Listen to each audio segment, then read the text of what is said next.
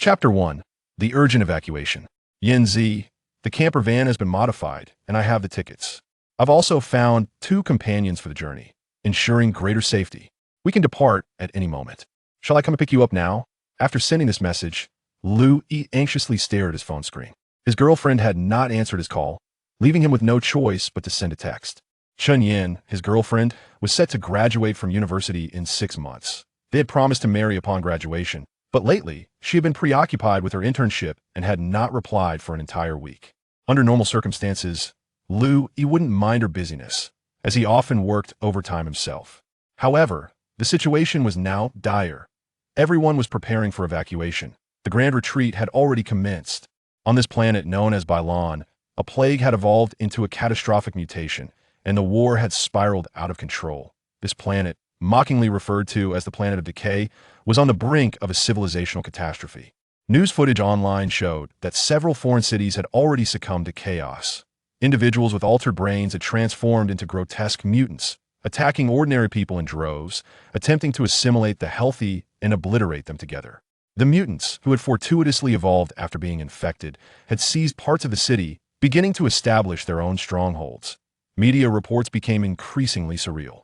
Just 2 days prior, mushroom clouds had risen abroad. The news claimed it was an attempt to eradicate the uncontrollable urban chaos. However, the entire planet was gripped by anxiety, as no one could predict whether the dying superpowers would take humanity down with them in their final throes. Better safe than sorry. Domestically, evacuation notices had been issued yesterday, urging people to distance themselves from bustling cities and retreat to towns or even mountainous regions. Temporary refuge zones were designated, and underground shelters were opened. All residents could enter a lottery to obtain anonymous tickets for the refuge zones or shelters. Those fortunate enough to secure tickets to the shelter would be ensured a life free from worry, safely weathering the impending disaster. Even those who received tickets for the temporary refuge zones were told there would be management to maintain order, though they would have to endure a difficult existence with the hope that conditions might improve. For those who obtained nothing, tickets could still be purchased from others, provided one had the funds. The remaining individuals would have to evacuate on their own or devise alternative plans. The countdown to the apocalypse had officially begun. Lu Yi continued to fixate on the screen until, at last, his phone vibrated with a reply from his girlfriend. "I'm still in a meeting and couldn't use my phone earlier. Don't wait for me. You should leave first. The entire world is retreating. You think as an intern you can just leave? What meeting could be more important right now? My workplace has approved my position application. I'll soon be a full-time employee. How can I leave?" Lu Yi felt a surge of irritation. Chun Yan's internship was at a service center under the Provincial Quality Technology Company, a commendable establishment. But what time was it? Did she really intend to sacrifice so much for an uncertain job? Don't be foolish. Your life is the priority. Where are you? I'll come and get you. Lu Yi typed fervently. In this world, he had no one but her. Chun Yin was his closest companion. With disaster looming, he could not bear the thought of losing her. "I told you. I'm in a meeting. Please don't bother me. Just go." His girlfriend seemed to be growing angry. "Yin Z, if you don't leave now, it will be too late. The roads are already congested. The company has made arrangements. I truly cannot leave. Please don't come looking for me. I'm not in the city." Lu Yi was taken aback. His girlfriend couldn't leave? What did that mean? "Yin Z, what's going on? Why can't you leave? Where are you? Send me your location." Silence loomed on the other end for several minutes before a response finally came to, "I can't send it. If we continue chatting, they'll confiscate my phone. Just go. Consider this our breakup." In that moment, Lu Yi felt his head spinning. A time of crisis. How could she even mention breaking up? Taking a few deep breaths, he reminded himself to remain calm. He sent her a screenshot of the ticket and quickly typed, "This is your ticket. It's only valid for 24 hours. If we become disconnected, use the ticket to come in." After a while, she replied, "I got it, but I truly can't decide. What do you want me to do? I can't even think about my parents right now. Your parents are too far away, and with the traffic, you can't get back. But I'm still here with you. Where exactly are you? I'll come and get you. As long as we're together, we can overcome any hardship. Please stop asking. I beg you not to pressure me." Lu Yi fell silent, and after a moment, his girlfriend sent another message to, "I can't help you right now. Don't worry about me. Let's just take care of ourselves, okay?" Lu Yi felt a throbbing headache. Perhaps Chun Yan's workplace had indeed made her some promises? "Yin Z, how about this? Once you've made up your mind, come to the 314 refuge zone, and we can meet at the entrance. Let's leave it at that. They're taking my phone soon, "So please don't contact me again," she replied. What did "let's leave it at that" mean? Was she coming or not? Lu Yi immediately attempted to call, but his efforts were in vain. Was their 2-year relationship really going to end in the face of disaster? In order to care for his girlfriend, who was 2 years his junior, Lu Yi had worked at a large supermarket near their university after graduating, laboring as a loader for 2 years that he diligently climbed the ranks to become a team leader, all to be closer to her and facilitate their time together. Now, with her close to graduation and having found an internship, disaster struck, shattering all their plans. Perhaps she had devised a better evacuation strategy? Yet, it seemed he was not part of that plan. Unfortunately, in this tumultuous moment, understanding the truth was impossible. Lu Yi's thoughts were a chaotic mess, leaving him uncertain of what to do. Suddenly, his phone rang, and with rising frustration, he answered, "Bro, when are we leaving? We're all packed." Came the voice of Jiang Haoran on the line. Jiang Haoran was his junior, who had joined the supermarket after graduation as an electrician in the logistics team. Though they worked in different departments, their shared alma mater fostered camaraderie, and Lu Yi had always looked out for him. Lu Yi paused for a few seconds in silence. "All right, wait for me at the entrance of the Ophiuchus Garden community. I'll be there in about 15 minutes. After hanging up, Lu Yi stood up and silently surveyed the room. This was the small nest he had shared with his girlfriend for 2 years, clean and bright, a hotel-style apartment. He had spent generously to ensure Yin-Zi was comfortable. "Damn it, I'm leaving," Lu Yi muttered to himself, grabbing his backpack and locking the door behind him. This time, he knew he would never return.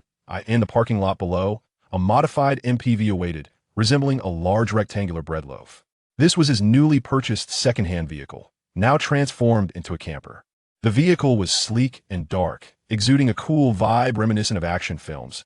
He had spent $50,000 on the car and $90,000 on modifications. With time being of the essence, he had even paid extra to the modification shop. At this moment, efficiency was his sole concern. The vehicle was hybrid. Although it was entry-level, solar panels adorned the roof, and a battery pack was installed inside, ensuring he wouldn't be stranded due to a lack of fuel. In an emergency, the tires had been replaced with deep tread MT tires, and the chassis had been elevated and reinforced. While it wasn't a hardcore 4-wheel drive, it was capable of light off-road maneuvers in a pinch. The interior of the vehicle has been transformed. When the back seat is flattened, it becomes a double bed. The rear is equipped with a storage box containing not only tools for repairs, military shovels, and camping gear, but also essential supplies such as rice, seasonings, canned goods, medical supplies, and medications. Most notably, all the windows have been fitted with wire mesh for protection, and a section at the front of the roof can be lowered to shield the windshield from potential impacts. Strictly speaking, this vehicle should now be referred to as a multifunctional hybrid anti-riot off-road camping vehicle, a rather elaborate title. Just half a month ago, such modified vehicles would have been seized upon hitting the road, but in recent days, the modification shops have been bustling with vehicles lining up. For protective installations that, if one is in a hurry, an additional fee is required. Originally, this vehicle was prepared by Lu Yi for himself and his girlfriend as a means of escape, with a box of women's supplies stored inside. Now that they have secured tickets to the refuge zone, which is expected to be a camping environment in the wilderness, this vehicle is even more suitable. Alas, Lu Yi, filled with mixed emotions, approached the camping vehicle. After a few moments of contemplation inside, he finally turned the key and started the engine. "Let's go. This damned apocalypse. Chapter 2. Hitting the road with trouble. A few minutes later, Lu Yi parked the vehicle at the entrance of the AOP Garden community, where Jiang Haoran was waiting. As the vehicle came to a halt, he spotted Jiang Haoran, clad in a green jacket, waving alongside 2 others, one in a black down jacket named Zheng Jun and an unfamiliar woman in a fuchsia jacket, presumably Zheng Jun's girlfriend. Jiang Haoran and Zheng Jun were both colleagues of Lu Yi, one an electrician and the other a buyer, though they were not part of the same team. Jiang Haoran, a recent graduate and fellow alumnus of Lu Yi, stood alongside Zheng Jun, who possessed a somewhat artistic demeanor, his hair hanging to his ears and typically silent. In this urgent evacuation, they had all participated in a lottery for refuge tickets via mobile phones, and Lu Yi had the good fortune to secure 2 tickets to the 314 refuge zone. Using 2 different numbers, Jiang Haoran and Zheng Jun had also obtained tickets to the same zone, with Zheng Jun managing to secure 2 as well. Unfortunately, among the remaining employees of the supermarket, only one exceptionally lucky individual had 1 ticket to the underground refuge city, while the rest had drawn Tickets for the 336 refuge zone, located 500 kilometers away, necessitating a crossing over a major bridge that was now congested and chaotic, making timely arrival a challenge. Since they were colleagues heading to the same refuge zone, Lu Yi, Jiang Haoran, and Zheng Jun decided to team up for the journey, believing that strength in numbers would make overcoming difficulties easier done, of course. Each individual was responsible for their own survival supplies, having agreed upon this in advance. Lu Yi was merely motivated by the desire for safety in numbers and offered to drive them along. As the car door swung open, Zheng Jun introduced his girlfriend. "Iga, this is my girlfriend, Lin Xueli." She greeted them with a polite smile. Despite her thin-down jacket, her figure was undeniably alluring. With her slightly curled long hair and a hint of baby fat on her cheeks, she was quite lovely. Let's get in the car. We can chat on the way, Lu Yi suggested. The group opened a rear door, stacking luggage and backpacks, creating a bit of a cramped situation. "Have you all gathered your supplies? Once we reach the refuge zone, there will be nothing available. It's just wilderness. While we're still in the city, if there's anything missing, we can still find it." Lu Yi inquired. "Everything's ready," Zheng Jun replied. He could see that moment. Jiang Haoran had already slammed the rear door shut and leaned in through the side door. "Hey, where's your girlfriend?" Jiang Haoran asked. "She had something come up," Lu Yi sighed. "What? How could that be?" Jiang Haoran muttered, then quickly took a seat in the back. The vehicle roared to life, and the engine sputtered as a somber mood descended upon everyone. Suddenly, Lin Xueli, seated in the back, asked dishearteningly, "Are we really leaving just like this?" "Why? Are you reluctant?" Zheng Jun asked with a smile. I just can't believe it," Lin Xueli replied, "that we have no choice. We must evacuate the city. The further the better. Haven't you seen the news? Some cities have been overrun by mutants and can no longer be evacuated. Our city, Guicheng, has maintained control, which is why we qualify for an orderly evacuation." Jiang Haoran interjected, "It's not just that. There's also the nuclear threat. Foreign countries have already used nuclear weapons to cleanse cities. If the situation deteriorates, we might be dragged into it as well. Hence, the government is dispersing us to the countryside and wilderness to hide, just in case something happens," Zheng Jun added, affectionately running his fingers through his girlfriend's hair. "Oh, how terrifying. I can't believe this is real." Lin Xueli's voice trembled. "Don't be afraid. I'm here for you," Zheng Jun reassured her, pulling her into an embrace. Lin Xueli obediently lowered her head, saying nothing further. As the wheels spun, Lu Yi felt a sense of gloom, quietly driving the car. "Go. Do you think we'll arrive on time?" Jiang Haoran asked. "We should, with about 23 hours to go. The 314 refuge zone is in the Xiling mountain area. Taking the national highway is over 300 kilometers. Theoretically, we can get there in 7 or 8 hours. If we hit traffic, it might take over 10 hours. It's all about luck. That wouldn't taking the highway be faster? It might only take 3 hours," Lin Xueli from the back suggested. "The highway was already jammed yesterday, and we'll have to queue at the checkpoints," Lu Yi explained. "Didn't you see the online evacuation guides? Some people waited all night without being called. If you don't believe me, check your navigation. It's all red." Jiang Haoran chimed in. "The highway is slow now, and the worst-case scenario is getting stuck and not being able to get off. Taking the national highway is safer. My vehicle can handle light off-roading. If we encounter a jam, we can climb up the roadside or even drive through the fields. Even if we get stuck, with so many of us, we can push it out." Lu Yi's mood lifted slightly as he patiently elaborated. "Oh, how professional," Lin Xueli marveled. "Surviving an evacuation requires some thought." Lu Yi sighed. He felt a twinge of anxiety. His girlfriend, Chen Yin, was similar, lacking knowledge in automobiles, off-roading, and outdoor survival. Perhaps girls had different interests. In this chaotic environment, how would she manage if faced with difficulties? But for now, they could only leave it to fate. By the way, what did she really mean by "let's just go with it"? Did she agree to come or not? Lu Yi pondered. In the back, Lin Xueli was typing rapidly on her phone, seemingly chatting with someone. After a while, she leaned forward, resting her head against the back of the driver's seat. Lu Yi was suddenly enveloped by a gentle fragrance that momentarily took his breath away. "Ego, could you lend me your extra ticket?" Lin Xueli asked. Lu Yi was taken aback, glancing at the girl in the rearview mirror. "No, that's reserved for my girlfriend. But she's not here, so that means there's an extra ticket. I have a friend." "No." Lu Yi raised his voice, firmly refusing. "Ego." Zheng Jun seemed to want to say something, but hesitated, ultimately remaining silent. "Let's not joke around. That ticket is for my girlfriend. What she calls later. Jiang Haoran interjected, in such chaotic circumstances, she won't come. Keeping her ticket would be a waste. Zheng Jun finally summoned the courage to persuade his girlfriend. Indeed, Iga, you are such a good big brother. Please help. Lin Shuili said in a playful manner. In a way. There's still over 20 hours left. Even if this ticket goes to waste, it must be kept. The supplies in this vehicle are meant for me and her, and no one else can have them, Lu Yi declared. His statement was laden with a warning, as Zheng Jun had been looking around and even reaching out to feel the supplies in the car, suggesting he harbored some impractical ideas. That needed addressing. Go, sigh. The couple behind fell silent, leaving only the sound of Lin Shuili tapping on her phone. As Lu Yi drove, a sudden wave of regret washed over him. It occurred to him that bringing Zheng Jun and his girlfriend might be a mistake. Had he known, he would not have taken them along. Chapter 3. The road to escape. The route out of the city was congested, with vehicles frequently colliding. Some drivers, unable to grasp the gravity of the situation, stopped on the road to argue, exacerbating the traffic and eliciting exasperated shakes of the head from onlookers. Lu Yi navigated swiftly yet cautiously through the traffic. At an impassable intersection, he even mounted the curb or flower beds to forge ahead, grateful he had equipped the vehicle with sturdier off-road tires, lest he suffer a flat. Nevertheless, it took over 2 hours to exit the city and reach the national highway. Gazing at the dwindling cityscape in the rearview mirror, Lu Yi could not help but sigh. We are somewhat fortunate. More and more people are evacuating. Had we delayed any longer, we might have been stuck. How could this happen? Jiang Haoran murmured. Did you not see the news?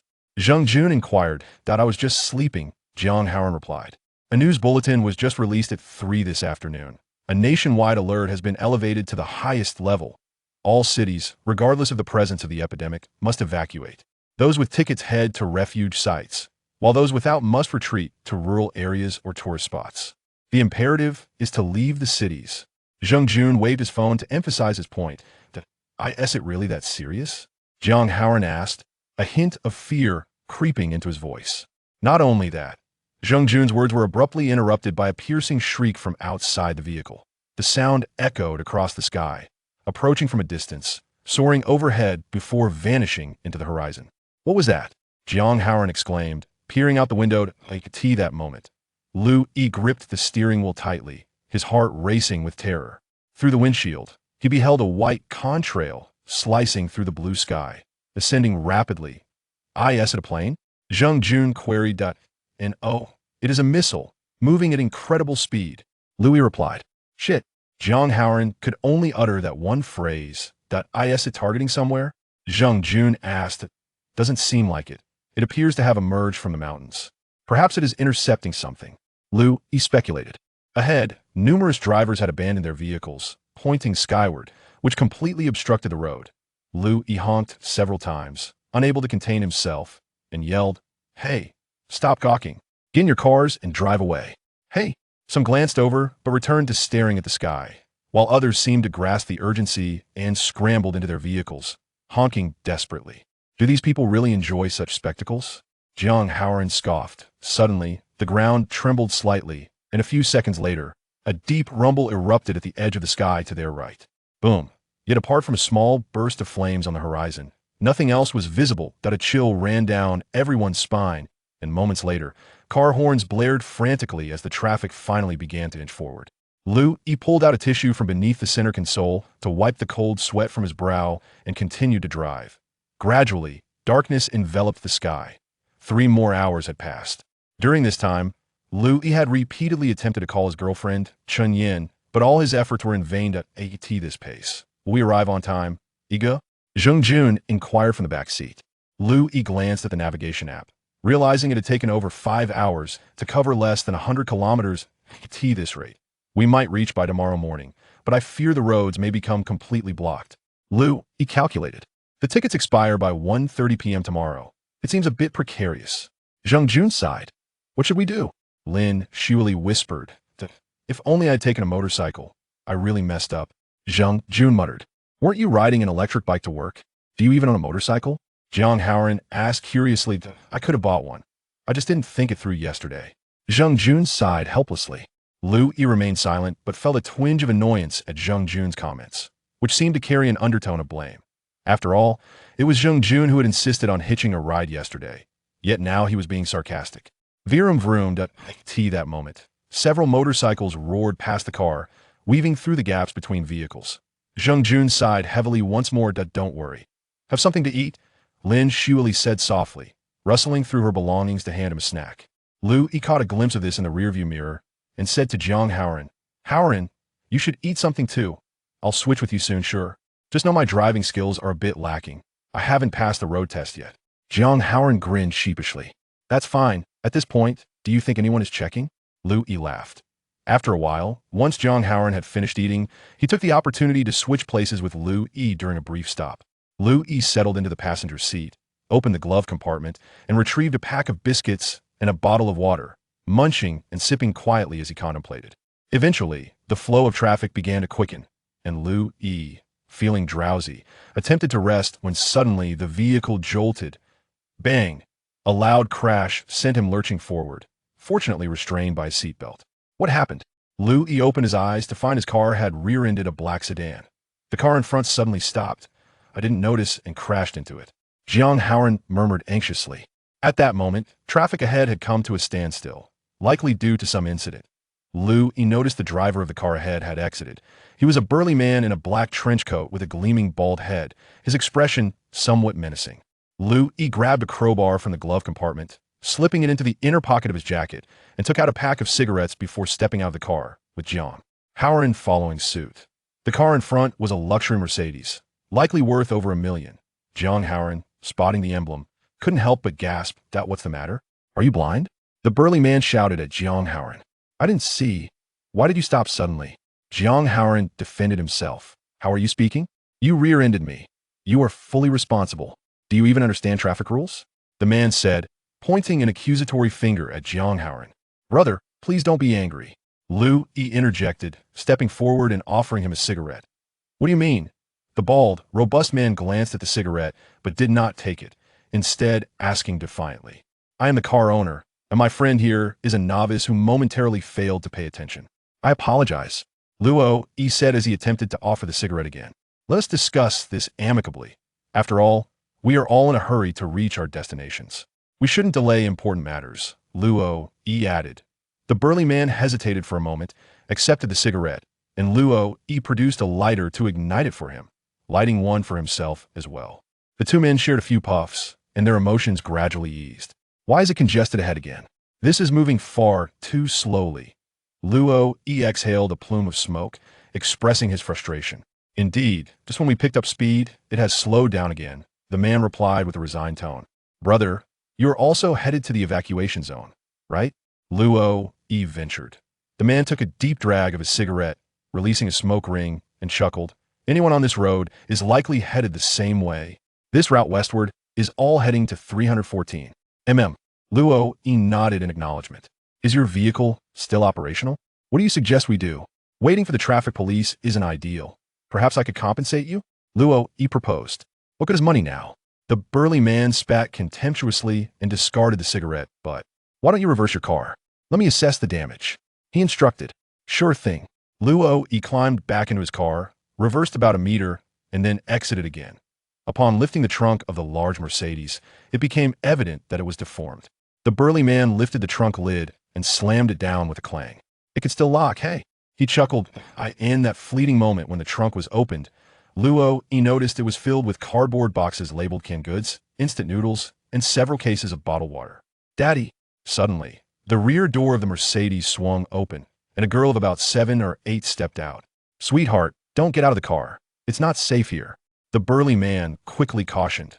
The door on the other side of the back seat also opened, revealing a striking woman clad in a fur coat, who hurriedly pulled the little girl back. Clearly a family of 3. The woman cast a reproachful glance at the bald man. Dear. Let's just go our separate ways. The burly man waved his hand dismissively. Luo Yi smiled. Thank you, brother. All right, let's move on. The burly man turned and got back into his vehicle. Luo Yi returned to the driver's seat, started the engine, and the traffic began to crawl forward once more. Iga, are we just let it go like this? Jiang Haoran inquired. What? Do you expect him to pay you? Who told him to suddenly brake? Enough. Let's consider this matter resolved. Just look at the time. Get a grip. Luo E replied. What about our car? My vehicle is equipped with a reinforced bumper. Didn't you see how his rear bumper was smashed? Luo E continued. If he weren't in such a rush, he would have made you pay 40 or 50,000.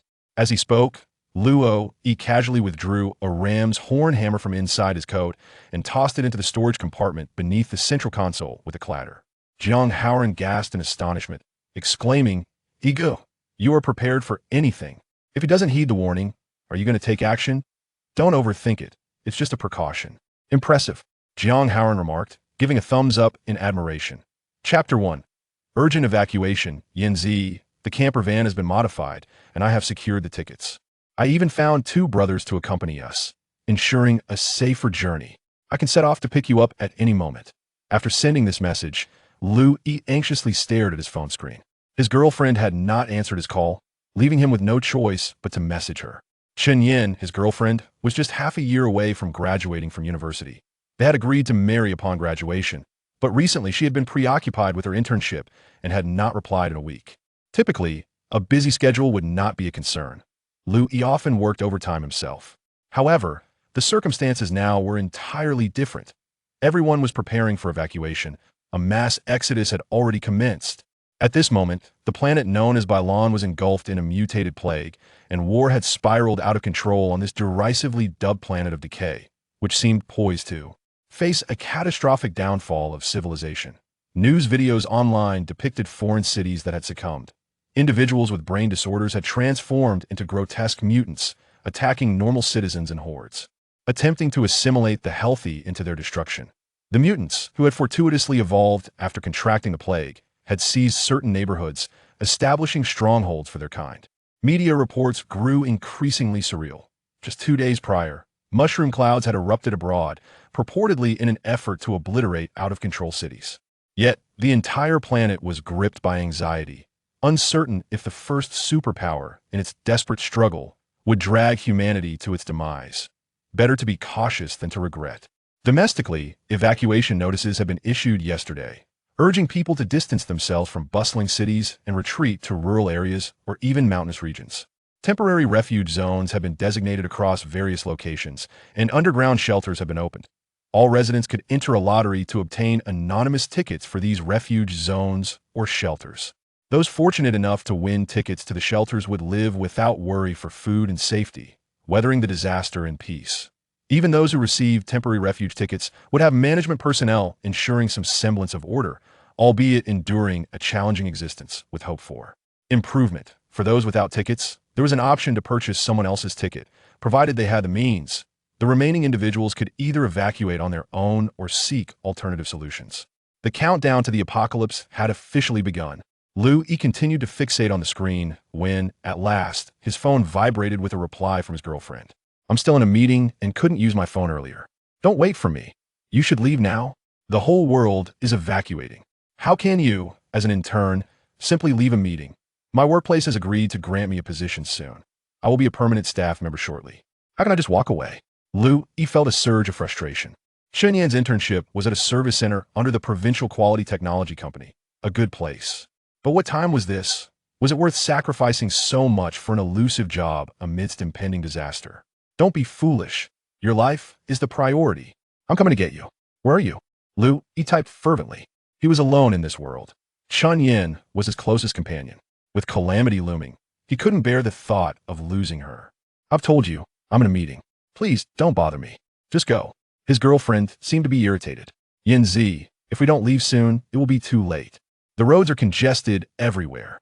The company has made arrangements for me. I truly cannot leave. Don't come looking for me. I'm not in the city. Louis was taken aback. What did she mean she couldn't leave? Yanzi, what's going on? Why can't you leave? Where are you? Send me your location.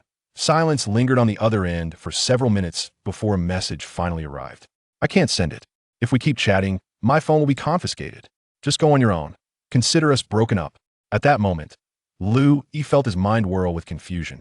In a time of crisis, how could she mention a breakup?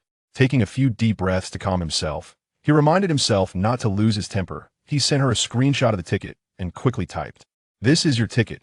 It is valid for only 24 hours. If we lose contact, use the ticket to enter." After a while, his girlfriend replied, I received it, but I really can't decide. What do you want me to do? I can't even reach my parents. Your parents are too far away, and the roads are blocked. You can't go back. But I'm still here with you. Where exactly are you? I will come for you. As long as we are together, we can overcome any obstacle. Stop asking. Please, don't pressure me. Lu Yi fell silent, and after a moment, his girlfriend sent another message. I can't help you right now. Just take care of yourself, okay? A throbbing headache assailed Lu Yi. Perhaps Qin Yan's workplace had indeed promised her something? Yanzi, how about this? Once you've made up your mind, come to the 314 refuge zone, and we can meet at the entrance. Let's leave it at that. They're going to take my phone. Don't contact me again. What did that mean? Would she come or not? Lu Yi immediately attempted to call her, but the line was unreachable. Were 2 years of love about to come to an end in the face of disaster? In order to support his girlfriend, who was 2 years his junior, Lu Yi had taken a job at a large supermarket near their university after graduating, diligently working as a porter for 2 years. He had tirelessly risen to the position of team leader, all to be close to her and facilitate their time together. As her graduation approached, she had secured an internship, only for catastrophe to strike, disrupting all their plans. Perhaps she had a better evacuation strategy, but was it one that did not include him? Unfortunately, in this moment, the truth remained elusive. Lu Yi's mind was a chaotic whirlwind, unsure of what to do next. Suddenly, his phone rang, and he answered it irritably. Bro, when are we setting off? We've packed everything. Came the voice of Jiang Haoran on the line. Jiang Haoran was a junior of his who had joined the supermarket after graduation, working as an electrician in the logistics team. Though they were in different departments, they were alumni, and Lu Yi often looked out for him. Lu Yi remained silent for a few seconds. All right, wait for me at the entrance of the OPI garden community. I'll arrive in about 15 minutes. After hanging up, Lu Yi rose and gazed silently at the room. This was the small haven he had shared with his girlfriend for 2 years, clean and bright, a hotel-style apartment where he had willingly spent money to ensure Qin Yan's comfort. Damn it, I'm leaving. Lu Yi muttered as he grabbed his backpack and locked the door. Knowing this departure might be permanent, in the parking lot below, a modified MPV awaited, resembling a rectangular bread loaf. This was Lu Yi's recently purchased second-hand vehicle, now converted into a camper van. The sleek black exterior exuded a cool, action movie vibe. He had spent $50,000 on the car and an additional $90,000 on modifications. With time pressing, he had even offered extra to the modification shop. At this moment, efficiency outweighed his concerns about money. The vehicle was hybrid, albeit entry-level, boasting solar panels on the roof and battery packs inside to ensure it wouldn't stall due to a lack of fuel in emergencies. The tires had been replaced with deep tread MT tires, and the chassis had been elevated and reinforced. While it was not a hardcore four-wheel drive, it could handle light off-road conditions if necessary. The interior of the vehicle has been modified, with a rear seat folding down, to create a double bed. The trunk has been converted into a storage compartment, containing not only tools for vehicle repair, entrenching tools, and camping gear, but also supplies such as rice, seasonings, canned goods, medical supplies, and medications. Most notably, all the windows are fitted with steel wire protective nets, and there's a shield at the front of the roof that can be lowered to protect the windshield from potential impacts. Strictly speaking, this vehicle should now be referred to as a multi-functional hybrid anti-riot off-road camping vehicle, a title with quite a few embellishments. Just a fortnight ago, such modified vehicles would have been apprehended as soon as they hit the road, but in recent days, the modification shops have been overflowing with vehicles waiting to install protective nets. If one is in a hurry, an additional fee is required. Originally, this vehicle was prepared by Lu Yi for himself and his girlfriend as a means of escape, and it even contains a box of women's necessities. Now that they have secured tickets to the refuge zone, which is rumored to require camping in a wild environment, this vehicle is even more suitable. Alas, alas. Lu Yi, filled with a myriad of emotions, approached the camping vehicle. After a few moments of contemplation inside, he finally turned the key and started the engine. Let's go. This damned apocalypse. Chapter 2. Setting out with troubles. A short while later, Lu Yi drove the vehicle to the entrance of the AOP Garden residential community where Jiang Haoran was waiting.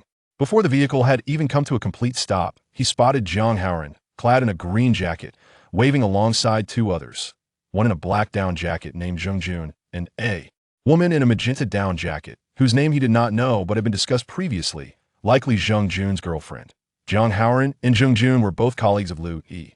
One was an electrician and the other a purchasing agent, though the 3 did not work in the same team. Jiang Haoran was a recent college graduate and an alumnus of Lu Yi's school, while Zheng Jun possessed an artistic demeanor, with hair cascading to his ears and a generally reserved disposition to in this urgent evacuation. They had all entered a lottery for tickets through their phones, and Liu Yi had struck luck, securing 2 tickets to the 314 refuge zone under 2 different phone numbers. Jiang Haoran and Zheng Jun also obtained tickets to the same refuge zone, with Zheng Jun acquiring 2 as well. Regrettably, among the remaining dozens of supermarket employees, only one exceedingly fortunate individual secured a ticket to the underground refuge city, while the rest received tickets to the 336 refuge zone, located 500 kilometers away. This required crossing a major sea bridge, which was currently chaotic and heavily congested, making timely arrival unlikely, an unfortunate stroke of fate.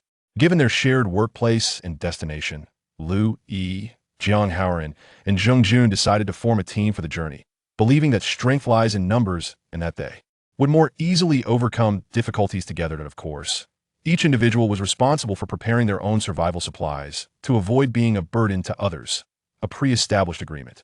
Liu Yi merely offered to drive them along for safety in numbers. As the door swung open, Zheng Jun introduced, "Iga, this is my girlfriend, Lin Xueli." His girlfriend smiled politely. Despite her thin down jacket, her curvaceous figure was hard to conceal. Coupled with her slightly curled long hair and cherubic cheeks, she was indeed quite lovely. "Let's get in the car first and chat on the way," Liu Yi urged. The group opened the rear door, piling their luggage and backpacks, creating a bit of a crowded space in the back. "Have you prepared all the necessities? Once we reach the refuge zone, there will be nothing available. It's just wilderness out there. While we're still in the city, we can gather anything we might need," Liu Yi inquired. "All set," Zheng Jun replied. "That at this moment." Jiang Haoran slammed the rear door shut and poked his head in through the side door. "Hey, where's your girlfriend?" Jiang Haoran asked. "She had something come up last minute," Liu Yi sighed. "What? How could this happen?" Jiang Haoran muttered as he quickly took a seat in the back. The vehicle started, the engine rumbling, and everyone's spirits were somewhat subdued. Suddenly, Lin Xueli, seated in the back, asked with a hint of melancholy, "Are we really just leaving like this? Why, are you having second thoughts?" Zheng Jun teased. I just can't believe it," Lin Xueli admitted. "We have no choice. We must evacuate the city. The further, the better. Haven't you seen the news? Some cities are overwhelmed with mutants and can no longer facilitate evacuations. Our location in Guicheng has been well controlled, which is why we qualify for an orderly evacuation." Jiang Haoran interjected, "It's not just about that. There's also the nuclear bomb issue. Foreign countries have already used nuclear bombs to cleanse cities. If things deteriorate further, we might find ourselves in danger, which is why the government is dispersing us to rural areas to take shelter, just in case something happens," Zheng Jun explained, affectionately running his fingers through his girlfriend's long hair. "Oh, how terrifying. I can't believe this is real." Lin Xueli's voice trembled. "Don't be afraid. I'm here," Zheng Jun reassured her, wrapping his arms around her. Lin Xueli lowered her head submissively, remaining silent thereafter. As the wheels rolled on, Liu Yi felt a sense of unease, driving in silence. "Go. Do you think we'll make it in time?" Jiang Haoran asked. "We should. There's still 23 hours left. The 314 refuge zone is in the Xiling Mountains, over 300 kilometers away via the national highway. Theoretically, we could arrive in 7 or 8 hours, but if we hit traffic, it might take over 10 hours. It's all down to luck." "Isn't taking the highway faster? It might only take 3 hours?" Lin Xueli inquired from the back. "The highway is already congested. There are long queues at the checkpoints," Liu Yi replied. "Didn't you check the online evacuation guides? Some people waited all night without moving. If you don't believe me, open your navigation app and look. The highway is all red." Jiang Haoran chimed in. "The highway is slow now, and the biggest hassle is if we get stuck, we won't be able to exit. It's safer to take the national road. My vehicle can handle light off-roading. If we encounter a jam, we could drive up onto the curb or even through the fields. Even if we get stuck with more people, we can push it out," Liu Yi explained, his mood slightly improving as he patiently elaborated. "Oh, how professional," Lin Xueli marveled. During an evacuation, one must be resourceful to survive. Liu Yi sighed that he felt a sense of worry. His girlfriend Chun Yin shared the same sentiment. She was not well versed in cars, off-roading, or outdoor skills. Perhaps girls had different interests. In such a chaotic environment, how would she handle difficulties? But for now, they could only leave it to fate. By the way, what did she mean by "let's just go"? Did she agree to come, or not? Liu Yi pondered. In the back seat, Lin Shuili was typing rapidly on her phone, seemingly chatting with someone. After a while, she leaned forward, resting her head against the back of the driver's seat. Lu Yi was suddenly enveloped by a subtle, refreshing fragrance that momentarily took his breath away. Ego, could you spare that extra ticket for me? Lin Shuili asked. Lu Yi was taken aback, glancing at the girl through the rearview mirror. No, that's reserved for my girlfriend. But she's not here, so that means an extra ticket. I have a close friend. No. Lu Yi raised his voice, decisively refusing. Ego.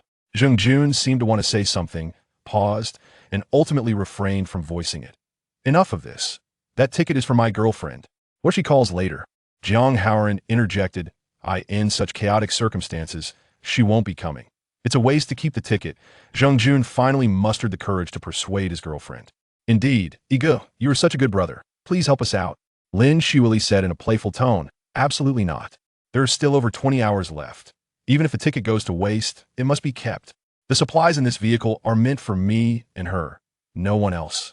Lu Yi asserted. His words bore a more implicit warning, as Zheng Jun had been glancing around and even reaching out to touch the supplies in the vehicle, seemingly harboring some unrealistic notions that needed to be curbed. Sigh. The couple behind fell silent, leaving only the sound of Lin Shuili typing on her phone. As Lu Yi drove, a sudden wave of regret washed over him. He realized that bringing Zheng Jun and his girlfriend might turn out to be a bother. Had he known, he would have refrained from including them. Chapter 3. The Escape on the Highway. The road out of the city was heavily congested, with collisions sporadically visible on the streets. Some drivers, unable to grasp the gravity of the situation, parked on the road to argue, exacerbating the traffic and eliciting exasperated shakes of the head from onlookers. Lu Yi deftly navigated through the traffic, and at a standstill intersection, he even drove over curbs and flower beds, pushing through. Fortunately, he had replaced his tires with sturdier off-road ones. Otherwise, he could have easily ended up with a flat.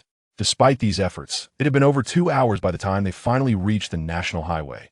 Looking back at the city gradually receding in the rearview mirror, Lu Yi couldn't help but sigh. We are somewhat fortunate. The number of people leaving the city is increasing.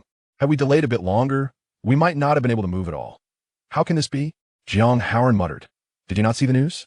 Zheng Jun inquired. I was just asleep, Jiang Haoran replied. Just this afternoon at 3 o'clock, a national announcement was made, raising the alert level to the highest. All cities, regardless of whether they have the plague or not, must evacuate. Those with tickets should head to the shelters, and those without should go to rural areas or tourist spots. Just do not stay in the city. Zheng Jun raised his phone to emphasize his point. Wow, is it that serious? Jiang Haoran said, a hint of fear creeping into his voice. Not only that, Zheng Jun's words were abruptly interrupted by a shrill scream from outside the car. The shriek echoed across the sky, approaching from afar and then darting towards the opposite horizon.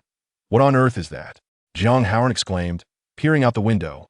At this moment, Lu Yi gripped the steering wheel tightly, his heart racing with terror. Through the windshield, he saw a white streak cutting across the blue sky, shooting upwards. Is it a plane? Zheng Jun asked.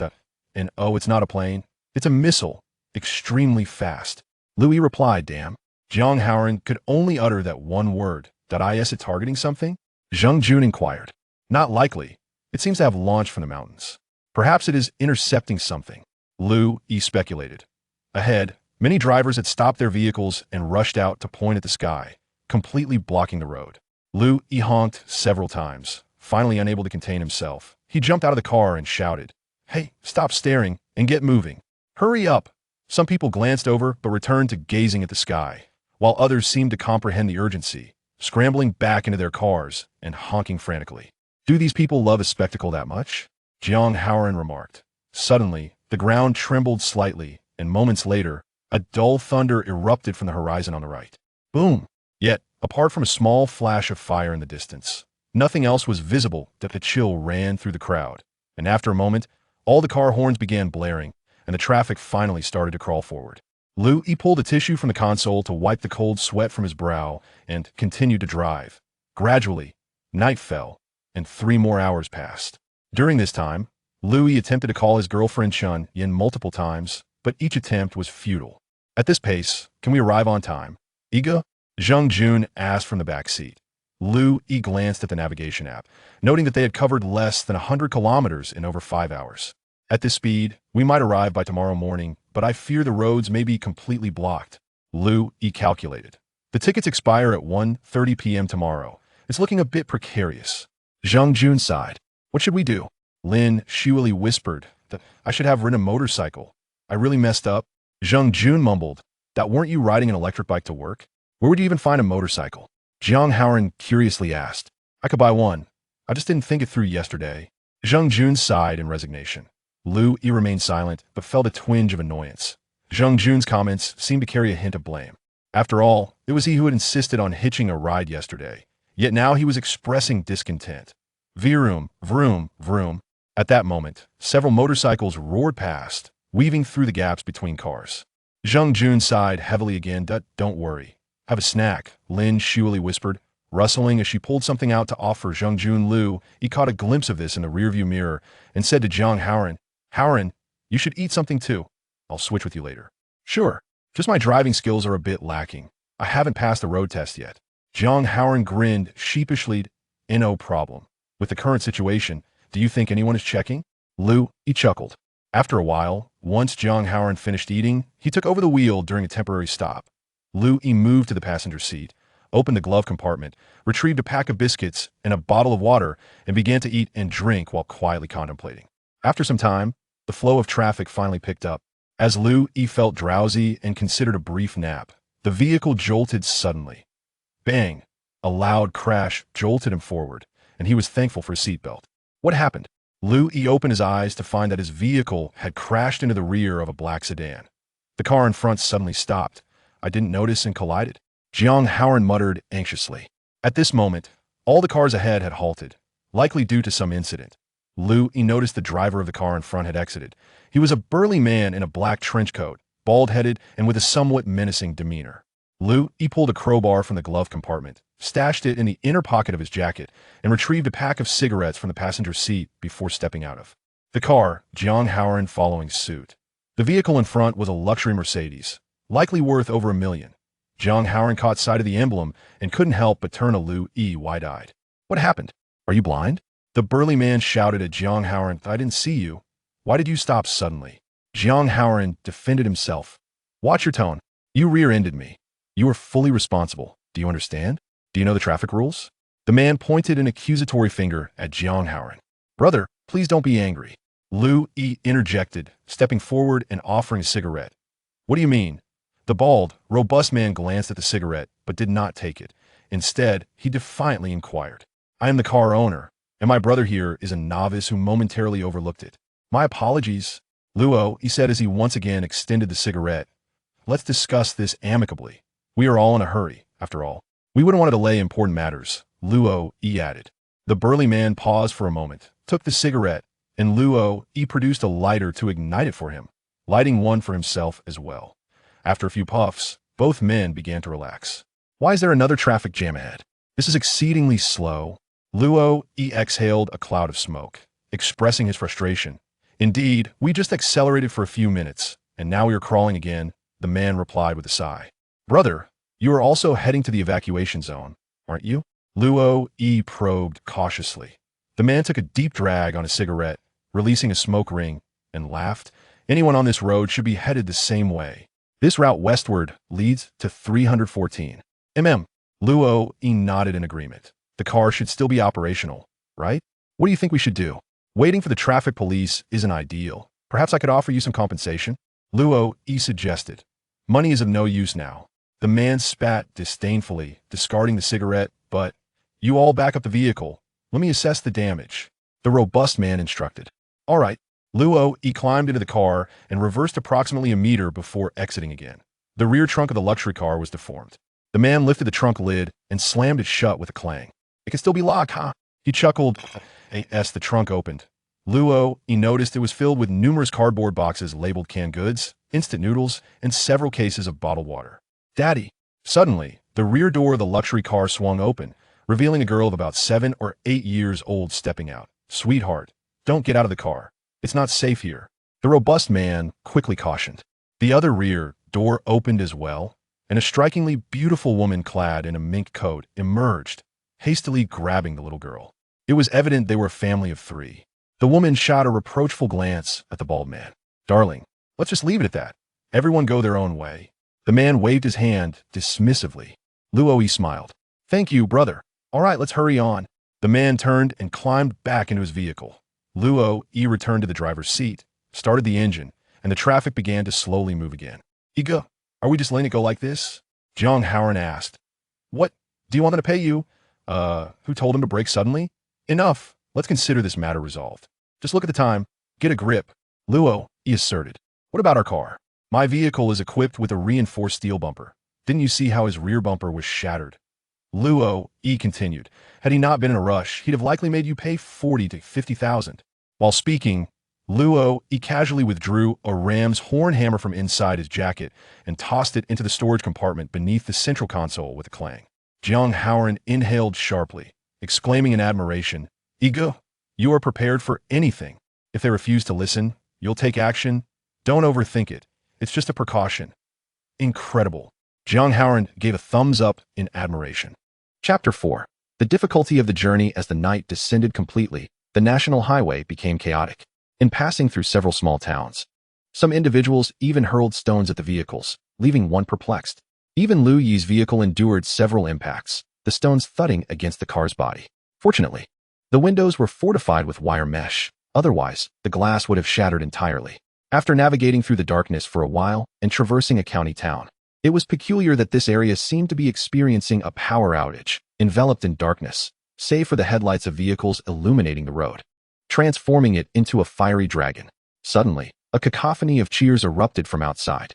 Peering through the window, they witnessed cars ablaze, racing forward in flames, colliding with others. In no time, several vehicles were engulfed in fire, forcing the traffic to a halt. The outside was a tumult of voices, and it appeared that numerous flashlights in the fields alongside the road were flickering, advancing toward the highway. What is happening? Jiang Haoran murmured. I have no idea. Lu Yi replied, his brow furrowed as he extinguished the headlights. Have you prepared any weapons? What's wrong?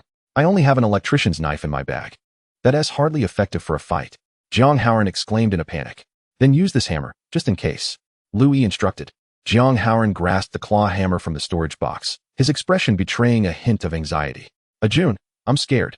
Lin Shuili whimpered, seeking refuge in Zheng Jun's embrace. Don't worry, I'm here. Zheng Jun reassured her, patting her back comfortingly. Lu Yi turned his gaze toward Zheng Jun, inquiring, what means of self-defense have you prepared? Igu, surely we one team need to fight? Zheng Jun replied, we agreed to travel together. Damn it. Why are you saying such nonsense? Do you wish to perish here? Lu Yi could no longer contain his frustration, scolding him. What do you mean by that, Igu? Zheng Jun's voice trembled, his eyes glinting with apprehension in the dark. We travel together for safety. When danger arises, everyone must step up to ensure security. Lu Yi asserted. I. Zheng Jun stammered, finally whispering, I have a survival knife for outdoor use in my bag. It can serve as a means of defense. Then prepare yourself and stop cowering. Lu Yi commanded. Earlier, during the incident with the bald, burly man's vehicle, Zheng Jun had refrained from exiting the car, leaving Lu Yi somewhat dissatisfied. At a critical moment, if he couldn't muster the courage, what use was he? Zheng Jun rummaged through his backpack and produced an object. Lu Yi caught a glimpse in the rearview mirror. What the hell? Is this what you call a survival knife? That's a pig slaughtering knife. The object Zheng Jun held was clearly a long, leaf-shaped blade, complete with a leather sheath, barely fitting within the confines of his backpack. Zheng Jun, it seemed, had been concealing his true capabilities. Moreover, they had all previously agreed to carry essential supplies, yet Zheng Jun and his girlfriend only brought one backpack each, appearing poorly equipped. Did he intend to enter this perilous situation armed with nothing but a knife, relying solely on thievery for the rest of his gear? Lu Yi's vigilance was instantly heightened. The makeshift escape group he had hastily assembled was fraught with discord, revealing significant flaws in their unity. Open the car doors. Open the doors, shouted the people in the fields, some of whom, swift on their feet, had already reached the road, frantically banging and tugging at the doors. Lu Yi's vehicle, having extinguished its lights, was shrouded in darkness and thus remained unnoticed for the moment. However, nearby, a white sedan had already fallen victim. He witnessed as the windows were shattered, and several men and women within were yanked out and thrown to the ground, their anguished cries piercing the night. Some individuals inside other cars brandished sticks and even wrenches, engaging in fierce skirmishes with the assailants. Amidst the flickering lights, Lu Yi suddenly discerned that those wreaking havoc appeared disturbingly abnormal. Their faces bore grotesque protrusions, indiscernible in the dark, yet profoundly unsettling. Something is amiss with them. They seem capable of biting, Jiang Haoran remarked, uncertainty lacing his voice. What on earth? That fellow's head is covered in lumps, Jiang Haoran exclaimed, pointing at a man who passed by the front of the car. Keep your voice down, Lu Yi urged urgently. Yet it was too late. In the back seat, Lin Xueli seemed to have spotted the grotesque figure, letting out a terrified scream. The man outside abruptly halted, turning around, finally noticing the dim vehicle with its lights off. He swung the axe in his hand, striking the engine cover with a resounding clamor, bellowing, "Open the door! Open the door! Open the door!" The axe flew from his grasp, crashing onto the windshield with a loud thud, shattering a significant portion of the glass. Fortunately, reinforced by tempered film, the glass did not shatter completely, but rather fractured into a shape as large as a basin. Damn it! Lu Yi felt a surge of rage, his teeth clenching in frustration. His vehicle was equipped with various protections, yet in an attempt to maintain visibility, he had neglected to lower the protective steel mesh over the windshield, resulting in the damage. You bastard! Lu Yi slammed the accelerator, and the engine roared to life, the vehicle lunging forward with a powerful thrust. Bang! The car collided with the man, pinning him firmly against the rear of the vehicle ahead. The man struggled momentarily, baring his teeth and howling, before his head drooped, succumbing to silence. Good heavens! What manner of creature is this? Is it dead? Jiang Haoran spoke, a tremor of fear in his voice. It should still be human. What is happening? Are there mutants here too? Lu Yi replied, anxiety creeping into his tone. Not mutants. The country hasn't reached that stage yet. They are likely mere aberrants, their minds altered, driven to madness, Zheng Jun explained. Isn't this akin to zombies? Jiang Haoran questioned. What nonsense. This is no zombie. Perhaps you've indulged in too many films. Zheng Jun chuckled lightly before continuing. They should be referred to as aberrants. Their brains retain some awareness, allowing them to speak, yet they cannot control their emotions, resembling the mentally ill. Will they consume flesh? Lin Xueli's voice quivered slightly. Surely not. I've spent the entire day scrolling through news and haven't encountered any reports of cannibalism. They merely wish to bite and transform others into mutants, Zheng Jun remarked. What about that missile this afternoon? Is there any news online? Lu Yi inquired, his mind still preoccupied with the recent incident of having struck a living person in self-defense, leaving him somewhat disheartened and reluctant to delve further into the subject. Alas, it was our defense system that obliterated something in the sky, Zheng Jun sighed. There has yet to be an official notification. Online speculation suggests it was a misfire from across the ocean, affecting several nations, not just one. Wow, Jiang Haoran exclaimed, hastily retrieving his phone. After spending the afternoon in slumber, he was now gripped by fear. Lu Yi refrained from probing further, his gaze fixed ahead. At last, he seized an opportunity as the car in front suddenly surged forward. Lu Yi accelerated, the tires crunching over something, presumably the mutant he had just struck. Unexpectedly, the flow of traffic quickened. After traveling a few dozen meters, he discovered that several vehicles had veered off the road, some overturned and others ablaze, with people shouting beside them. The state of these cars suggested they had either been struck down or flipped over. Lu Yi cracked the window open slightly and heard the distant curses of the crowd, fleeting and indistinct. It appeared that someone, irritated by the slow pace, had cleared the obstructing vehicles. Lu Yi felt a surge of caution, hoping his own vehicle would not become a target for such clearing. As the road became smoother, he switched on the headlights and sped along with the flow of traffic. Fortune seemed to smile upon them. After more than 2 hours of travel, their speed had surpassed 60 kilometers per hour, much to Lu Yi's astonishment. This is splendid. At this rate, we'll reach our destination in just 3 more hours. Jiang Haoran chuckled. How frightening. Thank goodness we passed that point, Lin Xueli murmured from the back seat. Heh, don't celebrate too soon. Zheng Jun chuckled lightly. That area was already chaotic. How far could it be ahead? Perhaps the next intersection will bring more trouble. You pessimistic crow, don't say that. Jiang Haoran quickly retorted. Lu Yi, troubled and absorbed in his thoughts, did not engage in the trivial conversation. He turned on the car radio and began to search through the frequencies. But all he encountered was static. Why is there no broadcast signal? A sense of foreboding arose within him. Glancing at his phone screen, he noticed the signal icon had vanished, and the navigation app had switched to offline mode without his notice. Do your phones still have signal? Lu Yi asked. It just disappeared, Zheng Jun replied. Damn, that explains why I couldn't load any videos, Jiang Haoran muttered. What is happening? Is it a power outage? Or is the base station down? Zheng Jun turned to gaze out the window. Outside, apart from the flickering lights by the roadside, The surroundings were engulfed in an unsettling darkness. Satellite signal lost. The navigation software suddenly announced, its voice piercing through the silence. What the hell? He remained silent. His brow furrowed in concern. The power outage, the absence of signal towers, and the loss of satellite connectivity. The situation was deteriorating rapidly. Chapter 5. The east wind unleashes 1,000 blossoms. The car sped along the highway, and Lu Yi's emotions were a tumultuous mix of anxiety and a hint of anticipation. It won't be long now. Just over 100 kilometers to go. It was already 4 in the morning. Despite having gone sleepless through the night, Lu Yi dared not relax. With all signals gone, it felt as though the apocalypse had truly arrived. Beneath the road, vehicles were occasionally trapped on the roadside, and individuals rushed onto the pavement to flag down cars, only to be ruthlessly mowed down. No one dared to stop and assist. At this moment, the primal instinct for self-preservation was laid bare, devoid of any pretense. In the rearview mirror, Zheng Jun's knife had seemingly vanished, and his eyes glimmered ominously in the darkness. A chill ran down Lu Yi's spine, as if his very hairs were rising in alarm. This guy hadn't been of any help thus far. Instead, he emanated a sense of threat. Once they reached the refuge area, he resolved to part ways with them swiftly. Suddenly, the flow of traffic slowed once more. Lu Yi hastily decelerated, coming to a stop, only to be jolted from behind with a loud crash. What on earth? How did we get rear-ended again? Zheng Jun, who had seemingly dozed off with his girlfriend, was abruptly awakened, his tone tinged with irritation. We've been hit from behind. You guys should go check, Lu Yi instructed. Zheng Jun was momentarily taken aback, rendered speechless. Jun, I'm afraid Lin Xueli is clinging to you like a kitten, she whispered softly. It's fine. It's fine, Zheng Jun replied, casting a glance at Lu Yi before releasing his girlfriend, bending slightly to rise, and opening the side door. At that moment, Zhang Haoran, seated in the front passenger seat, had already grabbed a pickaxe and leaped out of the car. Shouts erupted from outside as Lu Yi observed the commotion through the rearview mirror. Behind them was a white SUV, its brand indistinguishable, but it was large and imposing. A few individuals descended from the vehicle, and Zhang Haoran exchanged a few heated words with them before being encircled. Damn it, Lu Yi cursed vehemently, exiting the vehicle and retrieving a wooden-handled entrenching tool from beneath the driver's seat. Though inexpensive, this tool was renowned as an outdoor marvel, having garnered much acclaim. Now was the time to test its mettle.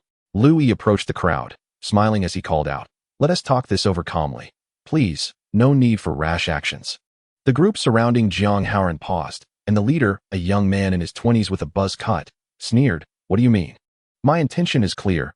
Do not resort to violence, for once you do, it becomes uncontrollable. Our shared objective is to continue our journey. Let us not turn on each other along the way when there are numerous dangers ahead." What was that fellow's earlier tirade all about? You frightened him with your rear-end collision, and yet you cannot allow him a few words? Lu Yi chuckled, casting a sidelong glance at Zheng Jun, who stood 5 paces away, his down jacket unzipped, revealing a knife tucked at his waist, glimmering ominously in the headlights of the SUV behind him. The bravado of the youth opposite him had diminished. "So what do you propose we do?" "Nothing. Each shall return to their vehicle and proceed on their separate ways," Lu Yi declared. "But what about my damaged front end?" "You shall compensate for it," the youth retorted. Lu Yi's eyes flashed with indignation. He was about to unleash a sharp rebuke when another figure emerged from the vehicle behind, a middle-aged woman, perhaps in her 40s. "Enough. Let us part ways. We have no grievances and are all pressed for time." She stepped into the crowd, urging the young men to retreat. "Bah, what bad luck." The youth spat, turning away. Lu Yi surveyed his vehicle, which had sustained minimal damage thanks to the reinforced steel guardrails, while the front of the other vehicle was severely damaged, leaving him uncertain about the condition of its radiator and fan. "Let us be on our way," Lu Yi urged as he climbed into his car. After several minutes, the traffic began to flow again, and he drove forward. In the rearview mirror, he noticed that the large SUV had not followed. An abrupt, jarring honk echoed from behind, accompanied by frantic flashes of headlights. "Huh," Lu Yi chuckled. "What is happening, Ego?" Zhang Haoran inquired. "The vehicle behind. What is going on?" "Look." Zhang Haoran craned his neck to peer through the right side mirror. "Goodness, it appears someone is colliding with them. Go get them," Zhang Haoran exclaimed with excitement. "They've been knocked into a ditch. Let them be reckless. They can take their time fixing their car." Lu Yi laughed. The wheels sped ahead, and soon the vehicle that had been struck vanished from the rearview mirror. The atmosphere in the car brightened, with Zhang Haoran and Zheng Jun engaging in lively conversation. The camaraderie reminiscent of their past worked together, while Lin Xueli rested her head against the back seat, seemingly asleep. "We are drawing closer," Lu Yi reflected. It was now past 4 in the morning. They had been on the road for around 15 hours, yet he felt no trace of fatigue. Perhaps it was the adrenaline coursing through him, propelling his endocrine system into overdrive, sustaining him through this escape. Suddenly, what is happening? The flow of traffic came to a crawl, eventually coming to a complete standstill. Just beyond the hill they had just crossed, the vehicles ahead resembled a dormant fire dragon. While at the road's end, a town blazed in flames, engulfed in a fierce inferno. What's happening? Zhang Haoran asked, rubbing his bleary eyes in surprise. I'm not certain. It could be that there are mutants, or perhaps we were bombed, Lu Yi replied, his expression tinged with concern. If this place has been bombed, I wonder if there will be radiation. What should we do? Zhang Haoran lamented. After a moment of contemplation, Lu Yi noticed that some vehicles approximately 200 meters ahead had veered off the national road, entering a side path. Let's take a detour, he declared, signaling a right turn, but the vehicles ahead and beside them remained immobile. Lu Yi pressed a button to roll down the right side window and shouted to the adjacent car. Turn right and drive along the roadside. You can access the side road. Some cars ahead began to move, maneuvering to the shoulder of the road. Fortunately, the area beyond the road was a field, devoid of drainage ditches, allowing most vehicles to pass. However, one car took a wrong turn, skidding in the field, and was unexpectedly nudged free by a larger vehicle that crashed into its rear. The smaller car beeped in gratitude and then merrily continued its advance across the field. Yet, the other sedans hesitated to follow, concerned that their low chassis might lead to entrapment. The vehicle to their right was indeed a sedan, its windows tinted darkly, obscuring the occupants within. Even when Zhang Haoran exited to shout through the glass, the driver remained unresponsive, seemingly intent on blocking their path. Irritated, Lu Yi called Zhang Haoran back into the car. With a roar, the engine sprang to life. The steering wheel was turned right, and the front right tire collided forcefully with the sedan, pushing it toward the roadside. Without hesitation, Lu Yi pressed the accelerator, successfully nudging the vehicle out of the way. Curse it! The sedan's window rolled down to reveal a vaguely familiar man shouting curses, but soon after, another SUV arrived, swiftly pushing the offending car into a ditch. Haha! Zhang Haoran clapped in delight. Lu Yi pressed the gas pedal, propelling the vehicle forward through the field, occasionally bumping over the earthy ridges, causing the two passengers in the back to rouse from their slumber. Iga, slow down, Zheng Jun said with displeasure. We can't afford to go slow. This vehicle is built like a van. Off-road driving relies on momentum. If we slow down, we might get stuck in the mud, and everyone will have to push. Lu Yi replied calmly. Zheng Jun fell silent. With the headlights on, Lu Yi focused intently on the tracks left by the vehicles ahead, striving to follow the tire marks. A long line of cars snaked through the field. Although they became stuck twice, the group managed to dig and push their way free. After more than an hour, they successfully bypassed the burning town and returned to the national road. Victory is in sight, Zhang Haoran exclaimed, invigorated and unable to sleep now, having previously dozed off throughout the journey. Where are we now? Zheng Jun inquired. We have no navigation. We can only follow the car in front, Lu Yi responded. Are we going to get lost? Zheng Jun asked. Not sure. Do you have a way to locate us? No, let's just follow the car, Zheng Jun said, refraining from elaboration. Oh, is the sky brightening? Zhang Haoran suddenly pointed out the window. Lu Yi glanced toward the front right, in the distance. The horizon seemed to be tinged with a soft white light. Unfortunately, a large portion of the front windshield was shattered, severely obstructing their view. Oh, it's not the dawn, it's a meteor. I see a meteor, Zhang Haoran exclaimed with enthusiasm. Screech. The car emitted a jarring sound as it came to an abrupt halt. Lu Yi leapt out in terror, gazing toward the horizon. He was not alone. All the vehicles ahead had also stopped, and many people stood in the fields, gazing skyward. On the dark canvas of the night, meteors blazed through the darkness, piercing the atmosphere. What in the world am I witnessing? Zhang Haoran muttered to himself in a daze. Zheng Jun sighed deeply, reciting softly. The east wind releases blossoms across 1,000 trees, and more fall, like stars raining down. What nonsense are you spouting?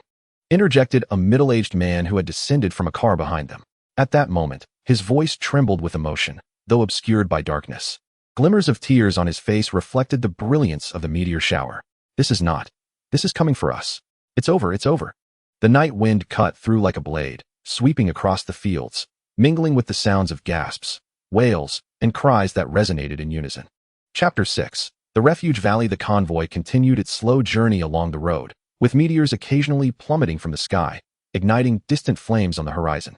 Lu Yi drove in silence, his spirit unnaturally heightened by fear.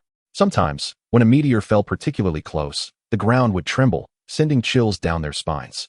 In truth, even these seemingly close explosions were far removed from the national highway, and posed no immediate threat. Surely, every choice of a refuge area must lie in desolate mountains, devoid of strategic significance, merely providing a sanctuary for humanity, thus making them unlikely targets of attack, Lu Yi reassured himself. In the back seat, Lin Xueli, after weeping for a while, had fallen asleep on Zheng Jun's lap. Zheng Jun, however, remained awake, silent, his eyes reflecting dim light in the darkness, occasionally muttering indistinctly. Perhaps startled. "Brother Yi, are we going to be exposed to radiation?" Jiang Haoran suddenly murmured. After a moment of contemplation, Lu Yi replied, "I doubt it. We are quite far away and moving deeper into the mountains. Don't worry, we'll be there soon." The car continued onward, and after an indeterminate amount of time, it slowed once more. The road ahead narrowed dramatically, flanked by sheer rock cliffs, indicating their entry into the mountainous region. Surrounding them were the dark silhouettes of mountains, looming like giants in the shadows beneath the night sky. After more than an hour of gradual movement, the sky began to transition from black to deep gray, then to white, eventually brightening into clarity. Daylight has arrived, Lu Yi sighed, relieved. The temperature outside was likely quite low. Bathed in the morning light, Lu Yi observed his breath escaping his lips, transforming into a misty vapor. It was early winter, just past midnight, despite being in a subtropical region. The temperature outside was probably below 10 degrees Celsius, which was rather commendable. If one were to venture northward, they would find the landscape shrouded in ice and snow, where those stranded in the wilderness must be enduring unimaginable hardships. Suddenly, a cacophony of voices pierced the air, as if someone was using a loudspeaker to shout commands. A makeshift barrier appeared on the narrow road nestled between two mountains. "What is happening?" Zheng Jun finally broke his silence, inquiring aloud. Lin Xueli stirred from her slumber, murmuring indistinctly, "We must have arrived." Jiang Haoran exclaimed with excitement. The camper van proceeded slowly, and after several minutes, it reached the barrier. A figure clad in a green trench coat, donning a black knitted hat, and wielding a loudspeaker, was directing the vehicles. "Those with tickets, turn left. Those without, proceed right. No lingering, and if you park, do not blame us for being impolite." "Are they checking tickets?" Lin Xueli whispered. "It seems not. They appear to be taking temperatures." Zheng Jun responded, leaning forward to observe through the windshield. Soon, it was Lu Yi's turn. As the door swung open, a voice commanded, "Everyone must have their temperature checked." A staff member approached with a thermometer. "Your vehicle is quite well modified, complete with a protective barrier. Interesting, it exposes your arms." Lu Yi opened the door and extended his arm. The staff member measured his temperature 3 times, scrutinizing Lu Yi's face and arm before nodding. "Next, open the door, and do so promptly." Those in the back complied, as this had become a routine procedure over the years. 38 degrees, you have a fever. Step out," the staff member suddenly declared. Lu Yi turned his head to see the man take a couple of steps back while pointing at Lin Xueli. "Brother, she is not ill. It's just that her clothing is too thick." Zheng Jun hurriedly interjected. "Do not move. Stay seated until called." "No, brother, please." Zheng Jun, flustered, stepped out of the vehicle. "Do not exit." Lu Yi tensed and swiftly attempted to intervene. However, it was too late.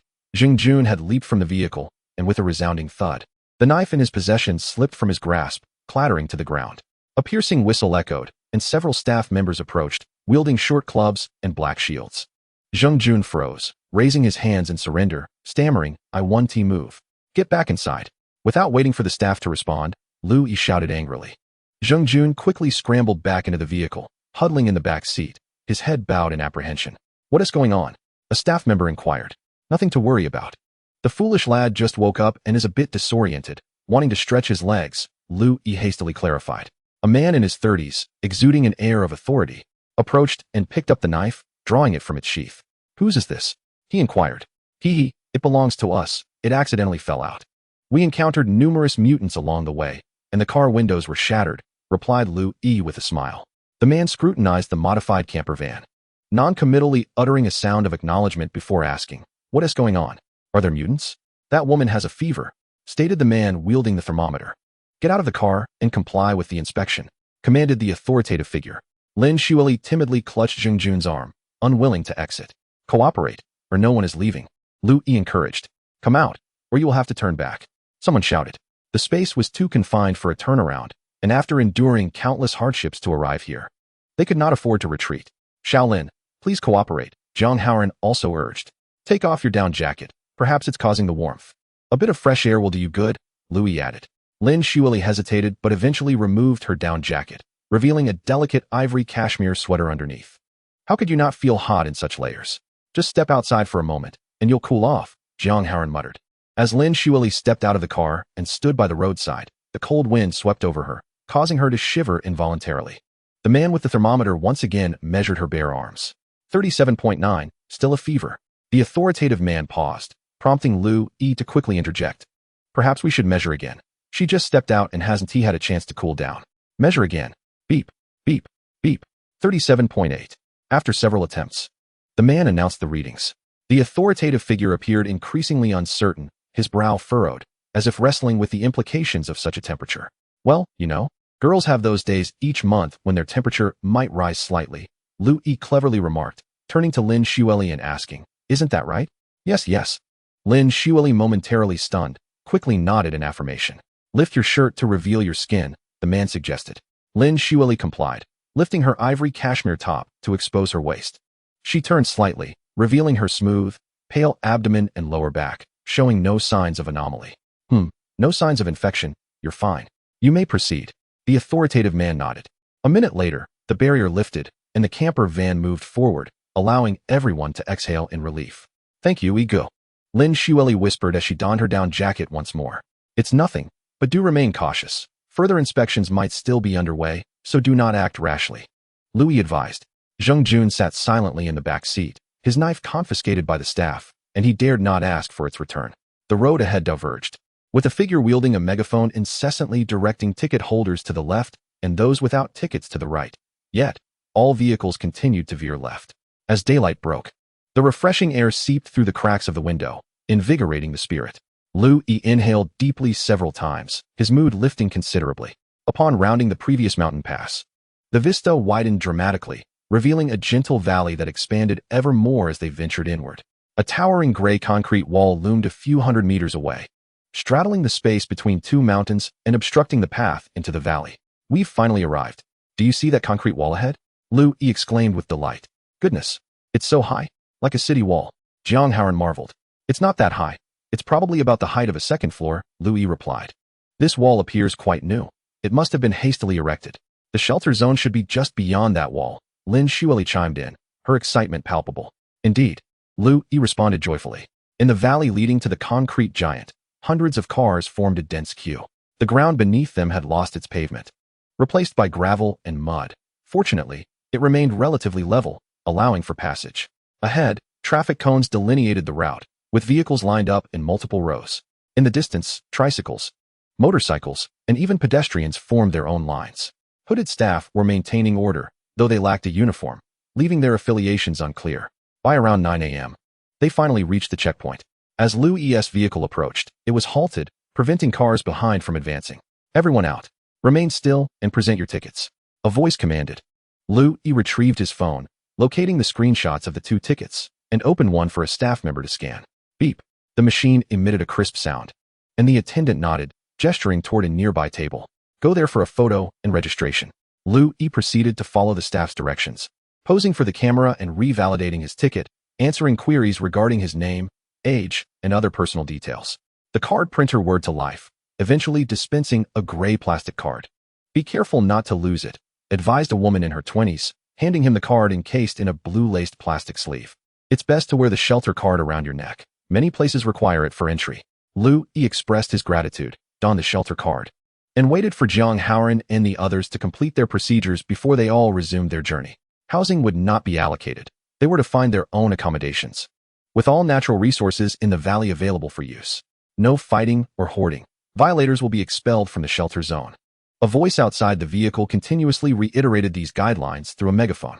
After traversing a few more meters, they finally passed through the archway and entered the inner sanctuary of the valley. Wow, we did it! Jiang Haoran exclaimed, enthusiastically striking his thigh.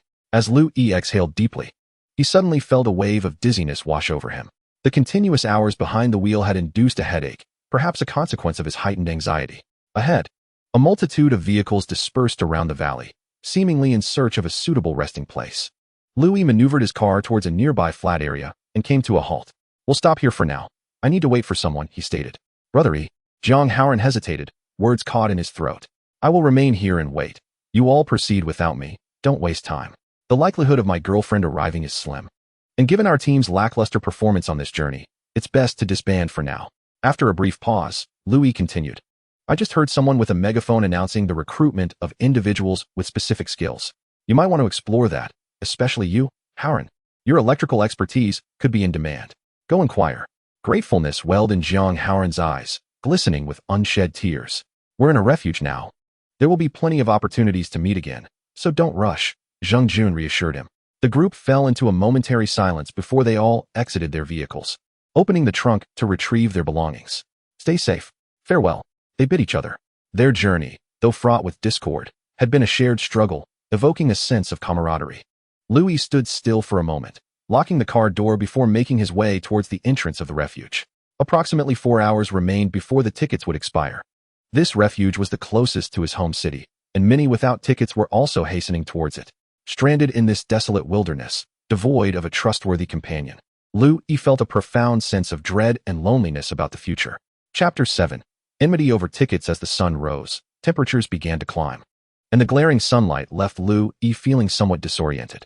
He had gone over 10 hours without food or water, and he had not rested. Fatigue weighed heavily upon him. Yet anticipation and frustration surged within. He stood inside the railing by the entrance, observing the incessant influx of vehicles and crowds outside, his heart growing colder with each passing moment. Yinzi still hasn't shown up. It's almost noon. At 1:30, the QR code tickets will expire. Before his eyes unfolded a tragicomedy revolving around tickets. Some, lacking tickets, attempted to infiltrate but were ruthlessly turned away. Others, unable to capture the screenshot in time, found themselves without signal, unable to access the lottery app, and sat weeping on the ground. Some attempted to climb over the railing, only to be forcibly removed. A family, possessing only a single ticket among them, played out a heart-wrenching scene of separation at the entrance. Stop crying. Find a place to hide outside, and you can still survive. A staff member urged. The refuge is preferable. Didn't they say there are doctors and security inside? It's too chaotic out here, lamented another, tears streaming down their face. We are residents of the nearby town, locals who simply seek your understanding. Please allow us entry. The refuge is strictly for those with tickets. This is the rule, and fairness dictates a random draw. Kindly step aside, those without tickets, so as not to impede others. The staff will address any issues with those found in violation. Your ticket has already been scanned, rendering it void. I implore you, my ticket is valid. My child has already entered. She cannot manage alone. Please, let me in. And I too. What grounds do you have to claim my ticket has been used? There is a malfunction with your machine. Do not make our plight more difficult. I purchased this ticket for 200,000. How could it possibly be counterfeit? I ask you to scan it once more. Amidst a cacophony of disputes and entanglements, a voice cries out, 1 million. I will pay 1 million. Who will sell me a ticket? Another shouts, 10 million. Laughter erupts in response. What nonsense. How will you transfer money without internet? Yet another bellows, 1 billion. I offer 1 billion. A voice retorts, if you truly have a billion, why are you here instead of building your own shelter? This is a wilderness refuge. A vehicle without a ticket blocks the entrance. Someone inside yells furiously, move aside. Time is of the essence. A voice bellows, if I cannot enter today, then no one shall. Anger swells within the crowd, and soon, the instigators are subdued, the obstructive vehicle cleared aside. The previous troublemakers are driven away, only to be replaced by a new group at the barrier, initiating yet another round of contention. As the clock strikes 1 in the afternoon, Louis has yet to see Yanzi and is now both famished and seething with frustration. Suddenly, a fragrance of perfume wafts behind him. Ego. He turns to find Lin Xueli and Zheng Jun. Louis acknowledges, redirecting his gaze to search the throngs outside. Ego. Xueli wishes to discuss something. Zheng Jun interjects. Ego, could I have your ticket for my best friend? She is truly dear to me, Lin Xueli implores. Louis feels a buzzing in his head, his anger on the verge of eruption. No, he states curtly, not turning back. Ego, please, do me this favor. My friend is waiting outside. Lin Xueli gently shakes his arm. Do not do this. Louis shakes off her grasp. Ego, come to your senses. Your girlfriend will surely not arrive. Do not waste the ticket, Zheng Jun advises. The ticket belongs to me. It is none of your concern. Leave now and cease this entanglement. Louis responds brusquely. Zheng Jun falls silent. Lu Zimin. Xiaomin, over here. Lin Xueli suddenly waves her arm over the barrier. A young woman with light yellow hair, clad in a white down jacket, squeezed through the crowd, animatedly explaining something to the staff while waving her hands, exclaiming, I'm here. I'm here. Ego, that's my best friend. She's in dire straits. Please help her. Lin Xueli continued to plead. For a fleeting moment, A flicker of doubt crossed Lu Yi's mind. He contemplated the possibility of relinquishing the ticket to them at the last moment before it expired. Should Yanzi fail to arrive?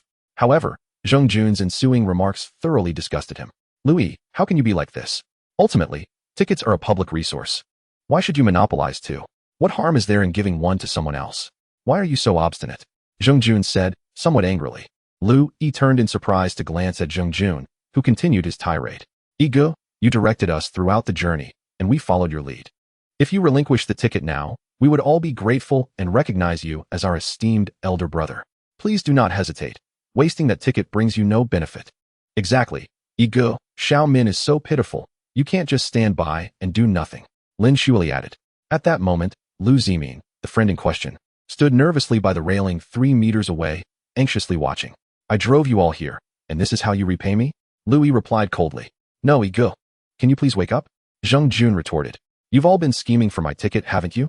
You brought a person without a ticket here to wait for me. Lu Yi sneered. Ego, we are all friends. You can't just watch Xiao Min be turned away, Lin Shuili insisted. Stop playing the moral high ground with me. Get lost. Lu Yi sternly reprimanded. Damn it. Why are you so stubborn? Zheng Jun suddenly lost his temper, reaching into his pocket, only to find nothing. Lu Yi's hair stood on end. Zheng Jun was a treacherous ingrate. Are you looking for trouble? Lu Yi said flatly. Hey, what are you doing? No fighting allowed here. A man approached, waving a baton as he walked. He is wasting our ticket. Zheng Jun stepped back, pointing at Lu Yi. What is going on? The man inquired as he approached. Everyone step back. Those who fight will be kicked out. Sir, we came together, and he has an extra ticket. No matter how much I plead, he refuses to give it to my friend. Isn't that a waste? Lin Shuili explained. The man looked curiously at Lu Zimin outside the railing, waving her hands, then turned to Lu Yi and asked, what is your relationship with her? I don't know her. Lu Yi replied. And what about the two of them? The man is a colleague. I didn't know the woman before. They came here with me. Lu Yi stated coldly. Then how did you end up with an extra ticket? It belongs to my girlfriend. She hasn't arrived yet. Lu Yi sighed. The man suddenly realized, nodding his head, and then waved his hand dismissively, urging, you all should disperse quickly and not cause a disturbance. If you continue, I shall have to ask you to leave. His displeasure was evident as he waved the baton towards Zheng Jun and Lin Shuili, insisting they vacate the premises. The two, glancing back several times, ultimately departed. Outside the railing, Lu Zimin, a close friend, stared at Lu Yi with tear-filled eyes, her gaze brimming with resentment. As if harboring a deep-seated vendetta, the staff member shook her head and walked away. Lu Yi chose to disregard Lu Zimin's venomous stare, continuing his search through the crowd. As the deadline for ticket entry approached, Chun Yin had yet to make an appearance. Chapter 8. The beautiful woman Honey, what is happening? Why has my ticket become invalid? A woman anxiously inquired of her husband at the registration area before the entrance. This shouldn't be, he replied, his expression darkening. She said she wouldn't need it. Why did you send it to your cousin? Are you closer to her than to me? The man implored the female staff at the registration desk. Could you please check whose ticket was used? It was a man. The woman responsible for the registration, Su Dong, said, glancing at her laptop screen with a look of helplessness. What? How could it be her boyfriend? Didn't they break up long ago? He muttered to himself. Lost in thought. You bastard. What have you done? The woman collapsed to the ground, sobbing uncontrollably. I was just momentarily foolish. He exclaimed. Then why didn't you give her your own ticket? Why did you have to use mine to please someone else? Lu Yi shook his head at the unfolding farce before him. There are always some unreliable allies who unexpectedly surprise you. His own capricious girlfriend was no exception. In a dramatic turn of events, after hesitating for a few minutes, the man abandoned his wife, grabbing his bag and suitcase, and hurriedly vanished into the crowd beyond the entrance, leaving behind a stunning woman weeping at the railing. She was strikingly beautiful, dressed in jeans and a light yellow ski jacket, her long black hair tied back in a ponytail cascading down her back.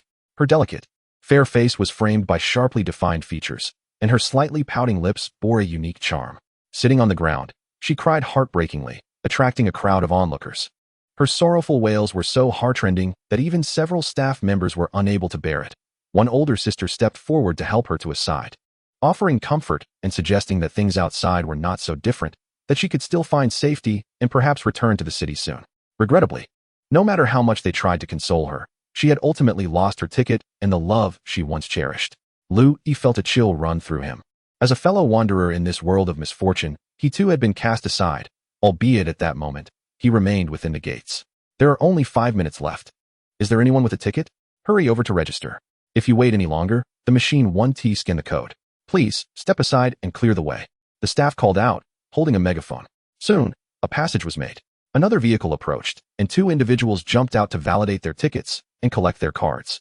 With a lingering sense of trepidation, they turned and drove through the gate. Only 3 minutes remained. She truly would not come, Louis thought, disheartened. Perhaps his girlfriend was already en route, or perhaps she had never intended to come at all. Are there still any available tickets? The young female attendant at the registration desk stood up and shouted, "Which of you has an extra ticket? I implore you, save me."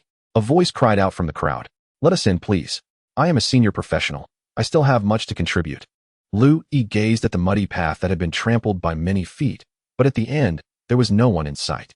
All ticketless individuals and vehicles had been forced to the sides of the road. 30 seconds left. The staff prepared to withdraw. It was over. Louis turned away, a profound sense of regret swelling within him. He took a few steps back, suddenly realizing something, and turned back to the registration desk, displaying the final screenshot of his ticket on his phone. "Please scan this." "Huh, but don't you already have a card?" The female attendant paused, then quickly picked up the scanner. Beep. Card created successfully. That was close. Just a few seconds more, and it wouldn't have been recognized. The attendant instinctively raised her left hand in a fist and inquired, "For whom is this intended?" "That lady over there." Louis pointed to the woman abandoned by her husband a few meters away. "Hey, come over. Someone has a ticket for you." The attendant called out. "Wow, what luck. This is unbelievable. How did he think of that? Truly, this world is about appearances." "Handsome guy, do you have any more tickets? I would do anything." "It's too late. The time has run out. Perhaps they could extend it?" The crowd murmured in envy and discussion. The woman ceased her weeping, gazing up in bewilderment. Louis nodded at her, said nothing, and turned to leave. "Thank you. Wait. She called after him. Louis walked on without looking back. This ticket, originally destined to go to waste, had been used to assist another abandoned soul. It could be considered a form of redemption. Yet, why did his heart ache so? Suddenly, the sound of car horns erupted outside the gate, accompanied by shouts of "I have a ticket. I have a ticket." But alas, the clanking of a barrier echoed as the metal gate began to extend from the concrete wall, gradually closing. Louis returned to his camping vehicle, standing in a daze for a moment before opening the door and sitting in the driver's seat, lost in thought. At that moment, sorrow washed over him like a tidal wave, draining him of all strength and leaving him utterly exhausted. "Hey, handsome. The car door was suddenly knocked on, accompanied by a woman's voice shouting from outside. Louis's body jolted, awakening him from his stupor. Turning his head, he saw a beautiful woman standing outside, clad in a beige ski suit, her hair tied in a ponytail, and her face adorned with streaks of tears. "Indeed, it is you," the woman exclaimed with delight. Louis weakly waved his hand. "No, leave me alone." "Hey, I can't hear you. Please open the door." The woman shouted through the iron mesh and glass of the car window. Louis lowered the window and coldly replied, "Go away. Stop bothering me." The woman chuckled, hands in her pockets, tilting her face up as she said, "I'm here to thank you. My name is Yongmi, like the me in Kitty. I'm not interested." Louis retorted, "What is your name? Go away. What is your name?" The woman persisted. Louis felt a surge of irritation, realizing her tenacity seemed unending. "My surname is Liu, as in the collapsed building." "Got it. Then I'll take my leave," she responded with a smile, turning to walk away. Louis watched her retreating figure. She appeared to be another unfortunate soul, entering empty-handed without even a backpack. Nevertheless, she had a husband here, so she should not suffer too greatly, though her unfortunate husband might be in for a rough time.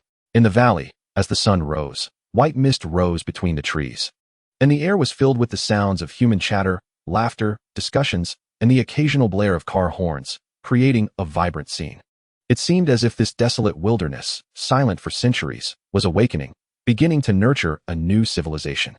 Louis leaned back in his chair, his brain feeling as though it had solidified, and before long, he succumbed to drowsiness once again. Chapter 9. Am I ill? When Louis awakened once more, he felt an intense dizziness, his waist and back aching as if cleaved by a blade, and a chill enveloped him, his feet prickling as if pierced by ice needles. Throbbing with persistent discomfort. Am I ill? In recent years, humanity's immune system had been fortified, achieving victory time and again, until the plague escalated into a final version capable of producing mutants and even superhumans. Thus, although he felt quite unwell, Louis hoped that, like before, he would once again overcome this challenge. Outside, the sun shone brightly, and the valley resonated with cheerful conversations, as if the apocalypse had not yet descended. However, near the entrance, chaos ensued as many people crowded, using tree trunks to barricade the door from within, likely in response to outsiders attempting to intrude. Lu Yi endured his physical discomfort, observing the situation outside the valley. Numerous tents of various styles had been erected, people seated in outdoor chairs engaged in animated discussions. Some were even barbecuing, while children frolicked on the grass as if they were in a park. Suddenly, a middle-aged man approached, tapping on the car window. Lu Yi lowered the glass and listened as the man said, "Once you're awake, you should leave quickly. The administrator just came by and mentioned that all vehicles must be parked in the designated lot. They cannot be left scattered about. You're the only one who hasn't moved yet." Understood, Lu Yi nodded with some difficulty. "Are you all right? Not feeling well?" The middle-aged man asked with concern. "I've been driving all night. I'm simply exhausted," Lu Yi responded calmly, stifling a yawn. At this moment, he could not afford to show any signs of illness. After the man departed, Lu Yi took a moment to collect himself, feeling the dizziness gradually subside. He finally opened the door and stepped out, taking several deep breaths to clear his mind. If he truly was unwell, he needed to replenish his strength as swiftly as possible. Lu Yi opened the trunk, retrieved a box of chocolates and a bottle of water. After consuming a few pieces of chocolate, he felt warmth spreading through his body as more blood flowed into his cold, aching feet. His strength was gradually returning, yet he soon found himself beset by intense hunger. Before he realized it, he had devoured the entire box of chocolates. Why do I feel so ravenous? Driven by his hunger, he rummaged through the car for a can of beef, prying open the metal lid and scooping out the contents with a plastic spoon. The chill in the air had rendered the beef a solid block, yet it tasted delightful. Before long, the can was empty, and Lu Yi smacked his lips, feeling somewhat unsatisfied, though he dared not eat more. In a brief span, he had consumed the equivalent of 2 or 3 meals, leaving him feeling alarmed by his own appetite. Lu Yi returned to the car, started the engine, and drove into the valley. The road before him appeared to have been forged by heavy machinery, stretching deep into the gorge. After enduring the weight of numerous vehicles, it had become riddled with potholes and was mired in mud.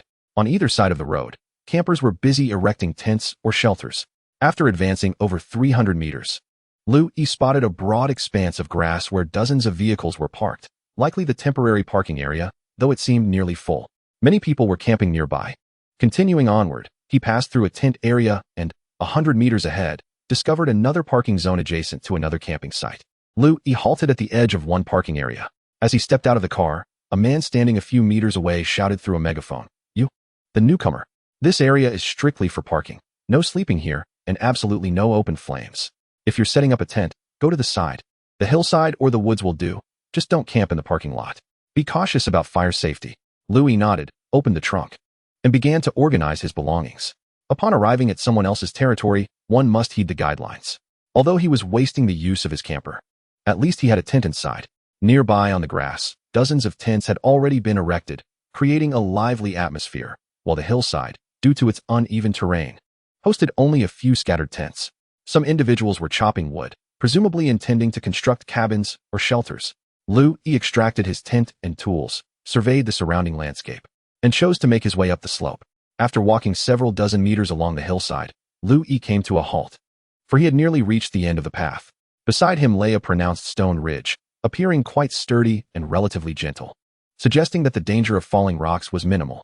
Lu Yi assessed the terrain and decided to place his tent bag and knapsack a few meters from the ridge. This spot was quite favorable, situated less than 100 meters from the camper, sheltered from the wind, basking in sunlight, and offering a splendid view of the entrance and a portion of the camping area nestled within the valley. In the distance, he could faintly discern what appeared to be a concrete wall. Could it possibly be the second district? Lu Yi felt a twinge of confusion, yet the valley was vast. And now was not the time for exploration. For the moment, he would settle in and gather information later. The tent was a purchase from a sports store, once shared with his girlfriend during a camping trip in the park, leaving behind some sweet memories that now belonged solely to him. After setting up the tent, securing it with stakes, and laying down a ground mat, he retrieved a portable air pump from his pack to inflate his air pillow and sleeping bag. After more than half an hour of effort, he finally completed the setup and lay inside the tent, feeling utterly exhausted. He hoped it was merely fatigue rather than illness. A bit worried, he wrapped himself in the sleeping bag and drifted off once more. Time slipped away, and when Lu Yi awoke again, he heard the sound of a horn echoing from below the hillside, as if someone was announcing important information. The words were indistinct, but he could sense a call for attention. Stepping out of the tent, he began to descend the hillside slowly. His strength had returned somewhat, and the dizziness had lessened. At the bottom of the slope, in the tent area, a crowd had gathered around an individual wielding a megaphone, standing atop a large rock. The speaker appeared to be discussing safety precautions, fire regulations, and the recruitment of medical personnel, electricians, and construction workers, inviting interested parties to sign up. It was then that Liu Yi realized the refuge valley was divided into the entrance area, the first district, and the second district. He found himself in the first district, while the enclosed area beyond the wall was the second district, which boasted more patrols and administrative staff, along with better conditions. It was rumored that there were a few vacant rooms available for those who had earned merit. The administrator with the megaphone announced that the interior housed a long-abandoned hotel, left untouched for nearly 2 decades, but now refurbished and habitable, complete with water and electricity. Then why aren't we allowed inside? How much does it cost? I'll pay, shouted a man with a Mediterranean hairstyle from the crowd. No money required. You must exchange points, replied the administrator. 20,000 points for a bed. You're all quite early. First, you need to upgrade your refuge cards. Take your time. Chapter 10. The emergence of mutants in the camp. Upon hearing that points could be exchanged for beds, the crowd's interest peaked. How can we earn points? A woman inquired. By providing services to our refuge area. If you are a doctor, nurse, electrician, welder, or possess any specialized skills, you may register at the office behind.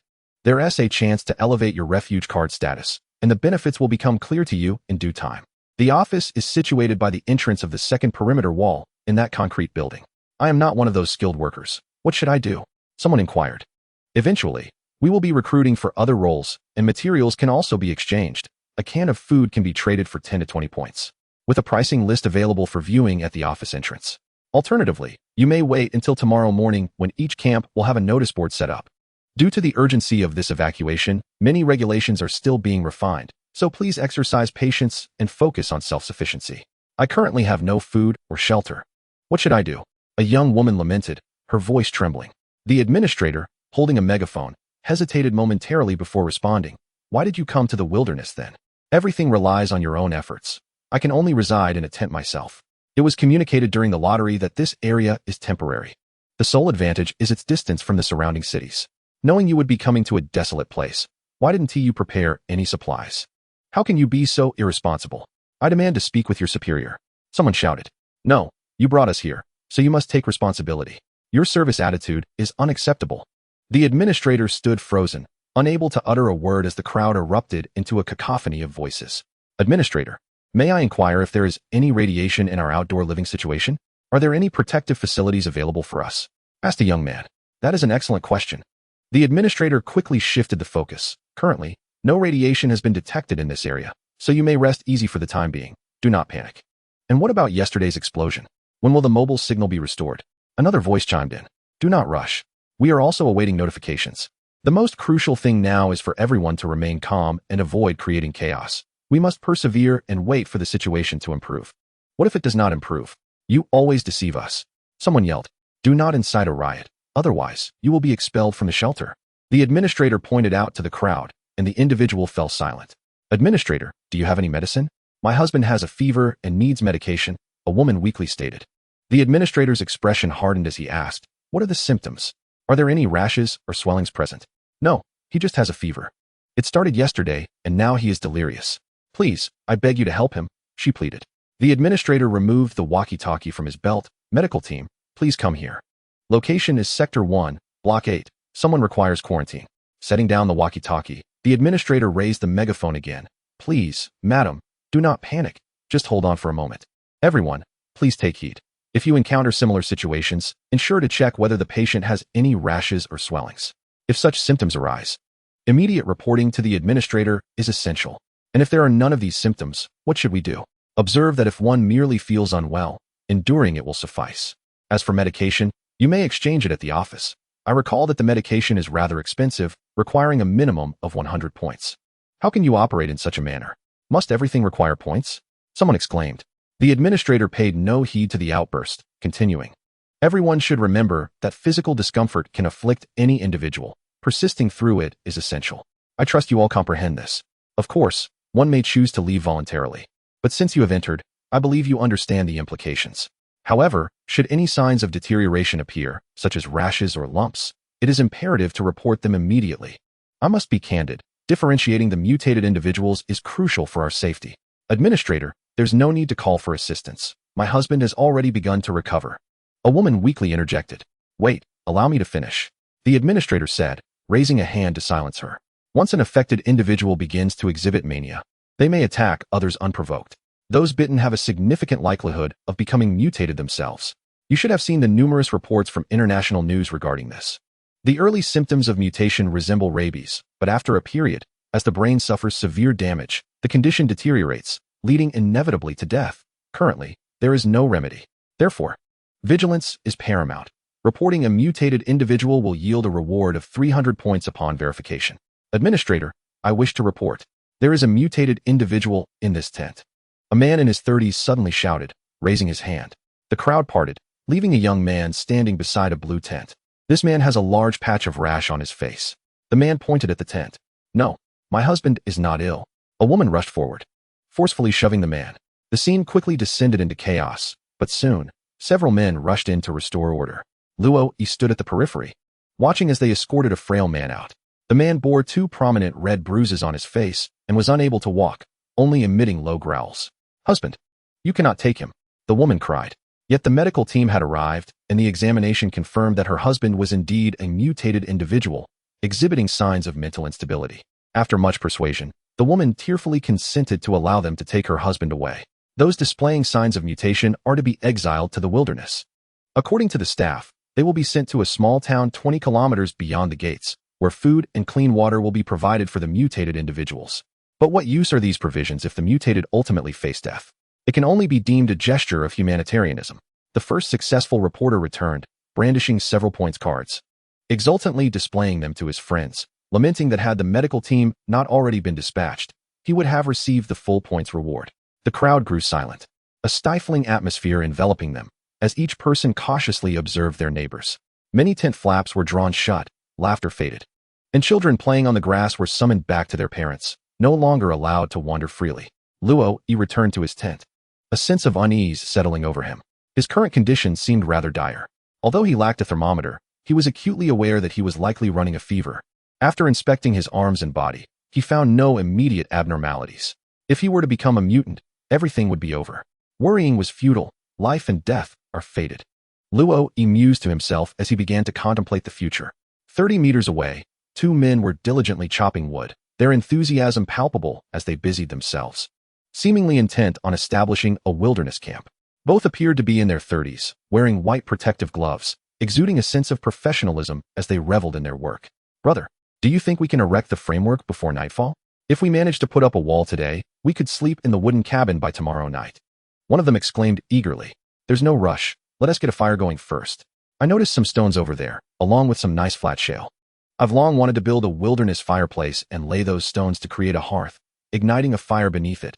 How delightful that would be. In this apocalypse, it truly is enjoyable. If only my girlfriend could join me," one of them lamented wistfully. "Don't be disheartened. Women only slow us down when we need to escape. Let's focus on surviving. There will be bread to eat," the other man reassured him. Luo Yi, overhearing their simple yet earnest conversation, couldn't help but smile wryly and shake his head. He had no desire to construct a wooden cabin at present. His body was in distress, needing rest and swift recovery. As night fell, Luo Yi retrieved a stainless steel pot and some tools from the camper. Before leaving, he lowered the protective steel mesh at the front of the vehicle and secured it with a pin. On his first night, he built a fire outside the tent, encircled it with stones, and used the stainless steel pot to prepare a pot of instant noodles, adding a can of beef for good measure. Despite the temperature dipping below 10 degrees Celsius, he wrapped himself in his sleeping bag and fell into a deep slumber. Chapter 11. We are all stray dogs in the dead of night. Commotion erupted outside. It seemed some were unable to endure the cold and clamored to return to their vehicles for warmth. Luo Yi, groggy, listened to the sounds for a while before getting up to relieve himself behind a distant tree, then returned to the tent to sleep. At dawn, the noise resumed outside. Luo Yi cooked a pot of luncheon meat with instant noodles for breakfast and then descended the slope. It turned out that some people had indeed slept in their vehicles the previous night. Upon rising, many vehicle owners discovered their windows had been smashed and belongings stolen, primarily food and medicine. Luo Yi noticed marks on his car door indicating an attempted break-in. However, thanks to the protective mesh, the items within remained intact. The administrator was absent in the evening, but upon arriving the next morning on an electric bike, he summoned the logistics personnel. A solar camera was installed on a tree near the parking area. However, Lu Yi harbored doubts about the camera's efficacy, suspecting it was merely for show. as there was currently no network signal. Indeed, everything remains a work in progress, and one can only hope for improvements in the future. A notice board has also been erected, which not only states the prohibition of fighting and theft, but also includes a pricing list. The following items are listed, with the rights to interpret the prices belonging to the 314 Refugee Zone Supply Center. Purchase of antibiotics and other medications, redeemable for 10 to 30 points per item. Based on type and dosage. Purchase of canned goods, redeemable for 10 to 20 points, depending on size. Purchase of purified water, 5 points per 500 milliliters. Sleeping bags, 3,090 points each. Down jackets, 100 points each. Axes, 3,060 points. He felt no immediate need to exchange anything, as he possessed several boxes of antibiotics, pain relievers, and antihistamines. He decided to observe the situation for the time being. His health had significantly improved. Aside from a slight dizziness, he no longer experienced pain or felt cold. Moreover, he felt an invigorating energy coursing through him. His steps lightened, perhaps due to a good night's rest. If he had been infected with something, he surmised he had successfully overcome it. Fortunate indeed. In these chaotic times, those who could arrive here were truly the lucky ones. As Louis strolled leisurely through the camp, he took note of his surroundings. A young woman emerged hurriedly from a nearby tent, hastily fixing her hair before departing. He recalled a woman from the previous day who claimed to have no food or shelter and had questioned the administrator. It seemed to be her. The tent was open, revealing a robust young man in his 20s, seated cross-legged inside, bare-chested and consuming canned food, radiating vitality despite the cold season. He was somewhat taken aback, but chose to continue his walk without lingering. In this apocalyptic world, individuals resort to various means to survive. The valley appeared to have been pre-planned. Each parking and camping area was nearly square, with natural paths carved out by wheels and foot traffic. On the other side of a small path stood a wooden sign indicating Area 1, right 8. Lou's section was Area 1, left 8, suggesting a different campsite across the way. Interestingly, he spotted a familiar face, a bald, burly man clad in leather, wielding an axe as he chopped at a small tree. It was none other than the owner of the luxury car involved in the rear-end collision the previous day. As the man straightened up to wipe his sweat, he noticed Louis and nodded in acknowledgement, to which Louis politely returned the gesture. After strolling for a while longer without encountering any more acquaintances, Louis estimated that there were at least 10,000 people in the valley. However, compared to the population of a city, this seemed quite sparse, indicating that those fortunate enough to secure a ticket and arrive on time were indeed few. Most individuals remain ensnared within the confines of the city, oblivious to the fate that awaits them. Those who have sought refuge in the countryside may find themselves in a slightly more favorable situation. Yet the mutated beings persist as an ever-looming threat. In the valley, sporadic disturbances can be observed. One morning, Louis witnessed several vehicles heading towards the main gate, presumably escorting either the mutated or the miscreants who had been expelled. Occasionally, individuals on electric bicycles dart about the uneven wasteland, seemingly the enforcers of order. It is rumored that the skyscraper nearby possesses both water and electricity, suggesting that their headquarters resides within its walls. This refuge, clearly established in haste, has commenced its operations. Perhaps soon, it will evolve into a well-ordered, vibrant human settlement. Upon returning to his encampment, Louis spotted the administrator from the previous day, who was announcing through a loudspeaker, "Is there anyone who has yet to register? Friends residing in this area, come quickly to scan your refuge card. Do not delay." He emphasized, unregistered refuge cards cannot be used for job applications. An elderly woman approached, displaying the card hanging from her neck. The administrator utilized a scanner, exclaiming, "All done. You are now a resident of this area. Remember the district number, District 8. My name is Wang Guiquan." "Thank you, Administrator Wang. Could you assist me in finding a pair of glasses with a prescription of 700 degrees? I have lost mine." The administrator raised the loudspeaker again. "Residents. Has anyone found a pair of glasses? This kind lady has misplaced hers. Is there anyone?" After several calls yielded no response, he could only smile awkwardly. "Madam, please search once more. If all else fails, consider trading something with others. We do not have an optician in the refuge. What am I to do? I cannot see anything clearly. How am I to survive?" She lamented.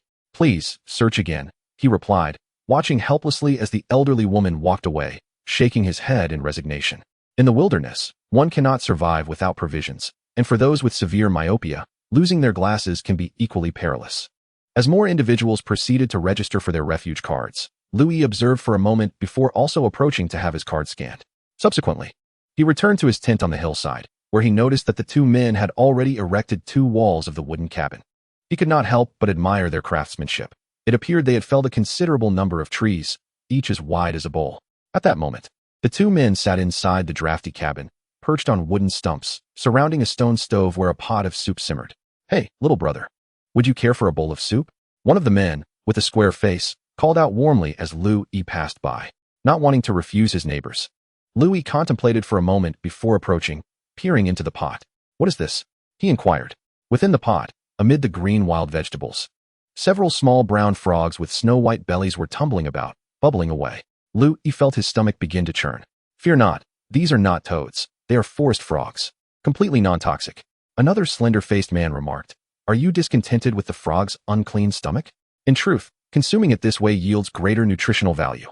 These marsh frogs have been excavated from the mud, prepared for winter, and their bellies are filled with fat. Thank you, but I find such wild delicacies rather unpalatable."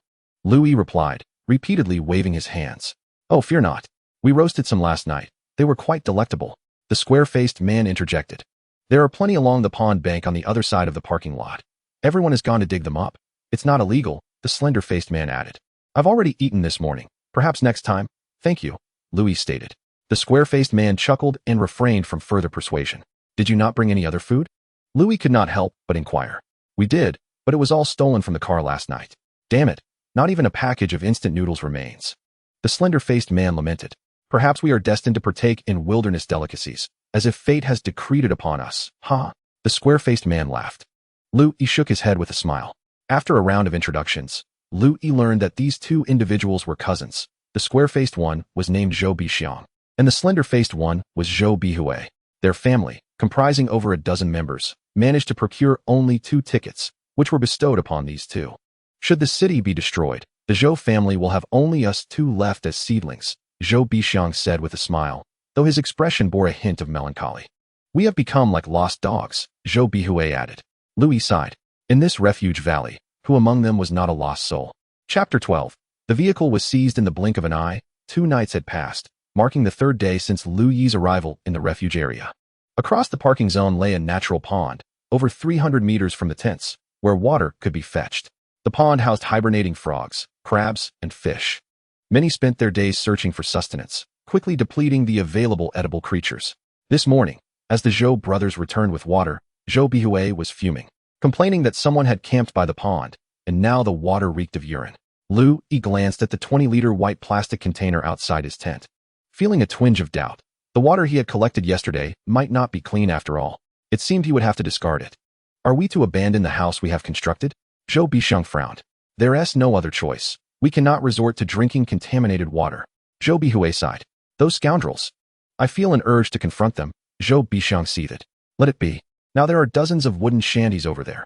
How can one ascertain who is responsible for the foulness?" Louis remarked. "Then shall we relocate down there? Mingling with those people? It would be livelier with more company," Zhou Bihui suggested. "Forget it. I passed by there this morning, and the stench was unbearable. They have been surreptitiously relieving themselves in the woods. A gust of wind could asphyxiate a person." Zhou Bixiang replied. Silence enveloped the group. "What if we move further inside? There's a small river by the wall, with flowing water, and being closer to the office area would facilitate matters," Zhou Bihui proposed. "The area is already crowded, filled with skilled workers. When an ordinary person pauses, they are promptly driven away," remarked Louis. Yesterday, he ventured beyond the second wall, where a supply center stood, with many people congregating at the entrance in desperate need of food, medicine, and other necessities. However, they had little to offer in exchange, resulting in an unpleasant atmosphere that nearly escalated into a brawl. The administrators of the refuge were hastily assembled, and many aspects were lacking. Louis estimated that the entire official staff of District 1 might not exceed 50 individuals. In stark contrast, the number of refugees surpassed 10,000, with many clamoring for various forms of assistance, yet refusing to comply with management. Coupled with the frequent incidents of theft, even when security personnel attempted to apprehend troublemakers, they would scatter into the woods. Louis initially sought employment, but non-skilled positions were unavailable, forcing him to leave despite the severe shortage of manpower. It seemed the administrators had not yet formulated a coherent response, and if the situation continued to brew, problems were likely to arise. Within the wooden cabin, the Zhou brothers engaged in further discussion and resolved to leave the hillside for a location closer to a water source. "Brother, would you like this wooden cabin? Just 20 cans of meat will suffice," Zhou Bihui inquired. Louis chuckled and shook his head. 10 cans, 10 cans would do, he responded. This cabin has a heated bed. Look at the stone slab. The crevices are sealed with mud. Not a single wisp of smoke escapes. You could easily find a companion to share the warmth with at night. Joe Burroy vividly painted a beautiful scenario. I too am planning to depart, Louis stated. Without a clean water source, the charm of the small wooden cabin on the hillside held little value. The Joe brothers fell silent. At noon, Louis carried a bucket to the mountainside across the campsite to fetch a pail of spring water.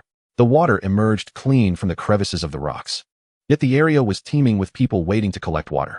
As Louis's turn approached, many eyes scrutinized him with an unfriendly glare, perhaps perceiving him as an outsider. By the third day, several water sources in the valley were already encircled by individuals attempting to exert control over them. Upon his return, Louis discovered that the Joe brothers had vanished, and the cabin's occupants had been replaced by the woman who had previously lamented her lack of food and shelter. This surprised Louis, leaving him curious as to how she had acquired so many cans. Hello there. The woman greeted him upon his return, her face adorned with a somewhat awkward smile. Hello. Louis nodded, making his way back to his tent. Handsome, my name is Wang Mei. We shall be neighbors from now on, so I hope to rely on you, she said, drawing closer. Oh, Louis replied. I am not very adept at surviving in the wilderness and may need your assistance, he added. Wang Mei settled beside the campfire, tending to her long hair. You help me, and I will help you. If you have any needs, feel free to seek me out. You understand, right? Wang Mei whispered. As Louis added a branch to the fire, he remained silent for a long while, eventually responding with a non-committal understood. He held little interest in the woman. Yet she too was striving for survival, rendering harsh words unnecessary. Wang Mei returned to the wooden cabin with a cheerful demeanor, appearing to finally have secured some food and shelter. In the afternoon, a gray-haired gentleman visited her, bearing 2 boxes of green canned goods. The two engaged in conversation for quite some time before he eventually opened the door and departed slowly. Louis felt it was time to seek a different camping spot. The grassy area below was reeking, with some individuals suffering from stomach ailments. One could easily stumble upon vomit or excrement in the underbrush. And Louis had no desire to immerse himself in such filth. Perhaps due to the cold weather, many had begun to cough, and some were unwell, desperately seeking medication, with one even offering a watch in exchange for a strip of amoxicillin or painkillers. Louis was grateful for his ample preparations. During the day, he sat in his camper van, keeping the door ajar for ventilation while charging his phone and contemplating the future. Many around him were also charging their phones. Although the signal was weak, the devices remained powerful sources of entertainment. While at the campsite, a man had approached Louis, inquiring if he desired movies or TXT versions of novels, offering to trade for food, which Louis had dismissed with a laugh. As he pondered the current state outside the gate, several individuals approached and whispered among themselves behind his vehicle. Noticing them in the rearview mirror, Louis immediately grew cautious. Nice vehicle you have, one man remarked as he stepped closer to the open door. Who are you? Louis inquired. Oh, we are from the logistics office. The man held up a relief card hanging from his neck for Louis to see. A blue card, the same color as your district administrators, correct? He asked with a smile. The card bore a photograph, the name Sun Honggang, and the designation of the logistics office for Refugee Area 314. The others gathered around, pointing at their own blue cards hanging from their necks. Is there something I can assist you with? Louis sensed something amiss. Your vehicle has been requisitioned. The man identified as Sun Honggang stated. What do you mean? Louis's eyebrows raised in alarm. Requisitioned. According to the rules of the refuge area, we have the right to commandeer your vehicle, Sun Honggang explained. Are you attempting to seize it? At that moment, Louis's breath quickened, his mind racing, and his eyes burning with indignation. Brother, please, do not be hasty. Sun Honggang, noticing Louis's rising anger, quickly attempted to soothe him. We won't take your vehicle without compensation. We can offer points, or you can state your conditions. And if I refuse? Louis pressed, suppressing his fury. You cannot refuse.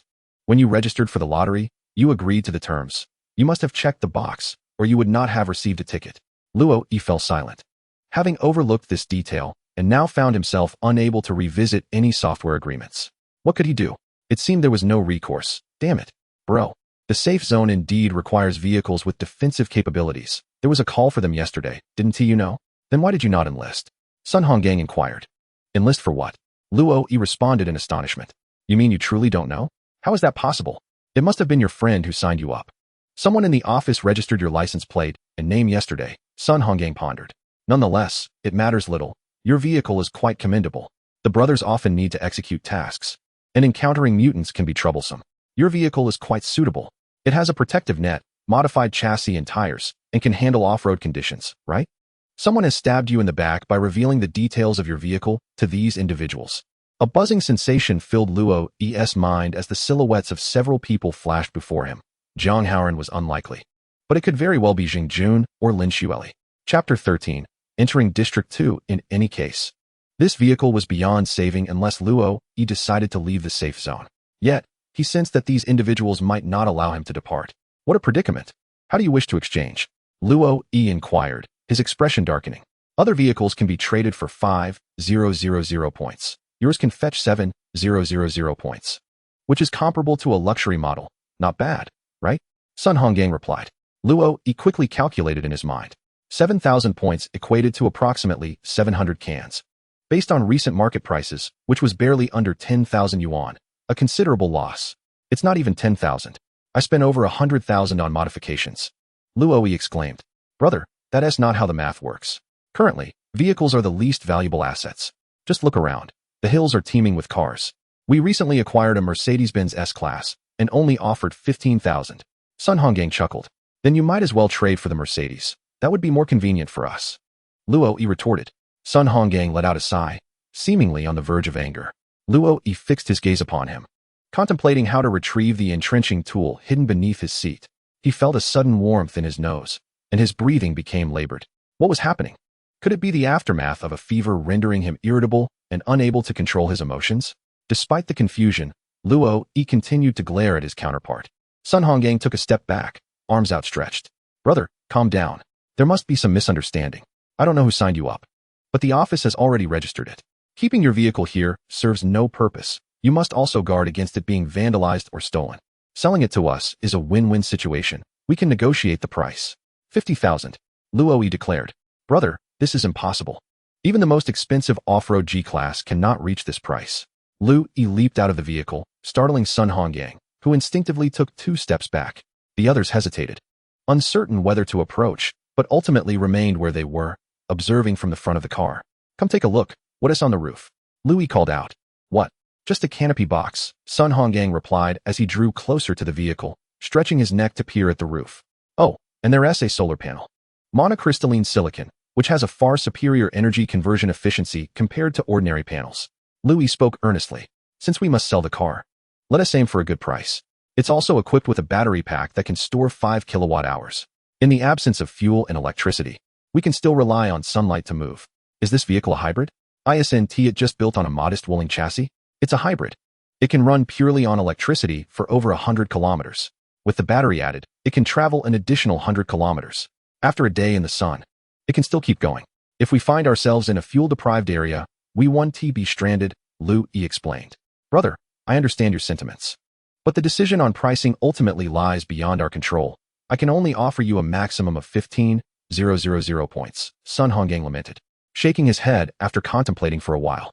Lu fell silent. After a moment, he suggested, how about this? Upgrade me to a blue card for a residence in District 2. That's impossible. A single bed in District 2 costs 20,000 points. We're still living in makeshift tents. Sun Honggang retorted. Brother, you're overreaching. Entry to District 2 requires an upgrade to a blue card, which is at least 10,000 points. Plus, for the bed, that totals 30,000 points. Another man interjected from in front of the vehicle. Let us be reasonable. Obtaining a blue card would mean advancing our wages, which would then be deducted monthly. Someone advised. Then upgrade me to a blue card and provide an additional 20,000 points, Lu insisted. A blue card cannot be casually given. Non-employees must exchange points for it, and the market price is far beyond 10,000 points. Sun Honggang replied. Upgrading me to a blue card incurs no cost to you. You wouldn't spend a single cent, and the points aren't even yours, right? I'll have to check on that. Sun Honggang sighed as he pulled out a walkie-talkie. After a few minutes of communication on the other end, Sun Honggang returned, stating, Brother, it's a firm offer.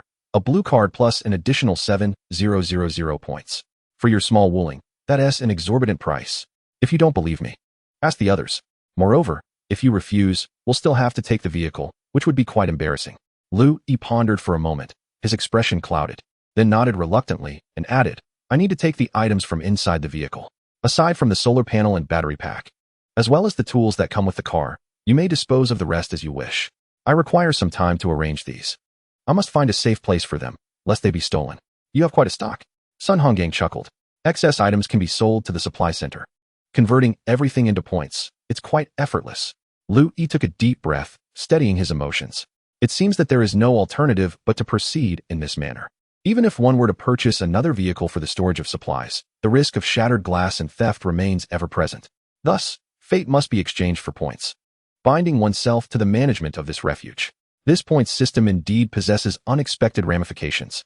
After more than 2 hours, Louis stood outside the supply center, his vehicle gone, and his belongings reduced to a single 50-liter backpack containing all his medications, a few canned goods, several packs of compressed biscuits, a modest assortment of seasonings, and clothing. Attached to the exterior of the backpack were a rolled-up tent and tools such as a spade and an axe. Now, he had transformed into a true backpacker. With his entire fortune resting upon his shoulders, he discovered in his pocket a stack of assorted cards, totaling 310 points. Fortunately, the box of feminine hygiene products from the vehicle had sold for 800 points, doubling its previous value. Regardless of whether this was a prudent choice, it was the only option available. Sun Honggang had even procured a large green canvas bag for him, containing a sleeping bag, a deflated air pillow, and a mattress among other sizable items. Their acquaintance, born from necessity, was amicable. Ultimately, they were both here for work, and no animosity had arisen between them. The gates of District 2 finally opened for Lu Yi, and he stepped inside. It was now past 3 in the afternoon, and with time still on his side, he needed to quickly find a place to settle. The landscape within the gates was markedly more orderly than outside. The terrain was flat, evidently compacted by a roller. A slender river, emerging mysteriously from the distant mountains, flowed through the valley and passed beneath the surrounding walls into the outer District 1. This little river was perhaps one of the most precious resources here, flanked by numerous wooden cabins, with many more under construction in the near and distant vicinity. By the riverbank, several individuals were engaged in fishing, either with rods or makeshift bamboo baskets crafted from branches. Lu Yi felt a pang of envy, lamenting his failure to bring any fishing gear. Further into the valley, a vast complex of buildings loomed ahead, comprising 4 structures that formed a square area. This complex was likely the fabled abandoned hotel. Having endured years of weathering, the exteriors presented a dilapidated gray-white, yet the expansive footprint still hinted at its grand design. It was said that a single bed in that building required 20,000 points. Lu Yi shifted his gaze back to the nearby barren land, where some newcomers were already setting up tents in designated plots or chopping wood in the forest. This area was surrounded by dense woods, extending from the slopes on either side, and beyond those mountains lay a labyrinth of towering peaks. With such an abundance of forest, it was likely rich in food resources. Shadows flitted in the mountains, suggesting individuals engaged in hunting or gathering. Those inhabiting this region appeared to have access to greater resources and skills, allowing for a more leisurely existence. In the second district, I have arrived. Lu Yi exhaled and proceeded ahead. Chapter 14. All for survival on the 4th night. Lu Yi camped at the foot of the northern side of the valley. He chose a spot not by the riverbank, as the prime locations on both sides had already been occupied. A dispute had even erupted among some individuals over territory, with both parties brandishing axes and knives in a standoff. Had it not been for the timely intervention of the management staff, bloodshed might have ensued. The safety conditions in this valley appeared rather precarious, and no one had been expelled. It seemed the administrators were too few and overwhelmed, opting to downplay the situation. Regardless, it was feasible to fetch water using a bucket, and being 200 to 300 meters away from the riverbank was not too much of a hindrance. This location at the foot of the mountain, due to its remote terrain, was relatively tranquil. Upon waking in the morning, Lu Yi sat by the campfire in front of his tent, boiling a pot of wild vegetable soup with river water. The greens were wild goji leaves foraged from the hillside, and he added a can of beef. One sip was enough to evoke endless nostalgia. After several days without fresh vegetables, this pot of goji leaf and beef soup made Lu Yi break into a sweat, and even his eyes felt a bit sore. His former girlfriend, Chun Yan, often bought goji leaves to make soup, and now, tasting this brought a wave of melancholy. At that moment, a man in a tattered brown jacket approached. "Hey there, newcomer." This individual appeared to be in his 30s, likely engaged in manual labor, with a weathered face. He carried a shoulder bag from which the handle of a tool or knife protruded. "Yes," Louis replied succinctly, his gaze somewhat wary. "Brother, would you like to build a wooden house? I am a carpenter and can assist you," the man offered. "I have a tent," Louis replied. "A tent won't suffice. Look at the weather. It's getting colder by the day. Just yesterday they said it might turn into a nuclear winter. Do you understand what that means? Living in a tent would be unbearable." The The man spoke with a thick accent from the western Sichuan region. Louis chuckled and said, "How do you know there will be a nuclear winter? Perhaps in a few days, we will be able to return to the city." "Oh, don't think too much about it. We won't be going back." The man waved his hand dismissively, sitting on a nearby rock and setting his shoulder bag on the ground. The contents spilled out, revealing a folding handsaw. "I was repairing a door in that building over there." The man indicated towards the distant cluster of structures in the valley. "I heard them say that all signals are down. Even the broadcasts have ceased. It's going to be a tough time ahead. If it truly is a nuclear winter, it would be best to live underground. Being on the surface would expose us to radiation." "That won't happen." The man shook his head. A teacher named Zhang at the hotel said he is monitoring the situation with instruments, and there is no problem here, as we are far from the radiation zone. A wooden house would be quite safe. Do you want one? Louis hesitated for a moment, contemplating. He genuinely wished to construct a wooden house. But if he were to build it himself, it would likely take several days and be quite rudimentary. However, it is imperative to take into account the influence of unknown factors. Should this winter prove to be prolonged, the dust suspended in the atmosphere will inevitably settle, affecting us all in due time, regardless of distance. Come on, we have a dozen workers who can ensure you move into a new house in just one day. It will only cost you 3,000 points. The salesman proclaimed. 3,000 points is excessive. Even a car is worth no more than that. You must have sold your car to come here. In that case, how about 2,500? Louis pondered for a moment before responding. The issue is that I do not desire a wooden house. What kind of dwelling do you seek? We can accommodate your needs. I would prefer something that can shield against radiation, something safer. Louis indicated towards the stone wall behind him. If only we could excavate a room within the mountain. Well, that poses a bit of a challenge, but it is not entirely impossible. The man mused, showing no surprise but rather deep in thought. Louis's interest was piqued. It seemed he was not alone in this line of thinking. This location will not suffice. It is all rock, and our tools are inadequate, the man reflected. Perhaps you could walk 300 meters ahead. The hillside there is entirely earthen, and some entrepreneurs have already begun digging there. You might find ample space. The man gestured towards the slope ahead. Intrigued, Louis gathered his belongings and followed the man forward. 300 meters ahead lay a valley nestled between two slopes, where thick smoke billowed from a hole in the nearby mountainside, flames dancing within. "What are they doing?" Louis inquired. "They are burning the hole to clean it up." The man replied. Scattered throughout this valley were more than 20 camping sites, with over half of them actively excavating. Those who arrived early had already completed their holes and were engaging in activities outside their entrances. "This place is rather nice, isn't it?" the man remarked. Louis nodded, feeling quite tempted. "Let me give you the bottom line, boss. Digging a hole here will cost at least 5,000 points. The man declared, extending a hand. "That seems excessive. This is all earth. Digging a hole should be less labor-intensive than felling trees," Louis contested. "It does not work that way. Digging requires thorough burning and reinforcement. Look around. This is not the Lust Plateau. The soil is relatively loose. We can charge you 4,000 points to support the interior with timber, even constructing a ceiling with round logs that will not collapse. How large can it be? It depends on how deep you wish to dig. 5,000 points would secure a hole 2.5 meters high and 3 meters wide. That seems rather small." Unbeknownst to him, Louis had already selected a more secluded spot, where a dirt cliff offered a 30 square meter clearing in front.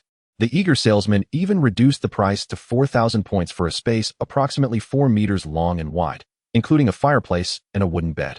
By the time the sun had risen to the horizon, this man, who introduced himself as Sue, had summoned several companions, totaling 9 individuals, who set to work fervently, some sawing trees, others excavating, a scene of industrious activity unfolding.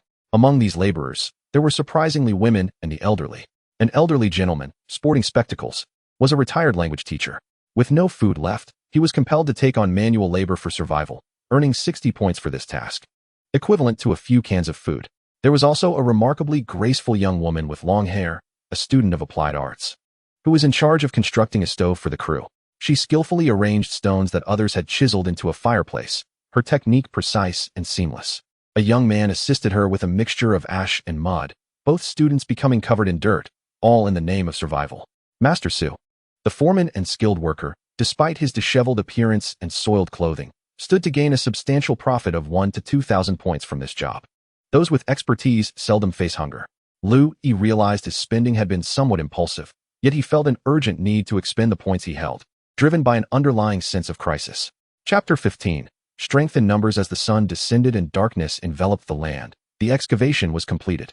The entrance was supported by thick tree trunks fashioned into pillars and beams, with branches crafted into a heavy wooden door. Master Su installed stainless steel hinges and provided a padlock. Though it served little against the unscrupulous, it offered some measure of security. Upon opening the door, one encountered a narrow passage measuring 2 meters long and 1 meter wide, leading into a spacious rectangular area, 3 meters wide and 4 meters deep. The ceiling, formed by logs, hung about half a meter above, creating a somewhat oppressive atmosphere, yet it appeared sturdy. The floor was composed of slate tiles extending to the entrance, exuding a rugged, rustic charm. The innermost wall retained its earthen texture. As Master Su mentioned, it would facilitate further excavation if necessary. The left wall was adorned with vertically arranged logs, their bark stripped away, presenting a strikingly bright appearance. The right wall, aside from a few tree trunks providing support, was entirely filled with stones. Near the entrance, a fireplace had been carved into the wall, measuring half a meter high and 1 meter wide. A work of art crafted by the young woman. This fireplace vented smoke through a flue into an external stone chimney. A single wooden bed fashioned from bark-covered logs was placed beside the rounded log wall on the left, positioned more than 2 meters from the fireplace. Once the young woman ignited the fire, its glow illuminated the cave, instilling a sense of warmth. Standing outside, Louis felt a sense of homecoming. How delightful it would be if his girlfriend were there with him. In the night, after receiving his points card, Master Su joyfully departed with his fellow laborers. Louis's points card now held a total of 310 points. As the night breeze picked up, he secured the door with a wooden stick, finally enjoying the safest and most tranquil night since his escape. The wind infiltrated through the cracks of the door, burrowing into the fireplace before transforming into wisps of smoke that ascended through the chimney, drifting towards the frigid night sky. The flames danced around the stainless steel pot, simmering the noodles within. This rustic cave dwelling, constructed from fresh timber, exuded a fragrant blend of wood and earth under the warmth of the hearth, with the air carrying a touch of humidity that would likely dissipate in a few days. Regardless, reclining on the wooden bed was infinitely preferable to sleeping in a tent amidst the wilderness. Though the several thousand points spent were quite costly, they were well worth it. Constructing such a comfortable cave cabin single-handedly would have likely taken Louis at least half a month, given his solitary efforts and lack of building experience. Upon awakening the next morning, Louis felt invigorated, opening the wooden door to inhale the brisk air that greeted him, invigorating his spirit. Thus began a blissful day for the cave dweller. The valley was vibrant with life, and the surrounding camping sites were bustling with activity.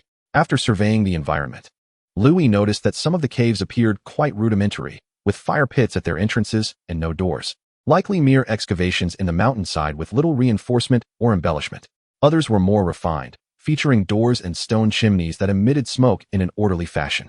His cave was perhaps of a higher quality, though fortunately situated deep within the valley, rendering it less conspicuous.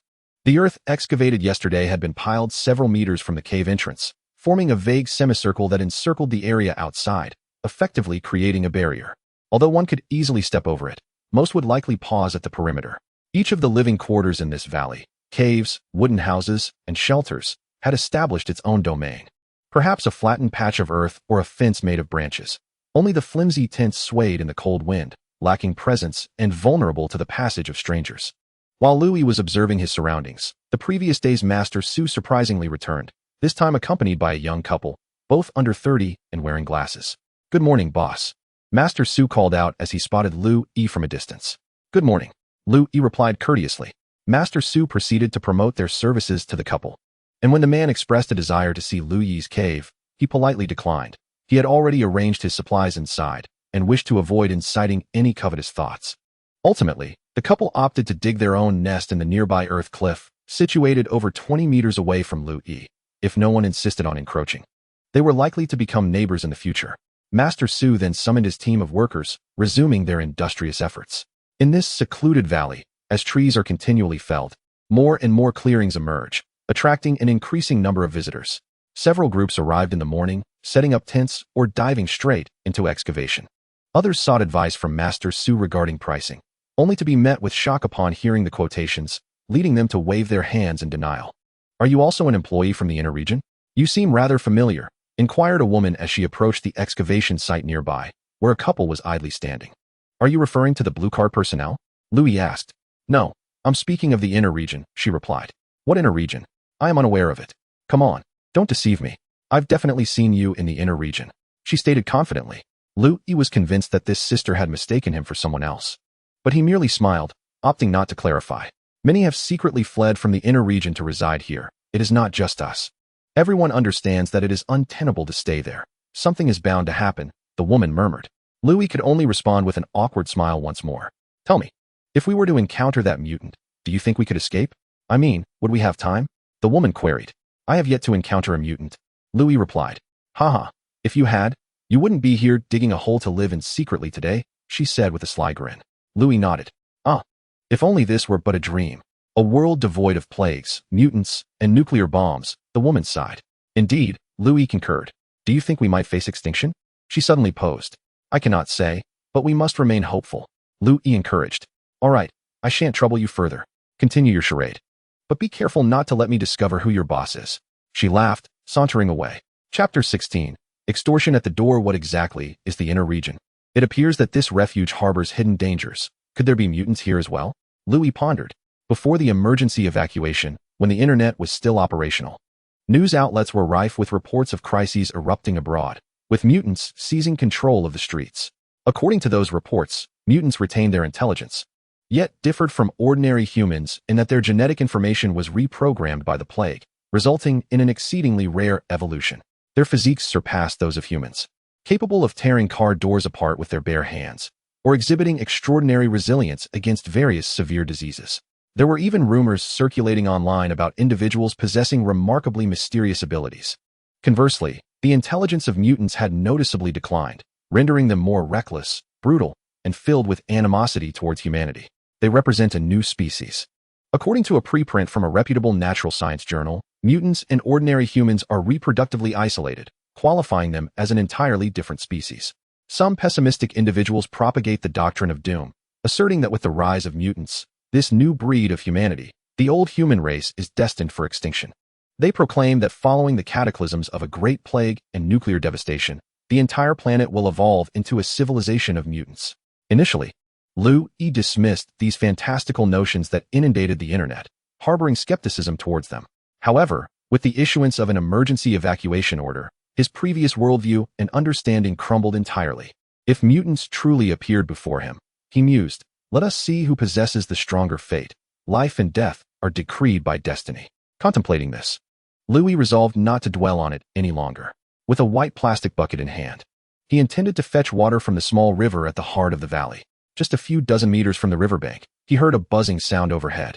Lu Yi looked up to see a drone hovering in the air. It was a quadcopter, approximately half a meter wide, presumably quite expensive, circling the valley and drawing many onlookers. They even use drones for patrols here. It seems the second district is indeed superior to the outside. Lu Yi sighed. Suddenly, someone shouted, quick, bring it down. All personnel, bring it down. Confused, Lu Yi wondered what was happening. Why shoot it down? It's not ours. We don't have a drone. Damn it. It's from the outside. We don't have any weapons. How can we shoot it down? Use stones, use branches. Everyone, let us attack. We can't allow it to spy on us any longer. It circled around District 1 yesterday and has come here today with ill intent. 1,000 points. Whoever brings it down will receive 1,000 points. A man on an electric bike rushed over, urgently shouting through a loudspeaker. The crowd began hurling stones and sticks at the drone, which ascended higher, evading their attempts. Damn, we're powerless against it. We are the administrators. How can we lack weapons? It's been said for ages. Exactly. Had I known, I would have chosen to go to the refuge city. Their conditions are better and their equipment is formidable. I deeply regret my choice. Did you have the option to choose your destination? Our leaders said there was no choice. It was fortunate enough to receive a spot. All right, enough chatter. We are merely here to serve. What do you expect? Indeed, having a position is already a privilege. Let us be content. The drone circled in the air for several minutes, and, for reasons unknown, its stability faltered. Instead of venturing deeper into the valley, it wobbled sideways and ultimately flew over a ridge, vanishing from sight. How can the drone still fly when there is no satellite signal? Someone nearby speculated. It can fly, but not far. It's easy to lose. Another replied. What a marvel. There must be skilled individuals outside the wall. It might not necessarily be from outside. It's heading toward the mountains. Who knows who it belongs to? All right, everyone disperse. No gatherings. An administrator shouted through a loudspeaker. Soon, tranquility returned to the valley. Lu Yi fetched his water, had his breakfast, and then headed to the resource center to exchange for various items, including a new padlock, a bag of rice, canned goods, and instant noodles. He then realized that there was a significant price discrepancy of about 10% with the goods coming in and out. Had he known this earlier, he certainly would not have sold those provisions the day before. However, at that time, he did not have an independent place of residence, and those resources had nowhere to be stored. One could only say that this was a small jest played upon him by the refuge. Nevertheless, he had only sold his supplies for a little over 2,000 points, which was not a considerable loss. The majority of his points had actually been acquired from selling vehicles. Thus, it seemed he might have even profited, though it was a pity about the camper van. Louis had purchased a modest pile of supplies, filling his canvas bag to the brim, and had spent less than 1,000 points. He still possessed a points card with 400 points, and the provisions in his bag could sustain him for approximately half a month. By this calculation, if he were to exchange all his points for food, it should last him close to 3 months. But wait, he had forgotten to account for unusual circumstances. After having a fever, his appetite seemed to have doubled. Perhaps his body was in urgent need of nourishment. Or maybe it was the increased caloric expenditure of living in the wilderness. Those points might only suffice for a little over a month of sustenance. The situation here was neither dire nor particularly optimistic. It was certainly an improvement compared to District 1. Was the water scarcity in District 1 becoming more severe? Many were suffering from hunger and cold, uncertain how much longer they could endure. In contrast, District 2 boasted clean rivers and a larger populace maintaining order. Those who managed to enter here were either management personnel, designated survivors, or individuals with valuable skills, much like himself, possessing goods that could be exchanged for substantial points. However, what he had witnessed today made Louis acutely aware that some crises were still brewing in this place. He could only take one step at a time. Perhaps he should dig a secret hole or cellar within the cave to store more supplies. Upon returning to the cave, Louis pried open a stone slab from the ground beneath the wall by the fireplace and excavated a small hole. This makeshift hideaway could hold approximately 50 liters of goods. He stored canned food, rice, and other provisions inside, covered it with the stone slab, and after a simple tidying up, felt quite satisfied. Unless the slab was struck, no one would discover the supplies hidden beneath. Once he finished organizing, he was pondering where to discard the excavated soil when a sudden series of loud knocks echoed from the wooden door. Louis frowned but remained silent. "Open the door." A stranger's voice called from outside, continuing to pound on the door. "Who is it? What's the matter?" Louis approached the door, grasping the axe he had placed by the bed. "Please, give me something to eat. I've been hungry all day. Help me." The man outside pleaded. "Do I know you?" Louis replied. "Even if you don't know me, we are all here to escape. Just share a little, please. I beg you to show kindness. Go find the administrator. Leave now." Louis coldly retorted. In recent days, from District 1 to District 2, incidents like this abound. Those unprepared individuals roam about, demanding sustenance as if it were their rightful due. However, we are amidst a catastrophe where not a single grain of food is superfluous. Resources equate to survival. My provisions are limited, and I cannot share with you. Be gone." Louis retorted with rising ire. "You are lying. I saw you swap for plenty of food, a large bundle. I witnessed it outside the resource center," a voice from the crowd asserted. Louis's heart plummeted. This person had followed him. "Dare you stalk me?" Louis hissed through the door crack, attempting to infuse his tone with menace.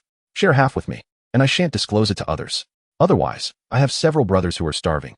Desperation can lead to dire consequences for you," the man ominously threatened.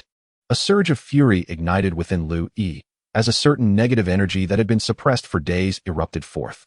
Chapter 17. Humanity transformed into beasts. The door was fashioned from rough wooden sticks, their bark still intact, and through the gaps, Louis spotted an eye peering in. "Step back a few paces," Louis commanded in a low voice. After a moment's contemplation, he rummaged through his backpack, retrieving a plastic bag. He lifted a stone slab, stowing away 2 cans and 2 packets of instant noodles, then approached the entrance with the bag in hand. Upon confirming that the man had retreated 10 paces from the opening, Louis emerged, wielding an axe in one hand and the bag of food in the other. "Who are you?" Louis inquired. "My identity is of little consequence," the man chuckled, sizing Louis up. He appeared to be in his 30s, somewhat lean, with disheveled hair and muddy black sneakers. Clad in a green flight jacket, his hands were shoved into his pockets. Yet Louis discerned the outline of something concealed beneath his clothing, likely a weapon. "I can part with this, but only this much.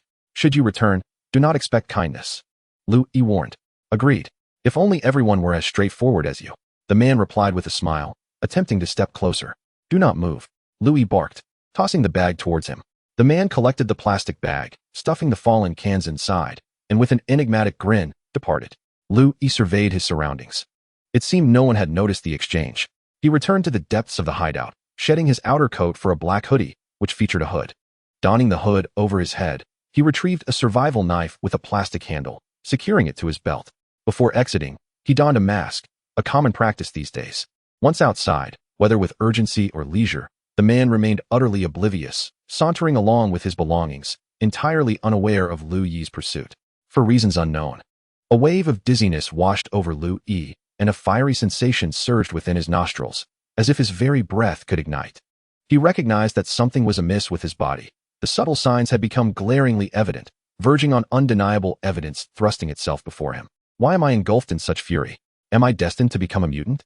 Lu Yi harbors a growing concern about losing control, as the news portrays many mutants as volatile or even deranged.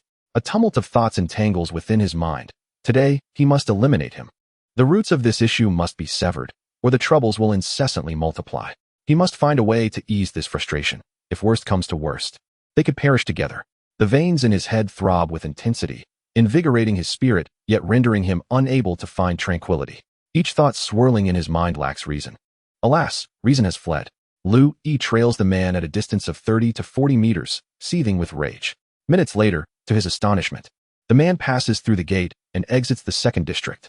Doubt gnaws at Lu Yi, yet he continues to follow at a leisurely pace, reassured by his blue card that allows for easy re-entry. It is afternoon, and the entrance to the resource center is teeming with people. The atmosphere has been chaotic lately, with many attempting to acquire goods without payment. Occasionally, when the crowd swells, the management is compelled to disperse them, keeping his head lowered. Lu Yi stealthily follows the man outside.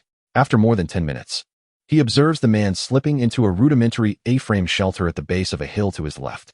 The area is crowded with campers, with makeshift huts and tents constructed from branches huddled closely together. As Lu Yi approaches, he hears sporadic coughing and is assailed by a strong odor of urine wafting through the camp. Once the man enters the shelter, Lu Yi cautiously approaches. Standing a few meters away, leaning against a small tree, squinting as if basking in the sun. "Brother, how did you manage to acquire such delectable goodies?" A woman's voice exclaims in delight. "I ran into a fellow villager. He was incredibly generous and gifted me these items," the man replies. "Which villager? Do I know him?" The woman's voice inquires. "You don't know him. He's a younger brother, very kind-hearted. Is it appropriate to take so much from him, especially in these times when canned goods are so precious?" She questions. "It's fine. My brother works in the second district. He's an insider with plenty of points." The man chuckles. "Oh, but brother, how did you meet him in the second district?" The woman's voice expresses confusion. Don't even mention it. I stumbled upon this blue card that someone lost. Now I can enter the second district." The man boasts with pride. "Brother, if you found someone else's card, won't they come looking for it? What if the gatekeepers catch you?" The woman worries. "It's all right. They don't check the photos. They just let me in if they see the card. It's so chaotic now that no one pays close attention." The commotion outside keeps the administrators busy running to the gate. Ensuring it remains intact is their only concern, the man reassures her. "Brother, could you ask that villager to help us upgrade to blue cards as well? It's so disorderly here. People have been fighting outside. And I heard a girl was murdered. I'm really frightened," the sister pleads. I'll ask him another day. For now, enjoy this can. Just take a whiff. How fragrant. Brother, you should eat as well. I can manage with just a little. Your heart is weak. You need to consume more," the man stated. Having just finished a hearty meal at a fellow villager's home, where he had been treated to a large pot of noodles and 2 sausages, still feeling somewhat full, he let out a burp. "That villager is truly kind. I would love to meet him," the woman remarked as she continued to eat. "Well, we can discuss that later. My little brother told me to return for more once I've finished. Haha. Brother, it feels wrong to keep taking from others. How about I weave some baskets? I'm quite skilled, and I believe I could learn quickly. I've heard that willow baskets are in great demand now. They can be used for fishing, and 2 can be exchanged for a point. Could you help me gather some suitable branches?" The woman gently suggested. "There's no rush. First, focus on your health." "I've already found a way to earn points," the man responded. The conversation in the makeshift shelter continued, but Lu Yi had already departed. His pent-up anger, for the moment, had been quelled, preventing an outburst. All of this was for survival, he thought bitterly. Lu Yi tore off his mask and kicked a stone on the ground with such force that pain shot through his toes. Consumed by rage with no outlet, he found himself at a loss for whom to curse, whom to strike, or whom to eliminate. This damned plague, this cursed apocalypse, wandering aimlessly through District 1. His thoughts were a chaotic tangle. The sounds of weeping and curses filled the air. The area had descended further into chaos in just 2 days. Fights erupted. Yet the administrators were nowhere to be seen. As Lu Yi passed through a camp, he witnessed two men grappling fiercely, their faces bloodied. With a bag of white candies discarded on the ground nearby. "Stop fighting. It's not worth it over this," a middle-aged man and a woman implored. Though they dared not approach, both fighters armed. At last, one man was pinned to the ground while the other straddled him, raising a hammer high. The sounds of impact and cries filled the air, mingling in a horrifying chorus. Blood splattered across the ground, the grass, and the dirt. For a mere bag of candy, humans were willing to fight to the death. Lu Yi walked away, glancing up at the sky. The once azure expanse had turned leaden and gray, the clouds ominously dark, as if heralding impending doom. Beneath this desolate sky of the apocalypse, humanity had devolved into savagery. Chapter 18. In the refuge zone. Street vendors emerged. The refuge valley stretched long, with only the trampled paths and camping areas amidst the rugged wilderness. Lu Yi had stormed through this desolation for quite some time, finally arriving at the imposing concrete wall that marked the outer boundary of the refuge zone. There, he managed to suppress his fury, his mind gradually clearing as reason returned. Outside the towering gray cement wall, shouts echoed intermittently, indicating a considerable crowd besieging the structure. Despite the staff climbing ladders and wielding loudspeakers in an attempt to reason with those outside, a barrage of stones and other objects continued to rain down. Suddenly, a glass bottle shattered against the wall with a resounding crack, igniting flames that erupted forth. A staff member tumbled from the wall, engulfed in fire, as bystanders rushed to extinguish the flames with their garments. The tumult outside erupted into victorious cheers. "Let us in. Hurry, cease this folly. Open the gate, and let bygones be bygones. Be a decent person. There are mutants outside, and we cannot hold out much longer." The door thundered with resounding bangs, reminiscent of someone battering it with timber. Unfortunately, the iron gate was anchored within the wall, surrounded by robust concrete, making it nearly impenetrable. Boom. Another violent impact sent flames seeping through the crevices of the ground and the gate, suggesting someone was ramming it with a vehicle. "What shall we do?" A voice cried out in panic from within the gates. "Stay calm. Hold your ground and await the restoration of communications. New orders will come. But if they construct a ladder to breach our defenses, we will be helpless." Another voice interjected. "Why not just let them in?" "No. Many outside are infected mutants. Do you not see the blisters on their faces? There are also many normal people. We must assist them. We can retreat to Zone 2 and relinquish Zone 1. You must be joking. A retreat once will lead to another. What of the inner zone? If all else fails, we can seek refuge in the underground shelter." "Silence. Are you courting death? There are outsiders present. Do not speak such nonsense." A figure of authority admonished sternly. "Shall we evacuate?" "No one is to leave. We must endure a few more days. Once the mutants' brains deteriorate, they will lose their capacity for thought, and this place will become safe. We are already exhausted. Persevere. I shall call for reinforcements via radio." Xiao Wang summoned the logistics team to dispatch workers to construct wooden towers and establish observation posts along the wall. Luo Yi observed the gate for a while, witnessing the relentless onslaught of stones and Molotov cocktails, and decided it prudent to distance himself from the chaos. It had only been a few days, yet guarding the gate had proven so arduous. Lacking weapons, and with the staff seemingly conscripted in haste, their efforts, though earnest, were futile without proper equipment. The makeshift refuge, manned by insufficient temporary workers, was ill-equipped and devoid of the latest directives. It appeared that this sanctuary was in dire straits. Perhaps the swift arrival of the apocalypse was to blame. He wondered if the advanced underground shelters were significantly better than this one. Zone 1 had become unsafe. It was no longer worth lingering here. As Luo Yi retraced his steps, he surveyed the camping area flanking the path, pausing occasionally to seek familiar faces. Uncertain of Jiang Haoran's whereabouts and whether he has secured a position as an electrician, I lament my inability to reach out to him. Here I find myself utterly alone. How delightful it would be to have a friend by my side. As I strolled past a campsite, I unexpectedly spotted Zheng Jun and Lin Xueli. The two were rolling up their pant legs, barefoot, rummaging through a foul-smelling ditch. Lin Xueli turned over a stone, exclaiming in delight, while Zheng Jun hurriedly rushed over and grasped something small from the muck, which from a distance appeared to be a crab. Lin Xueli, with mud smeared across her cheek, was overwhelmed with joy. After a few days apart, the faces of these two were noticeably gaunter, their eyes shadowed, leading me to wonder what tribulations they had endured. They must have brought supplies. How could they have fallen to such depths? I shook my head, abandoning any thoughts of revenge, allowing this apocalyptic world to impart its lessons upon them. "Hey there, young man, would you like a watch? It's gold. It used to cost over 100,000. But now it's merely 3,000 points. A portly middle-aged man approached, extending his arm to display an extravagant timepiece. "No, I have no points, I replied, stepping aside. You haven't gone hungry, I can tell. You must have points. How about trading me some supplies? Canned goods, antibiotics. I can convert that to 2,500 points. Don't walk away. How about 1,500? 1,000 points will do. People were starving everywhere, their lives hanging by a thread. Luxury items could not substitute for sustenance. I continued my walk, observing vendors calling out from the roadside, indicating that a natural market had formed in this vicinity. As I walked, my attention was suddenly captured by a stall at the edge of the road. A green waterproof tarp lay on the muddy ground, adorned with various survival items, forming a modest marketplace. The vendor, a man in his 20s wearing gold-rimmed glasses, appeared scholarly, yet somewhat gaunt. What drew my gaze was a set of small black glass panels, 3 in total, affixed to a piece of canvas with wires extending from the panels to a small controller and power bank. What is this? I inquired, pointing at the glass panels. Portable solar charging panels. They fold smaller than a tablet, complete with a controller and power bank, boasting a capacity of 20,000 milliamp hours. The man explained. Is it reliable? It seems fragile. No problem at all. If you'd like, I can demonstrate it for you. How much is it? Do you have insulin syringes? I can trade directly. If the quantity is substantial, I can offer alternatives. The man urged eagerly. Apologies, but I truly have none, I replied helplessly.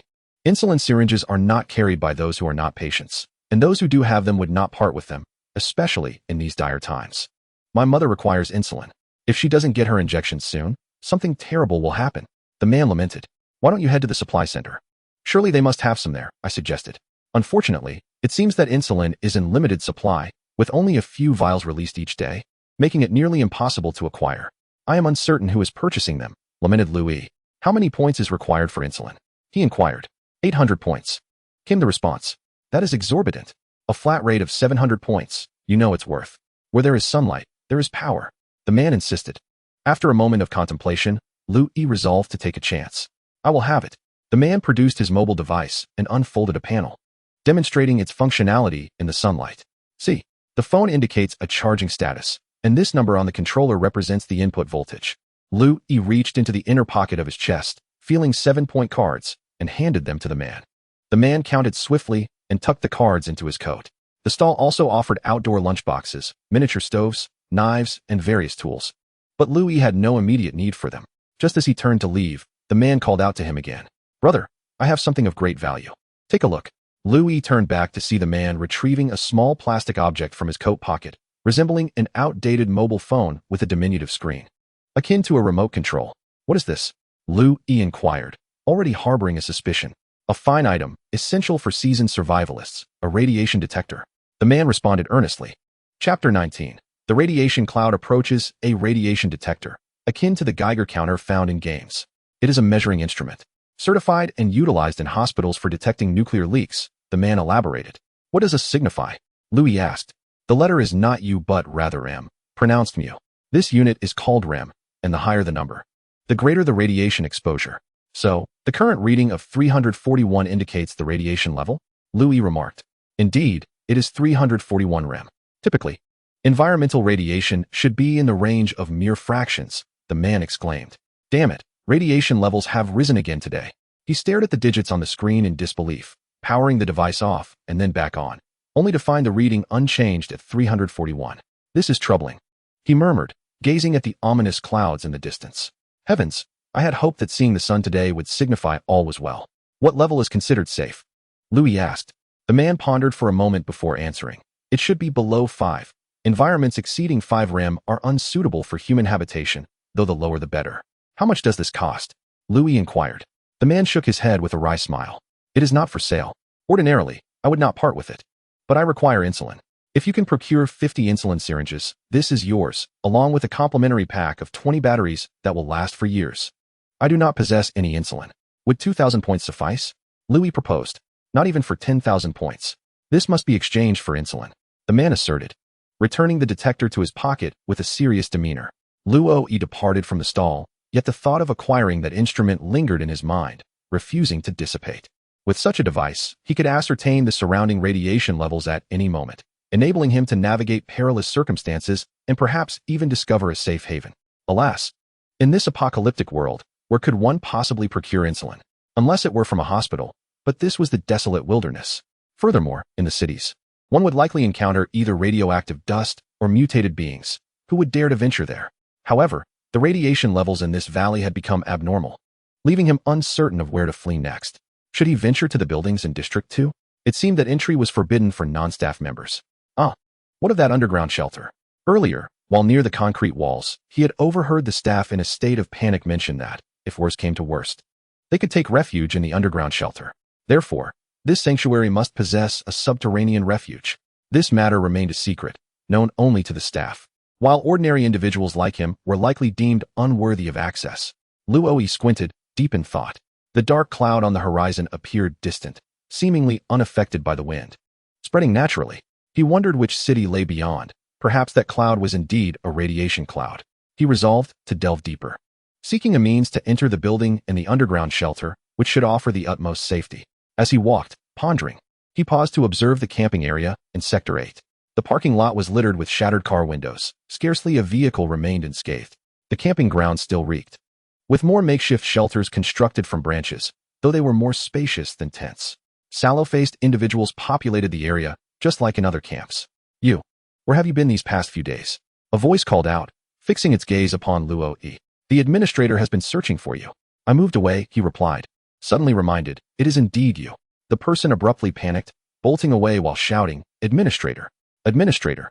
Is this person mad?" Luo pondered, watching the figure retreat with confusion. After taking a few more steps inward, he gazed towards the hillside where he had once camped.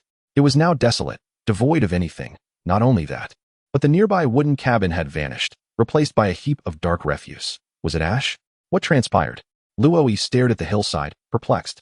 Why had the cabin burned down? Why was the administrator seeking him? And why had that individual fled in fright?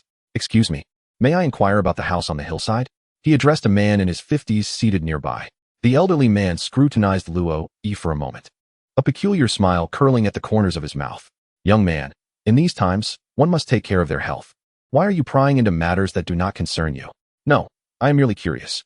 There used to be a woman living there, if I recall correctly. Her name was Wang Mei, was it not?" "Indeed.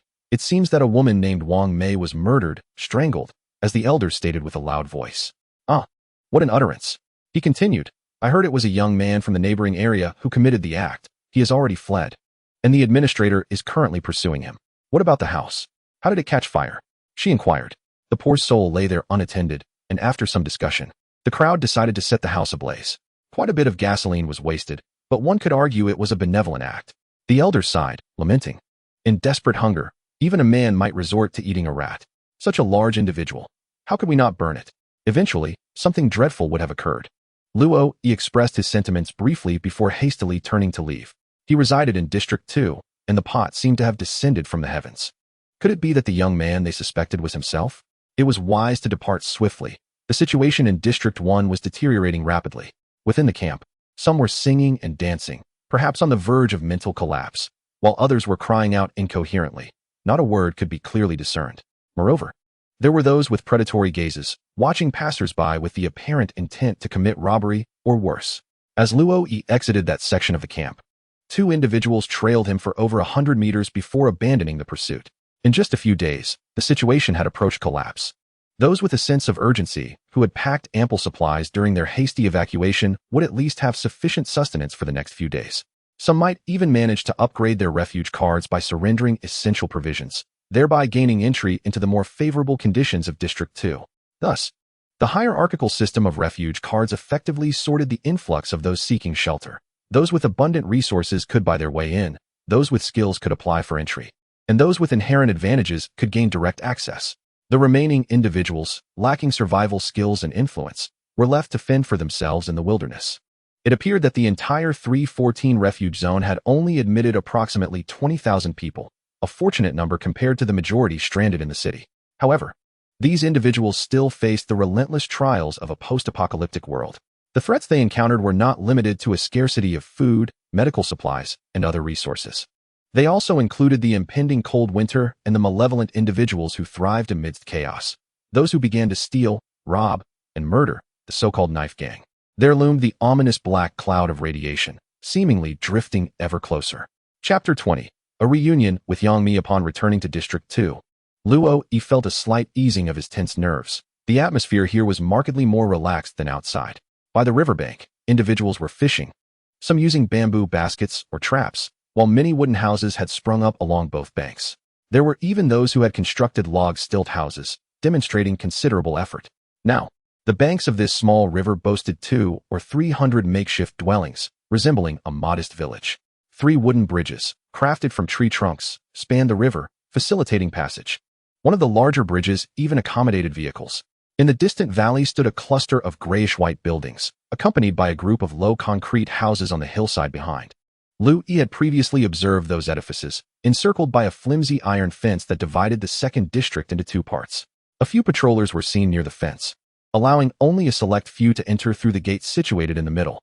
Perhaps that was the inner district, though it remained uncertain whether any shelters lay beneath the buildings or further up the hillside.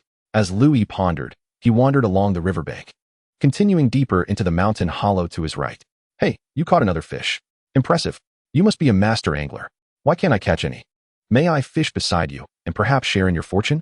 You must invest in bait. Do not expect to take advantage of others. Sighing, Lu Yi remarked. People can be so infuriating. Suddenly, a commotion erupted nearby, drawing Lu Yi's attention. He approached to find a few individuals gathered around a middle-aged fisherman. The angler was deftly using a metal wire to extract a hook from the mouth of a sizable fish, nearly 2 feet long, adorned with striking black patterns. What kind of fish is that? Lu Yi inquired with curiosity. It's a perch, completely wild. Huh. The fisherman, wearing a sun hat, chuckled and raised the fish with both hands, gesturing toward Lu Yi. Young man, would you like it? Just 1 can for you. 1 can. How could it be so cheap? Lu Yi laughed, noting that the fish appeared to weigh 2 or 3 pounds and contained far more nutritional value than a mere can. Look, I have plenty more in my catch. I, fishing old Wong, have found paradise here. The middle-aged man grinned. The problem is there are too many fish. I can't consume them all before they spoil. They could be made into dried fish, someone interjected. Dried fish cannot compare to fresh. I casually fish for 2 hours daily and catch over a dozen large ones, often discarding the smaller ones, and still can't finish them. I'm nearly sick of fish. Old Wong chuckled. I don't have any cans on me. Would a points card suffice?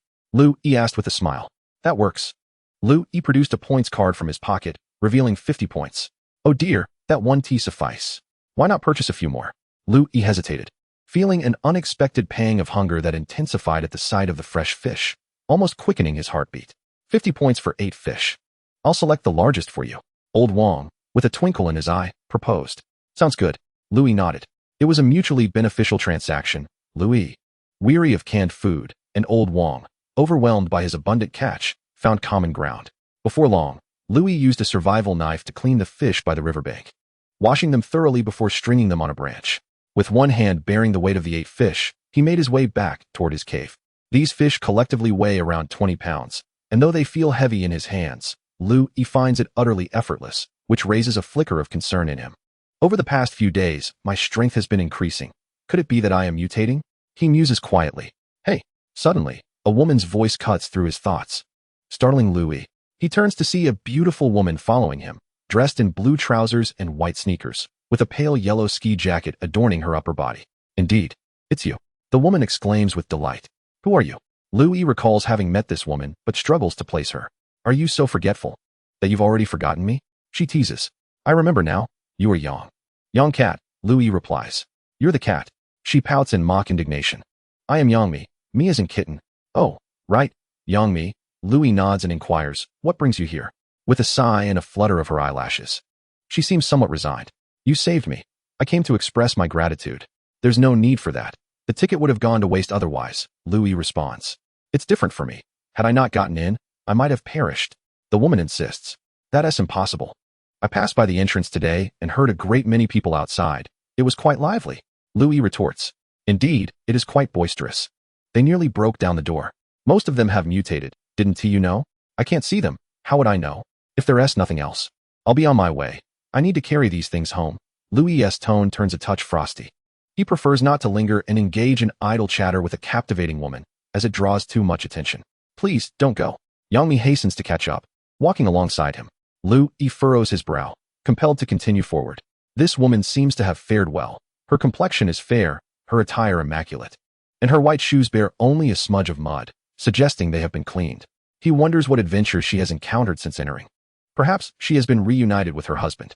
You seem to be doing quite well, she remarks, turning to face him with a smile. Just managing. You seem to be thriving as well, Lu Yi replies. I've been fortunate.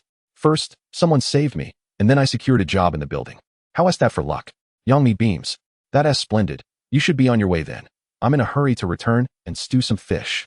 Lu Yi waves her off. Are you really going to eat all that fish by yourself? She persists, keeping pace with him. I have a hearty appetite. Is that so unusual? With that much food, do you consider yourself a mutant? How absurd. She laughs. Lu Yi's thoughts stir. He halts. I'm sorry. I didn't mean to mock you. Her expression shifts as she quickly apologizes. Lu Yi resumes his pace, slowly moving forward. Troubled by the notion that her words may hold a prophetic weight. Why have you fallen silent? The woman inquired. All right, you should hurry back. Stop following me. Could you possibly treat me to a meal? After all, it is dinner time now. Lu Yi found himself momentarily speechless, confronted by a woman who seemed to disregard boundaries, leaving him at a loss for words. Perhaps inviting this Yang Mi to a meal would provide an opportunity to glean information about the happenings within the building, as she had just mentioned securing a job there. Nevertheless, a part of Lu Yi resisted this notion. He did not wish to exploit her, despite feeling indebted to her. She was too enchanting, too prone to attracting trouble, and moreover, she was a married woman. Handsome Lu Yi, could you assist me just one more time? The woman implored. Her fingers intertwined in a gesture of earnestness. As Lu Yi pondered how to decline, he suddenly paused. How do you know my name?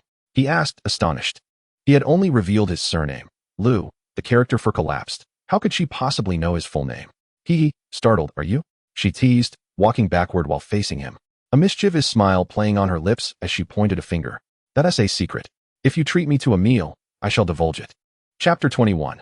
The woman who came to his door. This pot is rather small. It can only stew a single fish at a time. Such a pity, Yang Mi remarked. Scooping fish pieces from the pot with her chopsticks, her mouth busy with food. The pot of fish was nearly consumed, having just reached completion. This fish tastes quite good, even better than what is served at the building's restaurant. It just needs a bit of scallion. Oh, right? You don't have any, huh? This woman seemed to be quite the social butterfly, charming and vivacious, leaving Lu Yi unsure of how to refuse her advances. He could only shake his head in resignation. He retrieved a fish from the hearth, sliced it on a stone slab, and added the pieces to the pot. Wait a moment. I still haven't gotten a piece. Yang Mi complained, setting down her chopsticks and waiting impatiently. You have a well-stocked kitchen here. Star anise, Sichuan peppercorns, dried chili peppers, soy sauce, salt, a pot, 2 bowls, and 2 pairs of chopsticks.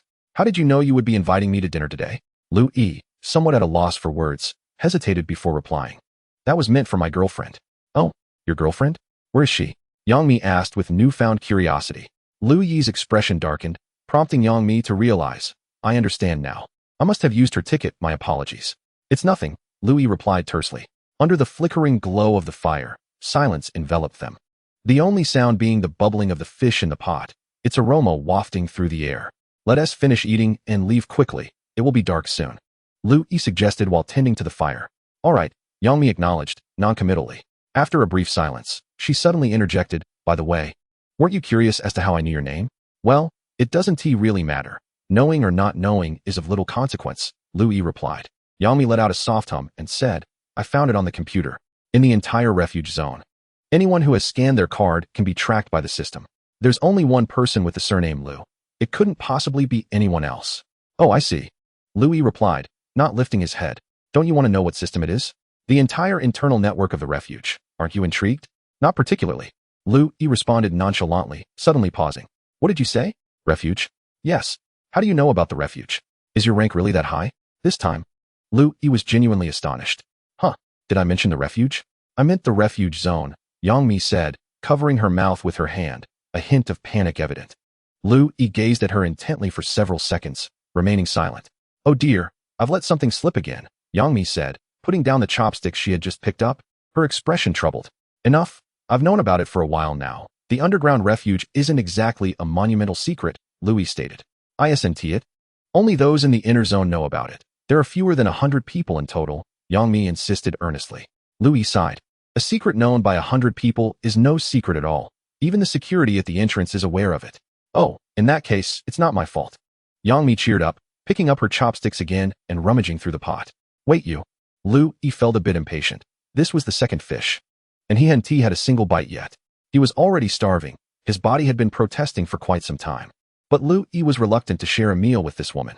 He had initially intended to finish one fish before inquiring for some information and then sending her away. However, her voracious appetite seemed insatiable. After some contemplation, he finally reminded her, "It's getting dark." "Oh, that should be enough soon. If only we could have a bit more rice. Don't you have another pot? Let's have some instant noodles. The fish soup noodles are delicious," Yangmi suggested while munching on the fish. "Why aren't you eating? Hurry up, or I'll finish this fish before you know it. And that one tea be good for me." With a sense of resignation, Louis leaned toward the pot and picked up his chopsticks. There was no choice. If he let his hunger persist, he might faint. "This cave is quite nice," Yangmi said, looking around and complimenting the surroundings. "A cave? It's just a hole. A place to hibernate for winter. It's no different from a bear," Louis remarked. "Uft." Yangmi couldn't help but chuckle, nearly spitting out her food. Louis frowned. "Am I still going to eat this pot of fish? Really? Apologies, you're quite humorous. I thought you only had a stern demeanor." Yangmi said, "This isn't humor.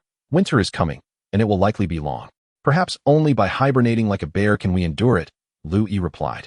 Yangmi fell silent for a moment before softly uttering, "So you have also realized that many are still awaiting the notification to return to the city. Those inside the building are lost in their own fantasies. Why not join them in their daydreams? Living with hope surely makes existence easier," Louis inquired.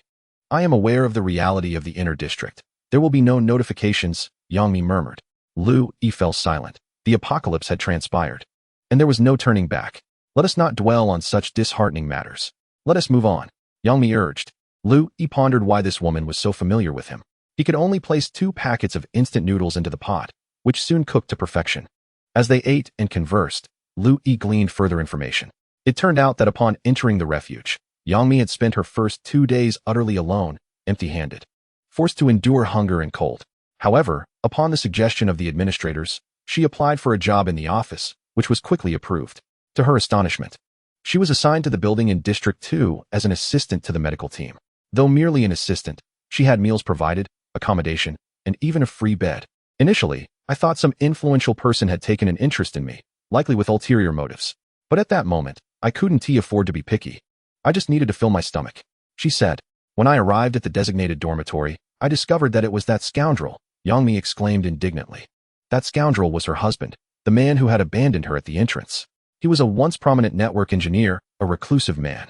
After entering the refuge, due to the management's urgency to restore communication and establish an internal network, the pre-selected engineers had failed to arrive, which inadvertently allowed this tech-savvy individual to seize the opportunity, swiftly becoming the internal network administrator. His once outmoded knowledge found new life in this apocalyptic age, as he utilized cables and outdated computers stored away for who knows how long to construct a local area network within the dilapidated building. He even connected it to the refuge's server, creating a subnet, though the building could not access the refuge's network, known only to the administrators.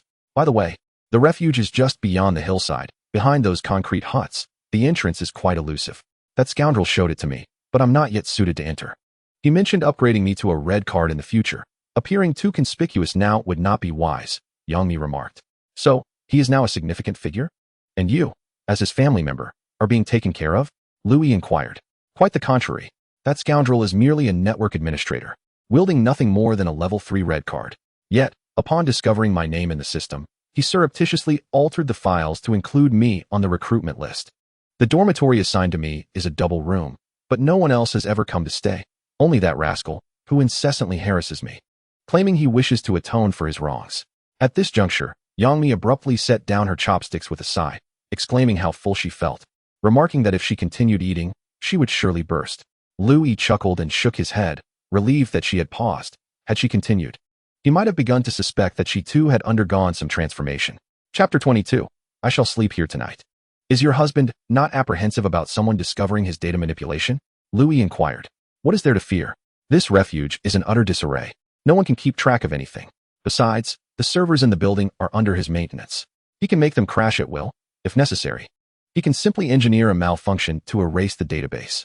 With over 20,000 people here, without the registration data, no one would know who resides where. It seems you possess quite a bit of knowledge," Louis remarked. "I don't know much. It's that scoundrel bragging about the immense power he currently wields," Yangmi scoffed, rolling her eyes. Suddenly, she recalled something and nervously asked, "When you settled here, did you reswipe your refuge card?" "No, I haven't had the chance. No administrator has come to prompt me," Louis replied. "Then whatever you do, do not swipe it. If you do, You will vanish from the system records. I had thought you were in District 1. I searched for 2 days but couldn't find you, Youngmi explained. Lu Yi felt a stir within. This woman had been searching for him all along. You mentioned you work as an assistant in the medical team. Does that mean you studied medicine? He queried. Not at all. Youngmi laughed, covering her mouth, as if recalling something amusing. I graduated from the Jinghai Academy of Arts, majoring in performance. Don't you think I am quite lovely? I am an actress. Ah, that explains it, Lu Yi replied. What roles have you played? Youngmi's brow furrowed slightly, her expression turning melancholic. Just some minor roles. I am a failed actress. Do not despair. There are countless opportunities ahead, Lu Yi consoled her. That's impossible. I made a mistake by marrying too early. I was naive back then and was deceived by that scoundrel. You know, once an actress marries, her chances of becoming famous dwindle, Youngmi lamented, resting her chin on her hand as she gazed at the fireplace, sighing. The flickering flames danced, casting shadows that played across her face, illuminating her features in a mesmerizing interplay of light and darkness. However, she soon turned back, her demeanor brightening once more. You know, working with the medical team is such a delight. The doctors are wonderful. They even taught me how to give injections. I make the patients tremble, and they never scold me. There is also a rather amusing bald doctor named Fan. When I mentioned my single status, he presented me with flowers, despite it being winter. I wonder where he procured those wildflowers. It infuriated that fickle-hearted person, yet he dared not speak out, instead opting to secretly check on me in the dormitory each day. Much to my amusement, Lu Yi couldn't help but chuckle, realizing that Youngmi had gained the upper hand. Reflecting on how she had wept bitterly outside the gate after being abandoned, it was a stark contrast to her current demeanor, a swift act of retribution for her husband. By the way, you inquired about the medical team. Are you in need of any medications? I can assist you with that, Youngmi suggested. Lu Yi nodded, unashamed of his intentions. I noticed a radiation detector being sold in Zone 1, but it requires an exchange of 50 insulin needles. The medical team has insulin needles, but they are locked in a cabinet, with the key in Dr. Fan's possession, Youngmi pondered. Lu Yi contemplated and suddenly realized this could complicate matters. As if he were inciting Youngmi. Never mind. That item is not essential. I can barter with something else, he remarked. Youngmi nodded, appearing deep in thought. Lu Yi rose and opened the wooden door, a gust of frigid night air rushing in. What are you doing? It's freezing. Close the door quickly. My hair is getting tousled, Youngmi complained. Gazing at the pitch-black night sky, devoid of stars and moon, the darkness felt as thick as a sorcerer's realm, with only the howling cold wind traversing the wilderness and the trees rustling ominously. Lu Yi furrowed his brow, sensing trouble. Are you trying to push me out? Look outside. There isn't a glimmer of light. Everyone has shut their doors. Are you really comfortable letting me go out? Youngmi asked. This place doesn't seem too far from the building. Lu Yi hesitated. During the day, it takes at least half an hour to walk. In this darkness, I would surely lose my way. Moreover, are you not aware that numerous homicides have occurred here? Many of the victims were single women. Aren't you concerned? Lu Yi pondered whether to escort Youngmi back, but the inky blackness posed a considerable threat. Zone 1 had descended into chaos, with violence becoming rampant. Even Zone 2 was beginning to show signs of losing control. Thus, as soon as night fell, everyone instinctively sought refuge, leaving only those with ill intentions to roam outside. Even during the day, the displaced individuals were wary, seldom engaging with strangers, as they had to guard against both mutated infections and those who would resort to theft, robbery, or even more heinous crimes. Keeping a safe distance was the wisest choice. Furthermore, I had been followed earlier today, even subjected to extortion. This woman, Youngmi, could it be that she seeks revenge on her husband? Lu Yi felt a twinge of anxiety. What do you intend to do? Lu Yi turned to ask. What else can I do but spend the night here? Youngmi replied nonchalantly, rising to sit on the sturdy wooden bed, testing its firmness with her weight, and declaring, I shall sleep here tonight. The bed was too small, so Youngmi suggested, why not sleep on the floor? You have those mats, which seem quite professional. Do you happen to have an extra sleeping bag? Lu Yi stood there for a moment, only to reply helplessly, no, you can use the one on the bed. Youngmi kicked off her shoes, lifted the sleeping bag, and crawled inside. Wow, this is so comfortable. This sleeping bag is so large. It turns out to be a double. She rolled over in the sleeping bag on the wooden bed, expressing her contentment. Lu Yi returned to the fireplace and sat on a wooden stool. The firewood crackled and popped in the flames, radiating warmth that made his face feel pleasantly toasty. Youngmi lay still, her breathing somewhat labored, perhaps from overeating and feeling uncomfortably full. Lu Yi felt a sense of unease. This woman, so conveniently present, left him at a loss. Yet, he was reluctant to send her away. Perhaps it was due to the harshness of survival in the wilderness. Having another person in the house alleviated his loneliness, making him less susceptible to the encroaching darkness of the apocalypse. The room fell silent, and to ease the awkwardness, Louis took out the portable solar charger he had purchased earlier that day and began to fiddle with it. At that moment, with no sunlight, the charger produced no current, but the connected power bank indicated more than half of its charge remained. Louis retrieved his dead phone and connected it to the power bank. Minutes later, the battery indicator reached 4, and the phone finally powered on. The familiar startup melody played, prompting Louis to quickly plug in his headphones. He opened the radio app and searched, but only static filled his ears. How can there be no stations? Is it really this terrible? Louis pondered silently. Hey, what are you doing, listening to music? Yangmi sat up in bed. No, I'm trying to find a radio station, Louis replied. What radio station could possibly exist now? Either they've been destroyed or fallen silent, Yangmi remarked. How do you know? Louis inquired. My bastard husband. No, I should say ex-husband, told me that the last notice received in the shelter was to remain silent, to avoid making signals, and to be wary of a second or third strike. Anyone who shows their head will be targeted. Some underground cities broadcasting to the outside world were destroyed that very day, Yangmi explained. So that was the reasoning behind it, Louis nodded. Humanity truly has a penchant for self-destruction. As dawn broke, Yangmi departed, not bothering to ask for breakfast. Instead, she seemed somewhat embarrassed, waking up, bidding farewell, and slipping away. Louis finally breathed a sigh of relief. With her around, he had neither eaten well nor slept well. He had spent the night in a jacket beside the fire, managing to endure. This woman seemed to harbor some interest in him. Louis sensed that unspoken allure and subtle hints. Perhaps she wished to repay her benefactor, or perhaps she sought revenge against someone, or perhaps both sentiments intertwined. If Louis had been a bit more proactive, he might have reaped some benefits. However, he was unwilling to engage, perceiving the situation as a murky quagmire, too ambiguous to navigate. Yet, conversing with her late into the night did yield a wealth of information, deepening Louis's understanding of this refuge. He hoped that his interactions with Yangmi would remain at this juncture, without further entanglements. Weary, Louis sat on the bed, his sleeping bag infused with the unfamiliar scent of a woman, stirring a sense of unease within him. At just 25, in the prime of his youth, compounded by a recent breakup initiated by his girlfriend, the pangs of loneliness intensified. How delightful it would be if the apocalypse had never occurred. Allowing his thoughts to drift into nostalgia for an extended period, he eventually returned to the present. Breakfast took an unusually long time today. Perhaps due to a lack of sustenance the night before, Louis consumed 3 cans of beef and a pot of noodles, followed by a grilled fish, before reluctantly pausing, still yearning for more.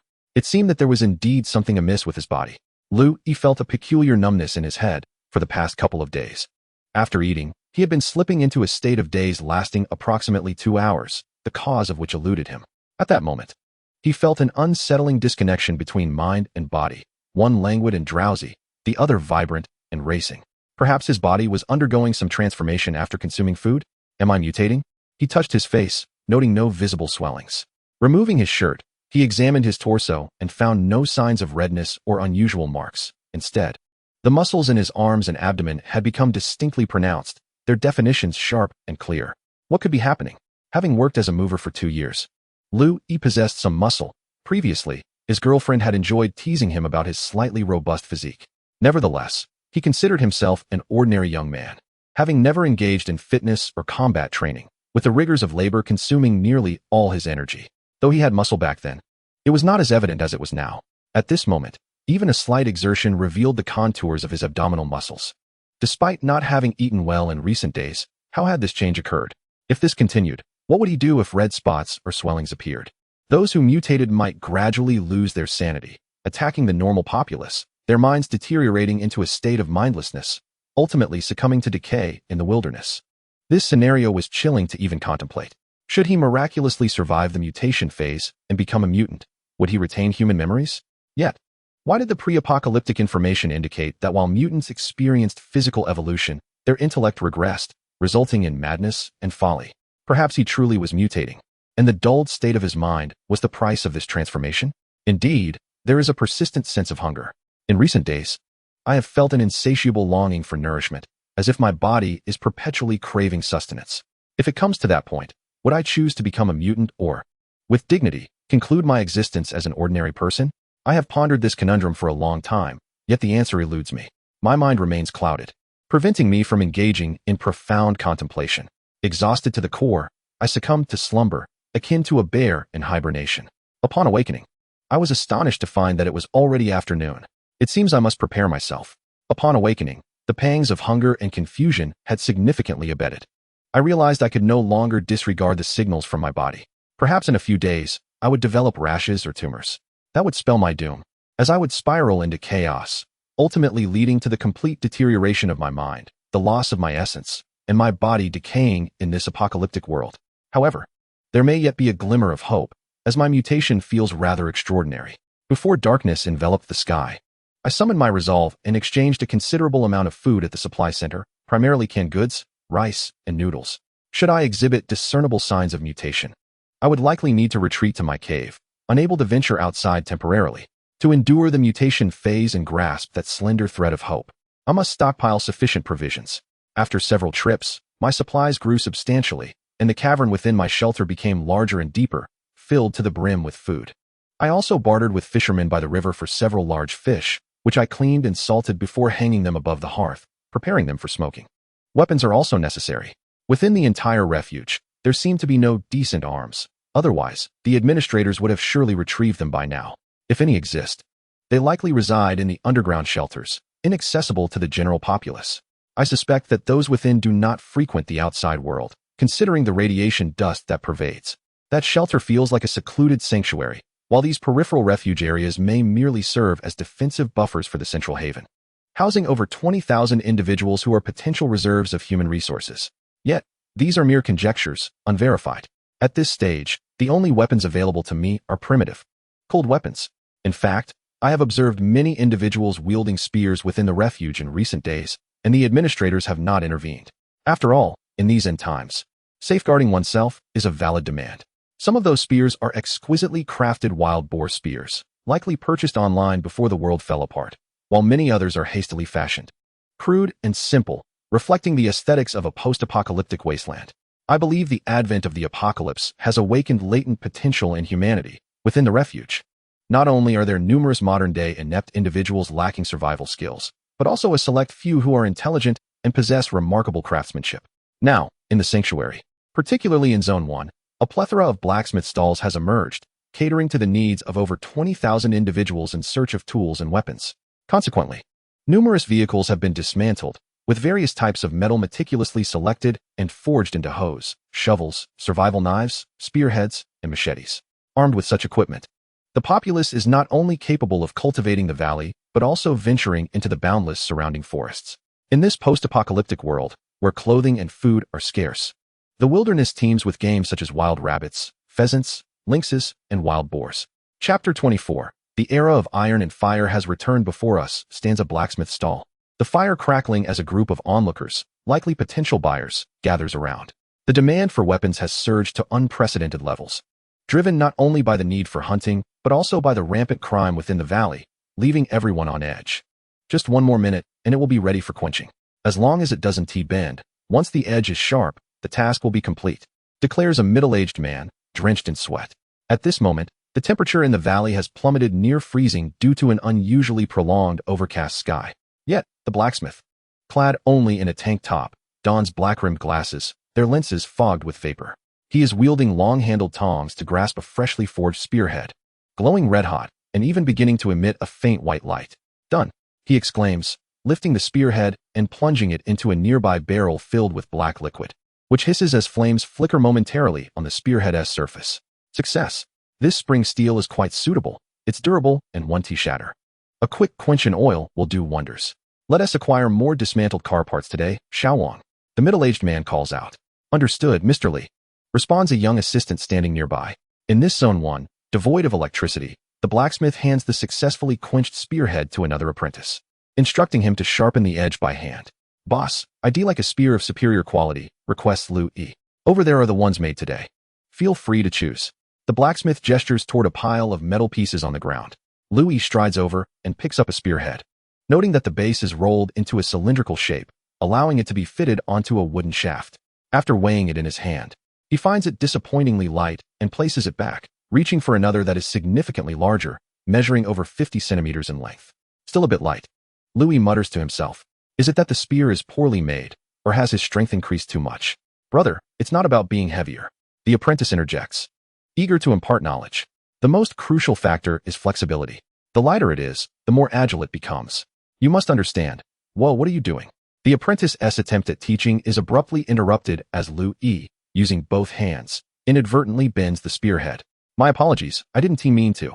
I was just trying to test it, Lu Yi hurriedly explains, clearly still adjusting to his newfound strength. In his grip, the spring steel spearhead feels as pliable as a fresh twig. If you break it, you'll have to pay for it, 50 coins each. Are you buying or not? The apprentice inquires. Enough with the noise, a middle-aged man said as he approached, taking the bent spearhead from the hands of the young worker. The quenching seems fine. He inspected the spearhead and hammered it a few times before lifting his gaze to appraise Lu Yi. My dear brother, you possess considerable strength. The man chuckled. I used to work in a supermarket, lifting goods all day, Lu Yi replied, feeling somewhat embarrassed. Strength is a virtue. Great strength brings unexpected miracles. The middle-aged man tossed aside the crooked spearhead with a smile. Look at this dismal life. It only seems to worsen. Only the resolute can endure. But I digress. What kind of weapon do you desire? I can have it custom-made for you, albeit at a slightly higher cost. For a spear made of spring steel, it requires 300 points and is available for immediate pickup. If you prefer patterned steel, it will be ready by noon tomorrow for 1,000 points. What do you think? Lu Yi hesitated, finding the prices rather steep. If I don't have enough money, the simpler spearheads would suffice. Most people buy those, quite affordable at 50 points. And they can still take down wild boars, which are plentiful in these mountains. Noticing Lu Yi's silence, the man continued, however, if you want something sturdy and well-suited for use, it's best to order a custom piece. We can negotiate the price. To be honest, before arriving at this refuge, I had only seen forging shows and never worked with my hands. After coming here, I discovered my innate talent for blacksmithing. In ancient times, I might have been a swordsmith, I've only successfully forged fewer than 10 pieces of patterned steel. If you are genuinely interested, it would cost 800 points. After a few minutes of swinging various iron rods and testing their heft, Lu Yi finally decided on a patterned steel spearhead. Additionally, he selected a 50-centimeter long machete, crafted directly from automobile spring steel, flattened, shaped, quenched, and sharpened. It was thick and heavy but felt just right in Lu Yi's hands. This length could be classified as a short knife, suitable for clearing paths as well as for combat. On the way to the refuge, the concealed pig-slaughtering knife carried by Zheng Jun had left a strong impression on Lu Yi. Such a blade was longer than a typical survival knife, yet shorter than a spear, making it easy to conceal and highly threatening. They agreed on a delivery time for the next day at noon. Lu Yi paid a deposit of 300 points, but still felt a lingering unease, sensing an imminent danger, hoping it was merely an illusion. Fortunately, he already possessed a short machete. After this purchase, and deducting the final payment for the weapon, Lu Yi found himself with less than 2,000 points remaining. He needed to save some for the radiation detector, provided the other party eased their demands for insulin. At that point, his points would be nearly exhausted. Leaving the blacksmith stall, Lu Yi walked deep in thought when suddenly, a thunderous sound echoed from behind him. Boom. He turned around and beheld a massive flame erupting from the concrete wall, a thick plume of black smoke soaring to the height of 10 stories. As if an abundance of gasoline had ignited. They're attacking the gate again. Someone nearby exclaimed in terror. Are we unable to hold them off? What shall we do? In the worst case, we perish. I've had enough of this. Let us all go together. Came a sinister chuckle. No way. Many of the managers have ascended the wall. Did you not see the scaffolding over there? They are armed with spears and Molotov cocktails. They've drained the fuel from my car without even granting me points. Indeed, my vehicle has been stripped bare, leaving only the steering wheel. Who could be so cruel? Attention, everyone. Is there anyone eager to earn points? We are recruiting temporary guards for the wall. Each person will receive 30 points per day for merely standing on the scaffolding within the wall. You must bring your own weapons. Axes, spears, or clubs will suffice. And there are plenty of Molotov cocktails, shouted an administrator as he rushed over. Will we be provided food? Inquired a frail woman, raising her hand. No women allowed. Only those who are strong and robust. Additionally, 2 cans of food will be provided daily. The administrator bellowed. I'll go. Count me in. I'm strong. People surged forward, eager to join. Lu Yi felt a tremor within. He knew this day would inevitably come. The concrete wall at the entrance had transformed into a fortress, holding back the mutants outside, yet it was far from secure. The mutants did not seem to diminish as anticipated. Instead, their assault grew increasingly fierce. Was it not said that the mutants' brains would deteriorate? Now, individuals around him brandished axes and spears, rushing outward. Had they not been clad in down jackets and sneakers? Louis might have believed he had been transported to a bygone era. Modern civilization was fading, and the age of iron and fire was reigniting amidst the apocalypse. Chapter 25. The villains arrive again. As dusk approached, Louis hurriedly made his way back, not out of a lack of desire to defend the wall, but because he faced a greater dilemma. He was utterly consumed by his own troubles. At that moment, the gnawing hunger returned, akin to a fire raging within his belly, scorching his stomach lining and rendering him restless, even inciting an urge to lash out at others. Louis felt his mutation accelerating. He needed to return to his dwelling swiftly, to satiate his hunger, and then succumb to that hazy state once more. Remaining indoors to endure this difficult period until the morrow, Louis had discerned his symptoms and understood the general coping mechanism: eat well and sleep, isolating himself from the outside world. Yet fate has a penchant for mischief. As he approached the entrance, amidst the dim light, a man suddenly emerged from the nearby thicket. In his 30s, he wore a green flight jacket that bulged, concealing some weaponry within. "Good evening, brother," the man said with a sly grin, his eyes glinting ominously as they fixated on Louis. The individual before him was none other than the one who had once knocked on his door, demanding a bag of food from Louis through coercion. Although Louis had initially contemplated revenge, he ultimately abandoned the idea upon discovering that the man had a sister. With a sigh, Louis realized that, despite relinquishing his desire for retribution, a lingering sense of inevitability loomed over the situation. Indeed, this man, emboldened by his previous success, had returned, believing himself to be an easy target. "Why have you returned? Do you not honor your word?" Louis queried coldly. "Brother, I see you live alone and have amassed quite a stock of food that you surely cannot consume alone. So, why not share a little more with me?" The man chuckled. "Are you only going to extort from me? Surely not. It's merely that your supplies are excessive. Since I have noticed them, I am merely offering to help you lighten your load. This is the last time. Give me half, and I shall remain silent," Louis replied after a brief silence, letting out a resigned sigh. "But this is the final time. Stand back, I am opening the door." The man stepped back a few paces as Louis approached, feigning nervousness as he produced his key. Casting a glance behind him, he opened the door and stepped inside. The room was dimly lit, with only the embers in the fireplace casting a soft, reddish glow. Louis moved to the hearth, added a few twigs, and coaxed the flames back to life, illuminating the room. During this process, Louis discreetly drew a machete from his coat, gripping it with a reverse hold, concealing it with his arm before turning around. As anticipated, the man could no longer restrain himself and rushed inside, even going so far as to close the door behind him. "This fellow must be quite affluent to have such a fine place. I've struck gold," the man muttered in astonishment. At that moment, an inexplicable emotion ignited within Louis, causing his blood to boil. He fought to maintain control, his voice trembling slightly as he confronted the intruder. "How did you enter? Hey, it's such a waste for you to live here alone. I have a few brothers outside suffering in the cold, don't you think?" The man grinned, inching closer. What gave this man the audacity? Despite his bulky clothing concealing Louis's muscular frame, it was evident that the man was shorter than Louis. Did he believe his cleanliness and tidiness rendered him invulnerable? "Weren't you the one who promised not to tell anyone?" Louis pressed. "I did say that." But, before the man could finish, Louis's swift movement caught him off guard, and he raised his blade in an instant. "I won't tell anyone either," Louis declared. "Shit," the man exclaimed, ducking just in time to evade the strike. In a quick movement, he drew a slender black baton, striking Louis's waist with a sharp crack. "Experience my electric baton, a modified version with 800,000 volts. How does it feel? Enjoying it?" The man taunted, relishing in his advantage. At this very moment, the relentless electric shocks caused Louis's muscles to convulse, his heart to spasm violently, teetering on the brink of unconsciousness. "I'll electrocute you. Why won't you die?" The man thrust forward again, the electric baton crackling ominously, arcs of electricity dancing.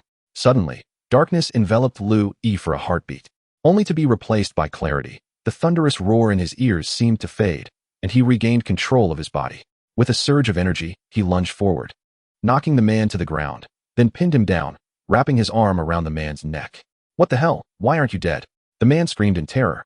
He flipped the baton around, jabbing it into Louis's arm, the pain piercing through the fabric. Louis felt as though he were losing his mind.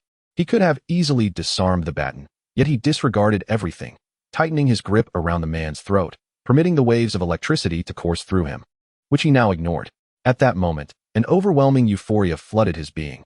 He felt like a tiger, a raging beast, consumed with an insatiable desire to kill. Damn it! Damn it all! With a sharp crack, the man's neck snapped, his body going limp, the baton falling to the ground. Louis gasped for breath, his grip unwavering until several minutes later, when the man's face turned purple, finally releasing his hold. The earlier surge of brutality dissipated like a receding tide. His arms and waist throbbed with pain, and upon lifting his shirt, he discovered he was bleeding. The electric baton lay nearby, its tip displaying two sharp steel spikes resembling the fangs of a venomous snake. The middle section was wrapped in thick black tape. The man had claimed it was a super-modified version, evidently altered to penetrate clothing, wielding a voltage of 800,000 volts. It was clear he had likely succeeded in killing before, which explained the confidence in his gaze. After a few moments of heavy breathing, Louis stood up and locked the door. The man before him was irrevocably dead. As Louis recollected the skirmish, he struggled to piece together the events. This man, agile and swift, had evaded his initial strike and retaliated with an electric shock. Yet, he had endured 800,000 volts, only incapacitated for a few seconds before regaining control. Could it be that some mutation allowed him to withstand the current, enabling his survival? Louis pondered. At that moment, he noticed another peculiarity. Perhaps it was a new insight. My mind, it's surprisingly clear. Could it be related to the earlier struggle? The exhilaration he felt during the fight was intensely profound. He had momentarily transformed into a savage beast, his rationality compressed to its bare minimum, rendering him brutal, murderous, and reckless. At that moment, all I sought was the thrill of slaughter. Now, everything has receded, yet my mind remains lucid, devoid of chaos. Is this the nature of a mutant? It seems somewhat amiss. After a brief contemplation, my clear mind quickly made me realize that these concerns are ultimately trivial. What truly matters is that I have not developed any rashes or swellings. Thus I cannot be considered a mutant. Perhaps I am indeed progressing towards becoming one. I shall take it one step at a time. Outside, an unprecedented winter has arrived, radioactive dust gently falling, while I undergo my transformation. Perhaps mutation is my finest fate. I trust my judgment to be sound. However, at this very moment, another sensation has overwhelmed me, one that I find increasingly unbearable. I am famished. Chapter 26. I can survive under the dark, windy night. Neglecting to tend to the corpse of the man, I indulged in a hearty feast. Canned goods, boiled noodles, grilled fish. This meal lasted over an hour. By the time I felt satisfied, 5 empty cans and 2 noodle bags lay discarded beside the hearth. I was somewhat astonished. Yet it felt entirely justified. Astonished, because I consumed so much. How could I not burst? Justified, because if I were to truly become a mutant, such an appetite would be reasonable. An electric current of 800,000 volts would surely be fatal to a normal human after mere seconds. Hence, the middle-aged blacksmith was right. In this apocalyptic world, only the ruthless can survive. This small man was indeed ruthless. He understood the importance of detail and wielded a modified electric baton. Unfortunately for him, he encountered someone stronger, myself, or perhaps a transforming mutant, such as fate. After my feast, that familiar foggy sensation returned. I had come to discern certain patterns. Mutation incites hunger. Hunger begets gluttony. Gluttony leads to a muddled mind. Anger begins to brew, and after slaughter, the accumulated malice is released, restoring clarity to the mind, thus completing the cycle. This current phase appears to be the extent of it. I wonder if further changes await. I glanced at the man's lifeless body nearby, still utterly motionless, his face growing darker. This was my first act of killing. I expected to feel remorse, to be at a loss, even to vomit in self-hatred. Yet, I felt none of that. This is the end of days. From the moment he entered my abode, it was destined that only one of us would survive. I am justified in my defense. I nodded solemnly to my own conscience. Today's encounter could only resolve in life or death. If there was any compassion to be granted, I had already bestowed it when I overheard their conversation outside the man's shelter. How should one deal with this individual? Louis, aware that his mind was in a state of chaos and ill-suited for contemplation, reclined upon his bed, setting his alarm clock for 4 in the morning. He then nestled into his sleeping bag, willingly surrendering himself to the realm of dreams. The sleeping bag bore a fragrant essence, reminiscent of the woman named Yongmi. As he drifted into slumber, he found a sense of comfort enveloping him. The alarm rang with a persistent beeping, prompting Louis to sit upright and silence the device. After a moment of stillness, he felt his mind gradually clearing. Beside him, the man remained sprawled on his back, displaying no inclination to rise. After some reflection, Louis deemed it was time to act. He descended from the bed, replenished the fireplace with wood, and watched as the flames flickered back to life. Upon searching the man's belongings, he discovered a small folding knife, 6 10-point reward cards, and 2 shelter cards. One of the blue card's covers bore the image of a balding middle-aged man, presumably a victim. The other, a gray card, displayed the photograph of the young man, whose name Lu Yi merely glanced at before averting his gaze. He had no desire to linger on the identity of someone unworthy of his remorse. Lu Yi simply pocketed the reward cards, then opened the door to survey the outside. At that moment, the light was dim and indistinct, yet the desolate landscape began to emerge, albeit blurred, as dawn had yet to break. The valley lay in tranquil silence, with no signs of life stirring in the neighboring dwellings. Lu Yi hoisted the man onto his shoulder, grasped his wooden entrenching tool, and stealthily exited, making his way toward the heart of the forest. The terrain outside was steep and treacherous, and Lu Yi nearly slipped several times. Fortunately, his arms had grown strong enough to anchor himself by gripping trees, despite carrying a weight of over 100 pounds. Thus, he trudged deeper into the woods. Occasionally startling birds perched above, provoking a cacophony of calls, though it was still night, and the creatures were reluctant to awaken. At times, he encountered nocturnal wild boars, which would flee in haste after a brief standoff, as if sensing they faced a formidable adversary. Regrettably, his spear was yet unattainable. Lu Yi felt a tinge of disappointment, suddenly realizing that with his enhanced physique, he possessed the capability to hunt for more delectable fare. The transformations within his body instilled an unprecedented confidence within him. Next time, perhaps. Farewell. Watching the wild boars vanish from sight, Lu Yi could only offer a simple goodbye before resuming his journey. After traversing for over an hour, the horizon began to lighten, a sliver of dawn piercing through the dense forest. Lu Yi dug a pit and buried the man, marking the conclusion of the ordeal. Everything had come to an end. Lu Yi walked back in the early morning light, occasionally lifting his gaze to survey the surrounding mountains and forests. This dense woodland stretched endlessly into the distant hills, seemingly boundless. It appeared that the imposing outer wall merely obstructed the path into the refuge, while other directions remained open for exploration. However, those faraway lands seemed to be desolate and wild, suggesting they were free of plague, a seemingly favorable option. Lu Yi felt a stirring in his heart, noting this thought, and continued on his way back.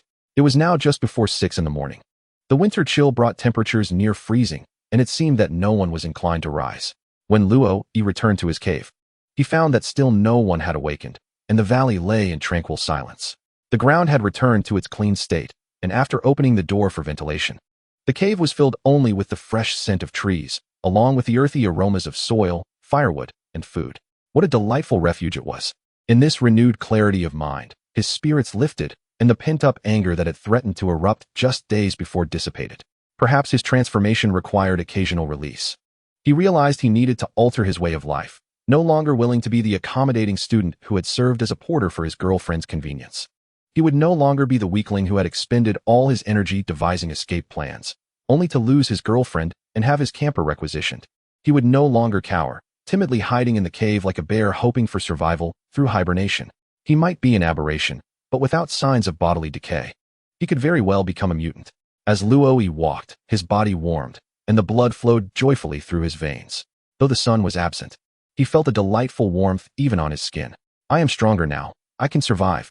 Chapter 27. News spreads too quickly. The electric baton brought by the stranger was a splendid tool. Lu Yi tested it with a power bank and discovered that it could indeed be recharged, albeit slowly, allowing for repeated use.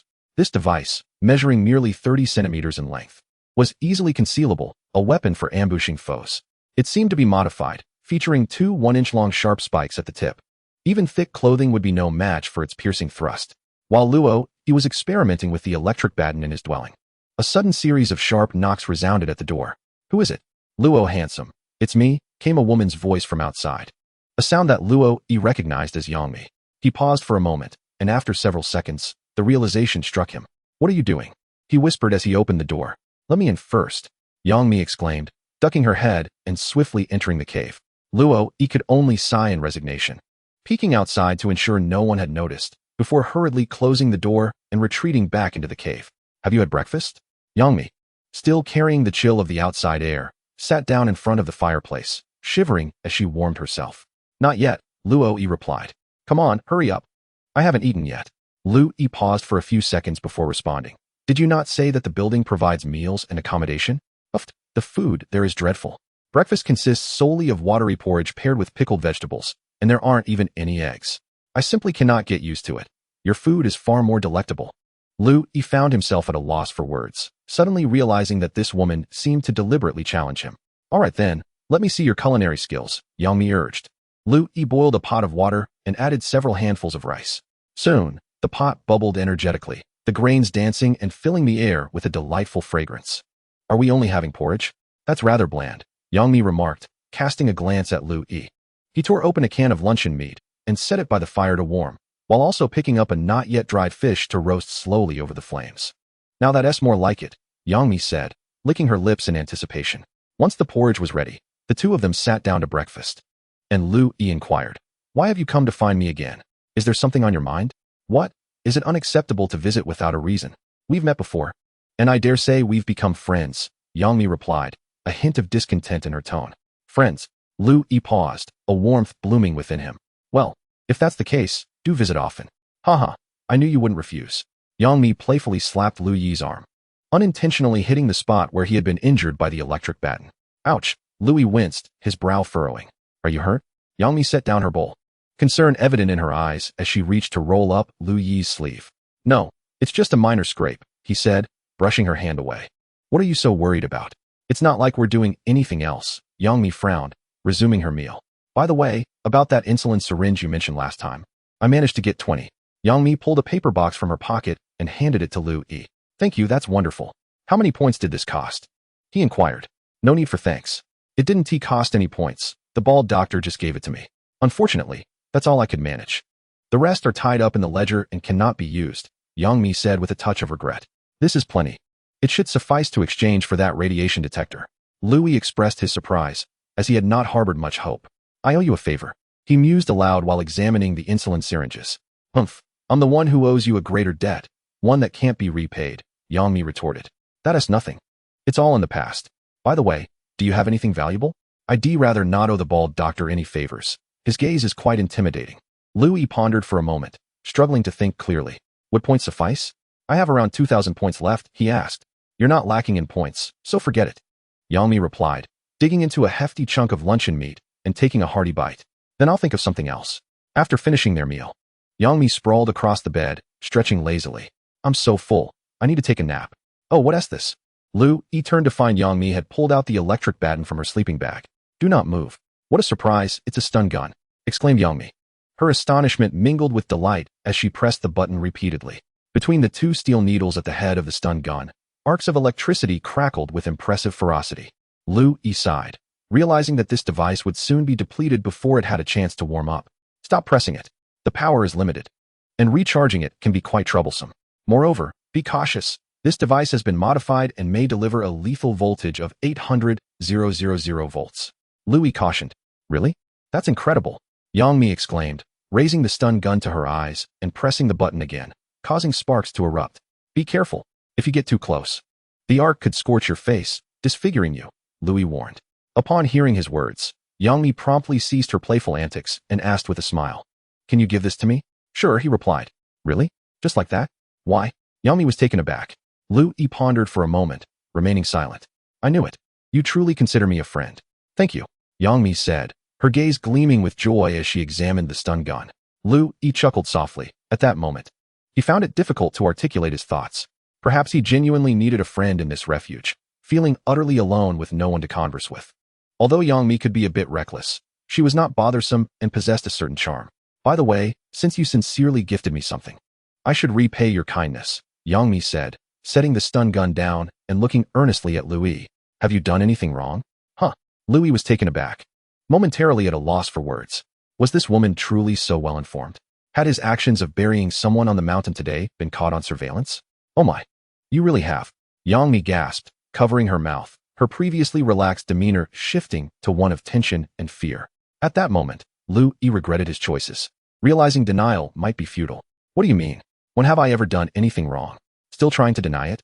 Your expression just now betrayed you," Yang Mi retorted, panic evident in her voice. "Then shouldn't you escape quickly?" Lu Yi said, adopting a serious tone. "Please, don't do this. I am truly scared," Yang Mi murmured, hugging her knees and bowing her head. "You saved me. I know you're not a bad person. There must be some misunderstanding. Perhaps you accidentally harmed her." Lu Yi's mind buzzed, a surge of heat rushing through him as he realized how quickly the truth was surfacing. "What did you say? Harm whom? Don't stare at me like that. It frightens me." "Ah, help." Yang Mi's cries abruptly ceased as Lu Yi clamped his hand firmly over her mouth. Chapter 28. When words fail, don't shout. If you do, I won't hold back. Louis whispered. Yang Mi nodded pitifully, on the verge of tears. After scrutinizing her for a few moments, Louis slowly released his grip. Do not kill me, she implored. I would never, he replied, nodding. Though feeling a twinge of melancholy, he thought it best to clarify the situation.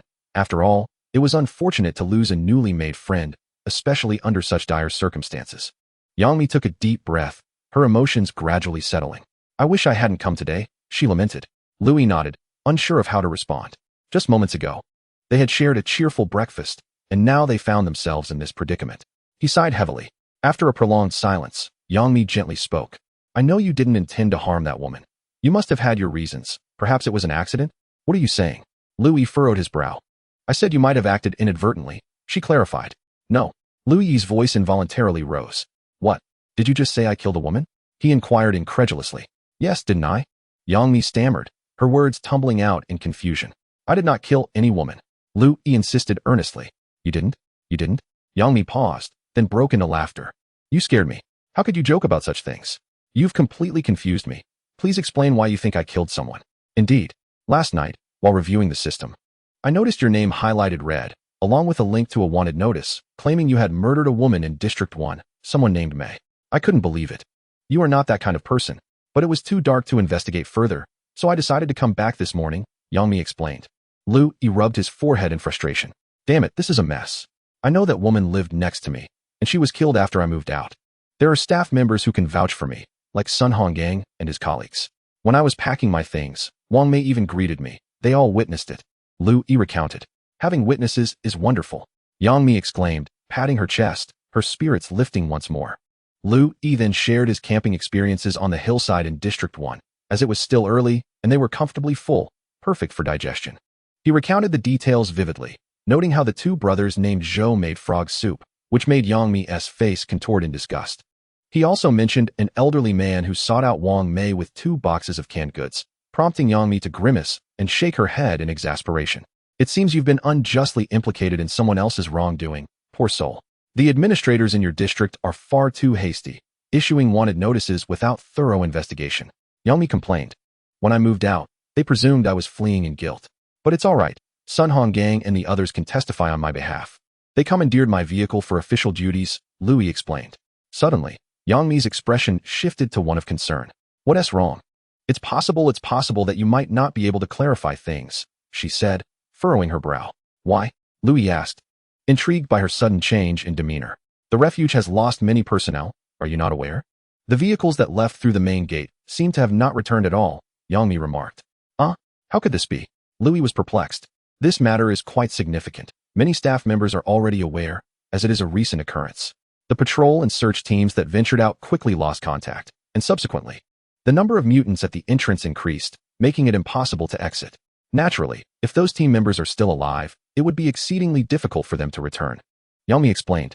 No wonder I haven't seen any vehicles departing lately, nor have I encountered them again, Louis sighed. This is truly troublesome. Words alone cannot clarify the situation. Am I to retreat into the mountains and become a fugitive? Oh, but it's not so grave. As long as you provide me with a clear explanation, Yang Mi suddenly said. Why? Louis gazed at the woman before him, sensing something peculiar in her expression. Because I deleted that wanted notice. I used my scoundrel ex-husband's account, which allows me to delete any file. Surprising, isn't it? Yang Mi declared proudly. Surprising indeed. Thank you, Louis acknowledged, nodding. He suddenly felt a strange fondness for Yang Mi's audacious and unscrupulous actions. You're quite composed. Now that the knot has been untied, I feel relieved. Yang Mi laughed.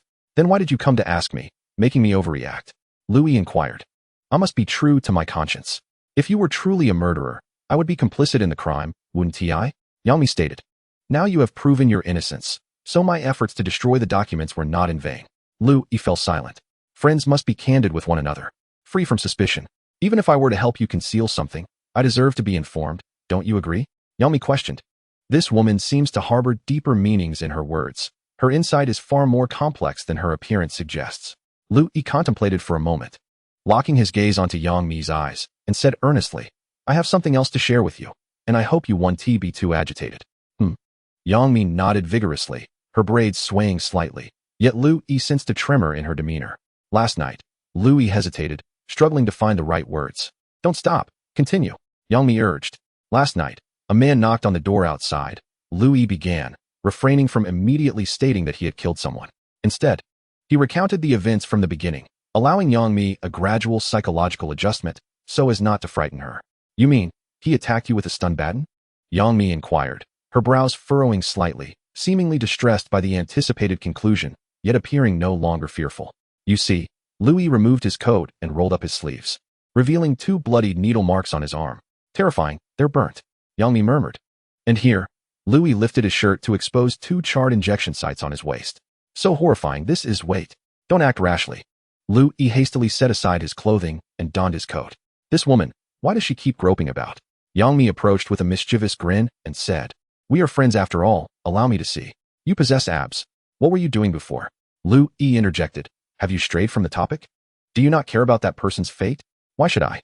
You must have convinced him to abandon his violent ways, to express his gratitude. He even left behind this electric baton. Are you suggesting you could kill him and bury him anywhere? Yang Mi scoffed.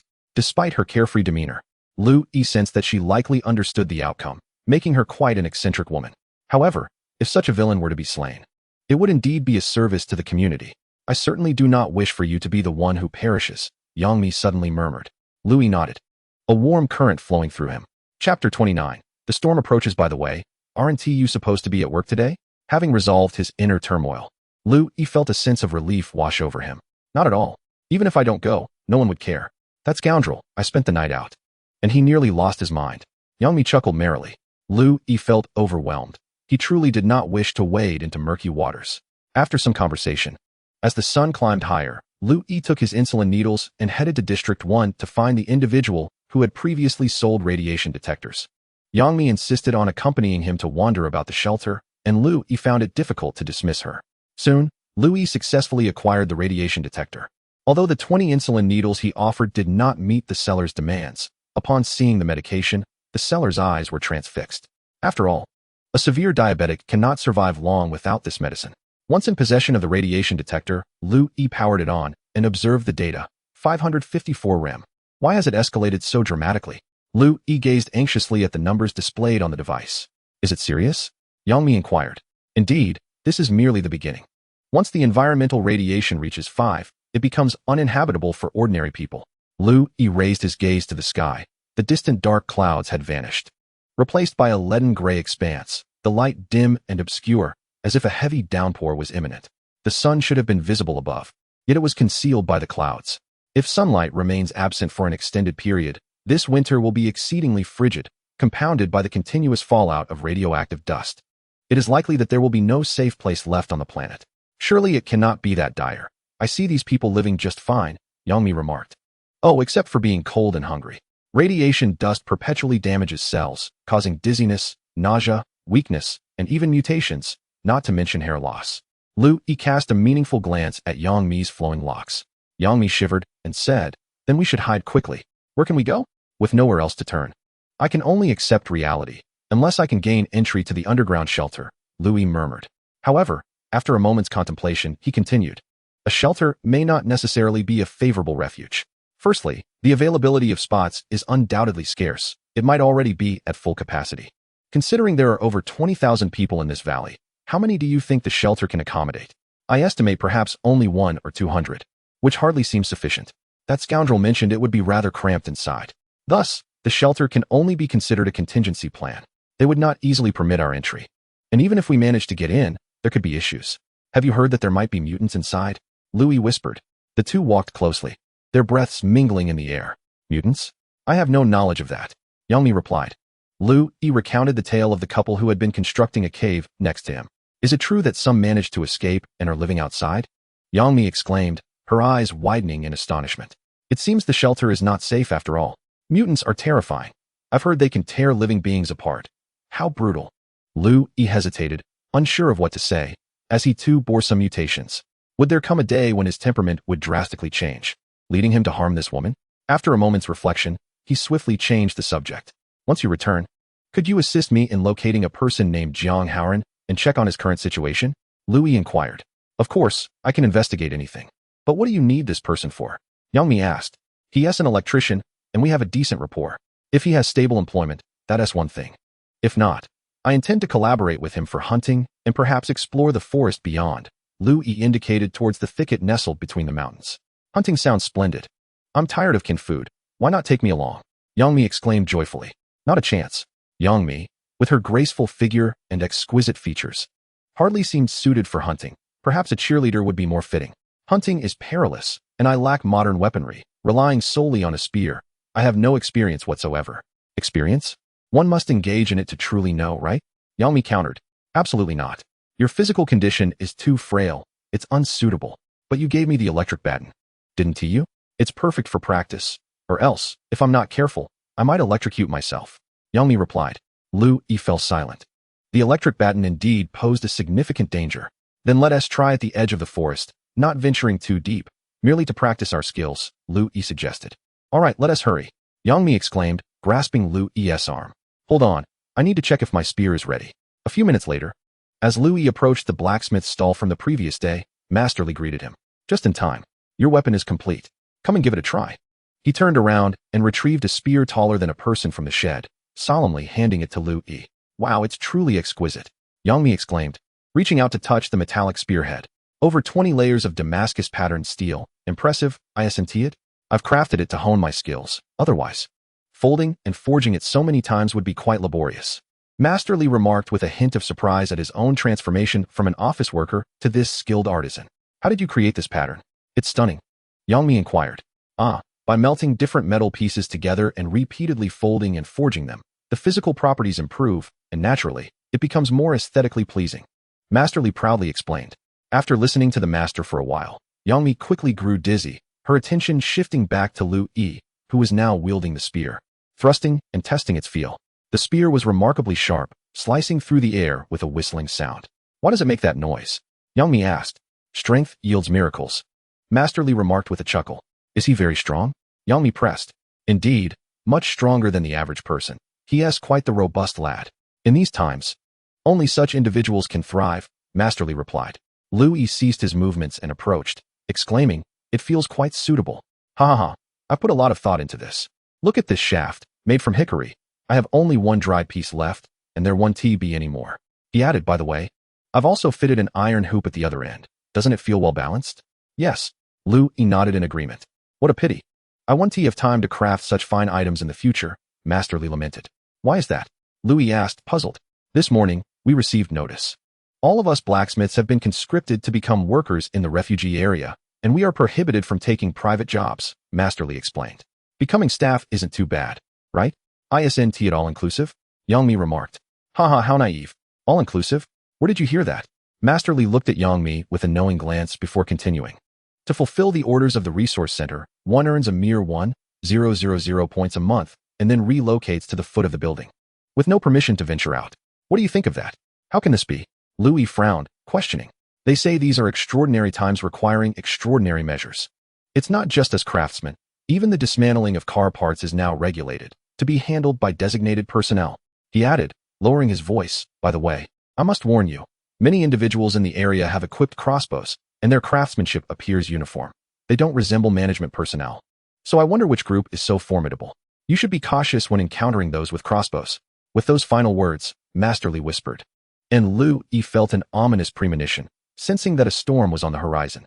Chapter 30. Ascending the mountain for hunting. Though termed hunting, it was more akin to foraging. From the cave where Lu Yi resided, they climbed towards the deeper slopes of the mountain, traversing the hillside until they entered the wooded area. In the valley below, a considerable expanse has been cleared by human hands. However, venturing deeper into the forest, one finds a scarcity of campers. After all, humanity is inherently a social species, and residing alone in the wilderness under the shroud of night, with the winds howling and wild beasts lurking, is rather unsettling. Why are there no wild animals during the day? Lu Yi mused, a hint of disappointment in his voice.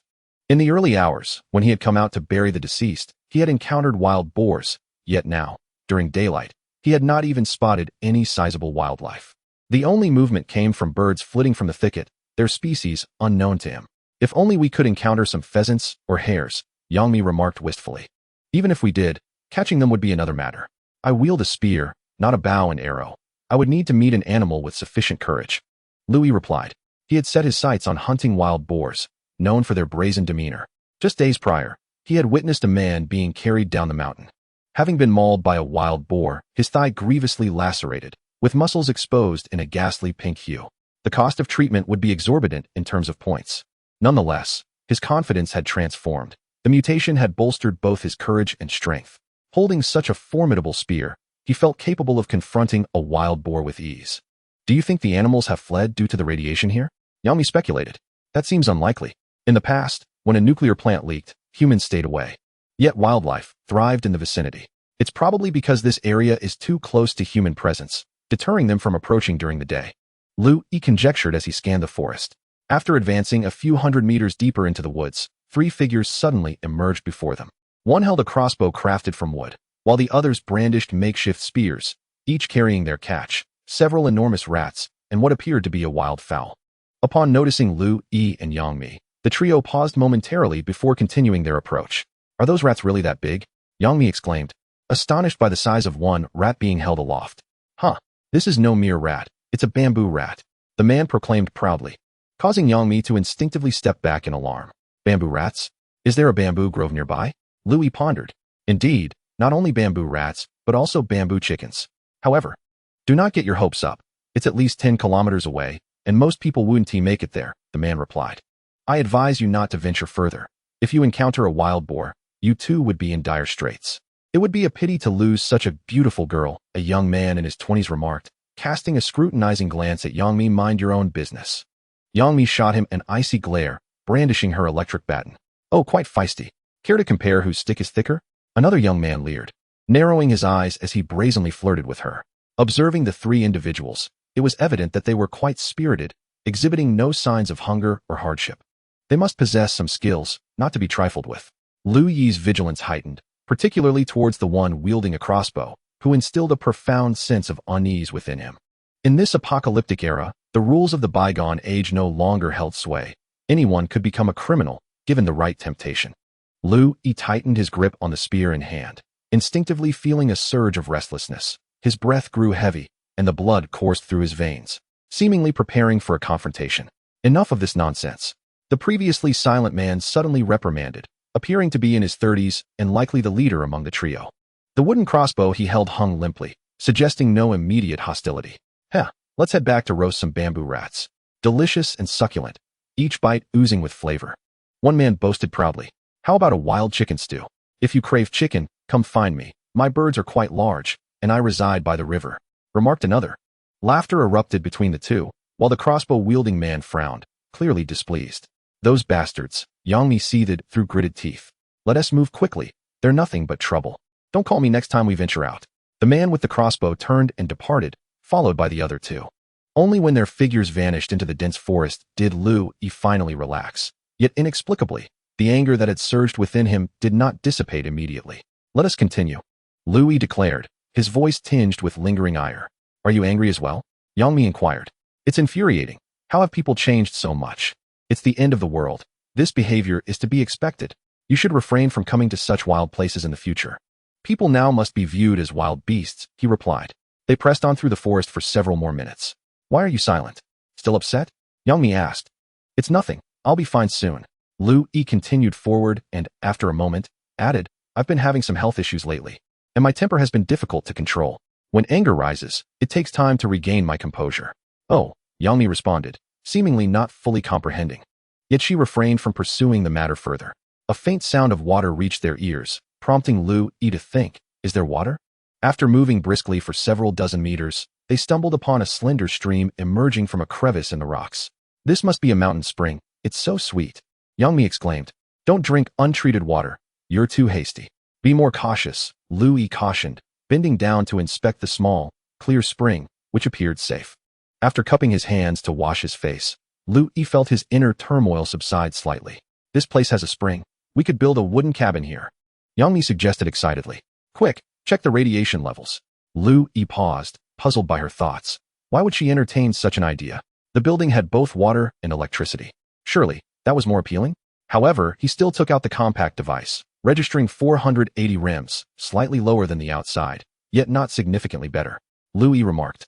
If the apocalypse is shrouded in such pervasive radiation, the future of humanity is indeed troubling. After resting for a while on a stone by the mountain spring, the two resumed their journey. This time Lu Yi adjusted their course, heading towards the elevated terrain on the left. In the distance stood a small hill, appearing to be several hundred meters high, approximately 3 kilometers away, even further than the depths of the second district. Aren't we going to search for that bamboo grove? I long for some bamboo chicken, Yangmi inquired. They say it's a dozen kilometers away. Do you believe that? It's a mountain path. It would take us from dusk until dawn to reach it. They are deceiving us, Lu Yi replied. So that's how it is, despicable. Yangmi paused for a moment and sighed. Let us head towards that small hill. We should reach it in about 2 hours and then return before dark. Lu Yi pointed towards the distance, succinctly outlining his plan. Yangmi nodded in agreement and obediently followed Lu Yi deeper into the dense forest. Chapter 31. A gift delivered to the door around 4 in the afternoon. Lu Yi and Yangmi began their journey back. Today's exploration yielded few significant findings. Apart from a bundle of wild vegetables hung at Yangmi's waist and a bag containing approximately 20 bird eggs, each slightly larger than quail eggs, totaling about a pound. The forest was abundant with mushrooms, yet neither of them could identify them. Unfamiliar mushrooms were best left untouched, for the risk of poisoning was too great. There were no notable resources surrounding the small hill, and they did not discover the bamboo grove. Several mountain streams meandered nearby. If one were to escape the refuge and delve into the woods, those streams would serve as excellent settlement points, but that necessity had yet to arise. Furthermore, to the north of the hill, the radiation levels significantly decreased to under 3 rems, likely due to the shielding effect of the mountain. Such was the nature of exploration.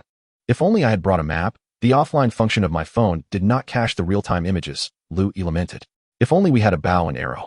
Those wild chickens we encountered today were such a pity, Yangmi expressed her regret. Lu Yi nodded. They had come across fallen wild chickens several times, but alas, without a bow and arrow, and Lu Yi had never practiced throwing a spear. Each attempt ended in failure. Perhaps I should practice throwing or procure a crossbow or bow. Lu Yi pondered inwardly. Suddenly, a series of grunting sounds echoed from ahead. Lu Yi halted, gesturing for Yangmi to be silent, and peered into the thicket ahead. Several shadowy figures were shifting, less than 100 meters away, somewhat indistinct. Wild boars, Yangmi whispered. Can they climb trees? Lu Yi quietly asked. A little, but not very high. I have a fear of heights, Yangmi replied. Lu Yi surveyed his surroundings and pointed to a small tree over 3 meters high nearby. You climb that one, and we shall set an ambush. Yangmi obediently ascended the tree, removing her down jacket and tying it around her waist. Though somewhat clumsy, she eventually managed to reach the top of the small tree. Lu Yi extracted a packet of compressed biscuits from his pocket, tore it open, and scattered the crumbs across the forest floor. He then swiftly climbed to the top of another tree, blending into the canopy while gripping a spear. At that moment, the forest was still, with no wind to carry the scent, which lingered in the air. After what felt like an eternity, the group of wild boars finally caught the whiff of the bait, rustling cautiously towards the vicinity. Sensing an unusual presence of humans, the boars became restless, nervously circling around. Unfortunately, their upward vision was limited. Even though Yangmi was only 3 meters above ground, they remained oblivious, continuing their anxious movements. After a few more minutes, the wild boars relaxed their guard, gathering beneath the tree to snatch the scattered biscuit crumbs. There were 6 in total, 3 large and 3 small. Lu Yi's heart raced, adrenaline surging through him, eliciting a sense of exhilaration that lifted his spirits. At this moment, his gaze was solely fixated on the wild boars below. How should he strike?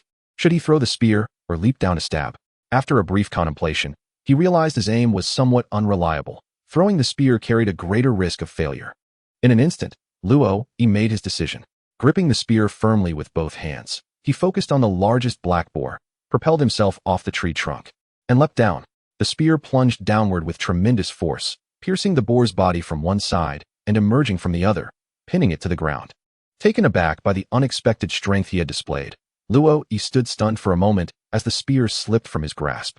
The massive boar let out a furious squeal, thrashing violently as it managed to wrench itself free from the mud, shaking the spear vigorously while still impaled.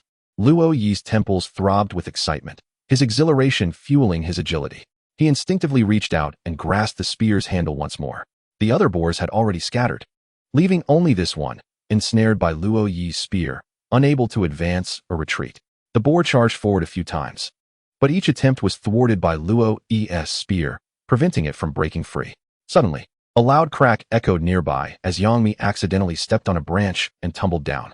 She cried out in alarm but quickly got to her feet, seemingly unscathed. Help me with the stun baton.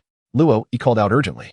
Oh, Yangmi responded, her panic evident as she looked around frantically, but could not locate the stun baton. It fell into the bushes. Wait for me, she shouted. The boar continued to struggle against Luo Yi, but the spear had already penetrated its body, tearing through multiple organs. And blood foamed from its mouth, causing it to wheeze and its thrashing motions to slow. With all his strength, Lu Yi firmly subdued the wild boar, exhausting it until it lay on the ground, panting heavily. I'm here.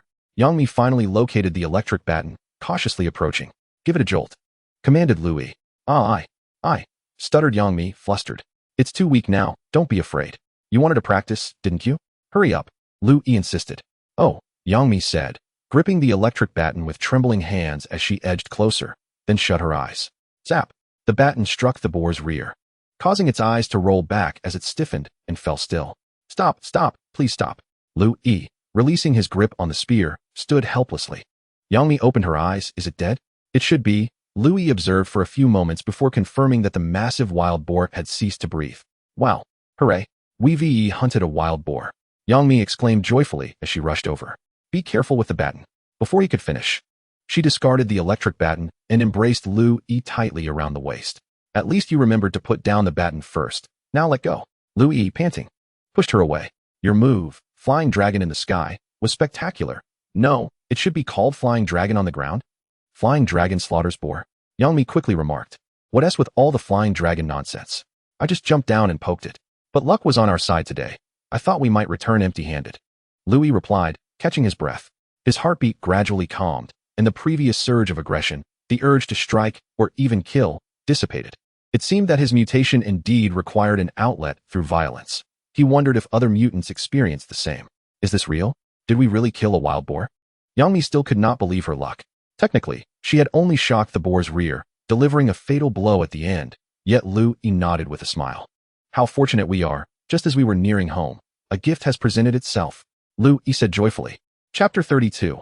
I crave boar cuisine. This wild boar must have weighed more than an adult man, comparable to the one Lu Yi had previously carried to bury on the mountain. After the battle, the surge of adrenaline left Lu Yi somewhat fatigued, and it took him over 10 minutes to recover. Blood splattered on him was inevitable.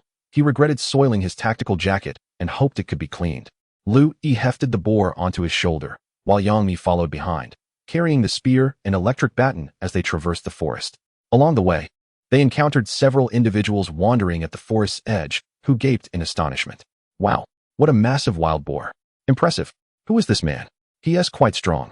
Hey, you also went out to hunt such a boar? I want to eat some spicy stir-fried intestines. Hey, buddy, could you share a bit? A little for those who see it. Do not leave. Hush, do not court danger. Can you not see that enormous spear? Be cautious lest you be impaled. Lu Yi disregarded those who attempted to engage him in conversation, while Yangmi incessantly boasted, We caught it. Oh, do not obstruct my path. They made their way back to a spot 30 meters from the cave, where Lu Yi placed the wild boar upon the grass, inhaling deeply with a sense of delight. Fortunately, he was not overly fatigued. It seemed his physical stamina had significantly improved. A few individuals had trailed behind, now standing on a nearby embankment, lurking in the shadows of the trees. Yangmi handed him the spear, and with a firm motion, Lu Yi thrust it into the ground, the spearhead glinting ominously. He withdrew the cleaver he had purchased earlier, contemplated for a moment, then set it aside, removing his tactical jacket to reveal only a snug vest beneath. He rolled up his sleeves, attempting to butcher the wild boar. Oh dear, how cruel, Yangmi exclaimed, shaking her head. I yearn for pork stew.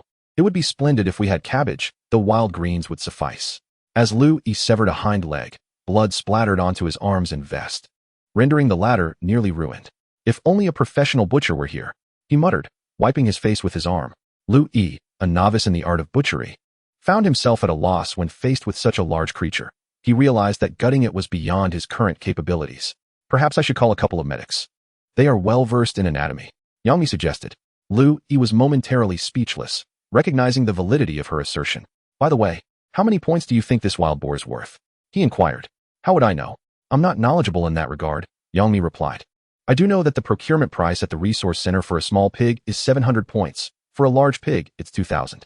Yours, being particularly large, should fetch around 2,500, called out a man in his 30s nearby. Lu Yi nodded in acknowledgement, finding the price reasonable.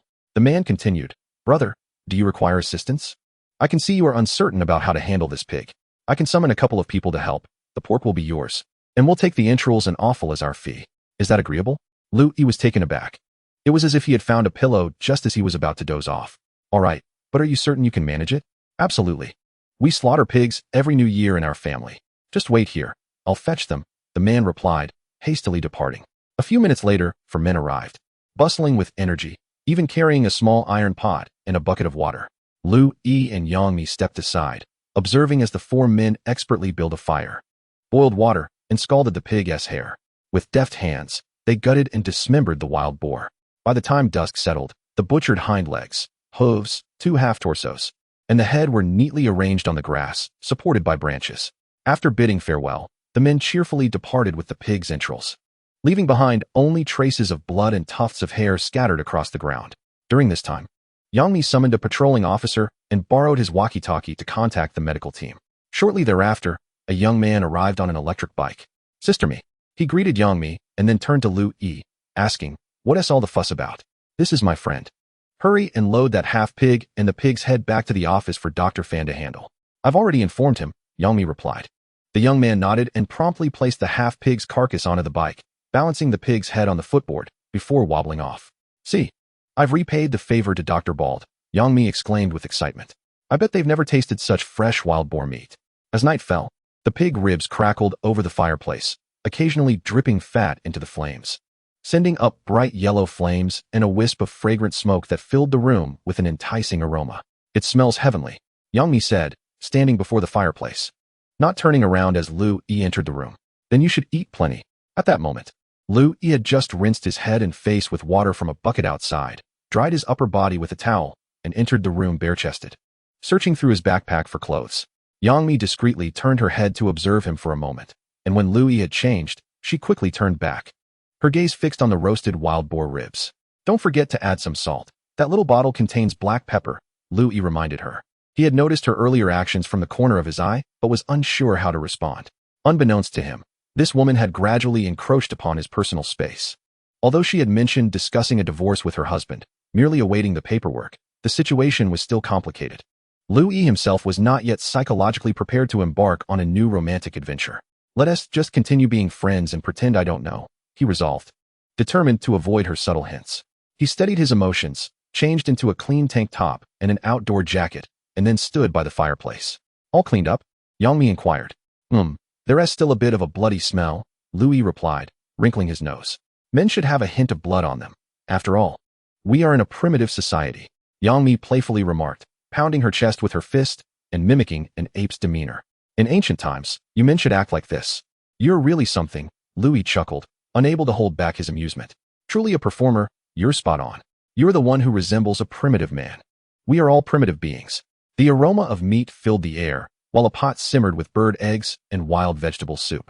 2 hours later, Yang Mi lay languidly on the wooden bed, limbs sprawled out, groaning weakly.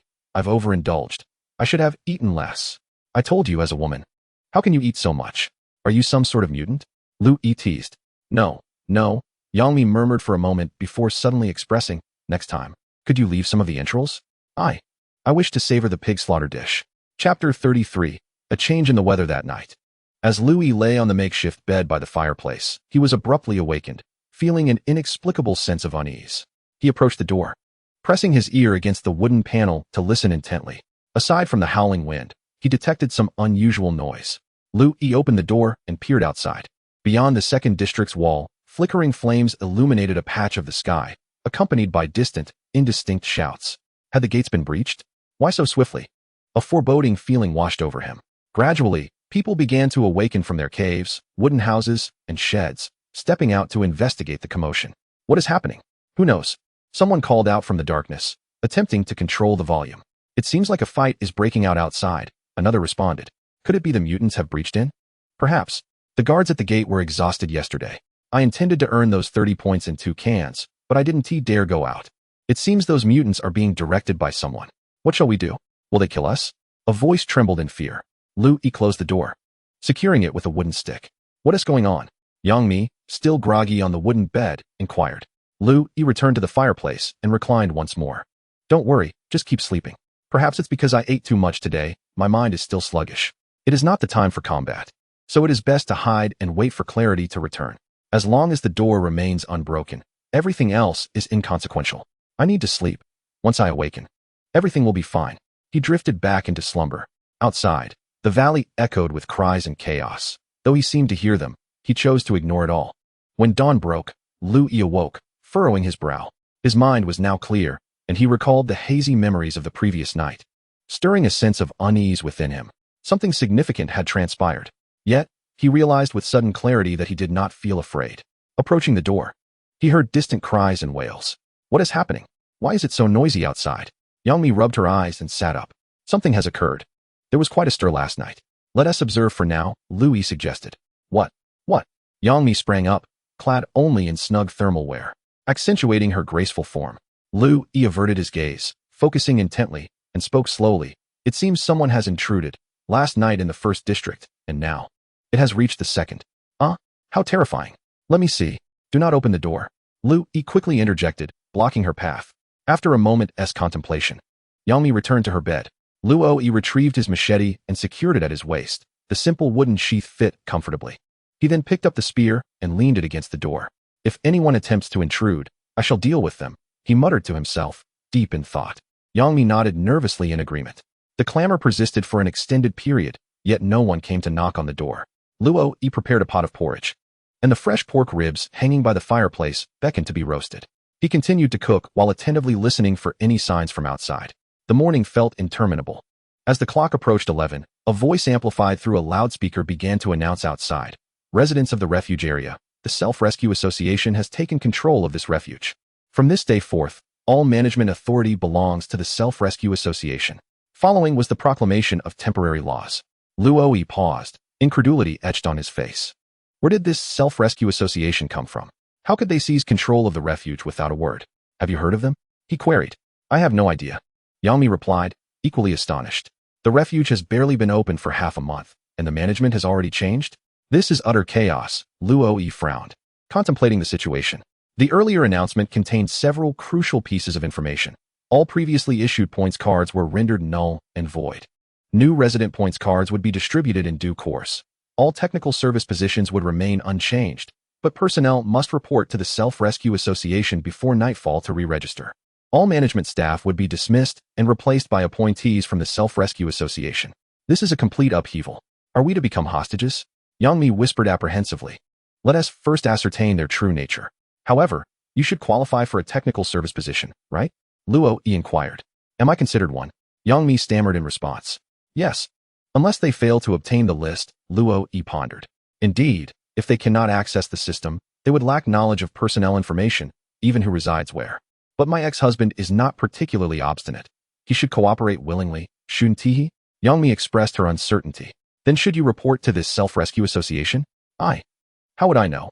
Yangmi's voice trembled, on the verge of tears. Do not panic. There is still the refuge. Perhaps it remains intact, Louis reassured her. Then, shall we go to the refuge? But how do we get in? That is not what I meant. I'm suggesting that as long as the refuge stands, this struggle for power is not yet concluded. We should best conceal ourselves and observe from the shadows.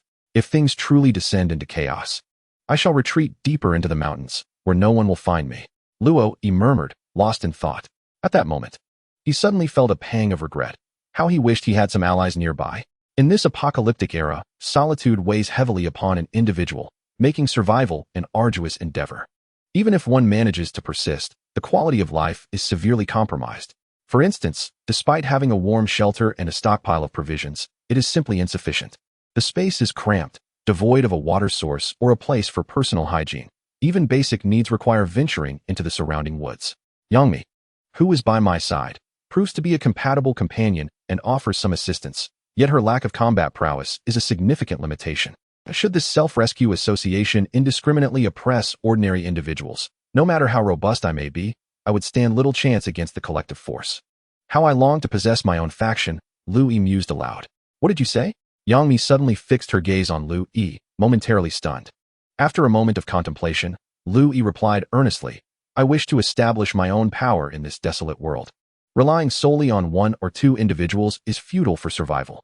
Chapter 34. The Self-Rescue Association approaches, though I am unsure of the source of your confidence. Your words resonate with a certain logic, Yangmi remarked, her expression shifting to one of eager anticipation. Why not give it a try? I'll be your follower, my lord. Lu Yi shot her a sidelong glance, admonishing her to be serious.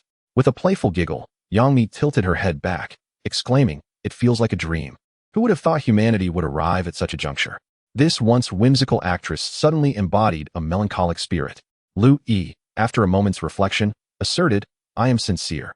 If our numbers are too few, survival becomes impossible. Even if we were to escape death, we could easily find ourselves enslaved. Just consider it." Tilting her head in thought, Yang Mi finally nodded, her demeanor shifting to one of seriousness. The air that day felt unusually cold. Aside from the proclamations of the Self-Rescue Association members, silence reigned, with no one daring to venture outside. By afternoon, the announcers began urging everyone to step outside and register their identities, yet the outside remained eerily still. After several rounds of calls, the members of the Self-Rescue Association seemed to vanish, as if resigned to their fate. The inhabitants of the valley remained watchful from the shadows. As night fell, chaos erupted within the second district. Lu Yi stepped outside to observe and discerned that the turmoil was concentrated near the building. It appeared that resistance still lingered. At least, Yang Mi's earlier words had not been in vain. Suddenly, a resounding explosion shattered the night, illuminating the dark with flames as the lower levels of the building ignited. It must have been some homemade weapon, perhaps a Molotov cocktail, Lu Yi speculated. Despite his limited knowledge of firearms, judging by the scale of the explosion, it seemed the defenders of the building were nearing defeat. The unrest persisted throughout the night, and by the following day, a semblance of calm returned. The valley's residents began to emerge, compelled by the need to fetch water and forage for food. However, the resource center had closed its doors, guarded by a group of individuals adorned with red armbands, their eyes fierce, forbidding anyone from taking even a morsel of supplies. Even the vehicles within the entire refuge have been claimed by them. Yet these individuals have not turned their aggression towards the ordinary folk, perhaps in their eyes. These common refugees still possess some value. Lu Yi concealed his machete within his clothing and, after wandering the refuge, returned to his dwelling. Outside, many of those individuals wielded crossbows, the origins of which remained a mystery to Lu Yi. Presently, the entire District 1 is teeming with individuals sporting red cloth tied around their arms. It appears that the so-called Self-Help Association has been established by certain refugees, who continually recruit others, manufacture weapons, and swiftly consolidate their power. Ultimately, they launched a sudden assault, seizing control.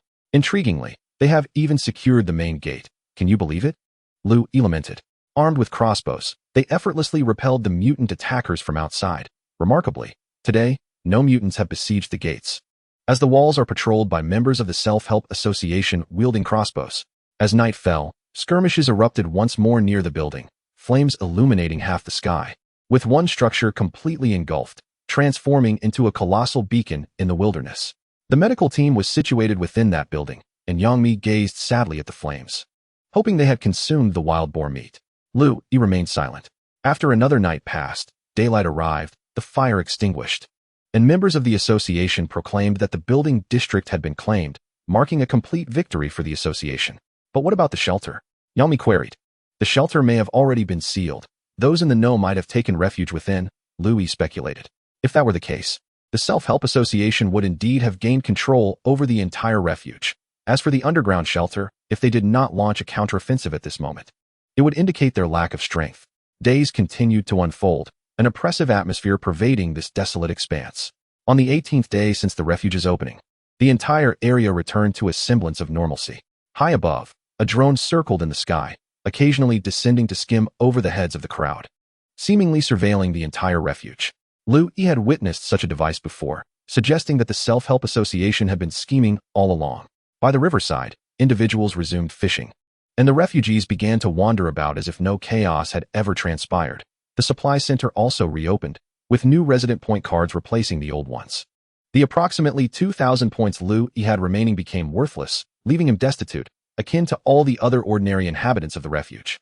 However, a new class of affluent individuals had emerged, previously refugees from District 1, who had endured hunger and hardship, even selling everything they could to join the Self-Help Association, only to reap substantial rewards.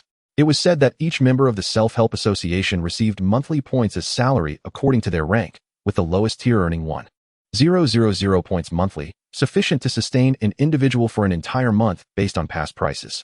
They can indiscriminately print membership cards using the card-making machine in the building, producing as many as they desire. Luo, I ran into an acquaintance today, Yang Mi exclaimed excitedly after returning from a stroll outside. Dr. Fan from the medical team is still alive, but unfortunately, intern Xiao Liang has passed away. He was the one who came for the wild boar meat that day. Yang Mi's expression was a complex blend of excitement and sorrow. What happened? Luo inquired. During the Self-Rescue Association's assault on the building, they threw a Molotov cocktail into Xiao Liang's dormitory, and he and his roommate were unable to escape. However, that is in the past now. The medical team has relocated and resumed treating patients, as there have been many injuries these past few days. They are technical service personnel, so they should not face any difficulties, Luo remarked. Exactly. They even told me to return, saying everything is back to normal and no one is overseeing things. Yang Mi responded with enthusiasm. Oh, Luo pondered for a moment, suddenly feeling a twinge of unease. But Yang Mi is Yang Mi. If she wishes to leave, what right does he have to retain her? I'm heading back now. I haven't bathed in days, and I feel quite foul, Yang Mi said, wrinkling her nose. Be careful. And next time you go out, it would be best to take a walkie-talkie, Luo suggested, contemplating. If possible, could you help me get one too? It would facilitate our communication. Sure. Yang Mi nodded eagerly. She departed with excitement, leaving Luo to ponder for a moment before he began to tidy up. He desired to venture outside, to further explore the surrounding terrain in search of a more suitable refuge. This was not solely due to the Self-Rescue Association, but also because the radioactive dust in this area had become excessive. Currently, the readings on the radiation detector had risen to 615. Whether it was an illusion or not, Luo felt an omnipresent sense of harm. Perhaps it was psychological, or perhaps it was some ability acquired through mutation. He simply felt unwell throughout his body. Approaching the sleeping bag where Yang Mi had spent many nights, he bent down to inspect it. After a thorough examination, he discovered dozens of strands of hair within the sleeping bag, long, black hair that was fine and soft, with roots that were a pale, dull gray-brown, reminiscent of ashes. These fallen strands could be gathered into a small coil. Normally, hair loss should not be this severe. The effects of radiation were evidently manifesting in Yang Mi. But what about me? Luo tugged at his own disheveled hair, a result of not having had a haircut, then opened his palm. Not a single strand of hair had fallen into his hand. Could this be a trait of my mutation? Chapter 35. The Iron-Fisted Tactics of the Association. It has been 20 days. In the refuge area, members of the association armed with crossbows and wearing red armbands are ubiquitous. They have now become the rulers of this valley, the new governing body, and they refer to themselves as the founding members of the association. The former administrators have vanished without a trace. Some have perished in the struggle, while others have fled, presumably into the depths of the surrounding forest. In an effort to identify the inhabitants of the refuge, the Self-Rescue Association has implemented a formidable measure, the issuance of new refuge cards. All individuals holding the old refuge cards must exchange them for new resident cards at the supply center. Failure to do so by the deadline of December 5th will result in severe penalties under the doctrine of passive resistance.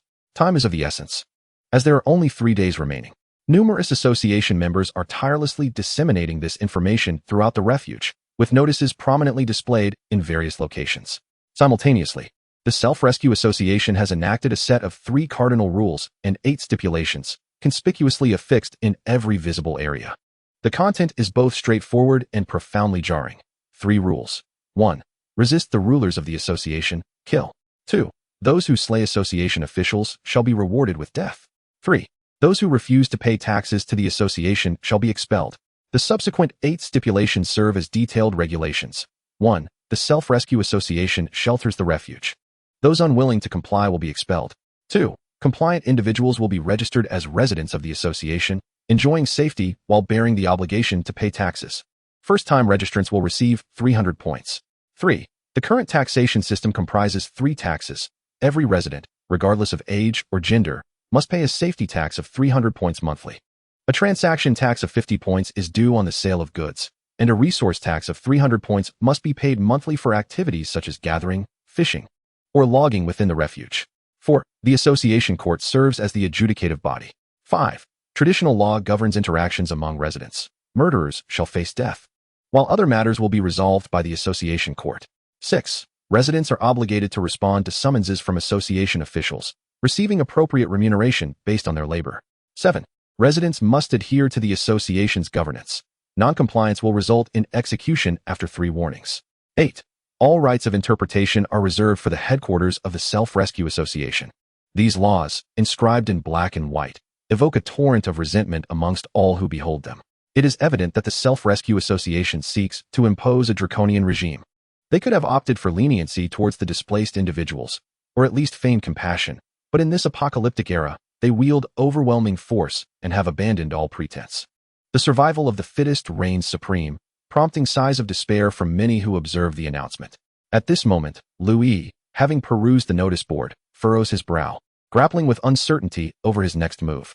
A throng gathers around the board, voicing astonishment and lamentation. Damn it, is this not an attempt to bully us? As long as we are alive, we are required to pay a monthly tax of 300 points. On what grounds? One individual exclaims indignantly. It's their crossbows and their sheer numbers, another interjects. Haven't you noticed their presence everywhere? Humph, merely a band of lazy scoundrels. Several miscreants I know have joined them. Once thieves and brigands, they have now transformed into officials of the Self-Rescue Association. Alas, we might as well resign ourselves to paying that 300 points. You are mistaken. It is not merely 300 points. Is it true that to pay taxes, one must fish, hunt, or chop wood? That would incur an additional resource tax of 300 points. Another person interjected. So, are you saying that to survive here, one must pay 600 points each month? That is merely the base rate. Have you not noticed the transaction tax? They take half. Humph, can I sell in secret? Do they follow me every day? How did the original management fail? We are in dire straits. Had I known, I would have joined them. The former administrators were unprepared and did not anticipate the need for expansion. It is too late to lament now. Sigh, who are these people really? They are quite sinister, launching a stealthy yet lethal attack. They are nothing but a band of brigands. How dare they call themselves a self-rescue association? Complaining is futile. Do you not see their crossbows? That is the most formidable weapon now. Sigh, demons and monsters, demons and monsters. Enough of your wild talk. You are scaring me to death. Someone cautiously warned. Is it still possible to join them? I too wish to become an officer of the association. A young boy eagerly expressed. What nonsense are you spouting, young man? Why do you not learn properly? A senior rebuked him, then sighed. If we cannot fight them, we must join them. I too am merely trying to survive. I regret it so much. When they first invited me to join, I hid in fear. I never expected this. Someone lamented. Everyone, please, stop talking. Just now, someone went over there to find an association officer. They might be intending to report us all. Quickly disperse. A bespectacled man nervously gestured to the crowd, and they began to scatter. Louis also hurriedly left. This sudden upheaval of the association not only caused him to lose all his points, but also jeopardized his residence. In the past few days, the previously destitute wanderers had turned the tide, flooding into District 2, while armed members of the association roamed freely, forcibly requisitioning desirable houses and persistently pursuing attractive single women. Many who had entered District 2 by selling their goods were threatened with violence and forced back to District 1, effectively being robbed of everything they had. Perhaps in a day or two, Louis's secluded valley might also be affected. His cave, quite comfortable, was all but certain to be seized. Anger began to simmer within him, as Louis suspected that many in this valley, particularly in District 2, harbored discontent. Yet, the Self-Rescue Association wielded a formidable array of crossbows, the most powerful weaponry available, making it impossible to resist. He needed to prepare quickly. In this apocalyptic world, the law of the jungle prevailed. Alone, he could only assess the situation and navigate wisely. However, a vague malice began to fester in his heart. If he were to be forced to leave this place, he would ensure that he compensated for his losses with great severity. Louis made his way toward his cave dwelling. He had a stockpile of food hidden in a secret den that needed to be relocated swiftly. Seizing the opportunity while the Self-Rescue Association was still establishing its foothold, and with many residents yet to register, Louis felt it was time to search for evacuation sites. His previous exploration with Yangmi had led them to a small hill several kilometers away, yielding little of significance. Today, Louis intended to venture further. Upon returning to his cave dwelling, he filled his backpack with canned goods. Armed with a spear and a short knife, he traversed the slope behind the hill, delving deep into the forest. It was only by evening that Louis returned to the refuge in the valley. He had spent most of the day scouring the northeastern direction, climbing mountains, and surveying a vast area. By the time he returned, his pant legs were adorned with numerous seeds from thorny plants. Trekking through the wilderness was indeed a physically demanding endeavor. However, due to his mutations, his body had significantly strengthened, and he estimated that he had traversed over 5 kilometers of rugged terrain, all without a designated path. Regrettably, his trousers bore the brunt of his journey, torn in several places, and his palms were marked with cuts. Fortunately, in the mountains about 5 kilometers to the northeast, Louis discovered a natural rock cave. It was an inconspicuous fissure in the rocky hillside, extending deep into the mountain. The interior seemed quite profound, raising concerns about potential wildlife. Standing at the cave's entrance, he could faintly hear the sound of water, likely formed by seepage from within the mountain. What excited Lu Yi most was the radiation detector's readings. Although the radiation level at the cave entrance exceeded 5, it diminished significantly as he ventured inward, dropping to 0.03 within just 10 steps. Beyond that point, darkness enveloped him, and his phone's battery was insufficient to power the flashlight any longer, compelling him to refrain from exploring further. As the atmospheric radiation dust settled, the surrounding mountains had become increasingly contaminated.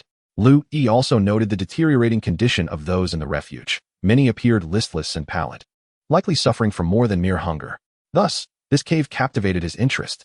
Before departing the cave, Lu Yi dug a small pit nearby to bury the canned goods, placing heavy stones atop for protection. However, these measures would only deter small to medium-sized animals. Against a wild boar, they might prove inadequate. He could only hope the cans remained airtight and that no boars would catch wind of them. Lu Yi felt a twinge of uncertainty, but he was reluctant to carry the cans back. This location had now transformed into a resource point in the wild, though distant. It offered safety and would surely prove useful in the future. As dusk fell, Lu Yi, weary from his long trek, returned to the refuge in the valley. This journey had finally sapped his energy, and his trousers were in tatters. Fortunately, on his way back, Lu Yi spotted a wild chicken and, upon throwing a stone, miraculously struck it. Whether it was sheer luck or an improvement in his aim due to his mutations, he couldn't say. Regardless, tonight, there would be fresh meat to enjoy. As Lu Yi approached his humble abode, he espied a woman clad in a crimson down jacket, standing in a clearing near the entrance, engaged in conversation with 2 men. Her figure and posture seemed remarkably familiar, and the ponytail atop her head swayed gently with her movements. The twilight cast a dim light, and smoke and flickering flames emanated from the surrounding caves, wooden houses, and shanties, where many were busy preparing their evening meals. Upon drawing closer, Lu Yi confirmed that the woman was indeed Yangmi. "My dear husband, you've returned," Yangmi exclaimed with palpable excitement upon spotting Lu Yi, and she hastened towards him. Though he contemplated inquiring about her peculiar behavior, he opted for silence, greeting her with a composed demeanor. A fragrant breeze enveloped him as she approached. Not only had she changed her attire, but she also bore the delicate scent of floral body wash, evoking a longing within Lu Yi to bury his nose in her tresses and inhale deeply. After so long in the wilderness, he yearned for such comforting aromas reminiscent of a pre-apocalyptic bliss. Yangmi shivered, wrapping her arms around Lu Yi's waist, whispering inaudibly, "Help me." Understanding her unspoken plea, Lu Yi, with his right hand still grasping a spear, extended his left arm to embrace her slender back, gently inquiring, "Why didn't you enter? Did you lose the key?" "I'm sorry," she replied softly. "All right, hurry and boil some water. I'm famished." "Tonight, I shall prepare this," he said, patting the wild chicken hanging at his side with a smile. "You're amazing, my husband." Yangmi clapped her hands in delight. Lu Yi surveyed the 2 men standing about 10 meters away, both in their 20s or 30s, armed with wooden crossbows, their gazes fixed upon him with predatory intent. He chose to disregard them and strode directly to the entrance, opening the door to enter. Yangmi approached the threshold, turning to shout at the 2 men. "You should leave. I've told you I have a husband. Stop following me." Once inside the cave, Lu Yi emerged again, casting a cold glare at the 2 men for several seconds before shutting the door with a resounding clang, securing it. As he turned, Yangmi once more rushed into his embrace, trembling in his arms. "Be cautious. They haven't left," Lu Yi whispered into her ear. Yangmi obediently nodded, lingering in his embrace until her shivers subsided, eventually loosening her hold. Lu Yi moved to the hearth, adding kindling to the fire to stoke its flames, then gestured towards the entrance, commanding loudly, "Quickly boil some hot water. I'm exhausted. I'll wash my face first." "Yes, my dear." Yangmi nodded enthusiastically, pouring water from a bucket into a stainless steel pot, creating a cheerful clatter. The fire blazed brightly, and the water heated rapidly. Yangmi laid a towel over a plastic bag, poured some hot water from the pot to dampen the towel, wrung it out, and stood beside Lu Yi. At this moment, Lu Yi had already shed his cotton jacket and torn long trousers, replacing them with a pair of athletic pants. He stood in the center of the room, clad only in a short-sleeved vest, as he accepted the warm towel from Yangmi, pressing it against his face with a sigh of relief. "Ah, how delightful." After wiping his face, Yangmi took back the towel, rinsed it in hot water, wrung it out, and said, "Darling, take off your vest. Let me help you with your back." Her expression was utterly natural, reminiscent of a devoted wife. Yet, taking advantage of Lu Yi's body as a shield, She discreetly gestured towards the door with her eyes and whispered, "They haven't left yet. It seems they are still at the entrance." Lu Yi paused momentarily but eventually removed his vest, tossing it aside on the bed. The moment the warm, damp towel made contact with his back, he felt as though he had been jolted by electricity, his back muscles involuntarily spasming for a brief moment. Fortunately, he managed to maintain his composure, standing still as Yang Mi tenderly wiped his back and then his chest. Observing the woman with her head slightly bowed, Lu Yi felt a rush of warmth coursing through his veins, his heartbeat quickening. After finally finishing the pretense of wiping, Lu Yi donned a clean vest and jacket, settling in front of the fireplace to begin processing their catch. "I should buy a basket tomorrow. All this household refuse needs a place to go. Oh, and a wash basin too. I noticed someone selling wooden basins and buckets by the river. You can choose what to buy." Lu Yi remarked loudly as he plucked feathers from the chicken. "Yes, but dear, we are out of money. Our old points card has expired," Yang Mi interjected. "That's no concern. I'll hunt a wild boar tomorrow and sell it. Then we'll have everything we need." Lu Yi chuckled confidently. "Darling, you're amazing." Yang Mi leaned in and planted a kiss on his cheek. Lu Yi was taken aback, staring at Yang Mi with incredulity, while she shrugged innocently and directed her gaze towards the door. Stunned into silence, Lu Yi resumed his task of preparing the wild chicken, and Yang Mi continued to chat casually with him. "Honey, our medical team was especially busy today. Many injured individuals required treatment." Lu Yi replied absent-mindedly. "And those two people earlier, claiming to be from the Self-Rescue Association, followed me around all day. It was utterly exhausting." "What happened?" "Isn't it obvious? It's because your wife is exceptionally beautiful. Had I known, I wouldn't have gone to work at all." Yang Mi responded. "Well, if it becomes too bothersome, don't go. I can hunt. We won't starve," Lu Yi reassured her. "By the way, Dr. Fan had them administered." "Why?" "They wanted to take all the painkillers. But Dr. Fan refused, so they attacked," Yang Mi explained. Lu Yi fell silent for a moment before asking, "What else?" "Well, they were just incredibly annoying. They insisted on taking me to their room. It terrified me. Later, I ran into our fellow countryman, Wang Kuan, the one in charge of the network, you know?" Yang Mi suddenly blinked and said, "Oh, what happened?" "I was being followed by those two ruffians, and even Wang Kuan, who witnessed it, did nothing to assist me. When I called his name, he fled in fear. What a coward." Yang Mi huffed in frustration. At last, Lu Yi grasped the situation. No wonder Yang Mi had sought refuge with him and pretended to be his wife. She was evidently cornered and in peril. Chapter 37. Those willing to follow you. As the two sat before the fireplace, they alternated between hearty laughter and hushed whispers, and by the time they shared dinner, nearly 2 hours had slipped away. "Shouldn't we leave?" Lu Yi inquired. "I don't know," Yang Mi replied, her voice low and tinged with trepidation. "They have been trailing me all afternoon. If I didn't manage to meet you today, I would be in dire straits. You see, they are a thoroughly wicked bunch." Sister Lee from the medical team and 2 nurses were deceived by them under the pretense of attending to patients, and they have yet to return. Moreover, many injured individuals have come in over the past few days, ordinary people, mind you, whom they refuse to treat. All previous points have been rendered void. It's utterly pitiful. Lu Yi pondered for a moment, concealing his machete within his clothing and grasping a bag of rubbish as he opened the door. Outside, darkness enveloped the landscape, and the night air was chillingly frigid, devoid of any sign of life. He tossed the garbage into the void, closed the door, and returned to the warmth of the fireplace. They've left. In this cold, they'll freeze if they linger. I'm still frightened. Perhaps we should continue our charade, Yang Mi implored. "It's fine. There's no need to be overly dramatic. I'll simply block the door's crack," Lu Yi replied, taking a waterproof tarp, unfurling it, and hanging it within the wooden door frame. "See, now no one can spy on us. But they can still eavesdrop," Yang Mi protested, unwilling to relent. Lu Yi chuckled lightly, offering no response, leaving Yang Mi feeling disheartened. She picked up a small stick and poked at the embers in the fireplace, falling into a contemplative silence. After a while, Yang Mi spoke again. "I believe this place is no longer safe. A multitude of Self-Rescue Association members have infiltrated the building, occupying all the rooms with water and electricity. When I returned to the dormitory today, I found it filled with several individuals, both men and women. It terrified me. I didn't even dare to take my belongings and rushed back to the medical team, only to find those 2 scoundrels on my tail again." "What do you intend to do?" Lu Yi asked. "I'm not sure. A few doctors mentioned wanting to escape, but they've been restrained. And there's always someone following them, making it impossible to flee. Oh, and those 2 men are even pressuring me to change my resident card, attempting to force me to register it under their names, claiming it's for a family card. How despicable." Yang Mi recounted her harrowing daytime experiences, continuing.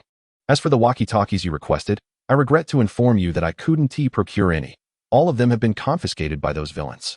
In the shelter, rumor has it that they have barred the main entrance, rendering it impenetrable. They even blocked the entrance with stones and collapsed the hillside above, trapping the people inside the shelter indefinitely.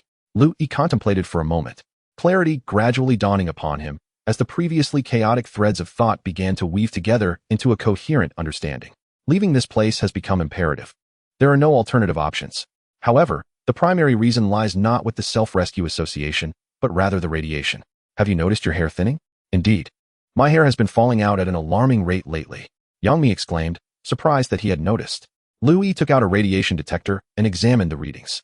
Look, the indoor level is at 537. We are constantly subjected to harmful radiation. No wonder I feel increasingly fatigued. I was unaware of what was occurring. What shall we do? Where else can we go? Yangmi inquired. Lu Yi fell silent, caught in indecision. Unbeknownst to him, Yangmi had grown too close. Although they verbally acknowledged their friendship, an unspoken understanding existed between them, a mutual agreement not to confront it directly.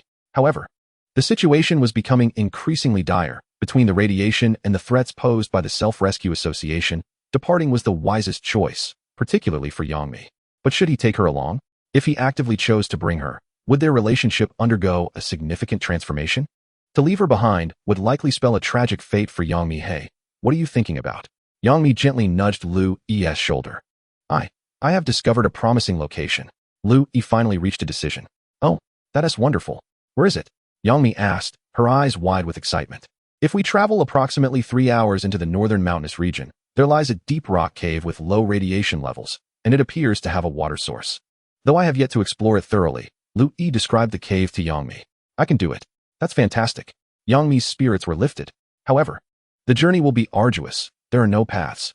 Can't you see my pants are already torn? Isn't that better? The farther we are from here, the safer we'll be. What are you hesitating for? You know you must mean my husband? Lu Yi fell silent, gazing at Yangmi, unsure of what to say. Yangmi's expression turned to one of anger and sorrow. Do you think that taking me with you would burden you with guilt? Or do you find me undesirable? Lu Yi's mind was a tempest. He felt utterly helpless. His previous calmness and wisdom had evaporated, revealing that he was merely a young man in his 20s, incapable of caring for his first girlfriend, let alone truly understanding her emotions. Silence, it seems, equates to acquiescence. I should have known this. Yangmi's shoulders trembled as she stood, quickly heading towards the door. Lu Yi rose and caught up to her, grabbing her arm. Let go. You're hurting me. Yangmi struggled, furious. Enough. Think about what we need to prepare. We shall move today. With that statement, Lu Yi released her, realizing he had exerted too much force, easily risking injury to Yangmi. At least you are perceptive. Are we friends? For a friend, one would go to great lengths. Yangmi, initially irked, soon transformed her anger into delight as she settled onto the wooden bed. Lu Yi, with a resigned smile, came to the realization that he had been outmaneuvered by this actress. However, in such darkness, where could she possibly go? Would she return to the building and share a room with those assorted ruffians? Yangmi lounged on the bed, crossing her legs, and leisurely remarked, I'm not upset anymore. I just remembered something else. Your friend, Jiang Haoran. I found him for you. Oh, where is he? Lu Yi inquired. He's in the logistics team, working as an electrician, but they've all been laid off and are now awaiting reassignment, Yangmi explained. I mentioned you were looking for him, and he was quite pleased. But what? But from the look on his face, he seems rather content and likely has no desire to leave, she said. Lu Yi pondered for a moment before nodding and responding, That's fine. Such matters cannot be forced. Now you know, right? You understand now? Yangmi pouted, somewhat dissatisfied. Finding like-minded individuals is quite challenging. In this dreadful environment, ordinary people are just grateful to have food and a bed. So far, I'm the only one genuinely willing to follow you around. Chapter 38. Yangmi's revelation. A night passed without incident. Upon waking the next day, Lu Yi began to earnestly devise a strategy. Recently, the time he required to shake off post-meal lethargy had dwindled to less than half an hour, allowing him to think swiftly once more. Perhaps my mutation process is nearing its conclusion? Lu Yi mused quietly while lying on the stone slab beside the hearth. Yangmi remained sweetly asleep on the bed. As Lu Yi surveyed the cave he had inhabited for over 10 days, he felt a tinge of nostalgia. Yet, under the dual threats of the Self-Rescue Association and radioactive dust, he ultimately had to depart. Life is a constant journey of relinquishment, he sighed. What's wrong? You're sighing as soon as you wake up. Yangmi groggily sat up, running her fingers through her hair while mumbling. I feel there's no washing area. No restroom, and no proper kitchen here. It's inconvenient for everything. It's time to leave, Louis stated. I think it's not too bad. But you do have a point, Yangmi replied as she rubbed her eyes and yawned. An hour later, the two enjoyed a pot of hot noodles and nibbled on some roasted ribs before beginning to pack their belongings. Louis opened the secret cave beneath the floor, stuffing the remaining food and medical supplies into his backpack, which soon became nearly full. Yangmi, having seen this hidden spot before, was unperturbed and cheerfully helped him organize. We can't fit any more ribs or pork in here. Let us leave them for now.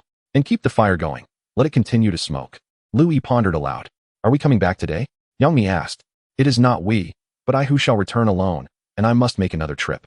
Louis remarked. That cave is quite distant, with no discernible path. One can only force their way through the mountains. If you manage to walk there, it would indeed be a feat. Did you not notice how my trousers have been torn to shreds? Do not think so poorly of me. After all, I have hunted wild boars alongside you, Yangmi countered. Your stamina is insufficient. After a round trip, you would be unable to stand. Louis pondered momentarily before continuing. There is something I wish to formally disclose to you, and I hope you will contemplate it thoroughly. Surely not. What are you about to say? Are you, perchance, going to confess your feelings to me? Yangmi teased with her gaze. Louis had grown somewhat immune to her whimsical behavior and replied earnestly. My physique is unlike that of a common individual. I am aware. Are you not naturally strong? She inquired. No, it is not as simple as that. You mean to say you? Yangmi's expression took on a serious tone, tinged with confusion. Perhaps it is due to the plague. My body has undergone certain mutations. Louis finally revealed. You are a mutant, one whose brain is deteriorating? Surely not. There must be another way. We can consult a doctor, devise a plan together, Yangmi said, her anxiety palpable. Louis remained silent. After a moment, she reached out to lift his shirt. What are you doing? He asked. I am merely checking for any signs of infection. I did not see any yesterday, she replied. I am not a mutant. I might be a variant, Louis clarified. A variant? Yangmi was momentarily taken aback, her hands pausing at his waist. Louis stepped back slightly and adjusted his clothing. It remains uncertain, but my strength and physical abilities have significantly surpassed those of an average person. Additionally, I often experience bouts of anger, sometimes overwhelmed by malicious thoughts. This aligns with the symptoms of a variant, Louis explained. Yangmi paused, seemingly awakening from a trance, and said, No wonder you mentioned your temper had worsened. You were hinting at this. Louis nodded. Moreover, after each meal, I find myself drowsy for an hour or even longer. You are aware of this, correct? I previously believed you had blood sugar issues. I even consulted Dr. Fan. Yangmi murmured. A warm feeling enveloped Louis. Despite her playful demeanor, this woman was intelligent, observant, and caring. She simply lived more authentically and with greater spontaneity. Fortunately, this transformation process may soon conclude. I still appear human and harbor no overt hostility towards humanity, at least not towards you, Louis stated. Indeed, I know. I am aware you would not harm me, nor would you endanger the innocent. I possess keen judgment. Nonetheless, unforeseen incidents could occur. What if I were to succumb to madness, as described in the news? Louis posited. Thus, before embarking on this journey, I must share these truths with you for your safety. It would be prudent for you to remain here until I return. What if those two nefarious individuals come looking for me, and I am not present? Would I then be left to await my demise? Yangmi retorted. Then let's go together. Louis sighed, having expressed all that needed to be said. Do not worry. If you truly lose your mind, I shall awaken you again, Yangmi declared, raising her left hand in a fist. With the burdens of her heart lifted, Louis suddenly felt a great sense of relief. Initially, he had intended to head directly to the concealed cave 5 kilometers away, but Yangmi insisted on returning to the building first, claiming she needed to provide herself with some closure. Reluctantly, Louis accompanied her, hoping to see Jiang Haoran once more. Perhaps this brother yearned for an escape as well. In the valley, members of the Self-Rescue Association, identifiable by the red bands tied around their arms, were everywhere. These individuals had once been refugees, some of whom had resorted to theft and robbery in desperate times, but now they had risen above their pasts. The camp was filled with vibrant new point cards, which they used to exchange for anything that piqued their interest. Any resistance was met with forceful theft or violence. They seemed to have amassed a considerable number of point cards, Yangmi murmured as they walked. After all, they succeeded. Let them harvest points first. For who knows what changes may come tomorrow, Louis remarked.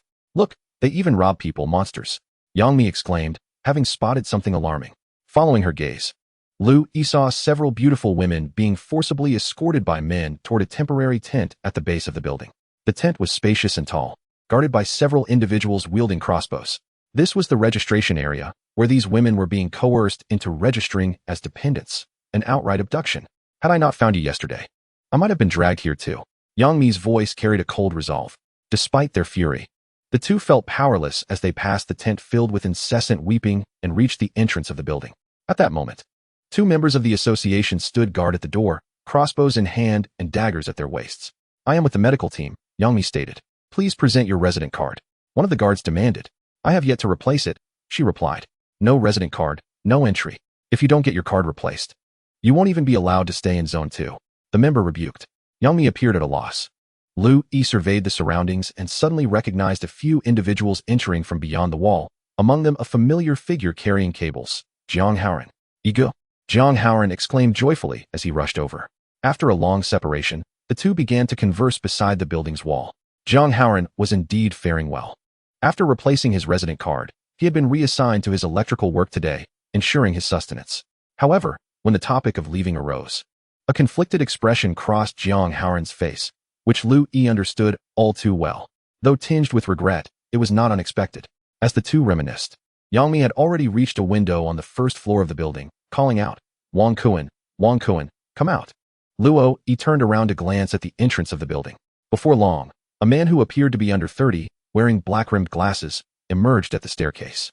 He timidly surveyed the surrounding members of the association, then directed his gaze toward Yang Mi. Are you all right? About yesterday. How dare you ask? This is the second time you've fled. Yang Mi retorted coldly. Me, please don't blame me. What else could I do? The man stammered. It's fine. It's all in the past. I'm here today to publicly confirm something with you. Yang Mi declared. Confirm what? I want to ascertain whether we are still husband and wife. Yang Mi suddenly raised her voice, demanding. Does it really matter? Didn't we agree on this long ago?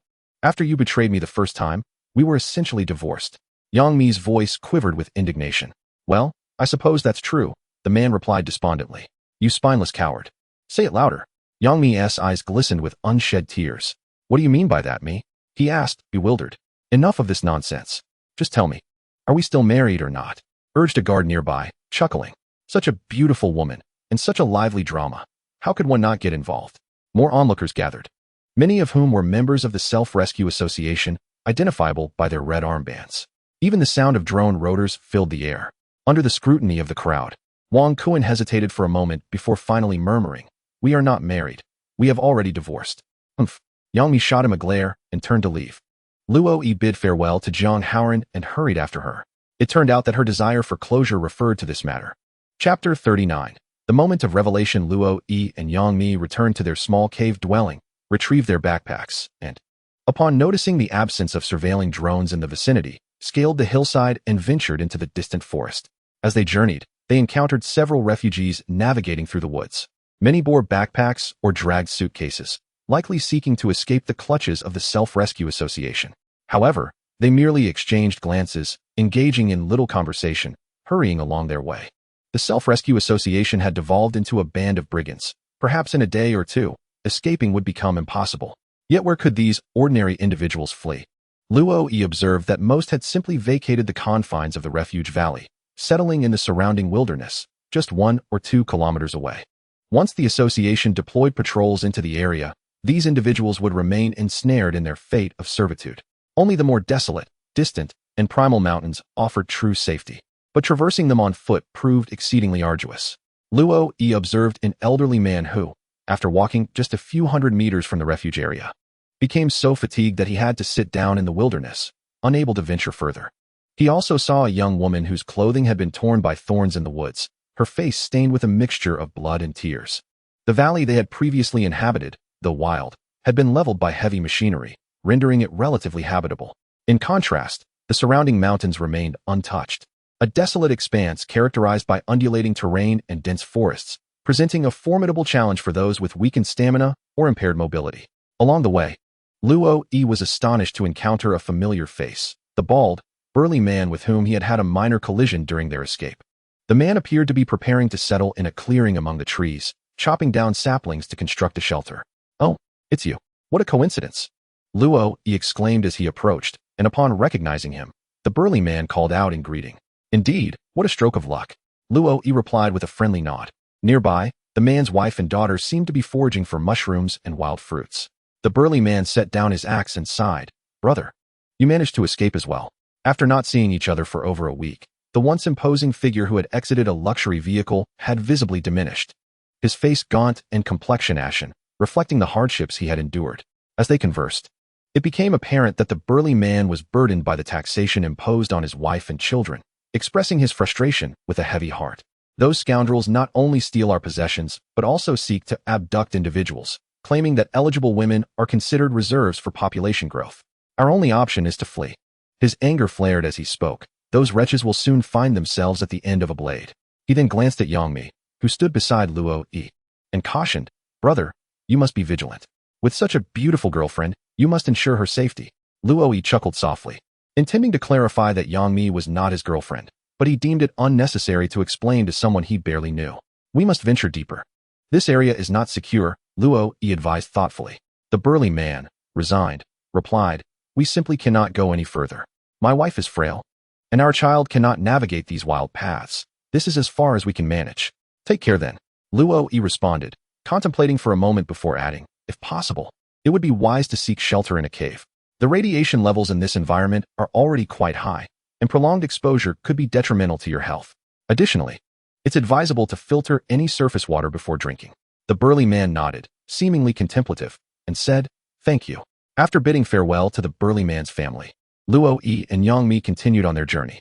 As they passed by the man's daughter, Luo Yi retrieved a box of chocolates from his backpack and gifted it to the little girl, who joyfully ran to her mother.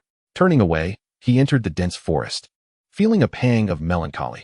For that child, this might represent the last box of sweets she would ever taste.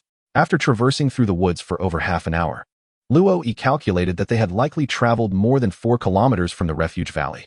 Yangmi, exhausted and breathless, could only rest on a stone, her strength waning. So, do you now comprehend the difficulty of traversing these pathless mountains? Lu Yi inquired with a smile as he stood in the clearing, unloading his backpack. Indeed, it's utterly exhausting. Yangmi gasped in response. There are just 2 more kilometers to go. Let us eat something to replenish our energy. Lu Yi extracted a few pieces of chocolate and handed them to Yangmi. How can you be so composed, not even out of breath? Your stamina is remarkable. Yangmi remarked in awe. Lu Yi nodded, about to respond, when suddenly he heard the sound of branches snapping behind him. Turning to look, he saw 2 men approaching through the woods, each armed with a crossbow and sporting red bands on their arms. As they drew nearer, Lu Yi's brow furrowed. You 2 are quite fast. I had quite the chase. One of the men, in his 20s, called out, panting. The other, also breathless, aimed his crossbow at Lu Yi. Yangmi's voice rang out from behind. These rascals, they were tailing me yesterday. What do they want from us? Can't they hunt in the mountains? Lu Yi calmly asked. Is hunting with such a large pack your intention? You must be trying to escape. You 2 have run farther than anyone else on this journey. Lu Yi frowned, realizing the urgency of their situation. He had anticipated a day or 2 of respite, but the crisis had arrived unexpectedly.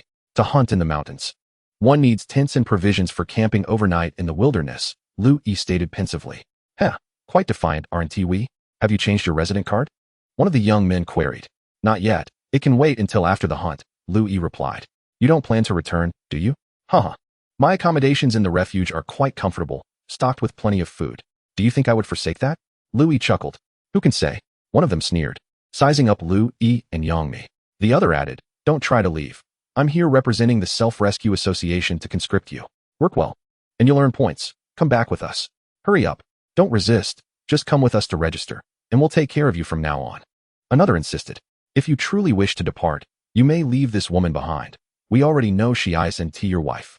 In these chaotic times, she is merely a burden. Let her be with us for a win-win situation. Wouldn't you agree? One man leered. How can you treat us this way? We have left the refuge and Haven T obtained your ridiculous resident card. You have no authority over us. Yangmi stood up, indignantly. The audacity of this girl to claim we have no power. Look, this is what manhood entails. A man raised his crossbow, mimicking an aiming gesture at Yangmi. Another individual swiftly raised his crossbow, ominously declaring, Brother, tread carefully. This man is untrustworthy. If necessary, eliminate him, and we shall take our time with the woman before handing her over. Damn it. I spent the entire night contemplating this. Today, I must have her. These 2 are truly troublesome. Lu Yi sighed, not anticipating that the moment of revelation would arrive so swiftly. Chapter 40. The first frantic battle. In an instant of resolute determination, Lu Yi launched into action. Since his physical mutation, this was nearly his first direct confrontation. Unlike the previous ambush on the wild boar, this time he lacked the advantage of surprise. As he thrust his spear forward, 2 crossbow bolts hurtled toward him. One bolt whizzed past his ear with a sharp whoosh, while he felt a jolt in his chest. He had been struck by the other bolt. Adrenaline surged through him, numbing all sensation of pain, leaving only the primal urge to charge forward.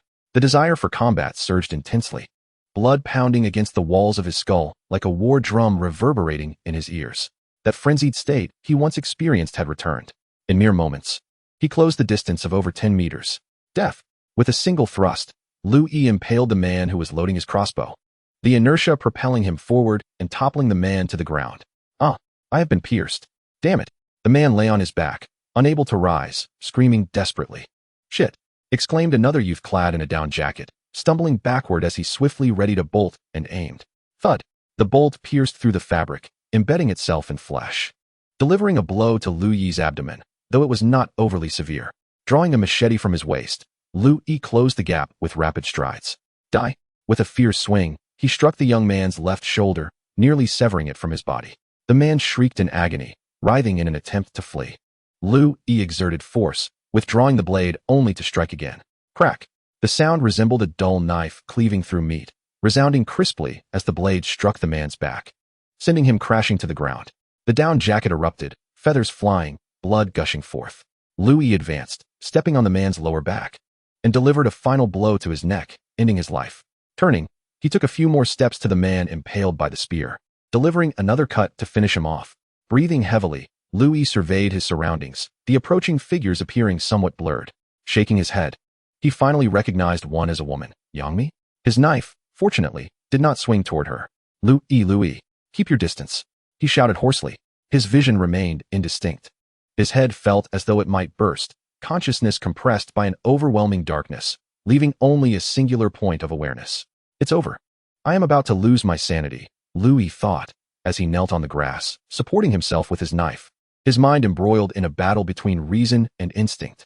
Lu Yi, it's all over now. They have been vanquished. We are safe, came Yangmi's voice from above, slicing through the chaos in his mind like a ray of light, causing him to shudder as the familiar scent of floral shower gel wafted through the air. This fragrance enveloped him like a refreshing stream of water cascading over his head, awakening his senses. Finished? It's all done now. It's just the two of us here, no one else, Yangmi whispered in his ear. Lu Yi gasped for breath. But at last, his heartbeat began to steady, and his breathing became less frantic. After a few moments, clarity returned to his mind, and the confusion before him gradually dissipated. He opened his eyes to a lingering darkness, realizing that Yangmi was cradling his head. Let go of me. I'm fine now, he said. Please, don't move yet. You have arrows in you, Yangmi replied. As his vision cleared, Yangmi stepped back and crouched beside him. You've been struck by 2 arrows, one in your abdomen and the other in your left chest. Please remain still. Let me examine you. Yangmi's voice trembled with concern. At that moment, the adrenaline began to ebb, allowing Lu Yi to finally feel the sharp pain at the sight of the arrows.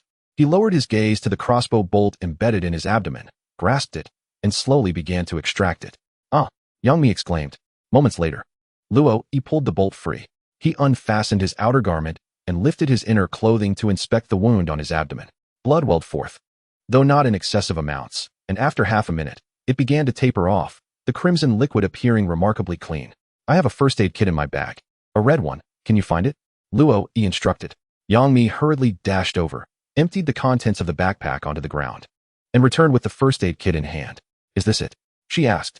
Lu Yi nodded. This was a basic emergency kit commonly found in automobiles, inexpensive and simple. Upon opening it, he discovered a roll of bandage, several pieces of gauze, a roll of medical tape, a handful of cotton swabs, a sterile suture kit sealed in plastic, and a pack of alcohol wipes he had added himself. Can you stitch the wound? Lu Yi inquired. I can only give injections, Yangmi replied anxiously, then added. But I have sewn dolls before. Lu Yi nodded and instructed. Use an alcohol wipe to clean your hands, then stitch me up quickly.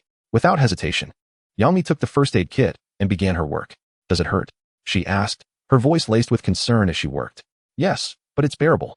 The intensity hasn't fully subsided, so it's not too severe, Lu Yi replied, squinting slightly. Yangmi quickened her pace. All done. How did you manage to do it so quickly? Lu Yi opened his eyes to see that the wound had ceased to bleed, though the stitches were somewhat uneven. The flesh on either side was at least aligned. I mentioned I had sewn dolls before. I stitched several during my school days. But I forgot about that hobby after becoming an actress. Youngmi chuckled softly. Luo exhaled a sigh of relief, nodding with a smile. You truly are a genius. It's a pity you're wasting your talents as an actor. What about the wound on your chest?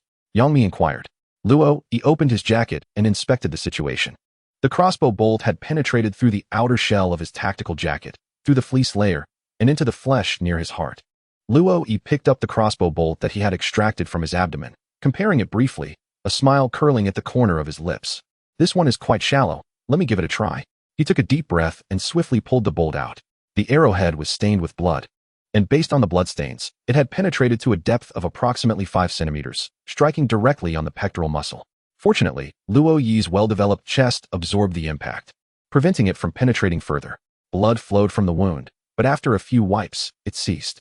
It's really not deep, Youngmi exclaimed with delight, quickly taking up needle and thread to stitch a few times. She then applied gauze from the first aid kit to the wound and secured it with adhesive tape, completing the treatment. You scared me to death when you rushed out just now, Youngmi said, still shaken. Luo nodded, taking a deep, relieved breath, and remarked, This is the first time I've truly understood my combat mode. Strictly speaking, my fight with that man wielding an electric baton was my first. But it didn't escalate to this level of intensity.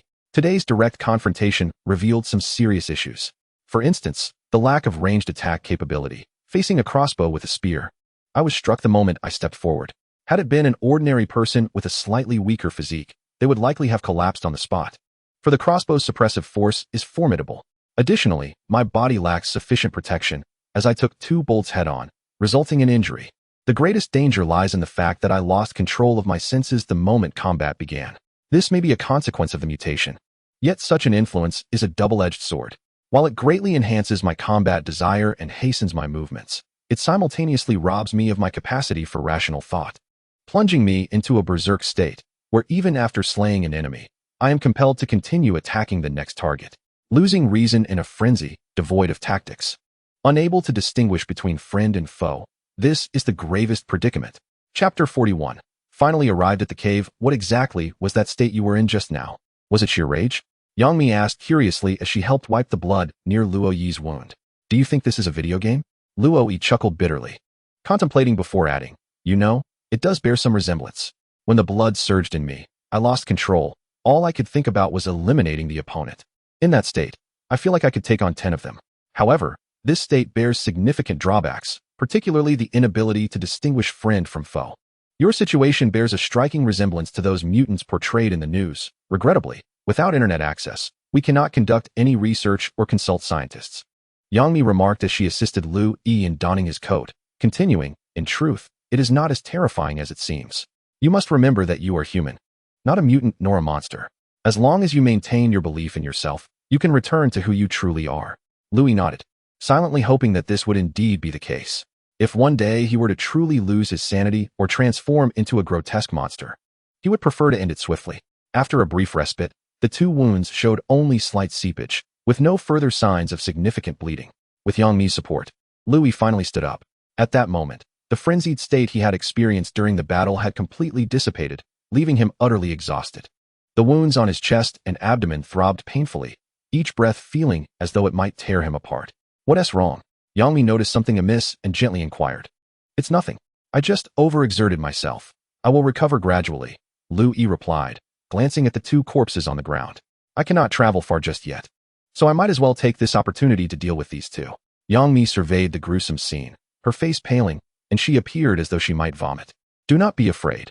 I have killed before, and I did not react as strongly as you, Lu Yi sighed and added, In this world, such incidents will only become more frequent. Please hand me the entrenching tool. Do you intend to dig a grave? Let me do it, she offered.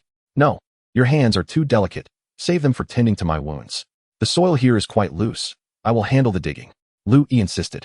We must dispose of these bodies to avoid complications, at least until my injuries are healed. Youngmi picked up the entrenching tool, insisting on digging the grave herself. However, after a few minutes of strenuous effort, she had only managed to excavate a shallow pit not much larger than a basin. Lu Yi chuckled at her attempts before seizing the shovel and taking over. With each swing of the shovel, he felt the strain on his wounds, sending waves of pain coursing through him. Yet, life often presents no alternatives. One must grit their teeth and persevere. Lu Yi continued to dig, undeterred by exhaustion or pain. After more than an hour, he had excavated a substantial pit. He then searched the bodies, stripping them of their clothing, and used a knife to mar their faces before pushing them into the grave. He tossed their clothes, identification cards, red fabric strips, and even some unknown dried meat into the pit, then set it ablaze. The cards on them total over 1,000 points. We can keep those. As for their food, do not eat it haphazardly. It may be poisonous. Lu Yi explained the rationale behind each of his actions to Yang Mi. You seem quite professional, Yang Mi remarked, suppressing her overwhelming fear and disgust, standing a few meters away from the pit with a furrowed brow. Luo Yi shook his head in resignation. I never anticipated this day would come, but if one wishes to survive, one must tread carefully, calculating every move, burying those who could afford us a chance to live. He pondered, will this fire be seen by others? Not a chance, it's far across the mountains, came the reassuring reply. As Luo Yi observed the documents and clothing reduced to ashes, he began to cover the pit with soil, swiftly leveling it. He then unearthed a small sapling nearby, planting it atop the grave, and added some earth with grass beside it, pressing down stones to camouflage the scene. It appeared remarkably similar to the surrounding environment, save for the faint traces of blood on the ground. When the weather warms and the plants sprout, no one will uncover this. If they do not, it matters little. The world has become desolate, a barren wasteland. In truth, what difference does it make whether one lives or dies? Luo Yi sighed. Yang Mi shot him a disapproving glance, retorting, why the negativity? Just a moment ago, you were brimming with lethal intent. Buck up. You still need to lead me to safety. I merely speak from my heart. In this post-apocalyptic world, am I not entitled to a moment of lament? Luo Yi chuckled softly. At that moment, he felt a dampness on his chest and abdomen. Waves of pain caused his muscles to twitch, likely due to the tearing of wounds from intense exertion. Nevertheless, he concealed his discomfort, turning to hoist his pack and continue the journey with Yang Mi. The crossbows from the Self-Rescue Association members were now in their possession, along with 2 makeshift quivers holding 14 bolts. They pressed further north, distancing themselves from the refuge zone, traversing a terrain of jagged stones, mountainous ridges, shadowy valleys, and endless forests. It was only as twilight descended that Luo Yi recognized the familiar stone mountain. Upon arrival, he exhaled deeply, whispering, originally, I could traverse this distance in just over 3 hours alone, but now, with Yang Mi and my injuries, this trek has transformed into a formidable challenge. Thankfully, after more than 6 hours, we have finally made it. Now, Luo Yi had formed a preliminary assessment. An average person would require at least 5 to 6 hours to navigate from the refuge to this cave. While he managed it in half the time, a considerable advantage. Do you think anyone will follow us? Yang Mi inquired. Not for the time being. Traversing this terrain is a taxing endeavor for ordinary folks, not worth the effort. Just look at your own condition, Luo Yi replied with a smile. At that moment, Yang Mi's pants were tattered, her fair skin marred by streaks of blood, and her face bore scratches from branches. She appeared utterly exhausted, nearly collapsing to the ground. Indeed, she laughed, ha. After circumventing the hill, they found the cave entrance as dusk settled in, enveloped by the chorus of chirping birds and the distant roars of unknown beasts. Luo Yi gripped his machete in one hand and raised his phone as a light source in the other, cautiously venturing deeper into the cave. The entrance was somewhat narrow, yet within, it gradually expanded, allowing one to stand fully upright after a few meters. The terrain steadily ascended. Although the stones beneath were uneven, they remained relatively dry, and the air was refreshingly clean, devoid of any foul or unusual odors. After advancing approximately a dozen meters, the two arrived at a spacious area, where the gentle sound of trickling water graced their ears. Under the glow of the phone's light, Lu Yi discovered a slender stream cascading down the rock wall, forming a miniature brook at their feet before flowing through a crevice. This was a spring within the mountains. Here lay the innermost sanctum of the cave. The cavern expanded further, and upon gazing upward, the walls soared about 4 to 5 meters high, with a fissure at the apex from which a whisper of wind seeped through, though it was uncertain whether light penetrated as twilight approached, rendering visibility poor. However, upon confirming the absence of bats above, Lu Yi felt a sense of relief. The surroundings were quite expansive, taking on an irregular elliptical shape, covering roughly several square meters. Beneath their feet, a stone pillar reached up to the cave's ceiling. It was not the damp type of stalactite, but rather a dry rock formation. This cave is quite remarkable. It almost seems as if it has been sculpted by human hands, exclaimed Yang Mi. Perhaps it has been modified by humans. Otherwise, its craftsmanship is truly astonishing. It may also have been abandoned for hundreds of years, and with the ventilation here, no obvious traces remain. Louis speculated while examining the relatively neat cave walls. Can we make our home here? Yang Mi inquired. Yes, but we must exercise caution. Did you notice that low passageway we encountered earlier? It was quite close to the ground, Louis reminded her. I didn't. I was too focused on what lay ahead. Indeed, there was a small opening along the way, one that a person could not squeeze through, but animals could. Who knows what lurks within? Could we be in danger? That sounds frightening, Yang Mi exclaimed in alarm. Louis glanced at her and slowly replied, Relax, familiarize yourself with the crossbow you hold. With this new tool, there is nothing to fear from the creatures of the wild. In this world, the only truly terrifying species is humanity itself. Chapter 42. The first night in the cave, the radiation levels within the cave were remarkably low. In this spacious area at its deepest point, the radiation level was even 0. Louis felt quite content, though his body was beginning to tire.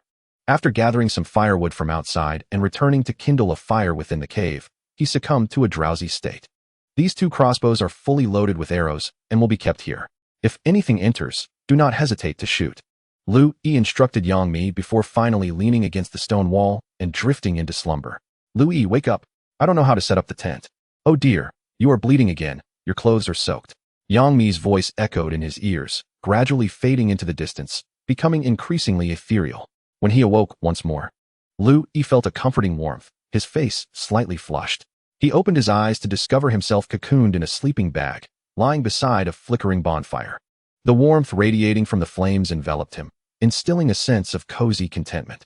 You're awake, Yang Mi exclaimed with delight. Louis smiled, attempting to prop himself up.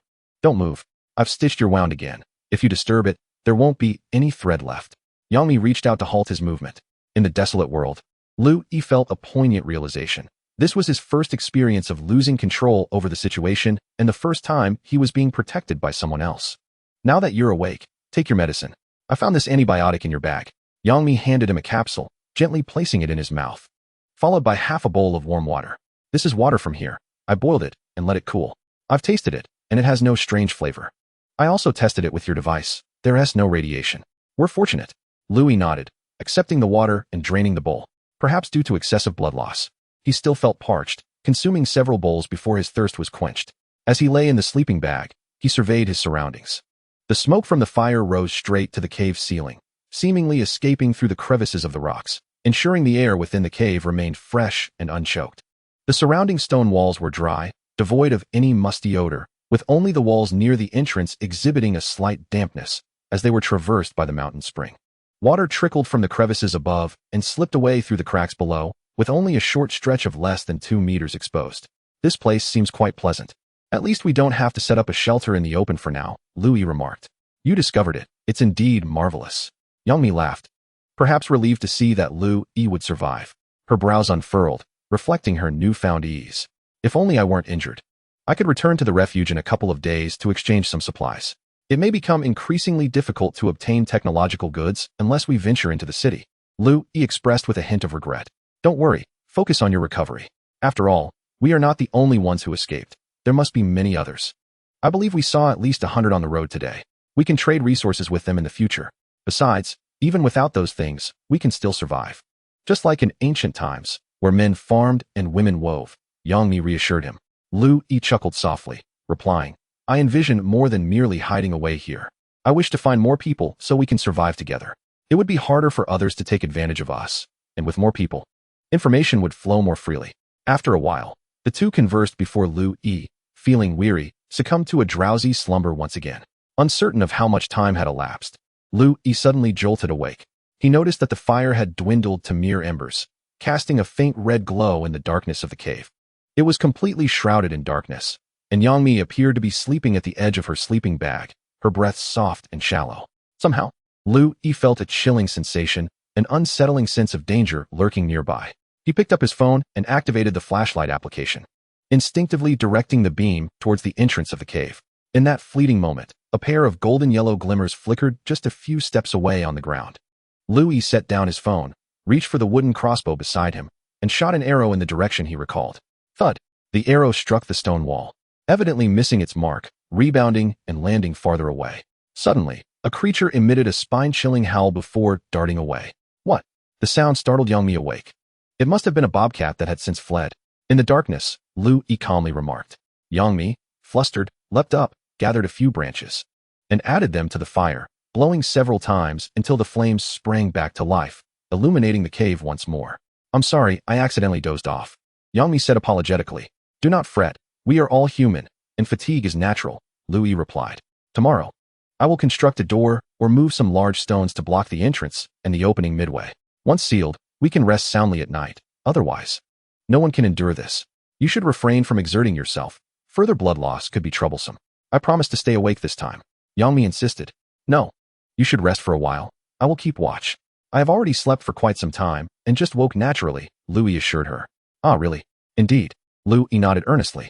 Yangmi sat beside him by the fire for a moment, but eventually succumbed, gradually leaning into her sleeping bag, clearly exhausted from the day's trials.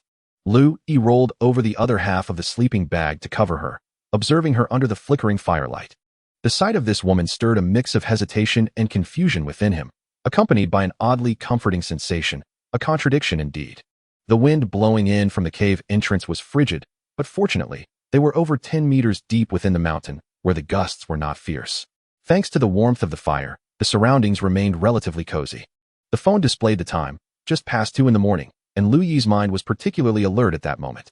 He realized that over the past few days, he had sensed danger more than once. Perhaps this was a mutated ability, akin to that of an animal, even sharper than some creature's instincts regarding peril.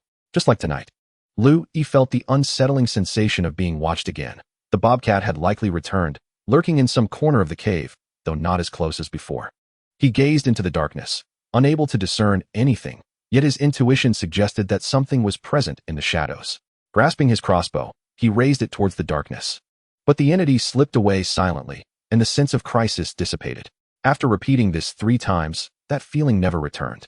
The dawn finally broke, and upon waking, Yangmi was engulfed by a wave of regret.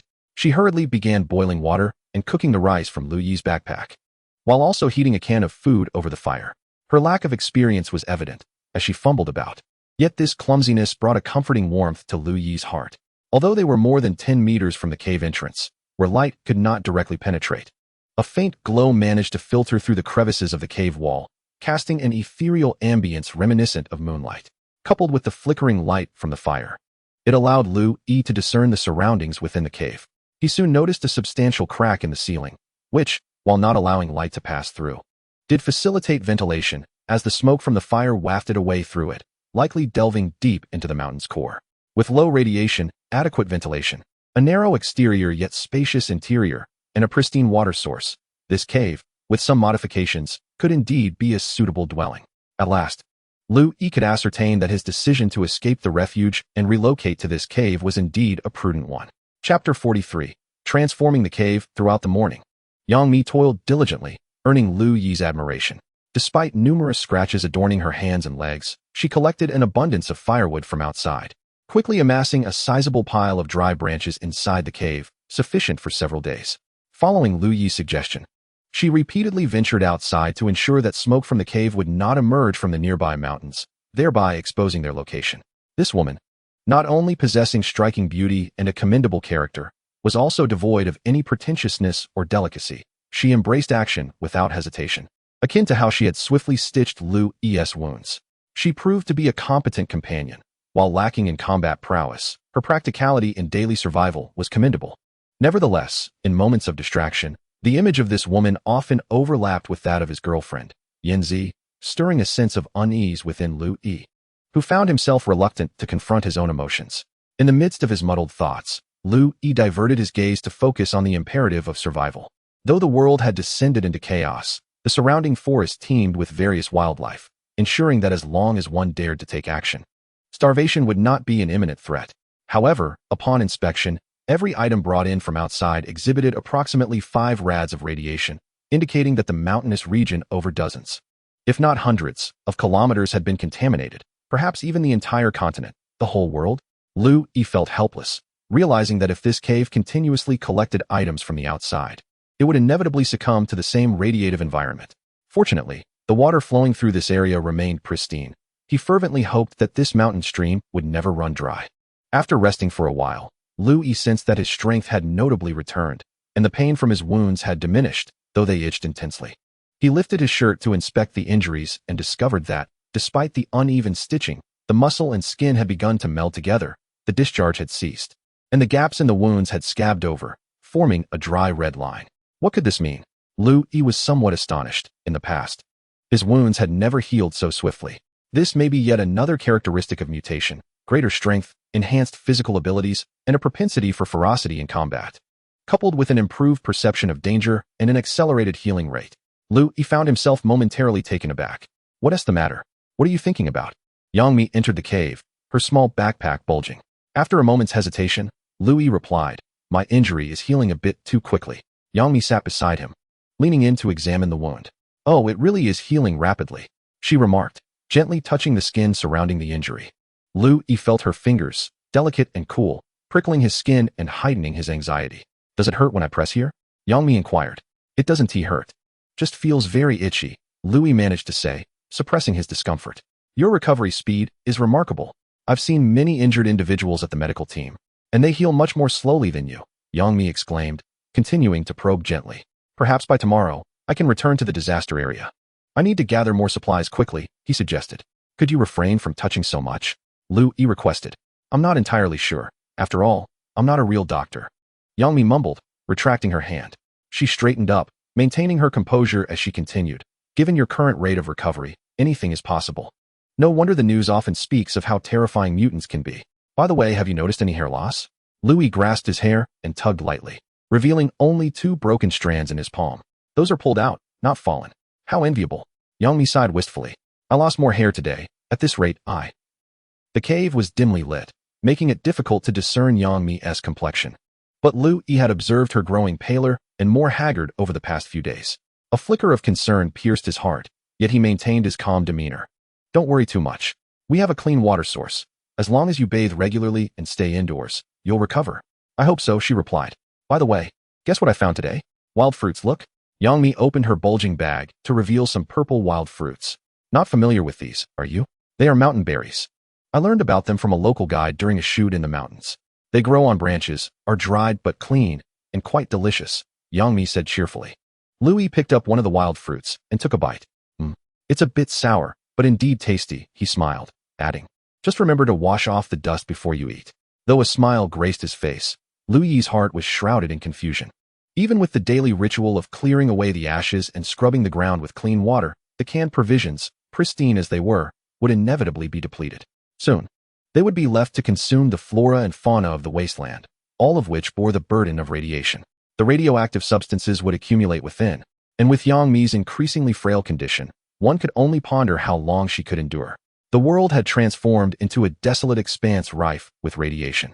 Ordinary individuals would only grow weaker, while perhaps only mutated beings like himself possessed the chance for prolonged survival. In a fleeting moment, Lu Yi was struck by the thought of a shelter. Yes, the underground refuge, isolated from the outside world. It was the only place where ordinary people could hope to survive over the long term. But could he manage to send Yang Mi there? Alas, the shelter had been buried, a sight Lu Yi had observed from a distance. An entire hillside had collapsed, likely the result of the Self-Rescue Association's determined efforts. Mobilizing a significant workforce. "What are you thinking?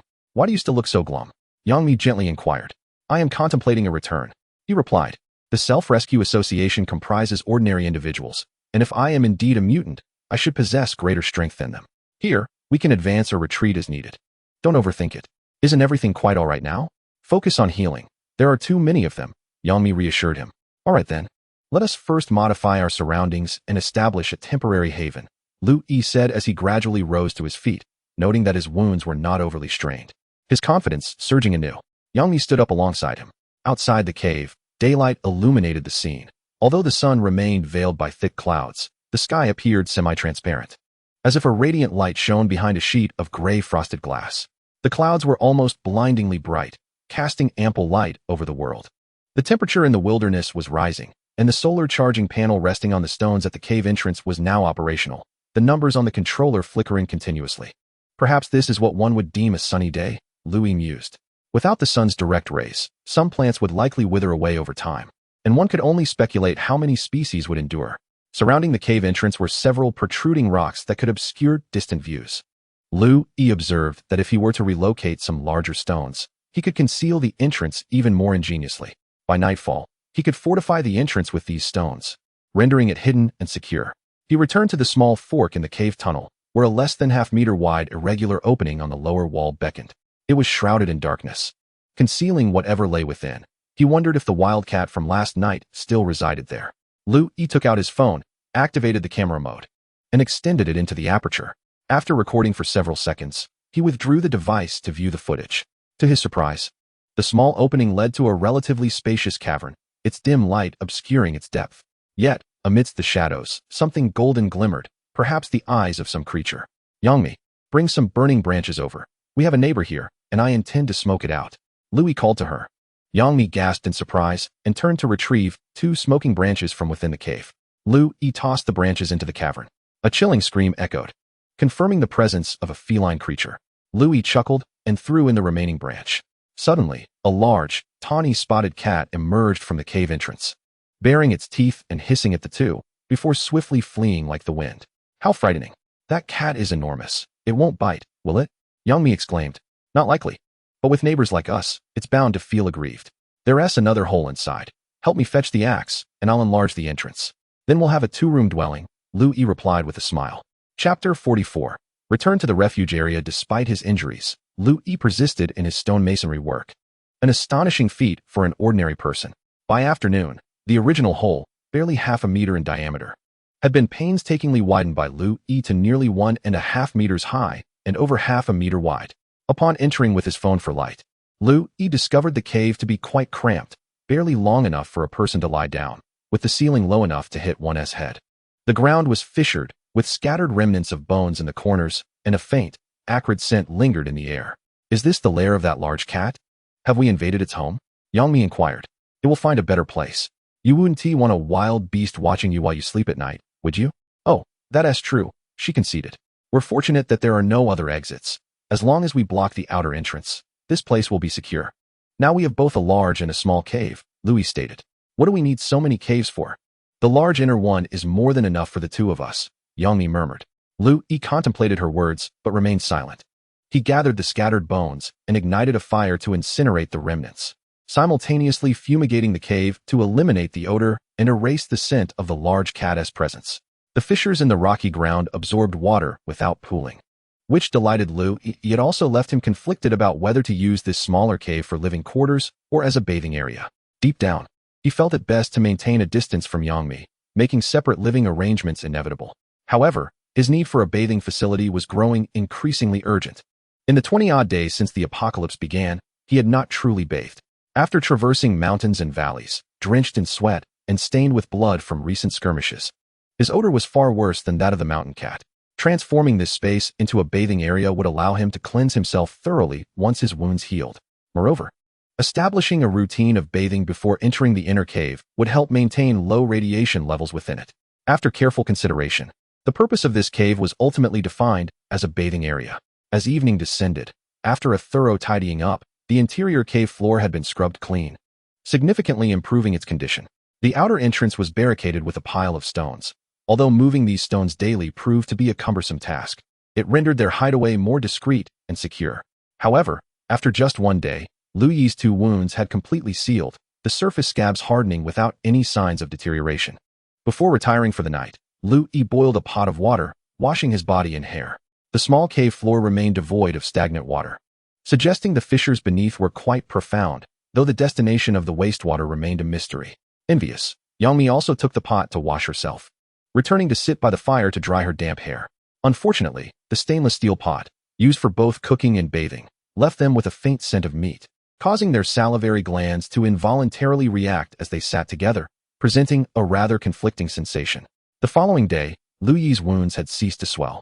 The surface had grown more robust. When he moved his limbs, he felt no severe pain, only a slight itch where the stitches were, and under the influence of antibiotics. There were no signs of inflammation. Today marked the final deadline set by the Self-Rescue Association for renewing residency cards. Failure to do so would prohibit them from openly entering the refuge zone in the future. Liu Yi resolved to return and check. After instructing Yangmi to secure the entrance, he armed himself with a spear and a machete, embarking on the journey back to the refuge zone at dawn. Along the way, many makeshift shelters and wooden cabins had been erected by those fleeing. Nearly no one was pitching tents anymore, likely due to the frigid weather rendering them inadequate against the cold. Upon reaching the outskirts of the refuge zone, Lu Yi finally encountered a few members of the Self-Rescue Association.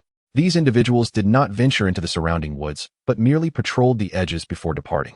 Upon returning to the vicinity of his cave dwelling, Lu Yi was startled to find the door ajar. With people coming and going, members of the association with red cloth strips tied around their arms. "My place has been taken," Lu Yi observed quietly before discreetly leaving.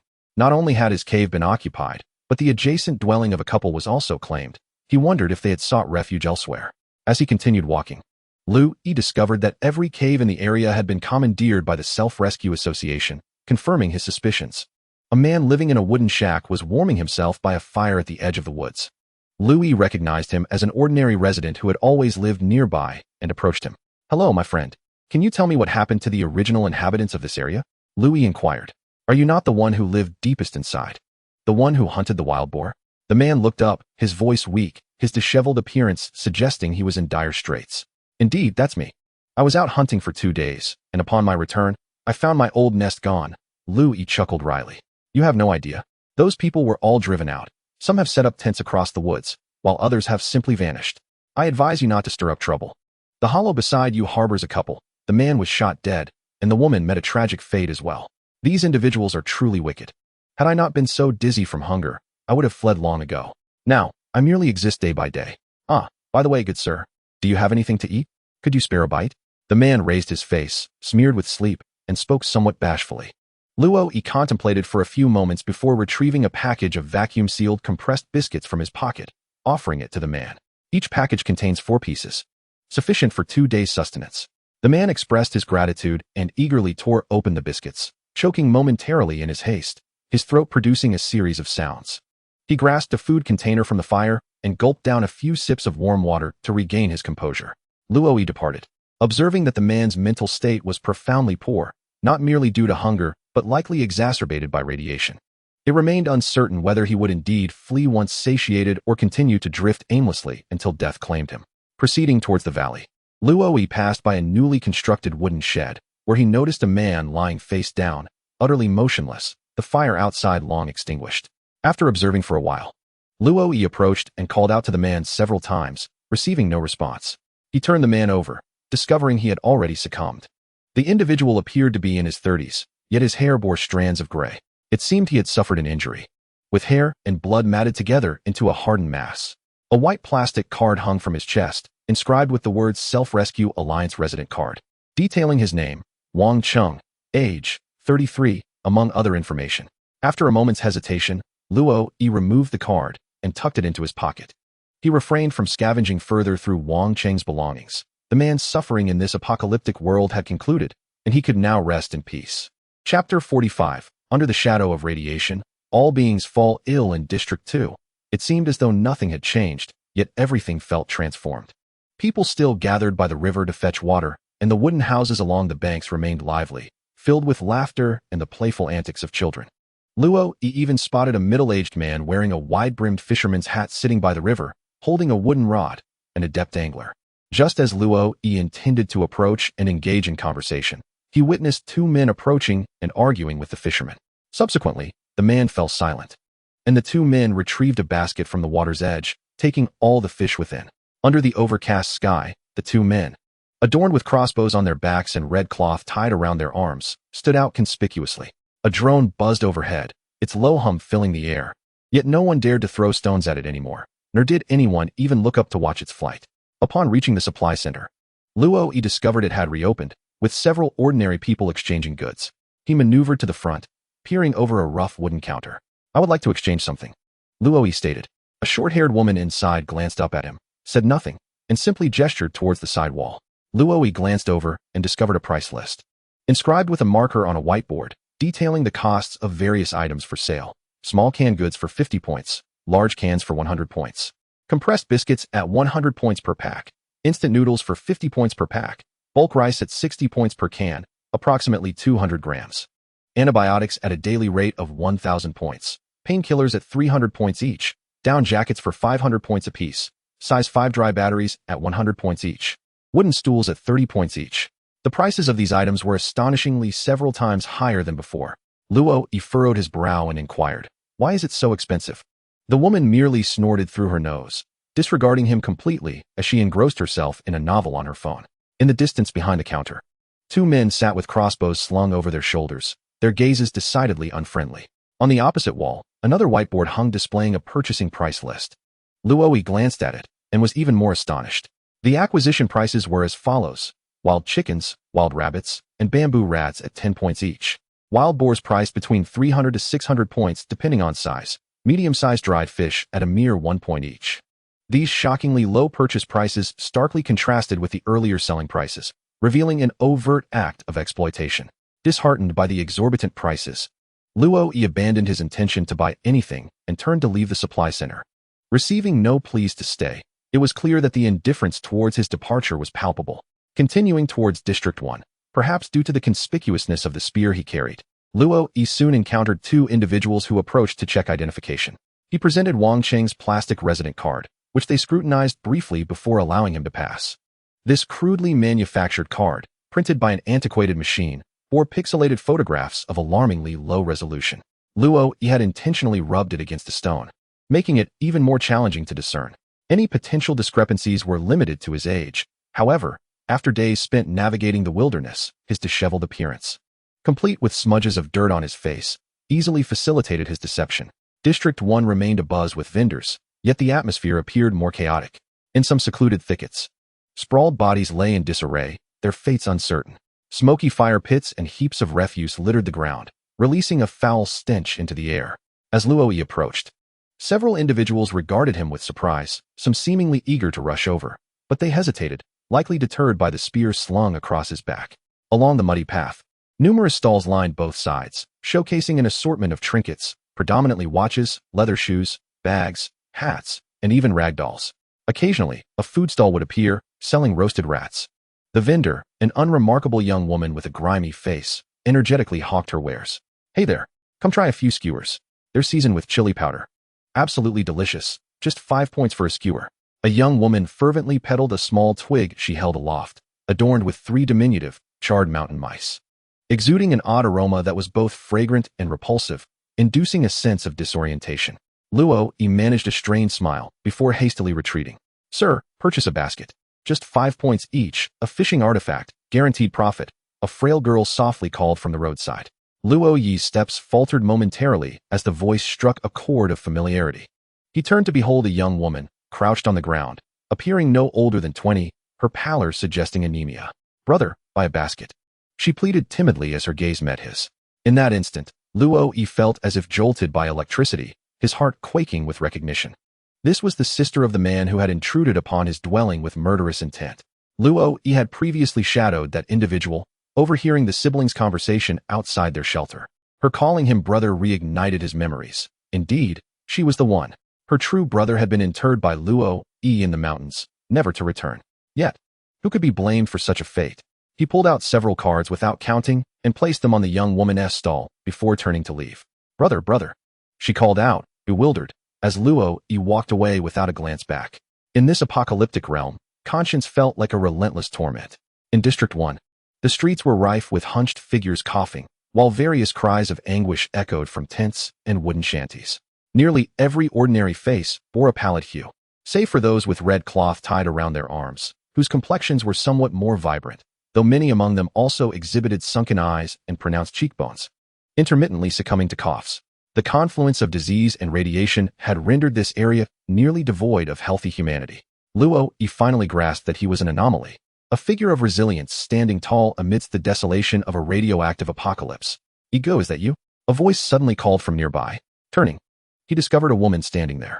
"Ego, it truly is you," she said with a hollow smile. The cold air was biting.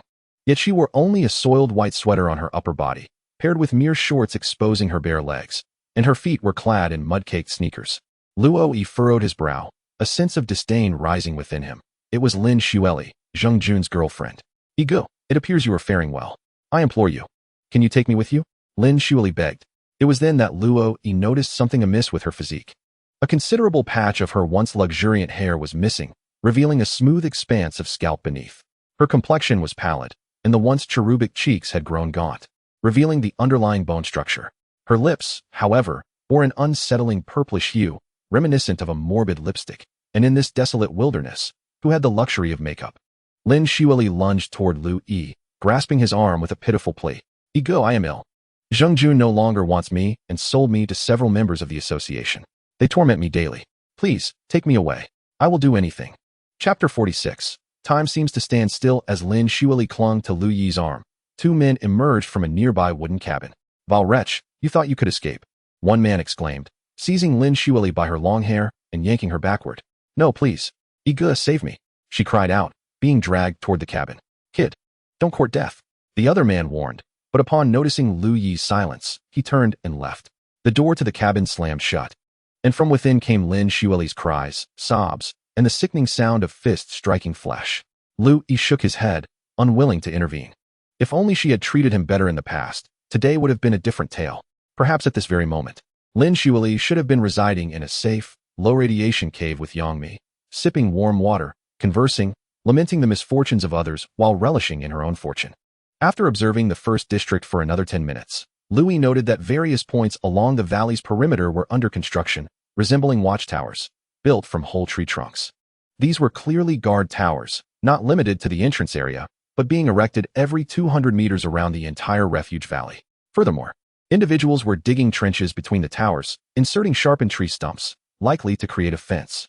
In addition to this, patrols consisting of 5 members of the association were already surveying the valley's outskirts. It appeared that the Self-Rescue Association intended to isolate the entire refuge valley from the surrounding areas. The outer region, marked by a massive concrete wall, had grown silent. Lu Yi observed from a distance that the gate occasionally opened, allowing personnel and vehicles to enter and exit, suggesting that the mutated infectors outside had been eradicated. With the overwhelming advantage of crossbows, it seemed indeed possible to eliminate the threats beyond the wall. The 314 refuge area, distanced from the nearby cities, had become relatively safe after clearing the mutated infectors outside. However, for ordinary individuals, this security came at the cost of significant freedom. Upon returning to the second district, Lu Yi noticed that watchtowers and fences were also being constructed on both sides of the valley.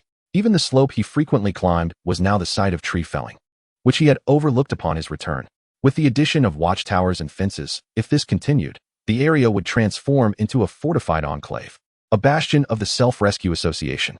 The individuals within are either members of the association or registered residents, those who seek to take advantage of the situation. It may become increasingly difficult for such opportunists to infiltrate in the future. After assessing the circumstances, Lu Yi began to procure supplies with urgency. He successfully acquired a rechargeable camping lantern, significantly improving the lighting within the cave. Unfortunately, the persistent overcast weather rendered sunlight scarce, prolonging the charging time, necessitating a cautious usage in the days to come. He even contemplated crafting candles or oil lamps. He purchased 2 plastic buckets for laundry, alongside a metal bucket intended for car washing, which could be repurposed to heat water for bathing, thus liberating the poor little pot from its duties. Additionally, he secured a sleeping bag, compressed towels, portable soap, disposable dental kits, and other essential items, knowing that such acquisitions would become increasingly challenging. Lu Yi bought several of each, along with a substantial roll of transparent tape. Regrettably, the current prices were exorbitant. The points card he had salvaged from 2 members of the Self-Rescue Association amounted to fewer than 1,000 points. After purchasing these modest items, little remained in his account. He then encountered a stall selling outdoor construction tools, where he could only afford a single chisel. Later, his gaze fell upon a vendor offering armor, which sparked his envy. The armor, crafted from tire scraps and reinforced with thick metal plates at the chest and abdomen, promised protection against crossbow bolts. Alas, such a wasteland-style armor, fashioned from automotive components, demanded a staggering 10,000 points. It appeared he would have to devise a plan for the future.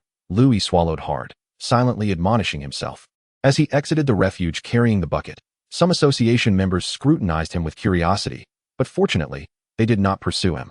Today marked the final day for exchanging resident identification cards, and the valley remained somewhat chaotic. Upon presenting his white card, he was granted passage. After a considerable trek, Lu Yi returned to the stone cave before nightfall. That evening marked the first time since his escape that he enjoyed a hot bath.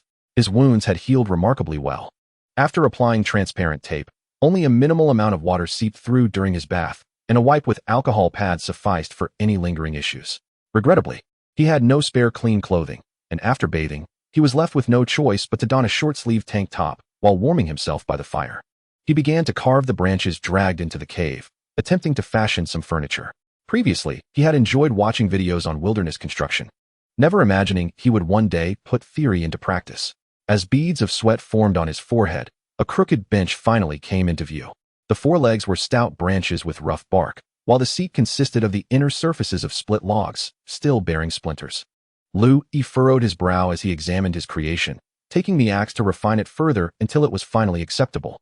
At that moment, Yang Mi approached, one hand holding the camping lantern and the other a plastic bucket. She retrieved several pieces of clothing from the bucket and spread them out on the pile of firewood. Lu Yi looked up in surprise and exclaimed, "Why did you wash all my clothes?" "I saw they were very dirty, so I washed them." She replied, "Don't worry. If we can't do it tomorrow, we can manage the day after." Yang Mi calmly remarked, shaking her damp hair, "Thank you, but I will wash it myself from now on." After uttering this, Lu Yi hesitated, his thoughts unspoken. The dynamics between him and Yang Mi felt increasingly peculiar, with boundaries blurring between them. What was the nature of their relationship? "It's nothing much. Friends are meant to help each other, right? You could help me wash as well," Yang Mi replied. The items Yang Mi had carelessly tossed into the corner were not merely garments. Lu Yi, at a loss for words, merely lowered his gaze, continuing to scrutinize the unsightly little stool. "Oh, you made a stool? Let me try it," Yang Mi exclaimed, seizing the stool and gleefully sitting down. Creak. The stool collapsed, and Yang Mi tumbled to the ground. "Oh my," she cried out, rising with a frown while rubbing her back, but moments later, laughter erupted from her lips. "Ha ha." Lu Yi joined in her mirth. The campfire crackled, branches sizzling from the heat. In the wilderness, alongside a beautiful female companion, with hot porridge in a pot and steaming cans of beef and luncheon meat by the fire, they could enjoy warm showers in a secure campsite, free from thoughts of tomorrow's work or worldly troubles. This was the freedom that so many city dwellers had once yearned for. In this moment, time seemed to stand still. Alas, how wonderful it would be if this were not the end of the world. Chapter 47. Only the fittest survive outside the cave. The chill was palpable. Lu Yi, clad only in long pants and a short-sleeved vest, was drenched in sweat, mist enveloping him. On the 6th day post-injury, the scab on his wound was loose enough to be picked off, revealing firm, dry flesh beneath. The wound had completely closed, leaving only a red, serpentine scar after the stitches were removed. After an initial shock at his remarkable healing speed, Lu Yi had come to accept it. Now, in a woodland clearing outside the cave, he practiced spear throwing at a bundle of branches 20 meters away. The spear flew from his hand with a whoosh, piercing the bundle and scattering the branches apart. "Excellent," Yang Mi cheered, clapping her hands in delight. After 3 days of rigorous practice, Lu Yi's accuracy at this distance had risen to an impressive 90%. The beautifully patterned steel spear wielded by him was immensely powerful, capable of piercing through trees as thick as a bowl. However, the captured wooden crossbow felt remarkably light in Lu Yi's hands, with just a small amount of force. He snapped the bow arm, destroying one crossbow and injuring his arm with splintered wood. Fortunately, it was merely a superficial wound. The remaining crossbow would serve as a toy for Yang Mi. After some practice, she had managed to hit a large tree within 10 paces with about 50% accuracy. Though her strength was insufficient to fire more than 2 or 3 shots before her arm ached too much to draw the string again. The nature of such a weapon is that while its lower limits are weak, its potential for power is substantial.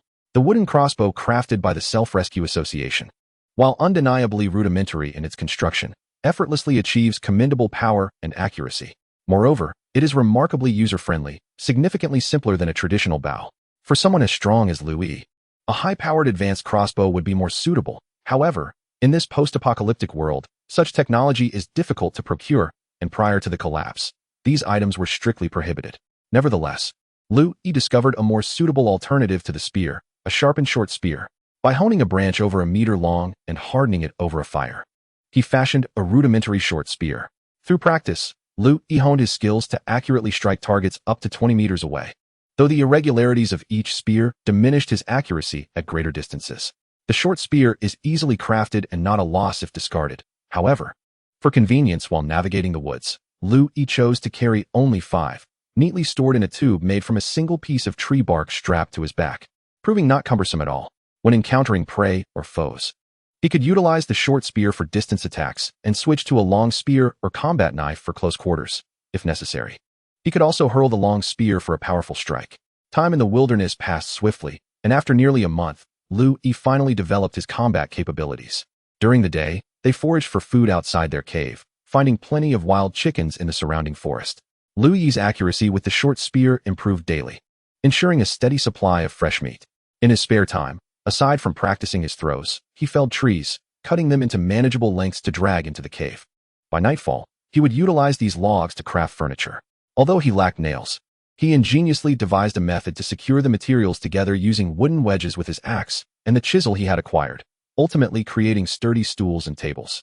Though rudimentary, they were solid enough to prevent collapse, allowing them to dine without sitting on the ground. 2 wooden frames made from thick branches were placed against the cave wall, serving as storage for their supplies, clothing, and food. As night descended, the cave entrance was sealed with a large stone, and a campfire flickered warmly within. A charged camping lantern, tethered to a stone pillar by a thin cord, emitted a bright white light. On a makeshift table, 2 porcelain bowls steamed invitingly.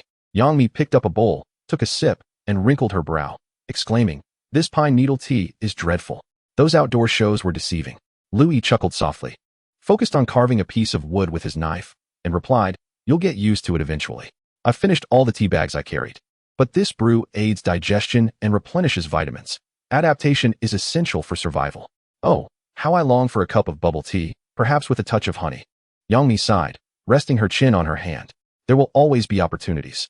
I glanced at the map on my phone. Although it lacked real imagery, I estimated that if I traversed the mountains behind us and continued north for over 20 kilometers, there should be a small town.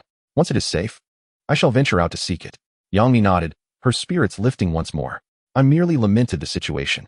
In truth, things are not so dire at present. Certainly more favorable than for those trapped in the refuge. I wonder how they are faring now. Not well. I returned to the outskirts of the refuge yesterday and witnessed many laboring to repair the fences.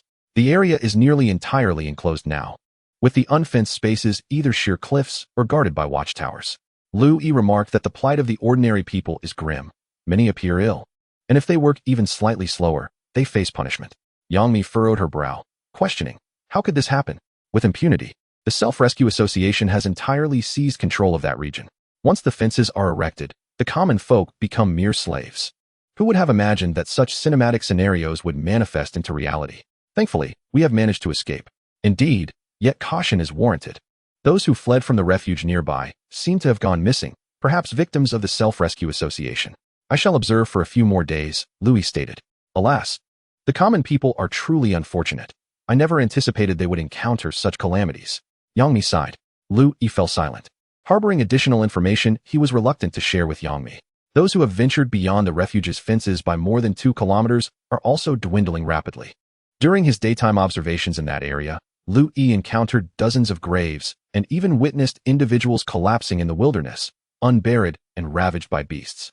Cold, hunger, disease, combined with homelessness, lack of medical care, psychological strain, and the omnipresent radiation, are swiftly leading those stranded in the wild to illness and death.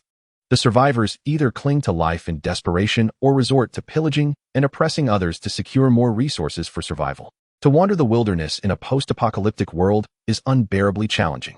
Even in times of peace, survival in the wild is not a pastoral dream, but rather a formidable test of physical constitution, endurance, skill, and fortune. A mere rain can bring even the most robust survival expert to succumb to illness without medication. It may escalate into a severe condition, necessitating a call for rescue teams. But now, in this apocalyptic age, there are no rescue teams. And the vast majority are not survival experts. Their futures are nearly devoid of hope.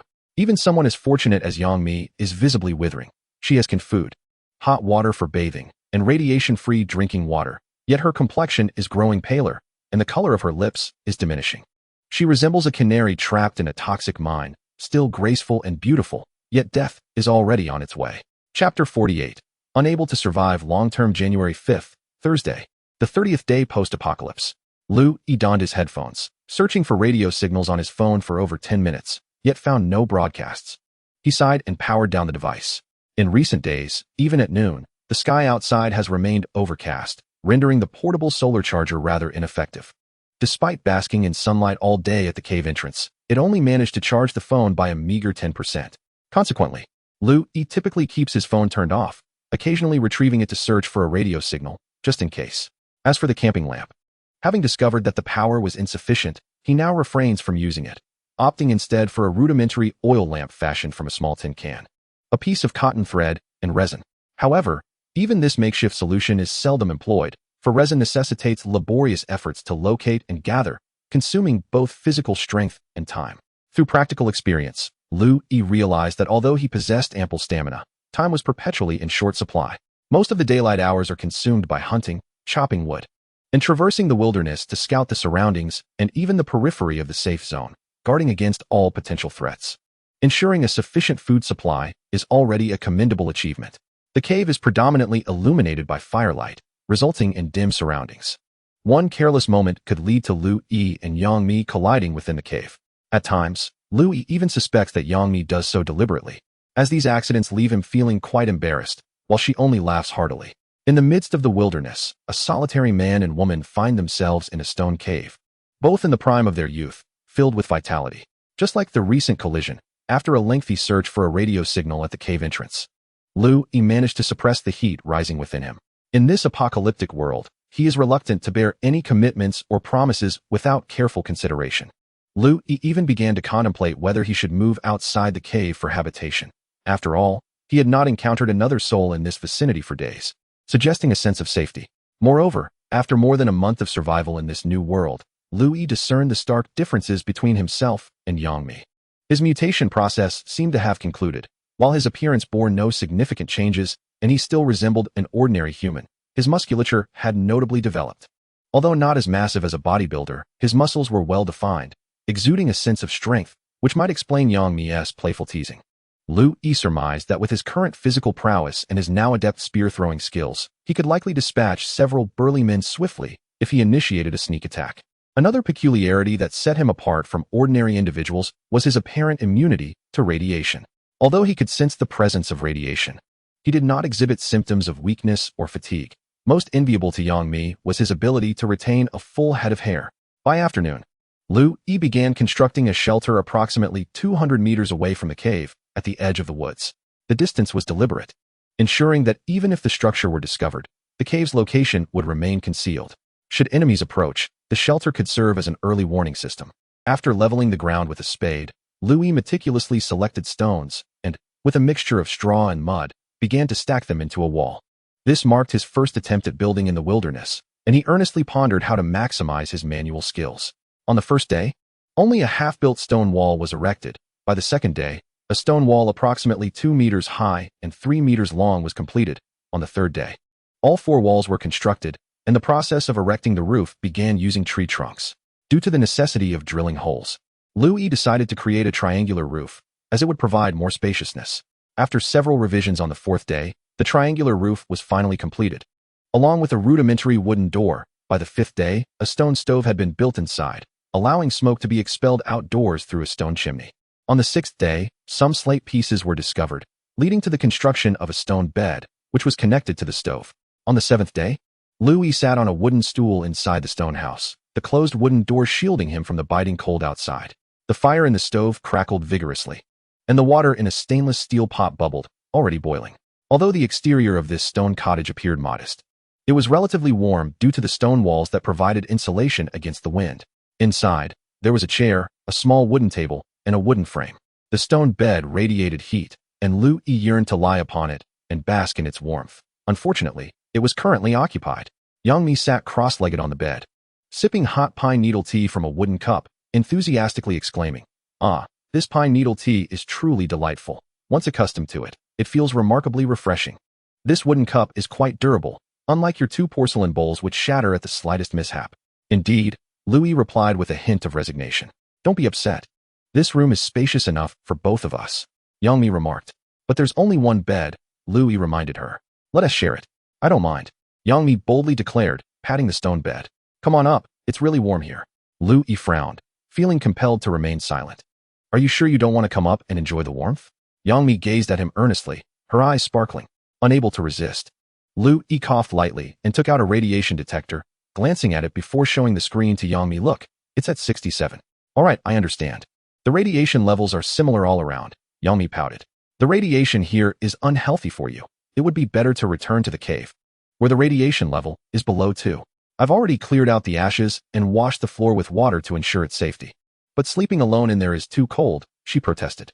"I will go and build a stone stove for you and create a heated bed, if that is acceptable. However, the airflow in the cave is poor, so we must ensure proper ventilation. You know the air in the cave is not good, yet you want me to go back? Yang Mi questioned. After all, it is a low-radiation environment. Then you can come back to sleep too. I am exposed to radiation. You can take a shower. Is it that I am not attractive enough? Why are you silent? Inadvertently, the nature of their conversation had shifted, leaving Lu Yi utterly speechless. Having a clingy teammate like Yang Mi has left him feeling overwhelmed. Perhaps her affections for him are genuine. Or perhaps the harsh realities of the post-apocalyptic world have left her feeling insecure and dependent on others. It dawned on Lu Yi that his own fears might be at play, a fear of possessing anything that could ultimately be lost. Enough of that. I was just joking. And look how you reacted. Yang Mi finally chuckled mischievously. Lu Yi managed a wry smile, feeling parched and at a loss for words. Ah, what a bother. The world has come to an end, and each day is shrouded in darkness. Yang Mi's voice turned troubled. The carefree spirit she once had seemingly vanished. I wonder when my time will come, but I must thank you for saving me. Don't say that, Lu Yi replied calmly. Though a tinge of sadness crept into his heart, Yang Mi smiled gently, cradling a cup of pine needle tea, and continued, lately, I've been plagued by nightmares. Each time I awaken, I'm grateful to be alive, truly fortunate. I hope this luck continues. It will, just have faith. Lu Yi encouraged with a smile. Thank you. Yang Mi took a deep breath, rising from the stone bed and slipping her feet into her shoes. I'm off now, won't bother you any longer, she said with a smile, moving to the door but turning back to add, remember to stoke the fire for me, don't let me wait too long. I've been feeling increasingly cold. Lu Yi nodded, and Yang Mi, with a satisfied smirk, opened the door and left. Sitting alone in the stone house, Lu Yi felt a sense of disorientation. He suddenly realized that there were unspoken truths that Yang Mi likely understood. In this desolate wilderness, the radiation grew more severe, and ordinary people, like wild grass in a frigid wind, were losing their vitality. Yang Mi was not immune to this curse of the wasteland. Her health was deteriorating. She could not survive much longer. Chapter 49. Seeking solutions. The fire pit in the depths of the cave was soon built and radiated warmth. Yang Mi lay upon it, visibly pleased, chatting with Lu Yi until her eyelids grew heavy, and she gradually succumbed to slumber, curling up in the sleeping bag he had recently purchased. Don't go. Stay with me, she murmured before drifting off. Lu Yi felt a sudden pang in his heart, overwhelmed by a profound sense of fatigue. As if he had lost all strength. Yang Mi must be unwell. In the past few days, she had barely eaten and complained of exhaustion, her health seemingly collapsing overnight. Unfortunately, Lu Yi was not a medic and could not make an accurate assessment. He felt utterly helpless. In the wasteland, there was nowhere to escape. Perhaps these were early symptoms of radiation sickness, or perhaps she had contracted something. Yet, what could one do in the wilderness? It had been about a month and a half since they entered the refuge, and he had found such a teammate, yet she resembled a frail canary, as if she could not be sustained. If she were still in the refuge, alongside the medical team, would her condition improve? Yet, remaining there might entangle her with those brigands, perhaps worsening the situation. Lu Yi pondered for a prolonged period, feeling utterly at a loss, and could only stay by Yang Mi's side, spending another night beside the fire in the cave. January 15th, Sunday. He opened his phone to search for radio signals. But the headphones only emitted static, as if all human civilization had vanished completely. The calendar on his phone indicated that today marked the Little New Year, with only a few days remaining until the Spring Festival. For reasons unknown, gazing at the calendar filled Lu Yi with a surge of sorrow and rage, threatening to bring tears to his eyes. What is it? A gentle voice inquired from behind. Lu Yi closed his eyes, allowing his emotions to settle, then turned around. The morning light at the cave's entrance illuminated Yang Mi's pale face. Her expression was serene, almost enchanting at that moment. I was just thinking. It's been days since I had wild boar meat. I crave roasted ribs intensely, Lu Yi said with a smile, aware that his gaze betrayed a hint of melancholy. Thankfully, he stood with his back to the light, hoping Yang Mi would not notice. That sounds wonderful. I want some too, Yang Mi replied with a smile, moving closer to stand beside Lu Yi, gazing out of the cave. I slept so well last night. I feel much better now. You need not worry. Go find a wild boar. In the past couple of weeks, no outsiders had ventured into this mountainous forest, leading Lu Yi to believe that this place was safe. By morning, he equipped himself with a spear and a bark tube containing 5 short spears, along with an empty backpack, and set off once more. Along the way, Lu Yi encountered a herd of wild boars. Yet he refrained from attacking them and continued on his journey. His objective for the day was the refuge. He hoped to find the medical team, as there might be a solution for Yang Mi's condition. After traversing through the dense forest for over 2 hours, he arrived at the resting place of the burly man and discovered a rudimentary wooden cabin had been erected. It was quite low, Yet the exterior was coated with a thick layer of mud, likely to shield against environmental radiation. Approaching the cabin, Louis noticed a fresh mound of yellow earth nearby, suggesting it had been erected recently. "Who are you?" A burly man emerged from the cabin, wielding an axe. "Brother, it's you." The man set down his axe and politely nodded towards Louis, attempting a smile, but only managing a rueful grimace. Louis nodded back and asked, "What's wrong?" The burly man paused before responding. "My wife encountered some bad people." "I'm sorry to hear that," Louis replied. "Ah, it's happened. It's fate," the burly man said, a sorrowful expression overtaking his features. As they spoke, a girl appeared at the cabin's entrance. Upon seeing Louis, she seemed eager to approach, yet hesitated shyly. Duo, come here. What do you remember to say when you see your uncle?" the burly man called to the girl. "Thank you, brother," the girl, named Duo, replied softly. "How improper." "It's uncle," the burly man corrected her. Duo fell silent, her large, watery eyes blinking as she hid by the doorframe. Calling him brother was indeed appropriate. By local custom, the unmarried are addressed as older siblings. And Duo had not erred. Louis chuckled. The burly man smiled helplessly and expressed his gratitude, saying, "The chocolates you gave the child last time, she adores them." "Thank you." It was merely a box of candies, nothing significant. Louis waved his hand dismissively. "Brother, we've met several times, yet I am unaware of your name." "I am Liao Ping," the robust man replied, extending his hand. "I am Louis." They shook hands. After some conversation, Louis learned that Liao Ping had served in the military. After his discharge, he attempted to start a business with his resettlement funds, but he faced continual failures. It was only after venturing into the cable business that he began to find financial stability. However, just as prosperity graced him for a few years, calamity struck. He spent a fortune on 3 tickets to the refuge, only to encounter relentless misfortune, including the loss of his wife. Liao Ping did not divulge the specifics of his wife's fate, yet his eyes betrayed an inescapable sorrow and simmering anger. While they conversed, the girl Duo emerged from the house with an object, preoccupied with it. Louis glanced over and was startled to discover that it was a crossbow. Duo, do not play with that. Put it back." Liao Ping admonished loudly upon realizing the situation. Startled, Duo stood up, fidgeting nervously with her fingers. Liao Ping approached, returning the crossbow to the house, and Louis noticed a hint of tension in his demeanor upon his return. "That thing is rather dangerous. It should indeed be stored away," Louis remarked with a smile, feigning curiosity. "Where did you acquire it?" Members of the Self-Rescue Association seemed to possess one each. "It's not something easily obtained by the average person." I bought it," Liao Ping responded. "I wish to procure one as well. Who should I approach?" Louis continued his inquiry. After a moment of silence, Liao Ping replied, "If you desire it, I will gift you this one, though possessing such an item may lead to complications." Louis smiled kindly. "No, that's all right. This object is quite fragile. I had one before, and it accidentally misfired, causing me a small injury."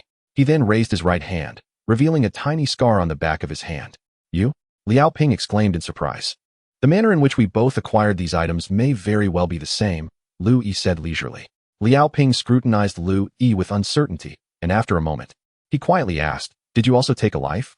Louis shook his head, causing Liao Ping's expression to shift dramatically as he stepped back. "I took 2 lives," Louis confessed. "What?" Liao Ping was initially startled, but then laughed in relief. "You gave me quite a scare, huh?" Both men chuckled heartily. As their conversation continued, they discovered shared topics of interest, allowing for a more relaxed exchange, and Louis began to grasp the broader narrative of Liao Ping's experiences. A few days prior, Liao Ping's wife ventured into the woods with their daughter to gather dried fruits, only to encounter a man from a self-rescue association who violently assaulted them.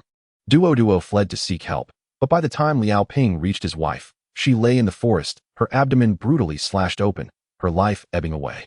Overwhelmed with grief and rage, Liao Ping seized an axe and hastened towards the refuge area, pursuing a man armed with a crossbow, who bore scratches upon his face.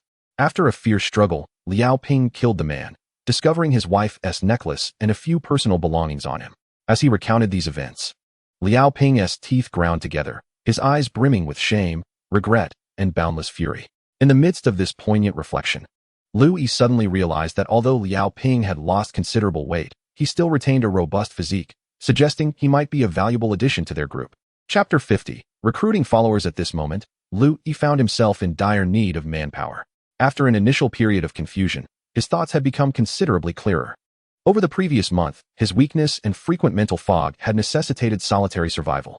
However, with the most chaotic phase now behind him, Lui's combat capabilities had surged, eliminating the need for further concealment. Liao Ping presented several favorable attributes. His enmity with the Self-Rescue Association and his audacity in pursuing an armed adversary indicated both courage and a degree of combat prowess. Not to mention, Lu Yi had previously given Duo a box of chocolates, and even after all this time, he still intended to express his gratitude, illustrating his sense of appreciation. Additionally, when they had initially collided on the road, Liao Ping had not pressed the issue, demonstrating his ability to assess situations, indicating he was not petty in nature. If there were any reservations, it would be his age, several years senior to Lu Yi, which might affect his obedience. Recruiting an older brother figure did not align with Lu Yi's intentions. By the way, have you noticed any unusual symptoms, such as dizziness or fatigue? Lu Yi inquired. Are you referring to radiation? Liao Ping pondered momentarily before responding. I'm relatively fine, and Duo seems unaffected, merely hungry. However, my wife has exhibited symptoms. She has been losing her hair and often complains of exhaustion. Yet, one must eat and drink, right? All this water, fruit, and even rats. Aren't they all contaminated? Lu Yi nodded, replying, it likely varies from person to person. Some individuals have a higher tolerance for radiation. Indeed, it is a matter of individual variance. Isn't there an elderly woman abroad who lives near a nuclear power plant's ruins and has remained healthy for decades? And there's a man who survived 2 nuclear bombings, now in his 90s. Unfortunately, my wife's health has not been fortuitous, Liao Ping sighed. Could it be possible that there is some form of mutation? I mean, a mutation that grants resistance to radiation? Lu Yi tentatively proposed. Huh, are you suggesting mutated infectees? I certainly am not. Such individuals should not live long, Liao Ping remarked. However, my daughter and I seem to be relatively unaffected by radiation, aside from hunger. The resources in this forest are dwindling, and we must also guard against others, not to mention wild boars. The dangers are numerous. I must protect Duo and cannot stray far. What shall we do then? Avoid the danger zones? Impossible. Haven't you heard? They have cordoned off those areas. Ordinary people can no longer wander freely, reduced to mere slaves. In such circumstances, death seems a better option, Liao Ping sighed, casting a glance at his daughter. Luo Yi remained silent for a moment before finally asking, have you considered collaborating with others to survive? Indeed, there are several individuals residing in the forest ahead. They have come to assess me, but with my family in tow and my lack of hunting skills, they did not accept me. Liao Ping paused and continued. I was a soldier once. I can wield a firearm, but in these times, where would one procure such a thing? This crossbow is something I just acquired 2 days ago. With a bit more practice, I could probably hunt birds. Luo Yi nodded, saying, I am quite adept at hunting, even to the extent of being rather skilled. Liao Ping appeared to grasp something as his eyes brightened. I have a friend, a woman, who passed through here with me last time. She is not in good health, so my situation is similar to yours. I have someone to care for as well. Luo Yi paused, noticing that Liao Ping merely nodded without objection, and continued, if you join me, I can ensure that you do not go hungry, and that you will often have meat to eat. I also have a clean water source, untouched by radiation. Clean water? Liao Ping asked, a hint of surprise in his voice. Luo Yi nodded affirmatively, stating, yes, clean water. I have tested it with this device. And the radiation level is 0. He produced a radiation detector to demonstrate to Liao Ping. That's wonderful. My daughter and I are willing to cooperate with you. Liao Ping exclaimed, a touch of excitement in his voice. Hold on, let's clarify some matters. It is not as you might think, Luo Yi asserted seriously. The condition for joining my team is that you must obey my orders. Thus, our relationship is not one of partnership, but of following. Once I make a decision, there can be no dissent or betrayal. Luo Yi observed Liao Ping's expression, noting his hesitation. Luo Yi's terms were undeniably harsh, bordering on inequitable. What he sought was not companionship, but subordinates. Any rational individual would find it difficult to agree to such conditions, especially when the parties were unfamiliar with one another. Luo Yi smiled, then turned towards a tree with a trunk as thick as a bowl, drawing his spear from his back and throwing it with force. Thud! The spear struck the center of the trunk with precision, embedding itself deeply. Come, take a look. Luo Yi called out as he approached the tree, with Liao Ping following closely behind, and even Duo from the wooden house scampered over. The long spear, its metallic tip fully embedded in the trunk of a tree, protruded sharply from the other side. Wow, brother, you are truly impressive. Duo exclaimed in delight. The wild boar that you fear to confront is merely a matter of a single thrust for me. Hence, food is not an issue, Lu Yi asserted. Liao Ping seemed awestruck, rendered speechless as he silently gazed at the tree that had been pierced. The forest fell silent for a moment, and after a while, Liao Ping took a deep breath and earnestly said, You are indeed formidable. I am willing to heed your guidance, as long as it ensures Dwedwa's safety. Louis nodded, feeling a twinge of apprehension within. Were it not for the apocalypse, he would have no desire to impose on anyone or cause distress. But this was indeed the damned end of the world, rife with plagues and radiation, alongside the bandits from the Self-Rescue Association. In such a harsh wasteland, if he merely sought to survive, he could easily roam the mountains alone, living comfortably by himself. Now that he had resolved to lead others, he could not permit any interference or hardship upon himself. While recruiting others, the only way to mitigate future troubles was to set stringent conditions. Those with ulterior motives, a penchant for nitpicking, or an abundance of benevolence would be kept at bay by these stipulations. What he needed was absolute control. Duo, lively and energetic, darted away once more. As Liao Ping watched his daughter in the distance, he inquired, "How shall I address you from now on?" "Just call me by my name." Louis replied after a moment's thought. "Do not overthink it. I do not intend to enslave anyone. Essentially, we are collaborators, and any issues can certainly be discussed. But internal strife must be avoided. The prohibition against betrayal is for the safety of the camp. You wouldn't want your daughter to be found by nefarious individuals after you leave, would you?" Liao Ping nodded, finally exhaling in relief. Lu Yi surveyed the surrounding mountains and continued, "In truth, you have no other choice. How long can you endure without following me? The weather is growing colder. Even if your resilience to radiation is commendable, you are still merely human. Drinking contaminated water day after day will inevitably lead to illness. Moreover, do you recall what I mentioned the last time I passed through here?" Liao Ping pondered for a moment before responding. "You told me that surface water must be filtered before consumption and that this place is unsafe? What I meant was that this area is still too close to the refuge. Why did you not heed my warning?" Liao Ping was momentarily taken aback. Lu Yi felt that the admonition had been sufficiently weighty and merciless, so he ceased speaking. If only he had ventured further back then, perhaps his wife would not have perished. The loss of his wife remained a deep wound in Liao Ping's heart, one that was difficult to heal and would perhaps haunt him with guilt for a lifetime. Chapter 51. New members and wild boar stew. Though he already bore a heavy backpack, Liao Ping remained resolute in carrying the wild boar, a hefty creature weighing over 60 pounds. This was his first encounter with such a creature. Previously, he had only dared to observe from a distance, never summoning the courage to engage in a hunt. After all, the wild boar's tusks, resembling curved daggers, could easily eviscerate a grown man. Liao Ping had witnessed more than one individual gravely injured by these ferocious beasts. Yet, in Lu Yi's eyes, this formidable creature transformed into a veritable trove of meat. Liao Ping watched as Lu Yi swung his arm and hurled the spear, which elicited a cacophony of cries, sending the herd of wild boars scattering. The unfortunate beast was pinned to the ground, struggling in its death throes. Upon returning to the camp, Yang Mi was both astonished and delighted. Her condition seemed to have improved slightly. The pallor of her skin was now tinged with a rosy hue from her joy, and she animatedly engaged Duo with a flurry of questions. Curiously, she made no mention of Dwedwa's mother, demonstrating remarkable intelligence. Liao Ping volunteered to process the wild boar at the edge of the woods, while Duo assisted in fetching water from the cave. Seizing a moment of privacy, Lu Yi quietly recounted the events to her, which elicited a sense of regret from Yang Mi. "If only I had recruited them a few days earlier," Lu Yi lamented. Yang Mi tilted her head and playfully pinched his arm, chiding, "What are you being foolish about? What does it concern you?" "I just feel a tad regretful," he replied. "Then why are you still sitting here? Hurry to the refuge. Every moment you linger here and rest could mean someone freezing, starving, or falling victim to malice. Those trapped by the Self-Rescue Association will suffer longer the more you delay. Go, my savior," she urged, her tone a mixture of urgency and indignation. Lu Yi found himself momentarily speechless, lost in her fervor, before finally breaking into a smile. "Are you awake now?" Yang Mi inquired. "Awake," Lu Yi nodded, the impractical regrets of earlier dissipating entirely. That night, the group gathered for dinner in the stone dwelling, the atmosphere lively and warm. In a stainless steel pot, wild boar meat, pig liver, and heart simmered alongside wild vegetables, creating a hearty wilderness stew. Duo ate so much she could barely move, while Liao Ping expressed his gratitude profusely, though his eyes shimmered with unshed tears, likely recalling his late wife. The departed would no longer suffer. Yet the living had to endure their own torment. As they conversed, Lu Yi learned more about the refuge from Liao Ping.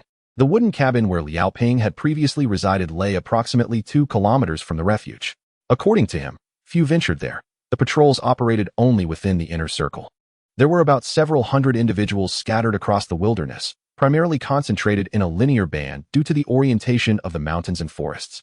For those who escaped the refuge, The patrols adopted a stance of persuasion. Those unwilling to return were largely ignored, leaving some isolated individuals vulnerable to attacks. Yet, amidst the desolate mountains and wilds, no one could ascertain whether the assailants were the Self-Rescue Association, wild boars, or perhaps famished neighbors. Those who managed to escape shall henceforth be referred to as refugees. Yangmi remarked. It seems that the association is deliberately diminishing the population of refugees. Louis added. These refugees, unwilling to be exploited by the association while consuming the limited resources around them, naturally become adversaries of the association. Louis pondered for a moment before addressing Liao Ping. Tomorrow we shall embark on another journey. We may recruit anyone suitable. However, it is crucial that you adhere to my stipulations. Obey, do not create chaos, be loyal, and do not betray. The man nodded. Yet Yangmi couldn't contain her curiosity. Will we not expose ourselves? The larger the number, the greater the target. Not so swiftly, Louis responded. Do not underestimate the 5 kilometers of wilderness. Without a path, they would find it exceedingly difficult to locate this place, unless guided by someone. So we must remain vigilant of traitors. Furthermore, I have another notion. Can you estimate how many individuals the Self-Rescue Association comprises? Well, I believe there must be at least 100.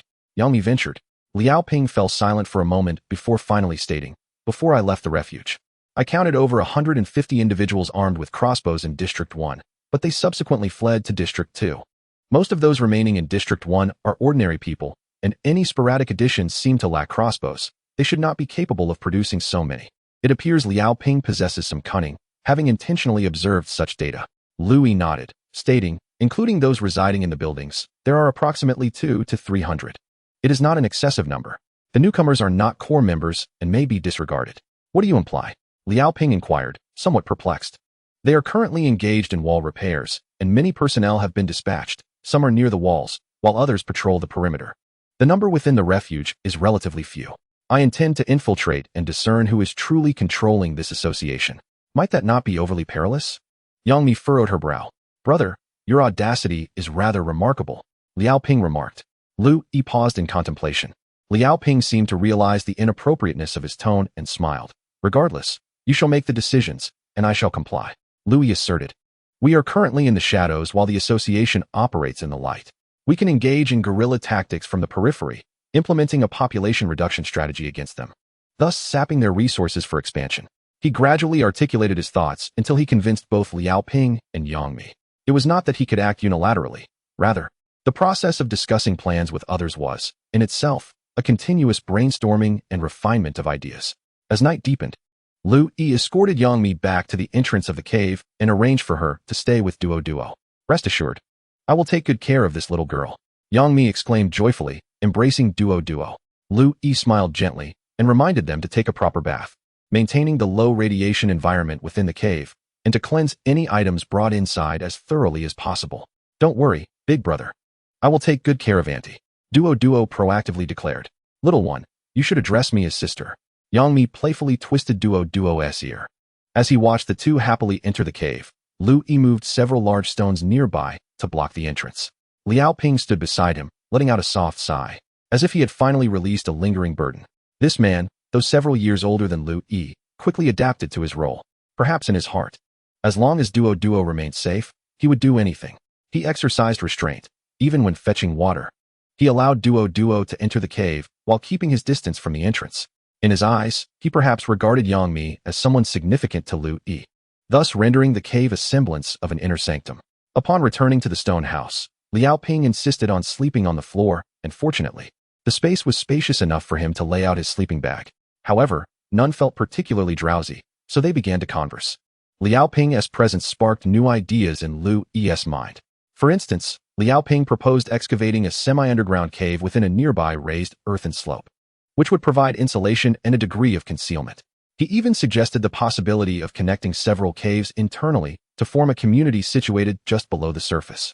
After a brief assessment, Louis concluded that this plan would be simpler than constructing a stone house, yet it would still require a substantial workforce. This brought them back to the initial concern, recruiting more people. Chapter 52. This little brother is a bit unhinged in the dense forest. Two male members of the Self-Rescue Association were chatting as they walked. When they spoke of the woman from the previous night, they erupted in laughter, both brimming with joy. Suddenly, something whizzed past one of them, deflected by a nearby tree.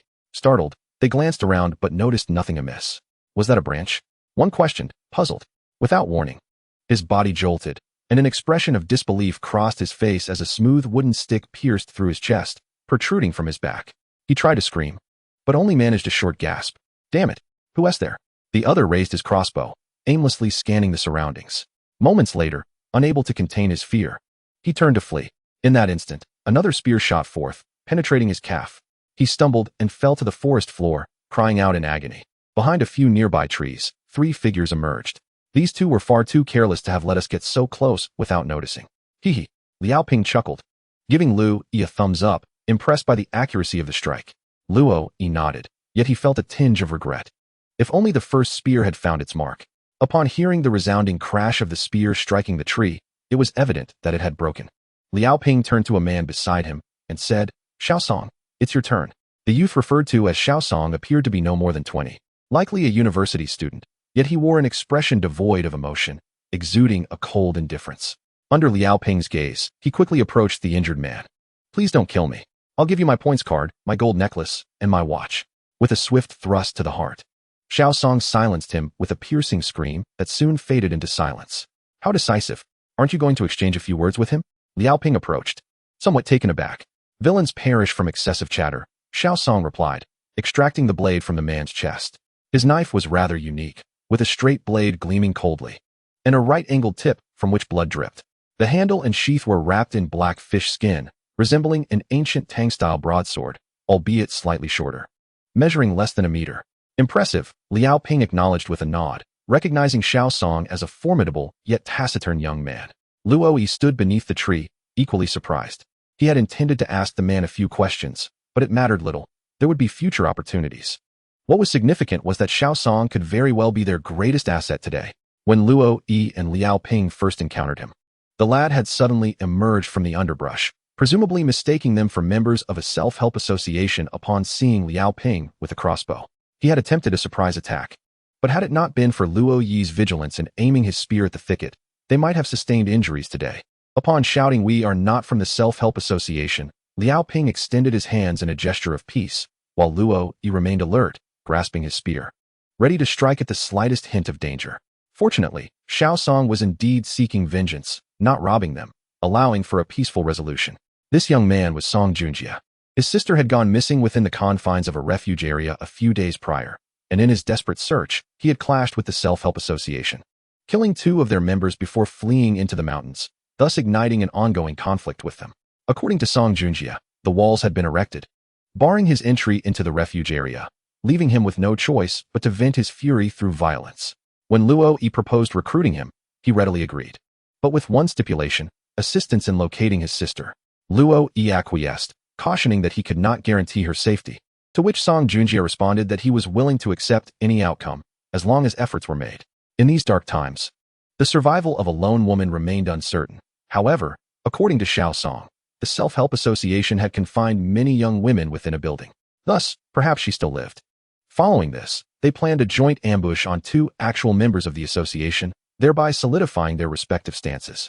As Lu Yi approached, Xiaosong was already gripping the hair of the man he had just slain, using a knife to carve into a certain part of the corpse. Lu Yi furrowed his brow and inquired, "What are you doing? A token of loyalty, is it not required?" Xiaosong replied, still clutching the dead man's hair. "Not necessary. This is sufficient." Lu Yi shook his head. After a moment's contemplation, Xiaosong released his grip, wiped the blood from the knife onto the deceased's clothing, and sheathed the blade. This young brother exhibits some peculiar tendencies, Lu Yi mused inwardly, astonished that a seemingly ordinary university student would entertain such notions of offering a token of loyalty. Did he truly perceive me as a bandit leader? He glanced at Liao Ping beside him, whose muscular frame twitched at the corners of his mouth, yet he remained silent. One would think that his military background and years of experience in society would render him unfazed, yet even he was taken aback by Xiaosong's actions. Upon further assessment, it became evident that this team member harbored psychological issues. His belongings were minimal, merely a deflated backpack, while his arsenal was quite extensive. 3 daggers, a claw knife, and a broadsword were visibly strapped to his person. Perhaps he was once a carefree youth or an enthusiast of melee weaponry before the apocalypse transformed him into a member of the kitchen knife gang. Regardless, Lu Yi had no desire to delve into his past. As long as this individual proved suitable, possessed combat prowess, shared similar ideologies, and could be managed. That sufficed. After gathering the spoils, Liao Ping and Song Junjie began to dig a pit for the disposal of the body, while Lu Yi continued his reconnaissance. The distance to the edge of the refuge area was now less than 2 kilometers. Along the way, they frequently encountered fleeing individuals.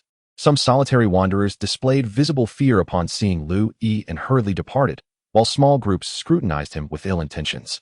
Fortunately, they were fortunate enough not to engage in hostility. Why had animosity grown so potent among strangers? Lu Yi pondered briefly before pressing onward. Upon reaching a rocky hill, he gazed into the distance and beheld the once familiar refuge area.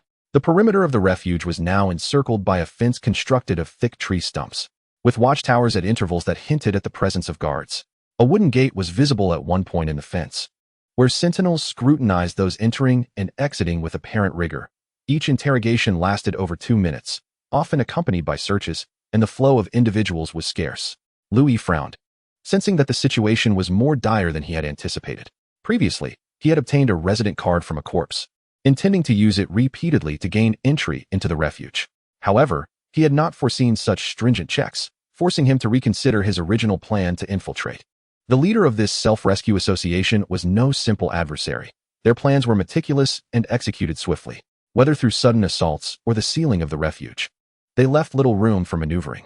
As he continued to observe, footsteps approached from behind. It was Liao Ping and Song Junjie who had followed him. The two individuals approached Lu Yi, casting their gazes towards the distant confines of the refuge zone. Suddenly, a droning sound resonated from above, as a rotor drone soared in from the direction of the entrance. "Damn, have they spotted us?" Liao Ping muttered under his breath. "Cover your face," Lu Yi commanded, retrieving a mask from his pocket and donning it. Liao Ping and Song Junjie exchanged glances. Song Junjie swiftly unzipped his jacket, tearing off a sizable piece of fabric to fashion a makeshift mask. Liao Ping hesitated momentarily, but soon mimicked the action, albeit managing to tear off only a small fragment. Cursing softly, he removed his jacket and donned a tank top over his face instead. "This is amusing," Song Junjie suddenly remarked.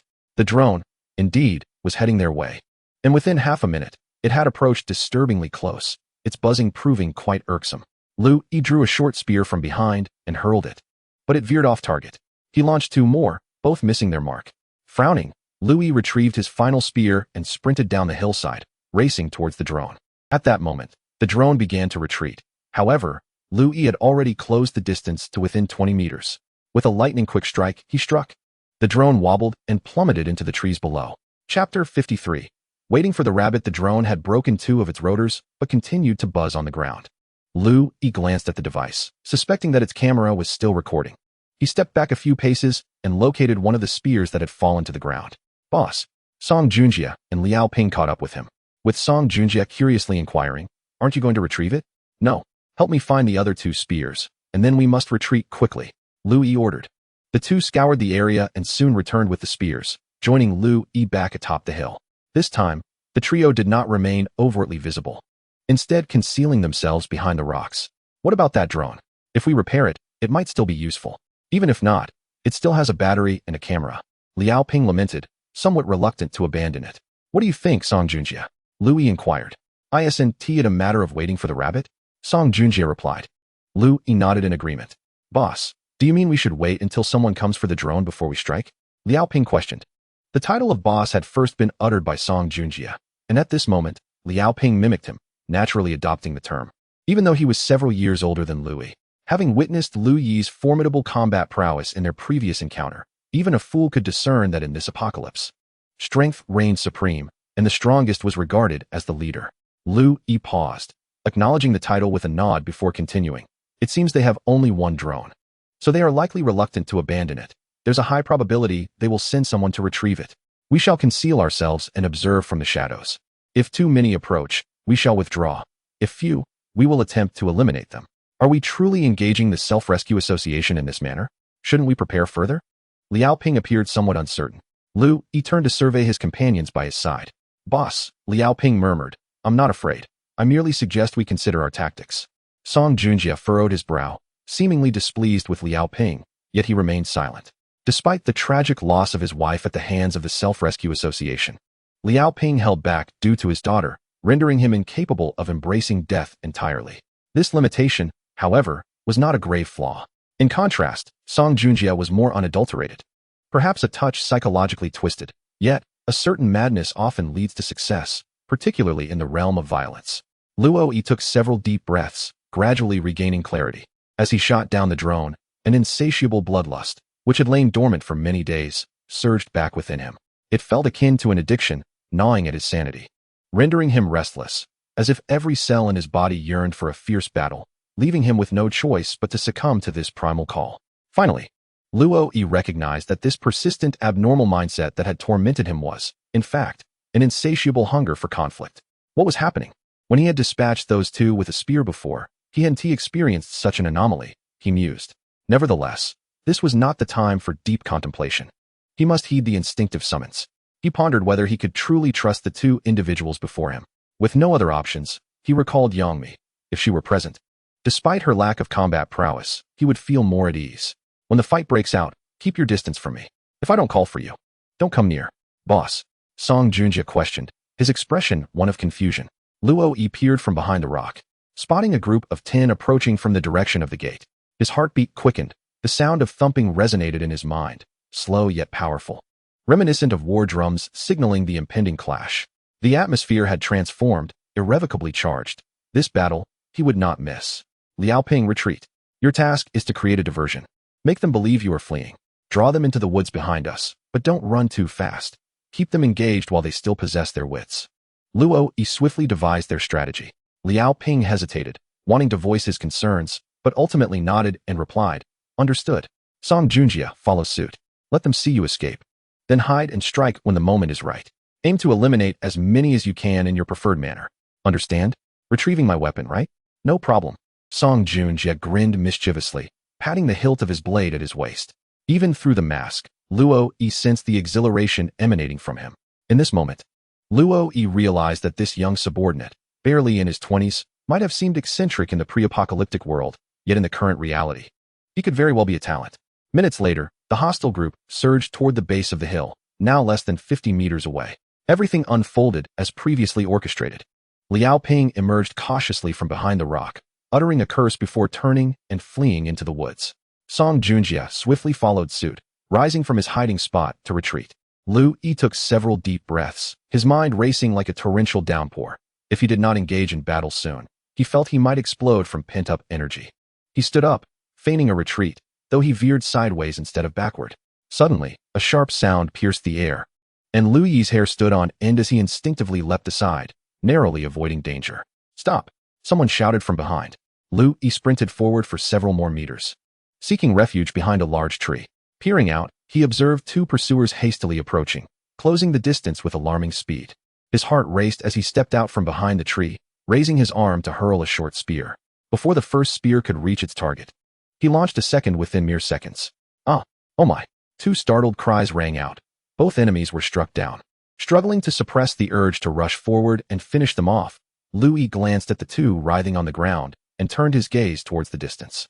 For men had entered the woods, and a breeze carried Liaoping's distant cries for mercy. Uncertain of the situation, Luo Yi felt a surge of malevolence wash over him, clouding his judgment.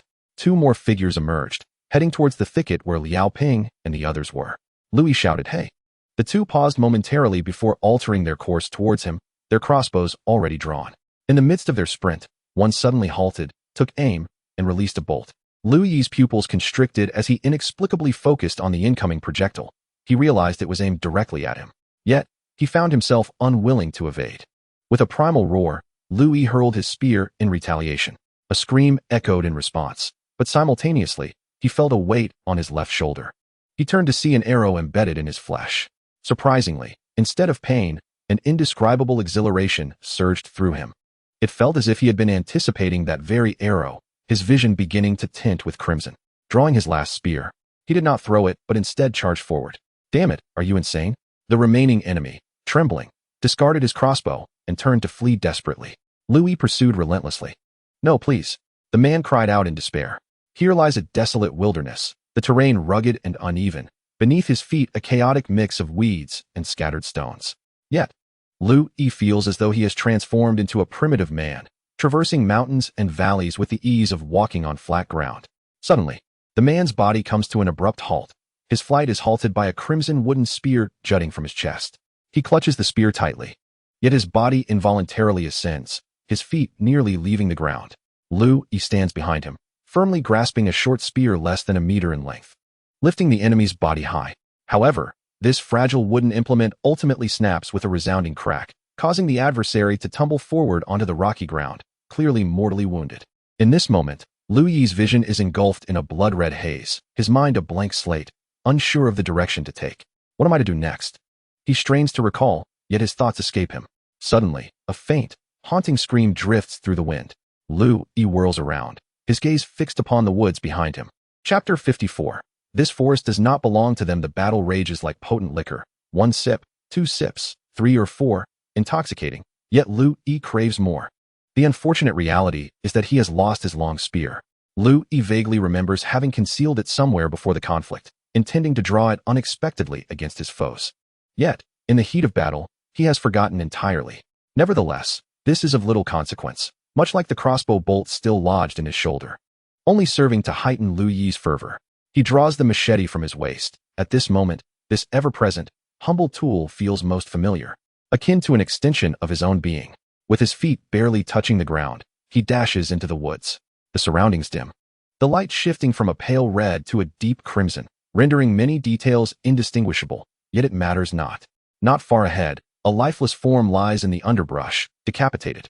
Lu Yi studies the corpse for a few moments, but cannot recognize the individual. Thus he presses onward. Minutes later, yet another corpse appears, still unidentifiable. Lu Yi grows increasingly anxious, halting his stride to shout aloud. The echoes of his voice reverberate through the trees, and soon, he hears the rustling of footsteps approaching from the side. Lu Yi bows his head, peering forward, yet the figure remains obscured. A sharp whoosh cuts through the air, whistling past his ear. Lu Yi lunges forward, striking a soft target with his blade. He swiftly follows up with another slash, knocking the assailant to their knees. Another crossbow bolt whizzes past him. As he turns to confront the source, a shadowy figure stands 20 meters away, just as it begins to flee.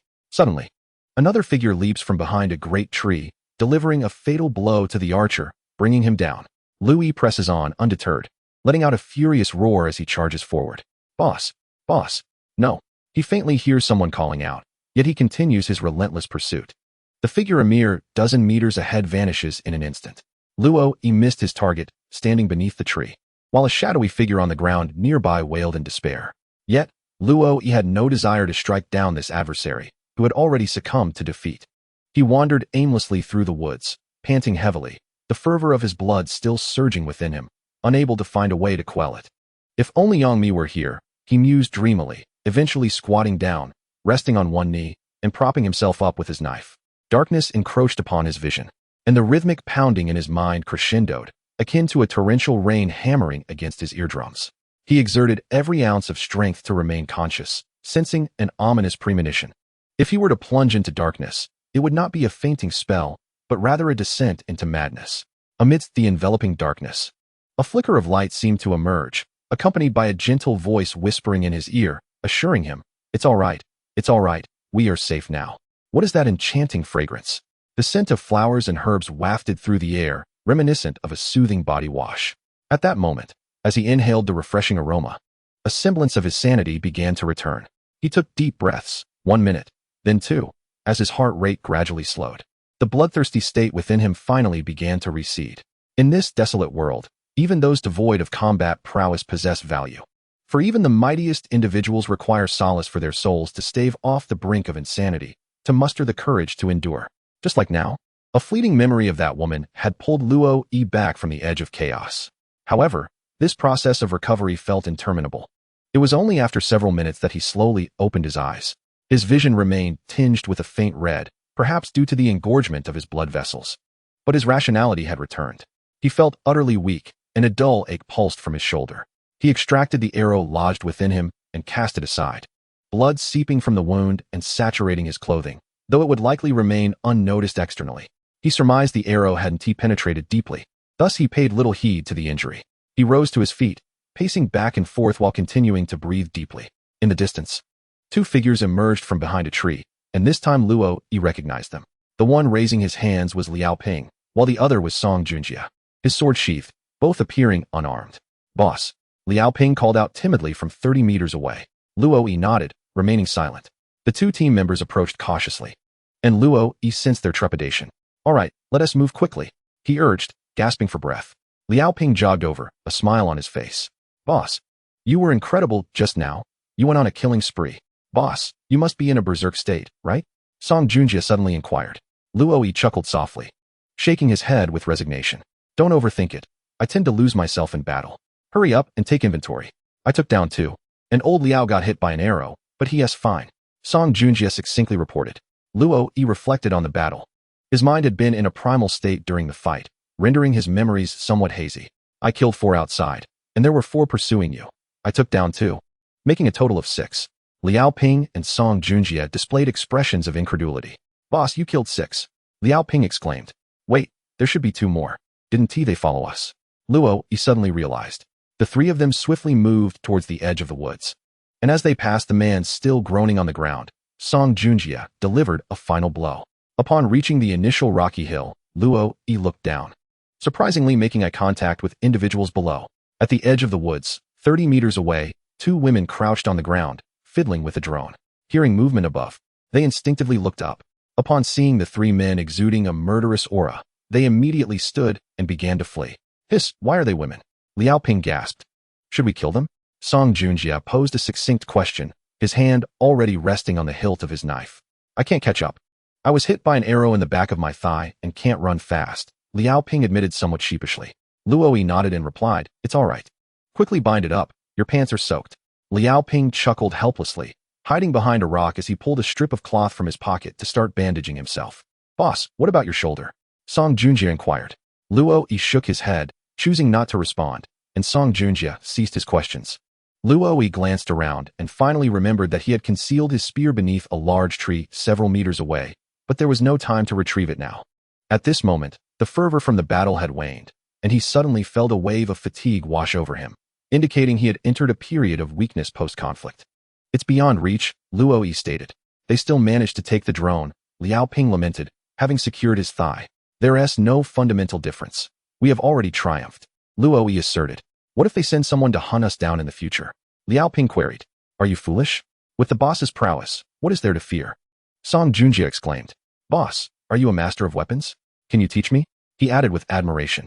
Luo Yi smiled non-committally, pondering for a moment before responding. Before the apocalypse, we were all ordinary people. As for what we will become now and in the future, that is a question you must ask yourself. This cryptic statement, which even Luo Yi himself did not fully comprehend, made Song Junjie nod repeatedly, as if he had grasped something profound, his eyes shining with newfound understanding. After this encounter, if they dared to venture deeper into these woods again, whatever their numbers, we shall eliminate them all. Henceforth, this forest shall no longer belong to them, Luo Yi declared. At that moment, despite being only 3 in number, his confidence surged to unprecedented heights. Chapter 55. You cannot depart after retrieving the spear from the edge of the woods. Luo Yi sat upon a stone to rest. Though his body felt somewhat weak, he did not outwardly display any signs of it. Given his current physical condition, he could still overpower an ordinary person if required to engage in battle immediately. However, at that moment, he felt no desire for combat. Having recently vanquished 6 foes, he had released all the pent-up frustration that had been brewing within him, leaving his mind clear and unclouded, as if he had entered a state of serene enlightenment. The act of slaughter had become devoid of thrill. Song Junjie lingered in the woods for a moment, presumably to scour the battlefield. Upon his return, he brought back Luo Yi's 3 short spears, which had been cleansed of bloodstains. They swiftly gathered the spoils, deciding that there was no need to bury the corpses, and prepared to return. Luo Yi settled behind a large rock, monitoring the distant refuge area through the crevices of the stone while issuing commands. Suddenly, Luo Yi was struck by a realization and called out, wait. The 2 turned and walked back. Boss, Liao Ping inquired. How is your injury? Can you make it back? Luo Yi asked, having recognized his earlier negligence. Liao Ping was merely an ordinary person, and the wounds he had dismissed could be potentially life-threatening for him. Don't worry. Boss, the bleeding has stopped. I might just be limping a bit. When I was in the army, I marched on with blistered feet. Liao Ping chuckled, reminiscing about his spirited days, his eyes gleaming with pride despite the passage of many years. Unfortunately, I didn't manage to kill a single enemy, Liao Ping admitted, a hint of unease creeping into his voice. Old Liao led 4 others in pursuit, going in circles, which is how he got hit by an arrow. I was following closely behind to launch a surprise attack, so the enemies I dispatched should at least count as half of his. Song Junjie interjected, unusually willing to speak up for Liao Ping this time. Liao Ping smiled, his brow relaxing. After all, he was just an ordinary man. The thought of taking a life was unfathomable to him before the apocalypse. Louis nodded, stating, "This adventure has been a trial by fire for our little team. Fortunately, we have all passed the test." Liao Ping, being older, has more concerns, which dampens his fighting spirit. Yet, he remained steadfast in critical moments and did not abandon his comrades. Song Junjie, though somewhat soft and ruthless, may possess a distorted psyche. Yet beneath his cold exterior lies loyalty to the team. These two comrades have likely come to understand that when I am caught up in the heat of battle, it is wise to keep their distance. "Boss, your shoulder." Liao Ping's gaze fell on Lou's left shoulder. "It's nothing, just a minor scratch." Luo stretched his shoulder, feeling a sharp pain. After removing the arrow, he noticed a significant amount of blood had flowed, soaking his undershirt. The fabric clung to his body, but it seemed the bleeding had ceased. From the outside, it appeared as if there was merely a small hole in his padded jacket, with a trickle of blood seeping through, suggesting it was a minor injury. Regardless of the severity of the wound, it was crucial to keep this incident a secret. Apart from Yangmi, no one else could be privy to it. After resting for a moment, Luo glanced towards the direction of the refuge zone's fence and remarked, "They likely won't dare to come out now. We can leave. By the way, let us see if anyone is still alive and gather some information. Perhaps we can discover the whereabouts of Xiaosong's sister." Song Junjie paused, his expression darkening. Luo was taken aback and asked, "You didn't finish them off, did you?" "Boss, I'll be more careful next time," Song Junjie replied. This young subordinate exhibited a significant bloodlust, Luo noted with a nod, choosing not to comment further, as he felt he could manage him.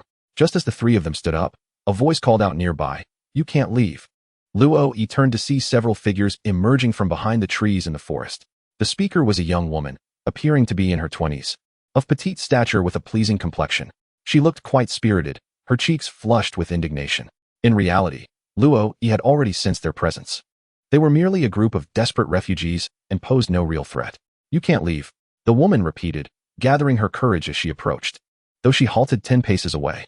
At that moment, Song Junjie had already drawn his knife, twirling it with ease, a look of satisfaction on his face. "What's the matter? Do you intend to take advantage of our predicament?" Liao Ping teased as he stepped forward. "Aren't you afraid of legal repercussions for indiscriminately killing people in the refuge zone?" The petite woman retorted with a defiant glare in her almond-shaped eyes. "Legal repercussions? Little girl, have you just awakened from a slumber? Do you consider the bandits' rules as law? Why did you even escape if you intended to stay in the refuge zone?" Liao Ping's expression darkened, his tone becoming increasingly brusque. "Regardless, you cannot murder and simply flee," the woman insisted, still brimming with indignation. "We rid the world of harm. Haven't they stolen from you or bullied you?" Liao Ping countered. "Humph. The Self-Help Association will surely retaliate. If you escape, what will happen when they come for us?" she retorted, skillfully avoiding a direct answer. "It seems you prefer to bully the weak. What do you propose?" Liao Ping inquired. "You must stay until the association arrives, and we can clarify matters. It's not our concern."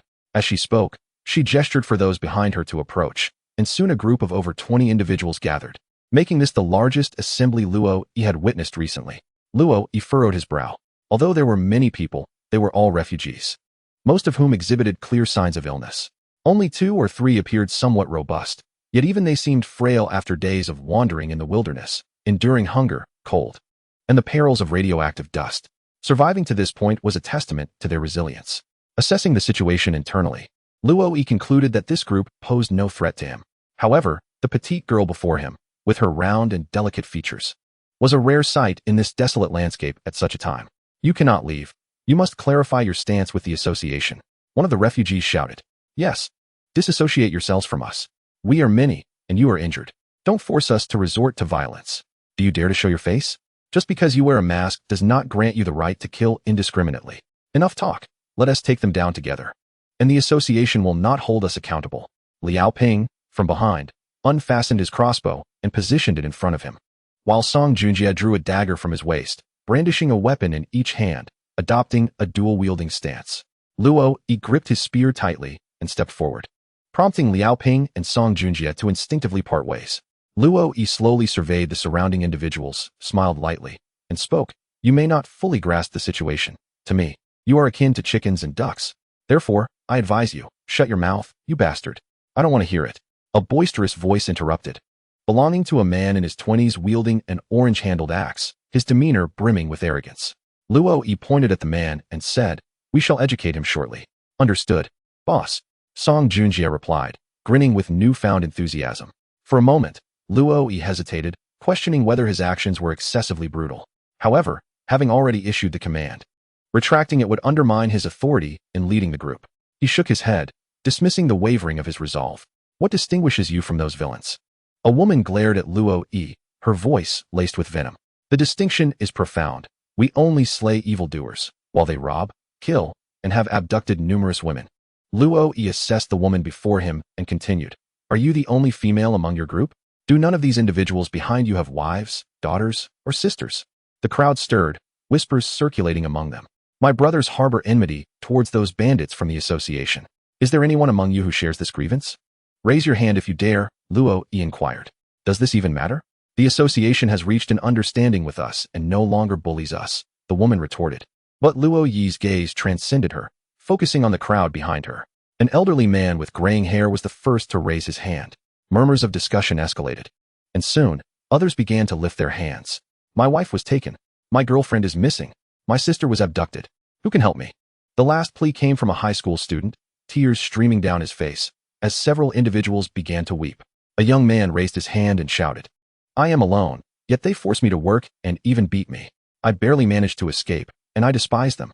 They took all my supplies. They are a gang of thugs, and they deserve to perish." Ultimately, 9 individuals raised their hands. Chapter 56. A special woman listened to me, she began. "The past is behind us. What purpose does lamenting serve now? The most crucial aspect is that we are still alive, and we must continue to live. A smile can dissolve enmities. We must learn to forget and bear our burdens."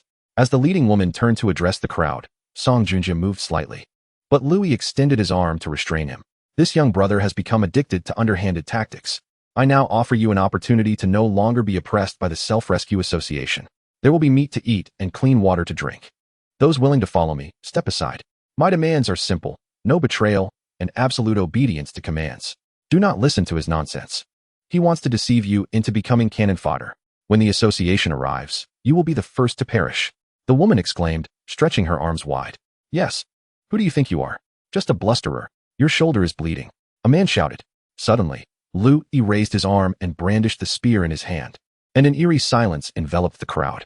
In a flash, the spear flew forth, striking a tree 10 meters away, the trunk as thick as a bowl. His skill with this maneuver had become increasingly refined.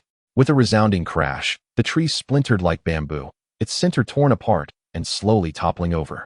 The crown of the tree crashed to the ground, branches scattering and dust swirling into the air. This display of personal strength surpassed everyone's wildest imaginations. In the ensuing silence, Lu Yi's voice resonated with chilling authority. "I shall reiterate, in my eyes, you are no more than a flock of chickens and ducks." Moments later, the crowd began to waver, some retreating. "Listen to me. Do not panic. Our strength lies in our unity. Follow me, and we can negotiate with the Self-Rescue Association. Surely, you do not wish for radiation, do you?" As she spoke, she hurried into the crowd to rally those who were withdrawing. Instantly, the crowd fell silent, and even Lu Yi felt a stirring within him, while Liao Ping and Song Junjie turned their gazes towards her. "Leave them alive," Lu Yi commanded. "Eliminate them. The association will surely forgive us." The woman suddenly turned, pointing toward them. Over a dozen wooden spears were raised, forming a small forest of weaponry. Though intimidating, only a few spears bore metal tips, the rest were sharpened sticks. "You move aside. I'm talking to you," Song Junjie suddenly shouted. Under his cold gaze, the middle school student dropped his wooden spear and fled. "Those who do not wish to die, hurry and leave." 10, 9, 8, 7, 6. Liao Ping began to count down abruptly. Several individuals cast aside their spears and retreated to the edge of the woods, where they stood at a distance, hesitant to advance. Among them was a youth who had once been compelled to labor, and an elderly man with white hair. Another relatively robust man attempted to leave, but a woman seized his arm, exclaiming, "Brother Wang, you must think this through." The youth hesitated for a moment, yet ultimately anchored himself in place. Louis nodded, withdrawing a short spear from the bark tube slung across his back. Although the weapon had been cleaned, traces of blood still stained it, a testament to its lethal past. And it seemed impossible to cleanse it completely. Minutes later, the skirmish concluded. Although Liao Ping felt a sharp jab in his rear from a spear, though not deep. The pain elicited a stream of curses. Lu Yi felt weary.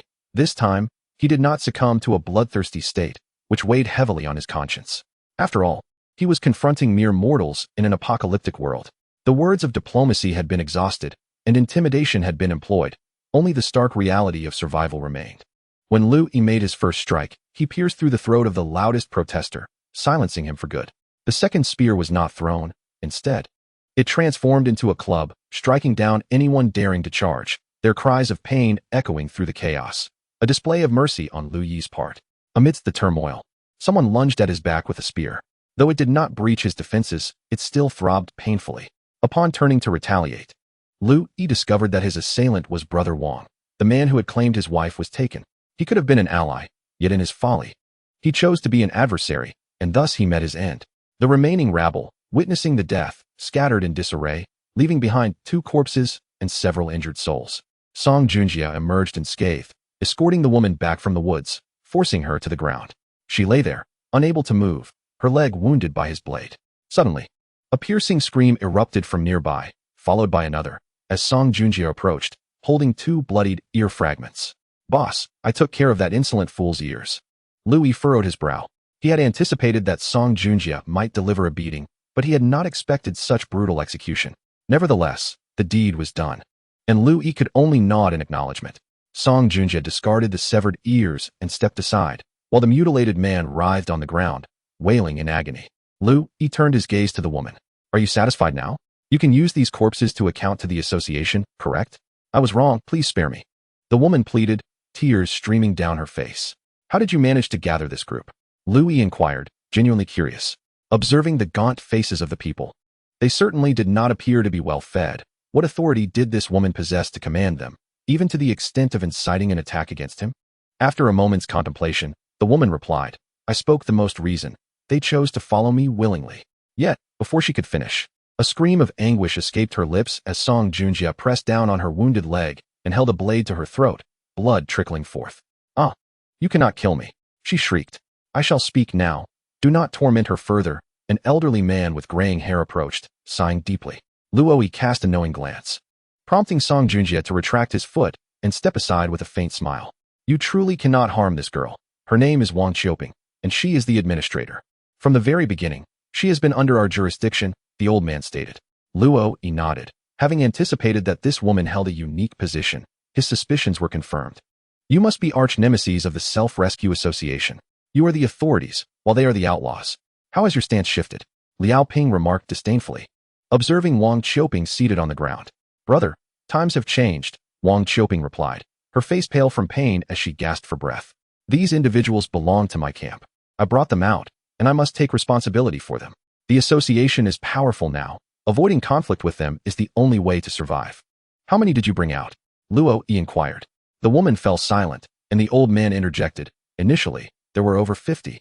But now only about 20 remain. Some succumbed to illness, some were killed, others went missing, and, well, there were about 10 single girls who voluntarily returned to the association." Wang Qiuping added, "They could also be said to have been sold, trading human lives for food and medicine." A young man who had been standing at the edge of the woods approached. "This is not my fault. They couldn't endure the hardship and returned to become reserve population. Where they have food and shelter," Wang Qiuping defended herself. "Enough. Do you even believe that? Why don't you return?" The young man questioned passionately. "What does reserve population entail?" Lu Yi asked, having long suspected something dubious about the Self-Rescue Association. The association had a firm grip on a vast number of refugees, which was understandable given their need for labor, but why were they so aggressively seizing young women? In this apocalyptic era, when the majority struggled to survive, what could possibly justify the abduction of so many women? Chapter 57. No Mercy in the Apocalypse. After a thorough interrogation, Lu Yi soon uncovered a new revelation: the Population Reserve Plan. In addition to their routine operation of controlling all refugees, the Self-Rescue Association had also abducted a significant number of young women, gathering them in a building for unknown purposes. However, it seemed implausible that such actions were merely for pleasure. According to the association's own declarations, they aimed to preserve a sufficiently healthy population for humanity amidst the apocalypse, preventing extinction due to plague and radiation. While this sounded somewhat noble, the methods employed were decidedly nefarious, predominantly involving forced abduction. Moreover, since its inception, The Self-Rescue Association had remained suspicious. How did the association so easily seize control of the refuge? Who led the organization? A plan of such magnitude as the population reserve could not simply be orchestrated by a small group hidden within a refuge. Was there a larger force at play behind the scenes? Might similar occurrences be unfolding elsewhere? These divergent questions flitted through Luo Yi's mind, but he set them aside for the moment. They were not his immediate concerns. What he needed to focus on was clearing the battlefield before him and facilitating a swift evacuation. Having just stirred a hornet's nest, it is crucial to retreat, as the Self-Rescue Association may dispatch more individuals to pursue us. You inquired about radiation, Ning. What is it? At last, Lu Yi posed the question that weighed heavily on his mind. It is an oral medication, a remarkable remedy. I have a bottle right here. I will give it all to you. Just spare my life. Wang Qiuping fumbled for a moment before producing a white plastic bottle, which Liao Ping stepped forward to receive, passing it to Lu Yi. Upon seeing the label affixed to the bottle, his heart, once buoyed with hope, sank once more. Compound radiation Ning capsules. Ingredients: beta-cytosterol, vitamin E, proanthocyanidins, rhodiola rosea, astragalus, houtuinia cordata. This was a compound formulation containing various herbal ingredients, something Lu Yi was not particularly well versed in. He had more faith in purely chemical substances. Yet, he found himself with no options, hoping it would suffice. Images of Yang Mi's pale, frail visage, alongside her almost perpetually carefree smile, flashed through his mind. He shifted his gaze back to Wang Qiuping, his hesitation lingering. This woman had just uttered threats to kill them. Lu Yi felt she could not be allowed to live. This is incredibly useful. It can mitigate the damage of radiation on the body. Do not underestimate it. This is a special medication brought in by the Self-Rescue Association, unavailable elsewhere. Sensing the murderous intent in Lu Yi's eyes, Wang Qiuping grew anxious, pleading with a trembling voice. I was wrong before. I deserve to die, but I am still of use. Only I can help you obtain radiation Ning, which no one else can acquire.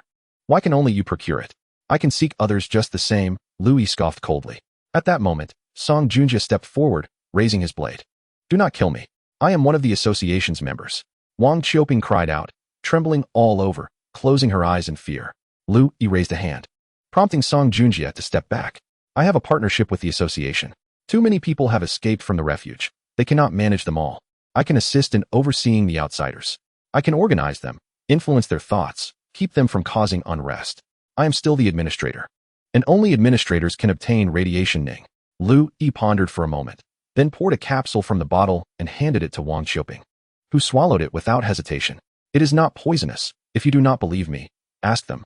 Wang Qiuping turned to the elderly man and the young man beside her. It is indeed not toxic, but we cannot afford it. I have only consumed a few capsules. Only her trusted confidants can regularly access it. Like that young man, Wang Tao. He lamented, gesturing towards a corpse on the ground. The bottle likely contained over 20 capsules, and Lu Yi furrowed his brow, inquiring, is there any more? There is none left. The value of this bottle is equivalent to that of a young woman of childbearing age. Now you understand why there are no women in my group, do you not? Wang Qiuping offered a bitter smile, as if she had unraveled the mysteries of life and death, rendering her unencumbered by fear. She continued, when I initially escaped with the crowd, my sole intention was to protect them. Yet, do you comprehend how arduous it is to survive outside the confines of the building? I found it nearly impossible to sustain myself. Later, a leader from an association approached me, offering me a position once more, revealing that I could exchange women for medicine. Thus, I remained in close proximity. Suddenly, an irate elderly man approached, demanding, Wang Qiuping, where is my daughter? Have you sold her? Did you not claim she was taken by the association? His agitation escalated as he grasped her collar, yanking her from the ground. You wretched woman. Did you sell my daughter? Why did you not offer yourself in exchange? Liao Ping intervened, pulling the old man away, allowing Wang Qiuping to slump back to the ground. The pull aggravated her wounds, contorting her features in pain, and after a brief moment of labored breathing, she managed a grim smile. If I were to say your daughter left willingly, would you believe me? Young girls who enter the building are provided with food and shelter, along with free radiation treatments. As long as they comply. You vile creature. My daughter is so obedient. How could she leave without a word? The old man bellowed. The association only supplies provisions for one person. Do you wish to burden your child? You speak nonsense. He retorted, his eyes wide with disbelief. Yet his spirit began to wane, slipping into a daze. Wang Qiuping, disregarding him, turned her gaze towards Lu Yi, stating, you have all concealed your faces. I do not know who you are, thus I cannot threaten you, correct? However, you are now familiar with me. Henceforth, You shall come to see me once a month, and I will provide you with medicine. Look, we have established a connection through conflict, and we can indeed become partners. You need not fear that I will retreat into the sanctuary, for I have no position there. It is only here that I can find work. Lu Yi scrutinized Wang Qiuping in silence. Minutes later, she limped away into the woods. After a moment of cursing, the old man departed as well, unwilling to join Lu Yi's group. As he put it, their paths diverged, and he would not conspire with those whose ideologies differed. Lu Yi, recognizing the peril of the situation, refrained from pursuing him. After all, in this apocalyptic era, no one desired to retrieve an unfamiliar surrogate father or grandfather. Furthermore, the arduous journey through desolate mountains was beyond his means. The apocalypse offers no mercy. It only cruelly eliminates the weak. As for the individuals who had previously observed from a distance, they had fled during the height of the conflict, including the high school student. This left the outwardly indifferent Song Junjie feeling somewhat disheartened. Everyone had lost a sister, and with a sense of shared grief, he had wished to accompany the student, only to find his intentions unreciprocated. The remaining young man, named Wang Jiahao, was a fledgling office worker, merely 23 years old. He was acutely aware of his circumstances and wholeheartedly agreed with Lu Yi's sentiments. Though he appeared somewhat frail, his physical abilities were likely adequate, and wielding a crossbow, he possessed the potential for combat, making him a valuable asset. In this era, the frail, the elderly, the sick, and the disabled find themselves with little chance of survival, unless they have the care of friends or family. Those who qualify to endure are either the strong, those of value to others, or, simply, wolves. Individuals like Wang Qiuping resemble stray shepherd dogs cast into the wilderness. In their struggle for survival, they transform into wolves, preying upon the sheep. Chapter 58. The greatest threat in the apocalypse. Liao Ping. You and the others should swiftly clean the scene, and then lead them back, avoiding conflict along the way. We have received orders from Lu Yi at your cabin. Having acquired the spear, we proceeded toward the dense forest. Liao Ping nodded, understanding that Lu Yi's words effectively bestowed upon him the authority to manage the other two. However, Song Junjie exhibited no dissent. It seemed he cared little, perhaps only relishing the joy of inflicting harm upon others. The forest was dark and profound, with occasional traces of blood left by Wang Qiuping, who traveled in a direction that Lu Yi had never scouted. After searching for a while and nearly losing his way several times, Lu Yi recognized his own shortcomings. Mutation was not a panacea. Although he possessed a keen sense of danger, he had no particular talent for tracking. Fortunately, the woman continued to bleed. After approximately half an hour, Lu Yi spotted a small cluster of buildings.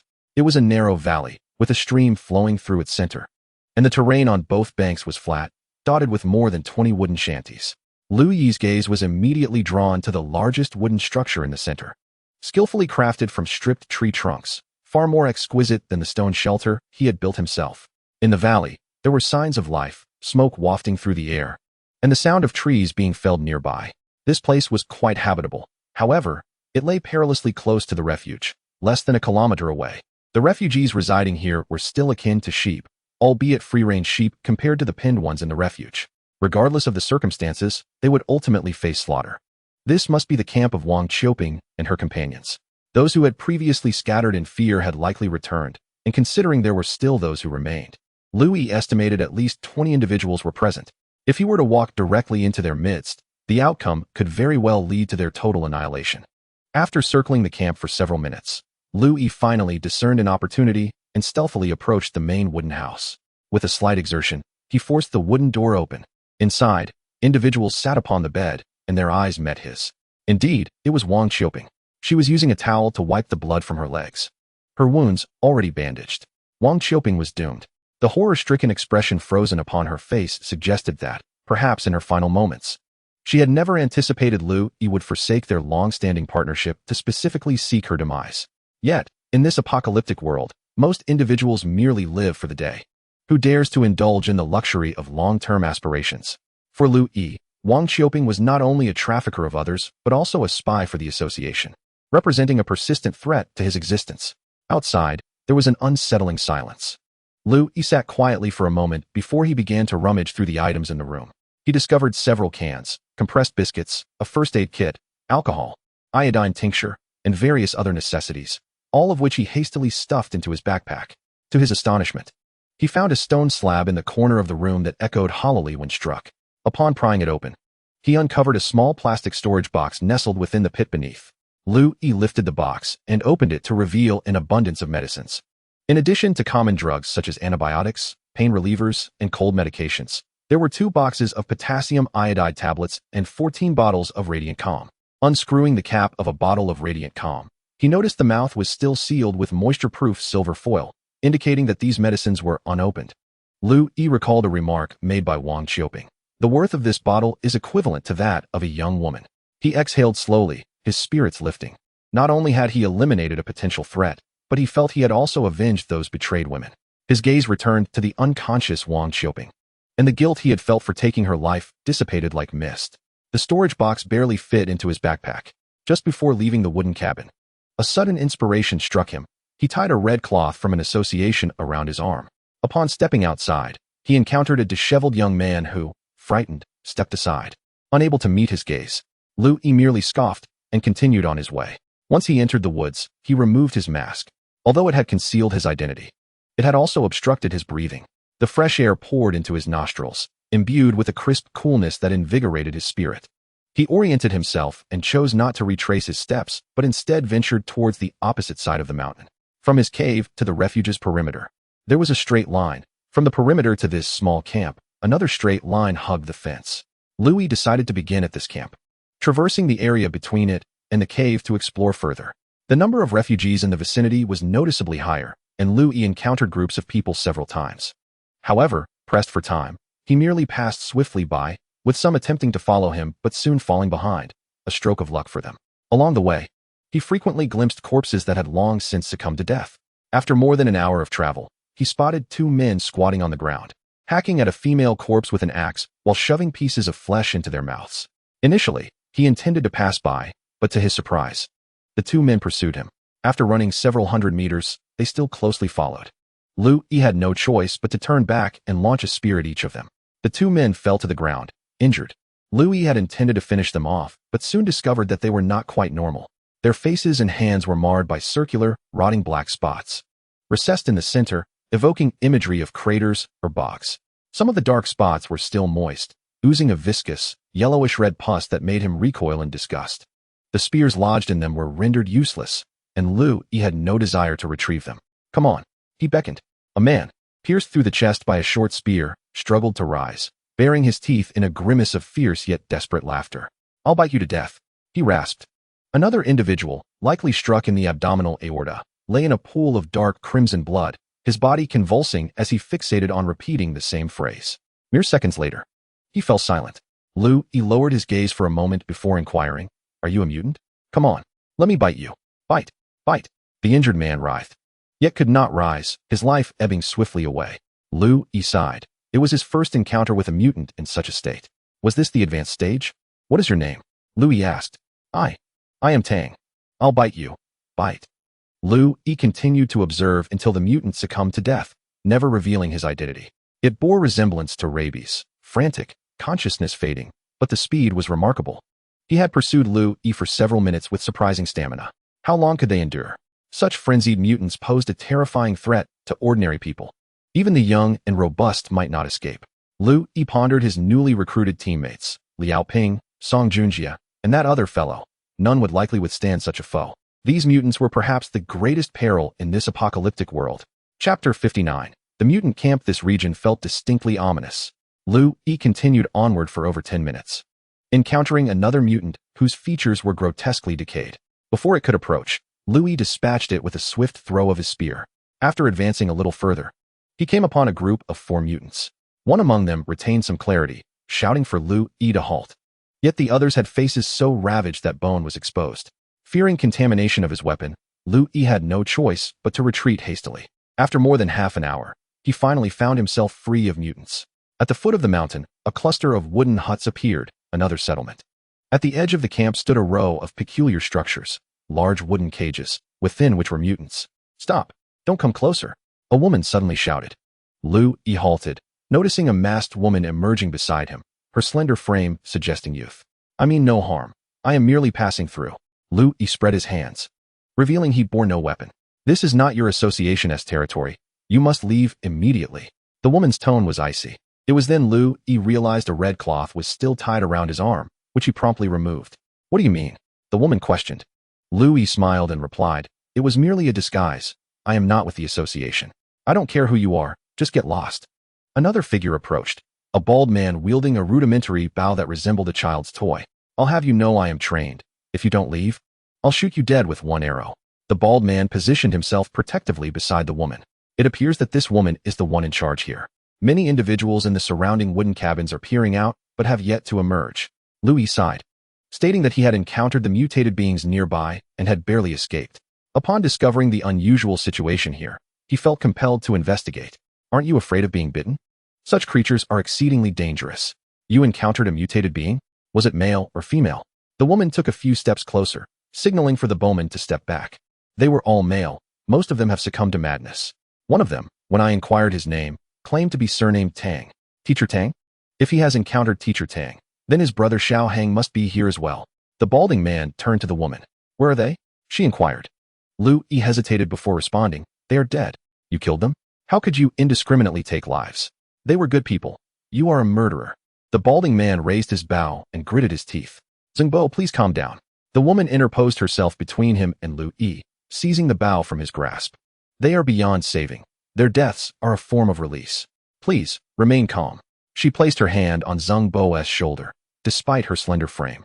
She stood taller than the balding man, exuding a commanding presence. Louis felt a twinge of annoyance, yet he had no desire to resort to violence, particularly against these defenseless refugees. "The teacher Tang and his brother you mentioned must be the two I encountered initially. I had no intention of killing them, but they pursued me relentlessly, leaving me no choice but to defend myself. Just think, what if the elderly or children had crossed paths with them? Their lives would have been forfeit." After a moment of reflection, Louis added, "By the way, when I saw them, they were feasting on a woman." "Enough." The woman raised her hand to silence him. Louis fell silent, merely shaking his head. "Teacher Tang is a good person. He left to prevent us from being infected. Since they are dead, we must move on," she stated. "Mutated beings are perilous. Why are you harboring them here in the camp?" Louis pointed towards the wooden cages nearby. "If such monsters escape, many lives will be at risk." "No, you are mistaken. They are not monsters. They are still human, albeit temporarily unable to control themselves," she replied. "They move swiftly and with madness, much like rabid animals, attacking anyone in sight. In my journey of less than 2 kilometers, I encountered 7 mutated beings. What is going on in this area? Why are there so many? Are you not from a safe zone?" "Of course. We are from a safe zone, but you just mentioned encountering 7 mutated beings?" the woman asked, astonished. Louis nodded, his expression darkening. "How could there be so many?" Her eyebrows arched, as if deep in thought. "He is a liar. 7 mutated beings? Impossible.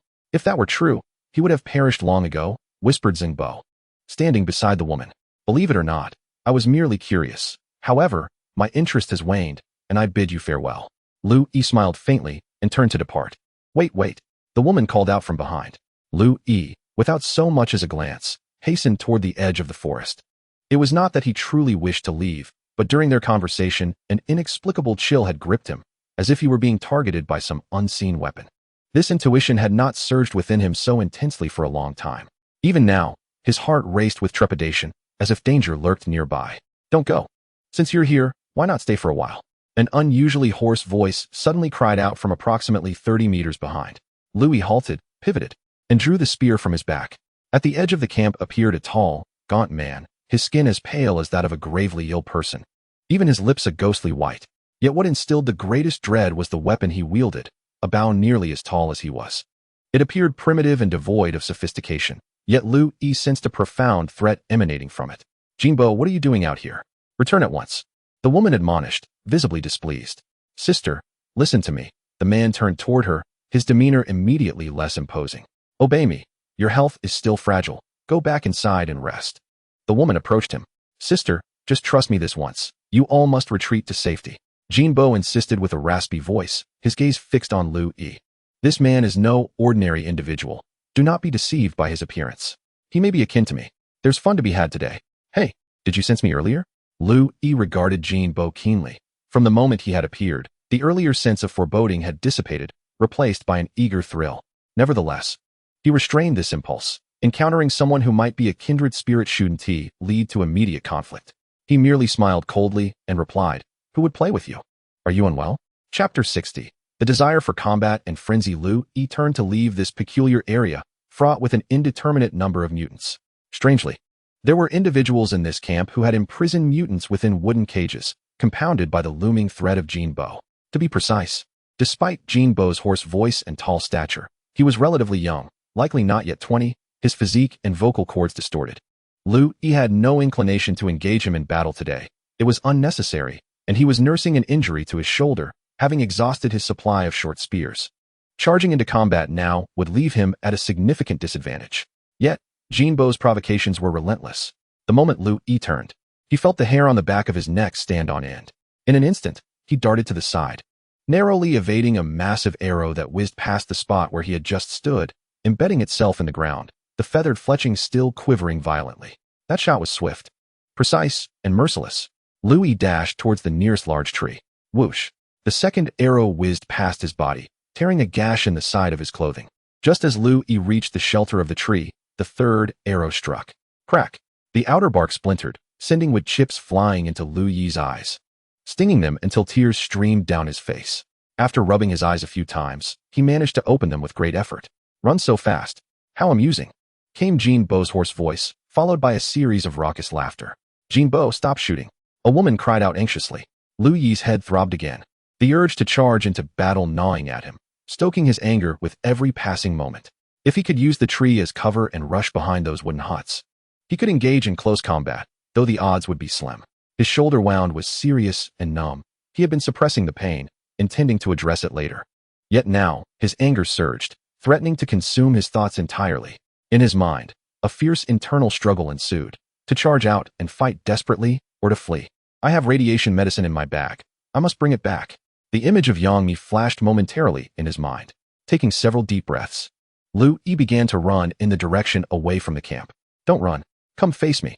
Jinbo's voice echoed from a distance, followed by another arrow striking the tree.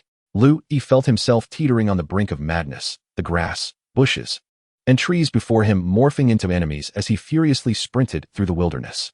Damn it, why are you running? The hoarse voice faded into the distance. Lu Yi's heart raced increasingly. It was his first time resisting the call to battle. His anger burned fiercely yet found no outlet, causing his head to throb painfully. He lost track of time. Had he been running for half an hour or an hour? Gradually, the madness in his mind began to recede, his speed slowing from a run to a walk. His pants were in tatters, his legs bloodied, and he felt unbearably hot, parched, and on the verge of dehydration. Before him lay a small puddle, and he collapsed beside it, drinking desperately until he felt he might vomit. He paid no heed to the radiation dust or pathogens that might lurk within the water. After gasping for breath on the ground for a moment, reason reclaimed control of his mind, allowing him to think clearly again. The surrounding forest showed no signs of disturbance.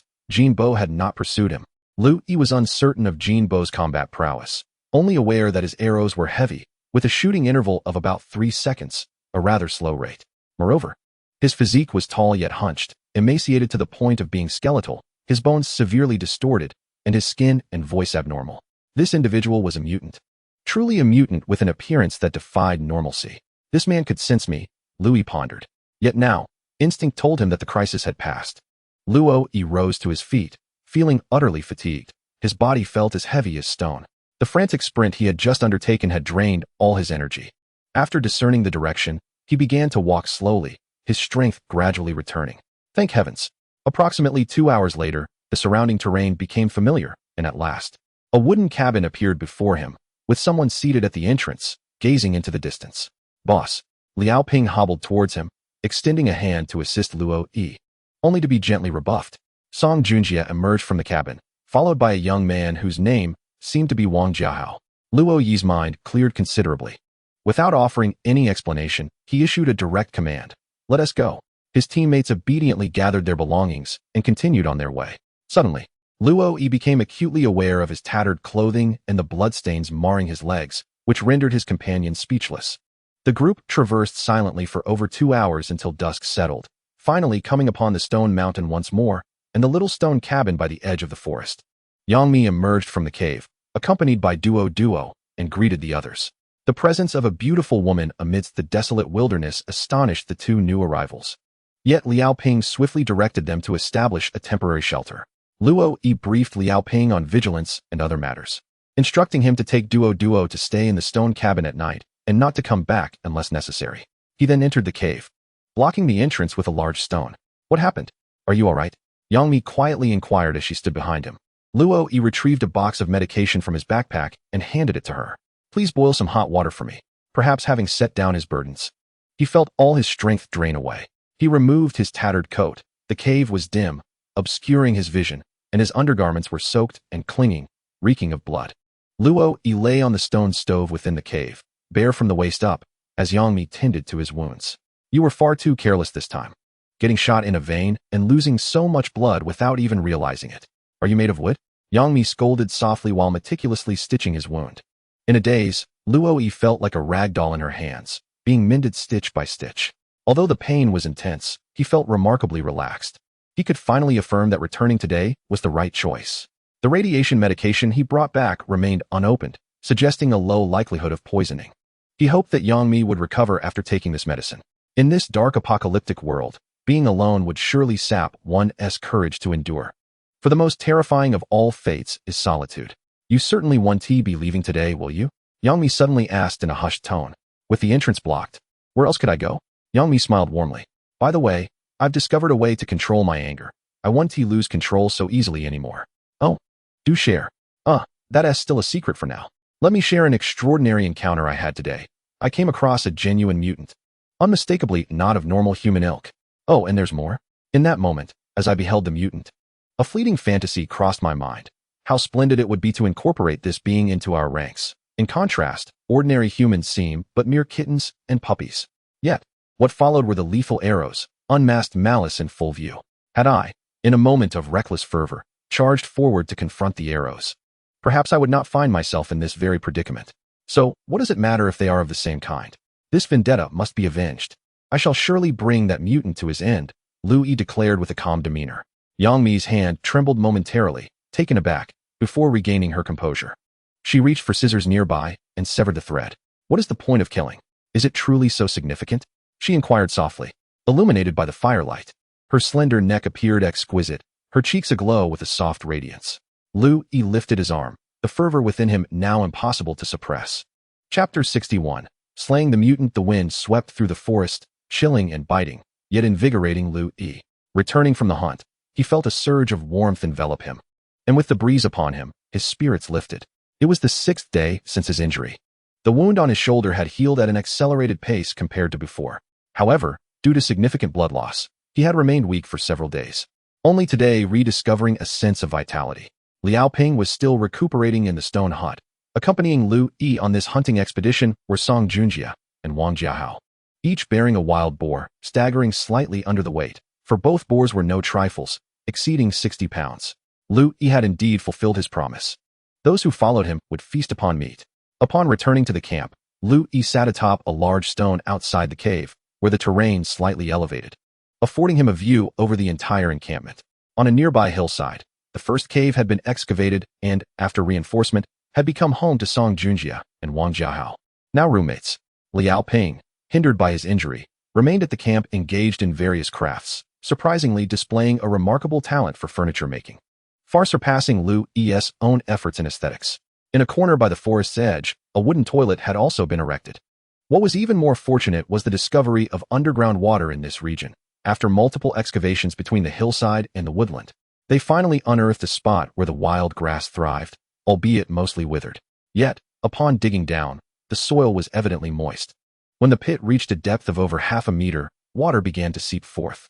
After several measurements with a radiation detector, Lu Yi confirmed that the water in this pit was remarkably clean, with radiation levels nearly non-existent. Following deepening and widening, with stone slabs laid at the base and walls constructed, this well, approximately 2 meters wide, was completed. Fetching water from this location is considerably more convenient than extracting it from the cave. For Lu Yi, it also offers a tranquil space where he can preserve his privacy, especially since the cave has become the residence of the leader. Now, this territory, belonging solely to Lu Yi, has begun to take shape. However, a lingering sense of crisis continues to haunt him, refusing to dissipate. After regaining his strength, he has spent the past 2 days hunting, ensuring that the herd of wild boars near the camp has been eradicated. This precaution is crucial. Should Duo venture out and encounter wild boars, it could prove fatal, and even any individual could sustain injuries. Within those 2 days, he has brought back 8 wild boars of various sizes to the camp. To manage the surplus of wild boar meat, Liao Ping and 2 younger companions have constructed an oven using stones, aiming to transform the meat into jerky for long-term preservation. As long as there are no mutants approaching, Liao Ping and his subordinates can effectively safeguard the camp, even if mutants do appear. The seized crossbows provide a means of defense. It would be ideal to have more people, allowing for the construction of a fence to thoroughly secure the camp. Akin to what the Self-Rescue Association has accomplished, he wonders about the situation at the refuge. The Self-Rescue Association acts swiftly, launching assaults, controlling populations, and erecting fences. What will their next move be? The mutant he encountered a few days ago poses the greatest threat to him and must be dealt with first. After some contemplation, Louis resolves to set out once more, but this time, he will go alone. Ordinary individuals are only capable of dealing with other ordinary individuals. The wilderness is becoming increasingly perilous. Even someone like Song Junjie, who possesses a degree of combat aptitude, stands little chance against mutants. He reminds himself not to act impulsively. If he bleeds again, he will have no clean clothes left to wear. Before departing, standing at the cave's entrance, Yangmi offers a quiet reminder and refrains from saying more, instead silently assisting him in adjusting his attire. After several days of medication, Yangmi's complexion has improved somewhat. Perhaps the compound ingredients in the medicine are indeed effective? Louis is uncertain. He knows that the kind of anti-radiation medicine found in games may not exist in the real world, but at this moment, he is willing to have Yangmi consume these capsules, even if they possess only a fraction of the efficacy, for he has no alternative. As for the 2 boxes of potassium iodide tablets, having consulted the instructions, Louis realizes that these should have been taken within the first 3 days. It is now too late. Nevertheless, he distributes them among the others, hoping to salvage the situation, just in case it is not too late. The only one abstaining from medication is himself. In recent days, the bond between Yangmi and him has grown too close, crossing boundaries to become each other's light, illuminating and warming one another. Living together in this camp serves as protection for Yangmi, and for Louis, it provides a form of spiritual solace. As long as he is not alone, the apocalypse does not seem so daunting. Traversing mountains and valleys, as noon approached, Louis finally drew near to the encampment. From a distance atop the peaks, he beheld the camp nestled within a narrow gorge, wisps of smoke rising gently into the air, with individuals bustling about between wooden cabins. Exuding an aura of vibrant life, Louis spent over an hour observing intently until he finally spotted a towering, grotesque figure materialize within the confines of the camp. At a distance of at least 300 meters, it was unlikely he would sense my presence. With unwavering focus, Louis fixated on the mutant, noting its erratic movements as it lingered before a row of wooden cages, engaged in some unknown activity. The camp housed approximately 20 individuals, devoid of any other mutants. A breeze wafted down from the opposing ridge, placing Louis in a favorable position as he began to advance, his emotions surging, the drums of war echoing in his mind. Descending the mountainside and weaving through the trees, he approached the fringes of the encampment, now less than 100 meters away. Through the gaps in the foliage, Louis discerned the mutant conversing with a masked woman, their laughter occasionally punctuating the air, suggesting a moment of levity. Louis quickened his pace, transitioning from a brisk walk to a sprint. Suddenly, the mutant turned, casting its gaze in his direction. Louis propelled himself forward. The distance dwindling to less than 50 meters, the mutant retreated into a wooden structure, emerging with a massive bow in hand, an arrow poised upon the string. Death! Louis bellowed, hurling his spear with unprecedented force. No!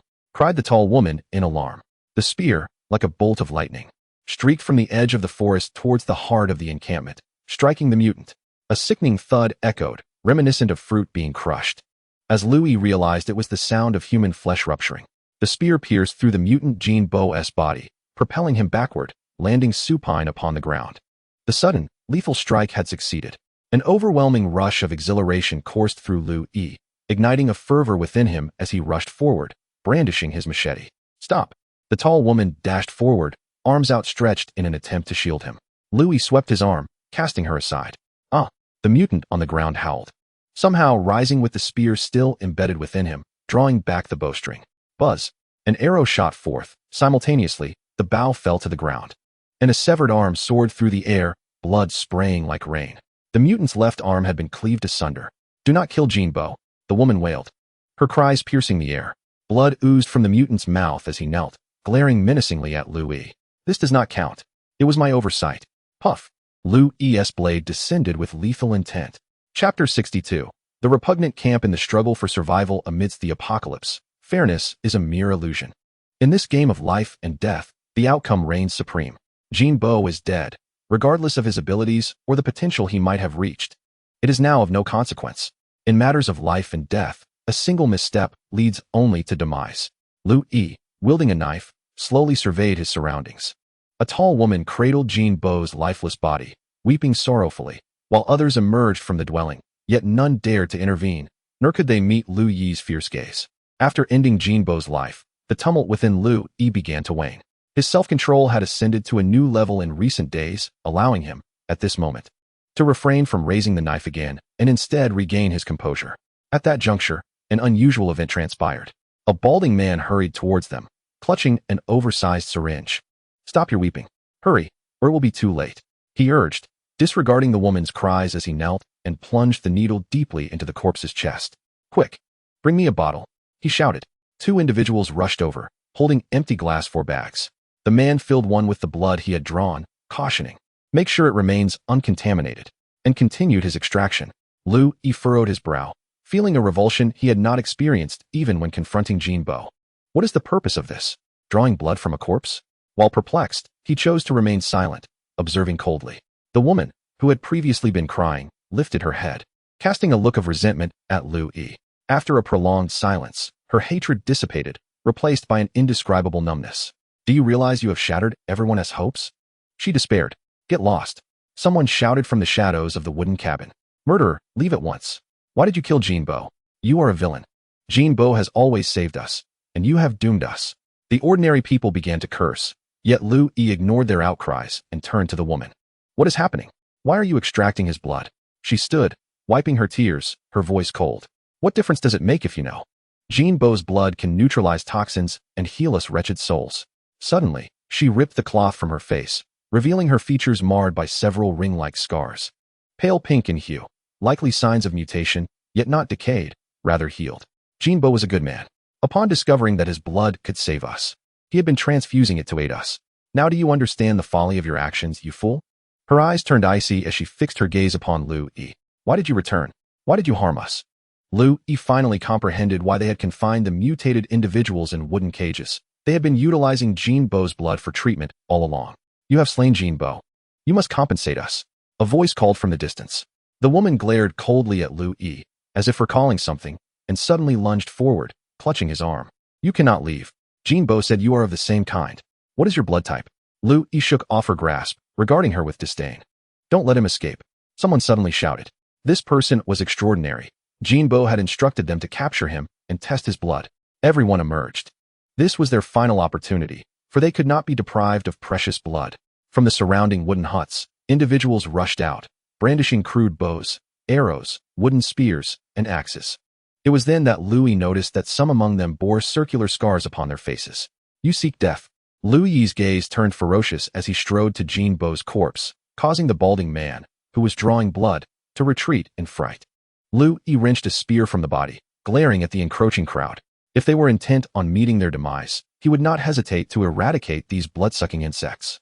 Blood dripped ominously from the spear's tip. Suddenly, a tall woman raised her arms.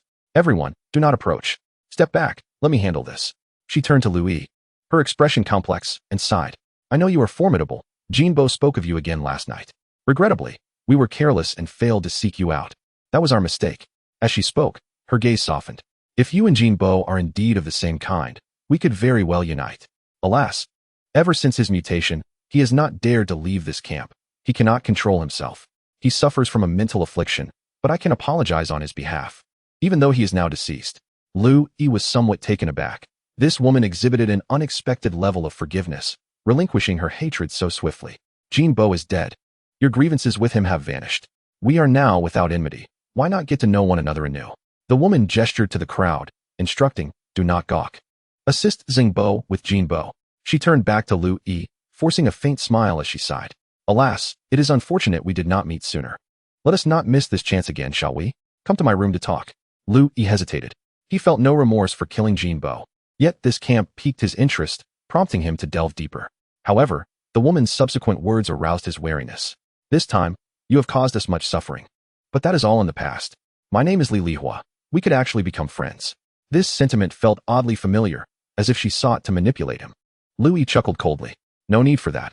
I am quite busy today. Furthermore, let me clarify. I am not like Jean Bo. He is a monster. While I am a normal person, he perceives me as a kindred spirit, which may be attributed to his madness. Or perhaps it is due to the palpable aura of menace that surrounds me. As he spoke, Louis fixed his gaze upon Li Lihua, his stare sending a chill down her spine. Do you reckon, he mused, that if I were displeased, I might take your life? Li Lihua trembled at his words, and it was then that Lu Yi discerned the striking resemblance in her eyes to that of Yang Mi, an astute woman of remarkable intellect.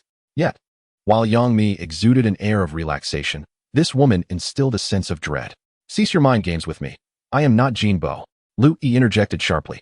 I did not mean it that way, Li Lihua replied, her voice quavering. I seek your protection for us.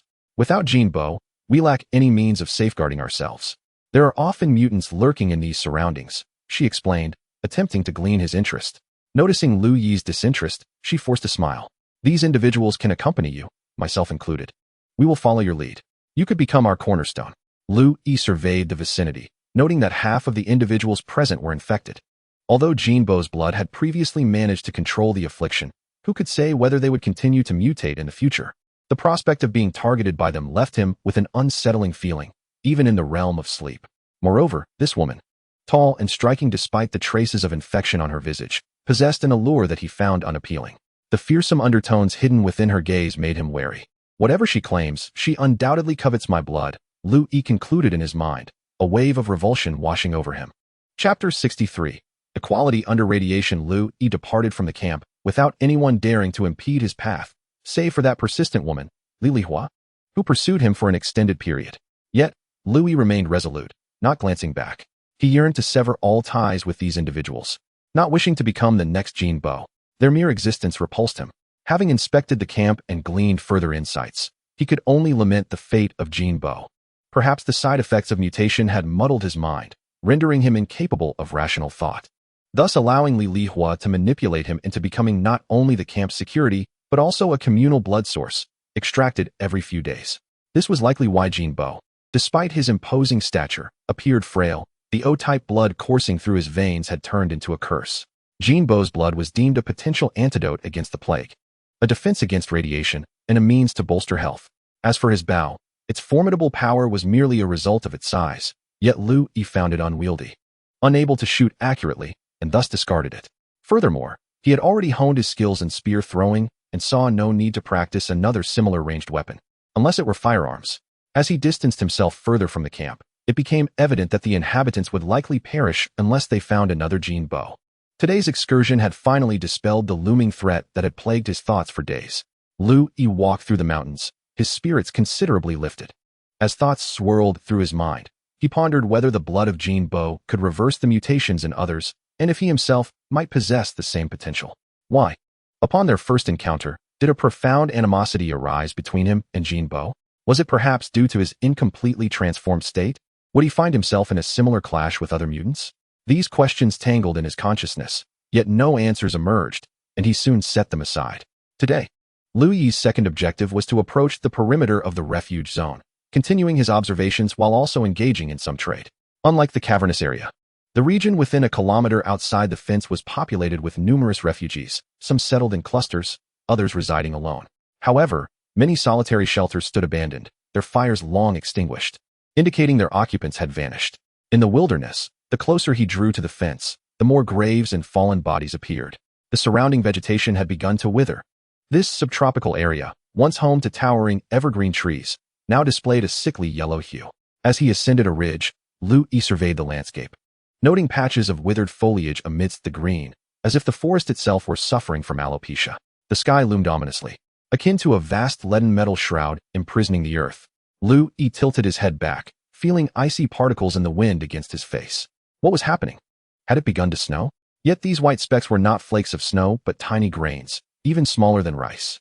He recalled that such phenomena were referred to as sleet, a rarity even in the southern regions. Extending his palm, he watched as some of the sleet fell into his hand, quickly melting away.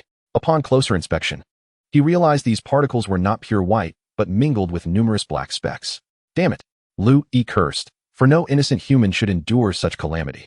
The radioactive dust suspended in the atmosphere had descended, carried down by the sleet. These radioactive microparticles, a byproduct of nuclear explosions, should have taken months to settle to the ground. Lu Yi felt a wave of frustration wash over him as he stood on the ridge, panting for a moment. His mind a chaotic whirlwind. His body had undergone mutations, which ideally should enable him to survive in the wild. But that was contingent upon the geographical context and the season. Here, winter rarely brought rain and almost never snow. The designation of this area as an outdoor refuge must have considered the climate, yet now, the high concentration of radioactive materials was falling, and Lu Yi found himself doubting his own resilience. Could he withstand such elements? He had no certainty. Who knew if these particles contained cobalt, uranium, or even more toxic plutonium? The sleet intensified, soon enveloping the world in a bleak haze. Lu Yi sprinted down the mountainside, aiming for the wooded area ahead, where he knew a refugee camp lay. He had passed that region several times before. As he ran, snowflakes began to intermingle with droplets of water. And within a few minutes, the snow ceased to fall, replaced by the relentless clatter of freezing rain. Lu Yi felt utterly despondent. His entire outfit, designed for harsh conditions, was surely soiled. In such circumstances, a raincoat would have been more appropriate. He quickened his pace, finally dashing into the woods. Raindrops filtered through the gaps in the leaves, landing in his palms and leaving behind murky stains filled with dark particles. Lu Yi's eyelids twitched involuntarily as the black specks seemed to sear his skin with an agonizing blue flame. Though he recognized this as mere instinct, or perhaps an illusion born from excessive fright, it did little to alleviate his discomfort. Not far from him, beneath a tree, stood a ramshackle wooden shed. Without hesitation, Lu Yi sprinted towards it and squeezed inside. Inside, he discovered a man lying motionless. Upon touching the body, he realized it had turned rigid, and the pungent odor of decay wafted through his nostrils. Gritting his teeth against the urge to retch, Lu Yi pushed the lifeless figure out into the rain. "I'm sorry," he murmured to the rain-soaked corpse. The rain intensified, and faint echoes of human cries and footsteps permeated the air, soon fading into silence. The shed was still suffused with the stench of a dead rat. Yet Lu Yi could not abandon this makeshift refuge. The interior, lined with a substantial piece of waterproof fabric, had become his best shield against the elements. Rainwater dripped through the branches, landing on the tarp with a soft patter, and fortunately, there were no leaks. Outside, the world was engulfed in darkness, with the rain drawing black lines through the air, carrying an air of death. Lu Yi trembled in fear. Even the most formidable mutants must dread this radioactive rain, and he was far from fully transformed. He hoped the people in the camp would exercise caution and avoid exposure to the rain. As for Yongmi, he felt no concern for her. She understood the importance of self-preservation and would undoubtedly seek refuge in a cave. With this thought, Lu Yi's anxiety eased somewhat. Observing the rain-soaked world, he suddenly laughed aloud. How ironic. Both his plans and those of the Self-Rescue Association had been entirely disrupted by this torrential radioactive downpour. The well they had recently dug in their camp was likely gaping wide, welcoming the toxic rain from above. Meanwhile, the association's barriers might prove futile after this storm. Both inside and outside the enclosure would resemble genuine radioactive wasteland. Whether residing in wooden cabins, stone houses, or makeshift shelters in the wilderness, no one could escape nuclear contamination. At last, all beings were rendered equal in their plight. Chapter 64. The whimpering little creatures. Lu Yi sensed a disturbance in his mind, as illusions began to manifest before his eyes. The trees and grasses outside the shed appeared to glow with an eerie blue luminescence, as if ignited by radiation. One should not perceive radiation. Lu Yi shook his head, closed his eyes, and after a brief moment, reopened them, dispelling the illusion. Outside, the vast expanse remained shrouded in gloom. The rain, once a deep hue, had transformed into slender white lines. The radioactive dust from above had likely settled, and perhaps the rainwater was beginning to cleanse itself. Lu Yi felt uncertain, pondering the implications of this cleaner rain. Could it wash away the previous radioactive particles? The polluted rainwater seemed destined to seep into the soil. He retrieved his radiation detector, and the gray LCD screen displayed a shocking number, 2,807. The radiation levels on the ground had soared. Cursing under his breath, he realized that he could exhale visible vapor. The temperature had plummeted to near freezing. Lu Yi's body trembled as he acknowledged that even a mutant's physique could not withstand such penetrating cold. If only he could ignite a fire. But the relentless rain outside rendered any attempt futile. His gaze fell upon a heap of debris within the shelter. He furrowed his brow and rummaged through it. Among the items were the deceased's personal effects, a lunchbox, a blood-stained shirt, a crumpled mass of tissues, and a dead mobile phone. There were likely more belongings on the corpse, but Lu Yi had no desire to investigate further. He fished out his trusty plastic lighter, igniting the tissues and shirt, and added a few dry twigs to the flames. The synthetic clothing ignited with a noxious scent reminiscent of burning plastic, effectively neutralizing the stench of decay within the shelter. Lu Yi inhaled deeply. The smoke was indeed acrid, yet it finally warmed his body. The rain continued unabated. Perhaps an hour had passed? Lu Yi regretted not having brought a watch. Even a phone would have sufficed. Unfortunately, he had left his phone in the cave to entertain Yang Mi with stories. Damn it, I shouldn't have ventured out today. A wave of regret washed over him. Had he stayed in the cave, lying on the heated bed, sipping warm water, scrolling through his phone, and accompanied by a lovely companion, with ample canned goods, biscuits, and meats at his disposal? If he could choose how to perish, he would prefer to die in that cave. Time slipped away, and the fire eventually extinguished. Lu Yi curled up within the shelter, his mind gradually drifting into a haze. In the midst of his stupor, he felt as though he had returned to a bygone era, a time devoid of apocalypse. Suddenly, something stirred against his leg, jolting Lu Yi awake. The outside world was cloaked in darkness, and the shelter was nearly pitch black. What could be the creature resting upon his leg? He reached out tentatively, feeling a furry mass, followed by a damp nose. The creature emitted soft whimpers, and Lu Yi was taken aback as he felt warmth against his hand. It had licked him. At this moment, he felt no fear, but rather a sense of wonder. Are you a dog?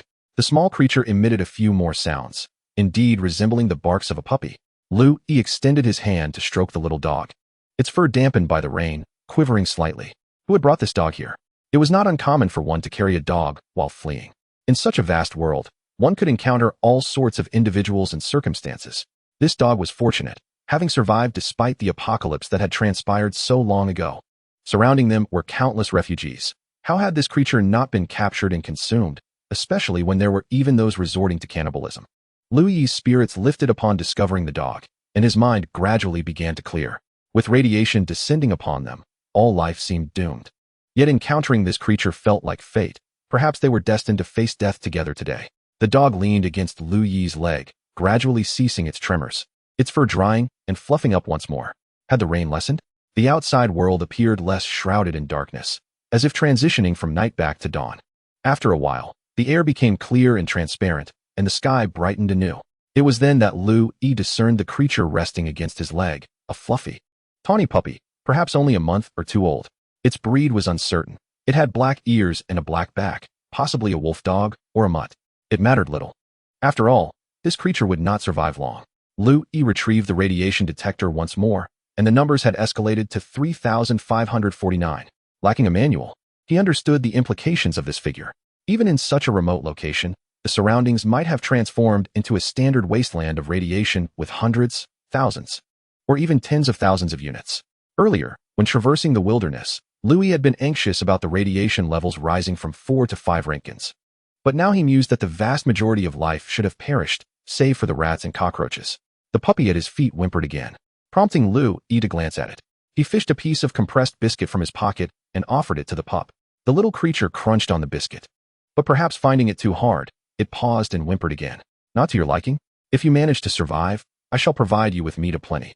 Lu Yi patted the dog's head, eliciting more whimpers before it resumed gnawing on the biscuit. Finally, the rain ceased, and the accumulated water began to flow into the shelter.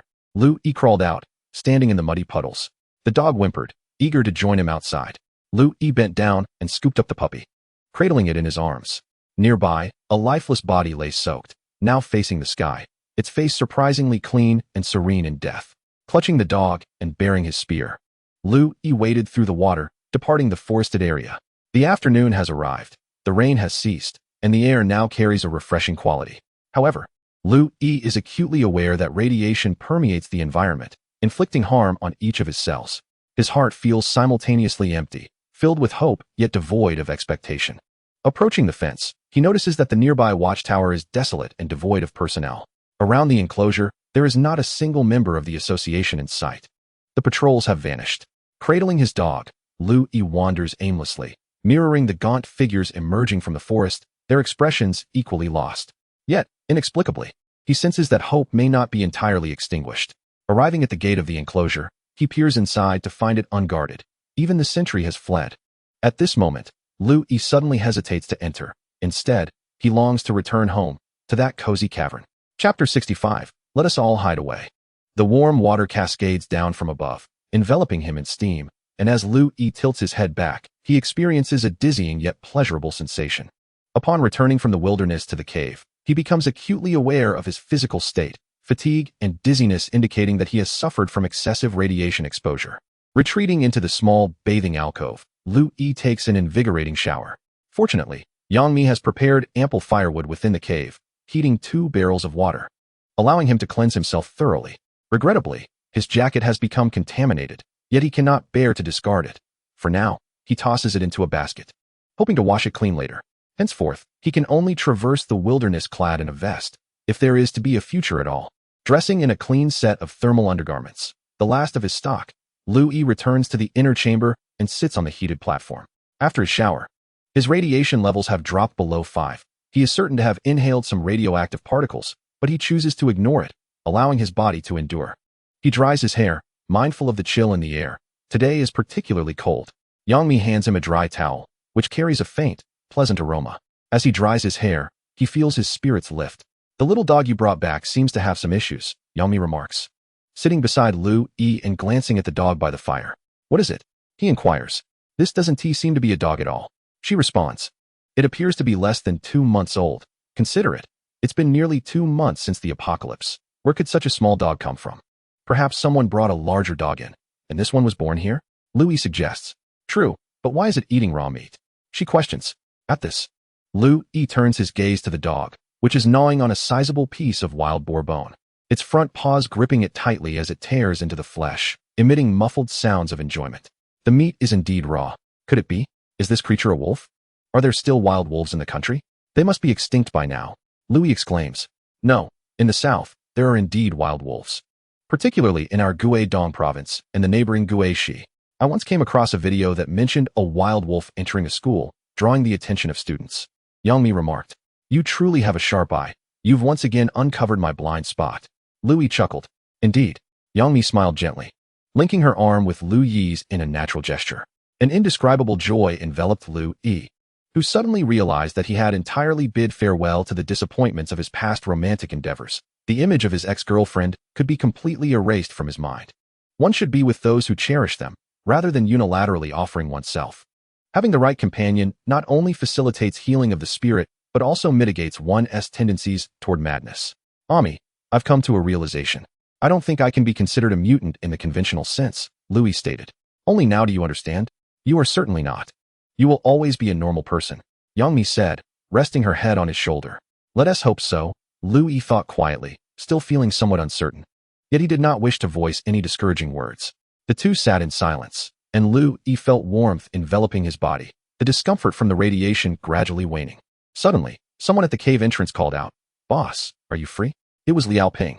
Just as Lu Yi was about to rise, he realized he was only wearing thermal underwear, which posed a bit of a dilemma. He couldn't possibly ask these younger men for clothes. Yang Mi chuckled, pushed Lu Yi down onto the bed, and then stood up to step outside. He*s resting. What's the matter? The two conversed outside, and Lu Yi listened, gradually understanding that Liao Ping had come to report on his work. He had now assumed a role akin to that of a steward within the camp, beginning to take initiative. When the radiation rain first began, he had covered the outdoor water tank with a waterproof tarp, ensuring that it remained uncontaminated after the rain. Liao Ping now proposed to construct a shelter over the water tank, transforming it into a water room to further enhance its dust-proof capabilities. However, before commencing any work, he would certainly need Lu Yi's approval as the leader. Additionally, the cave on the hillside had been expanded, a storage room had been completed, and the crossbows seized from the Self-Rescue Association were stacked inside. Liao Ping also wished to continue digging deeper into the hillside to bolster their ability to shield against radiation. Upon Yang Mi's return, Lu Yi listened to her recounting while nodding thoughtfully. Liao Ping's ideas are acceptable, but we must prioritize dust prevention. We cannot allow any contaminated soil to come into contact. Masks must be worn during outdoor activities. There's a pack in the cave, please take some for them. At this point, Lu Yi sighed, suddenly realizing that the meager supplies previously stocked were utterly insufficient to confront the current situation. The radiation in the external environment had already reached alarming levels. To engage in outdoor activities, one must at the very least don rain boots and a raincoat. And it would be prudent to also wear a gas mask. If one could manage to wear lead garments for radiation protection, that would be ideal. alas. They possess none of these items. Hold on. A strategic alteration is in order. The water chamber should no longer be constructed, and no one shall venture outside. Everyone must return to the cave. Let Liao Ping and his daughter relocate to the cave on the hillside as well. The stone house, having been exposed to radioactive rain, is no longer viable. Furthermore, excavation must continue deeper into the hillside. Everyone needs to remain indoors for a while. Staying put is the safest course. But what of our future? The wild boar meat we have stored should suffice for only a month, correct? That seems acceptable. Yang Mi pondered for a moment, then clapped her hands and exclaimed, "Thank goodness you previously eliminated all the wild boars in the vicinity. The meat is still clean, is it not?" "Indeed, it should be," Liao Yi replied. The previous radiation levels were in single digits, and when compared to the current situation, they are nearly negligible. In the future, it seems we may not be so fortunate with the cleanliness of our meat. Liao Yi sighed and retrieved the radiation detector, glancing at the displayed numbers. At this moment, within the confines of the cave, the radiation level where he and Yang Mi resided had already risen to 5, which, however, was still considered remarkably clean. Prior to entering the cave, Liao Yi had measured the external radiation levels, which had exceeded 40, when he brought the detector close to the ground. The numbers soared to 67. The lethal rays invisible to the ordinary eye permeated the wilderness. In Liao Yi's sensory perception, the entire desolate landscape appeared to be ablaze, radiating a blue luminescence. This could be an illusion, or perhaps an instinct prompted by mutation. He glanced at the pup by the fire. This little creature was quite astute. Currently nestled beside the flames in slumber. Since entering the cave, it had not ventured outside even once.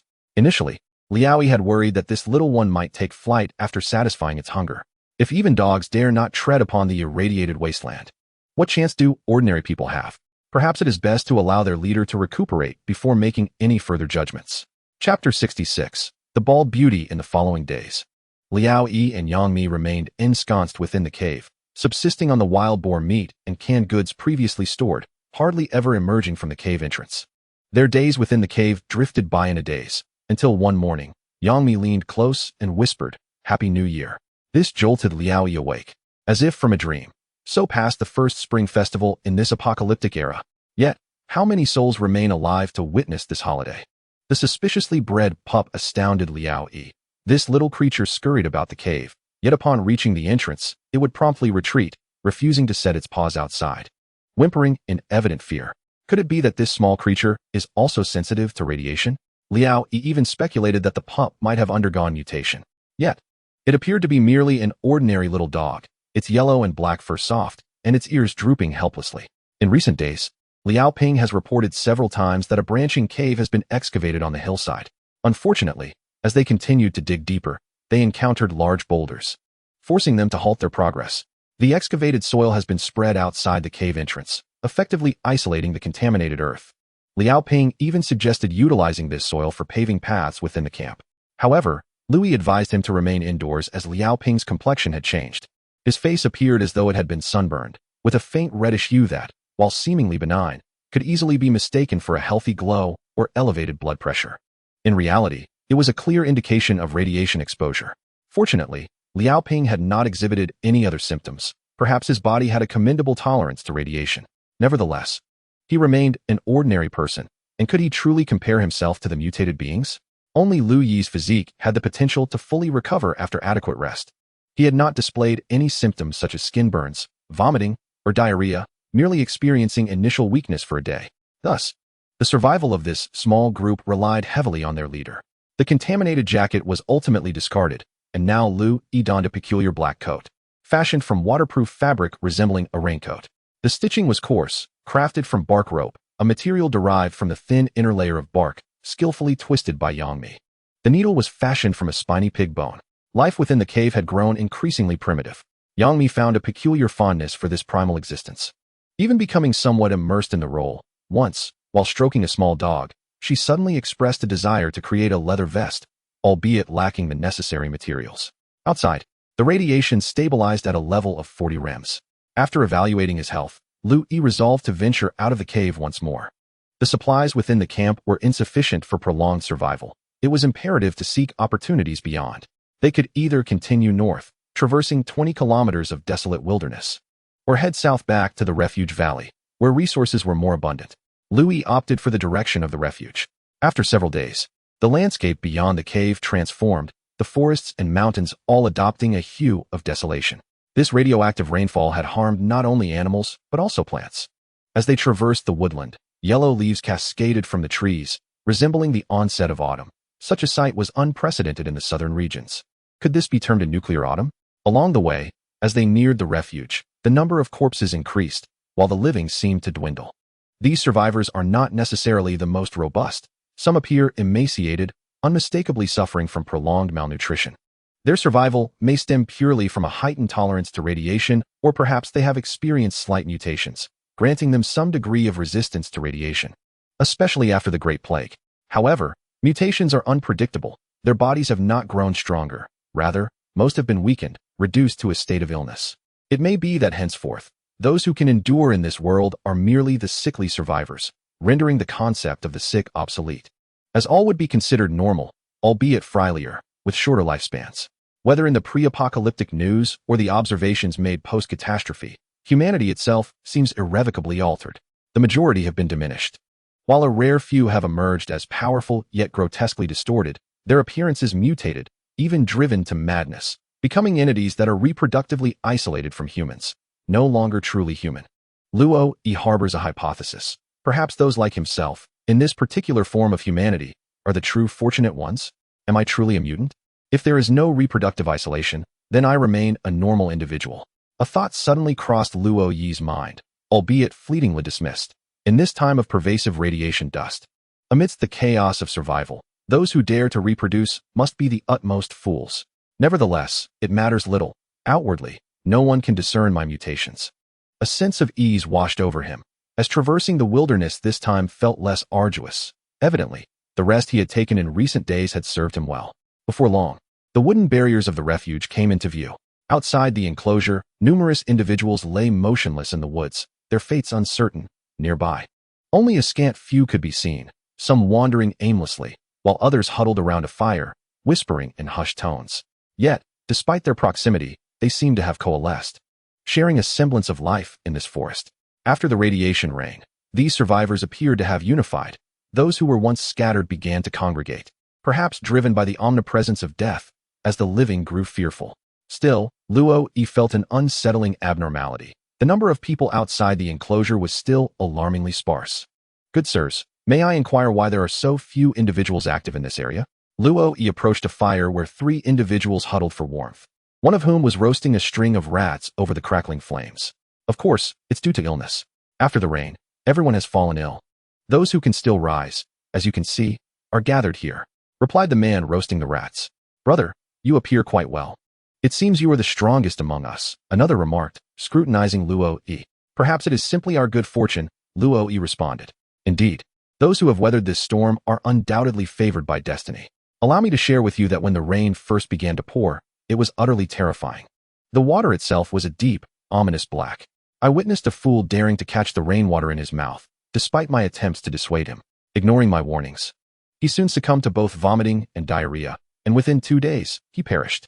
One could consider this a natural selection, remarked a bespectacled youth who had survived.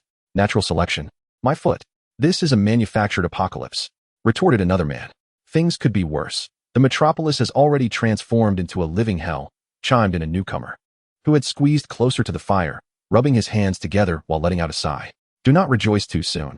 It has only been a few days. Do not assume you will survive until the end. I fear I may be nearing my demise. My hair has all fallen out. And today I've begun losing teeth as well. The speaker, a man whose pallor betrayed his ill health and whose hair was entirely gone, appeared much older than his true age. He opened his mouth, revealing several missing teeth, and managed to smile as he said, perhaps death is a welcome release. Do not be so pessimistic, Xiaozhang. Who among us is not losing a few teeth? Hair loss is quite normal. Perhaps this is how humanity will appear in the future. You might still be considered a handsome man. A middle-aged man counseled. Ha. Then I must strive to live well and find myself a stunning wife, exclaimed the toothless man. Yes, a beautiful bald woman, the bespectacled youth shouted, eliciting laughter from the group. Chapter 67. The association welcomes you. These once cautious survivors, after enduring a single storm, had surprisingly united. During his conversation with them, Lu was even invited to share in a feast of roasted rats, which he politely declined. In the woods, only a few figures could be seen moving in the distance. The majority of the wooden shelters lay silent. This rain may have felled 90% of the population, with some never to rise again. A peculiar thought suddenly blossomed in Lu Yi's mind. Should he lend assistance to these individuals? After all, the circumstances had dramatically shifted. He decided to observe further. As he walked along the fence, the patrol team from the Self-Rescue Association was still absent. He did, however, notice someone atop the wooden watchtower. But as he passed, he heard the sounds of retching and severe coughing emanating from it. Even the guards had fallen ill. Upon reaching the entrance of the fence, he finally spotted 2 association members armed with crossbows, clad in raincoats, masks, and plastic goggles. Upon noticing Lu Yi approach, they did not attempt to shoo him away. Rather, one stepped aside. "Do you wish to enter?" the man asked in a muffled tone. Is that permitted?" Lu Yi inquired. "Of course. Anyone can freely come and go. The refuge has reopened." The man replied. "I am not a resident," Lu Yi cautiously tested. "That is of no concern. The higher-ups have decreed that as long as one is able to walk, they are welcome to return, though mutants are excluded. Presently, we are only guarding against mutants, brother." Another man spoke, his tone surprisingly cordial. "Why?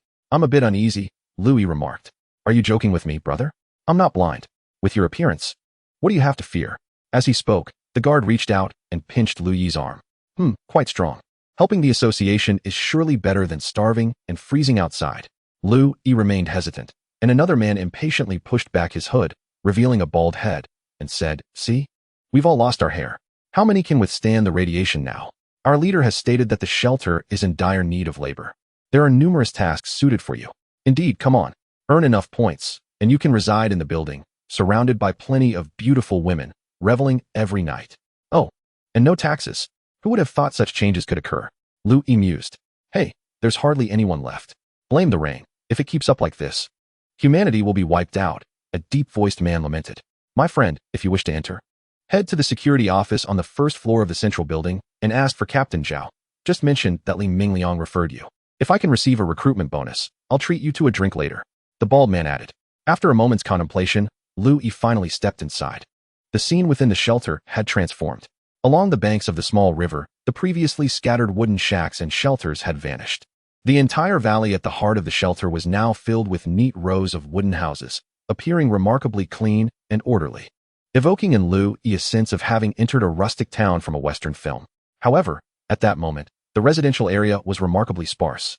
Among the hundreds of wooden houses, which could accommodate at least 3,000 to 4,000 residents, only a few dozen individuals were seen moving about. It seemed that many others had fallen ill. The power of this rain was indeed formidable. What toxins could be lurking within? Could it be plutonium? As Lu Yi observed, his attention was suddenly captured by a nearby wooden house, where 2 masked individuals emerged, carrying a person and transporting them into the woods, where they disposed of the body into a pre-dug pit and began to cover it up.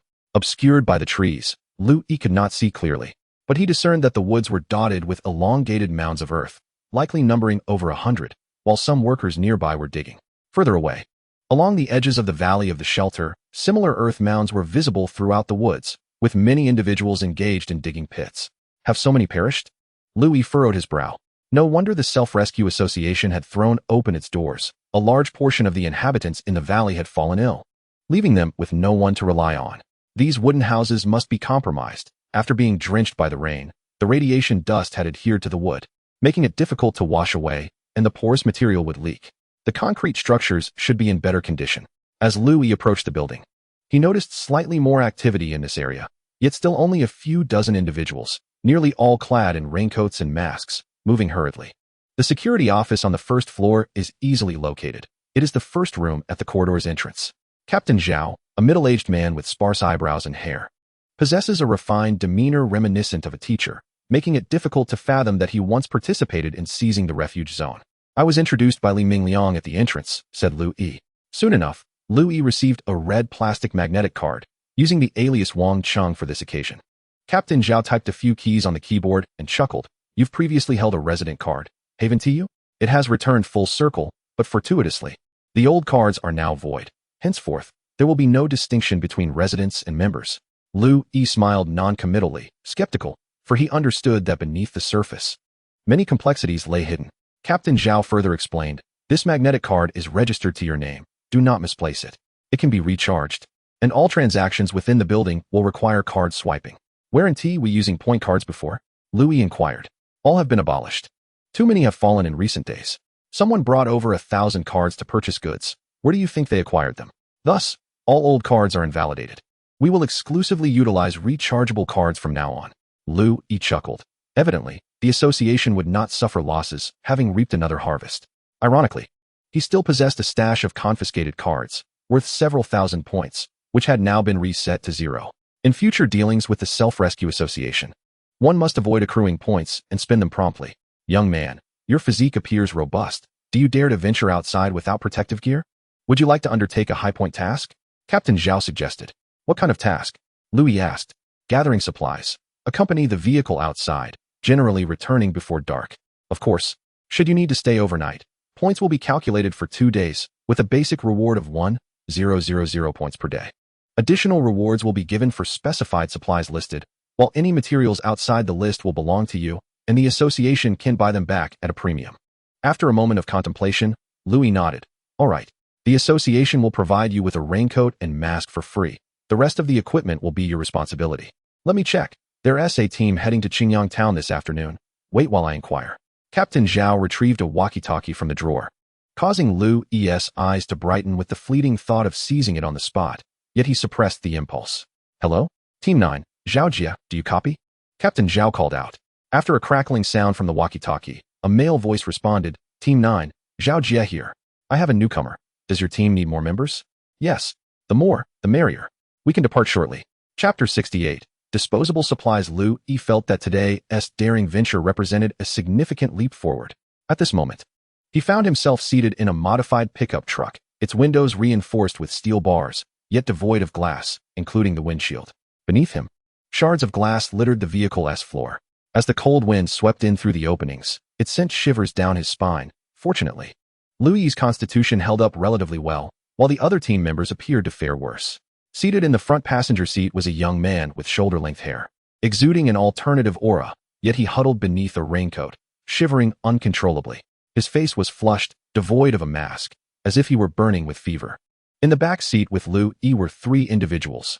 One, an elderly man over 60, appeared frail with a bald head, his visage marked by exhaustion. The other 2 were younger, their hair and eyebrows completely gone, their pallor a disturbing shade of white tinged with red, resembling victims of severe radiation exposure.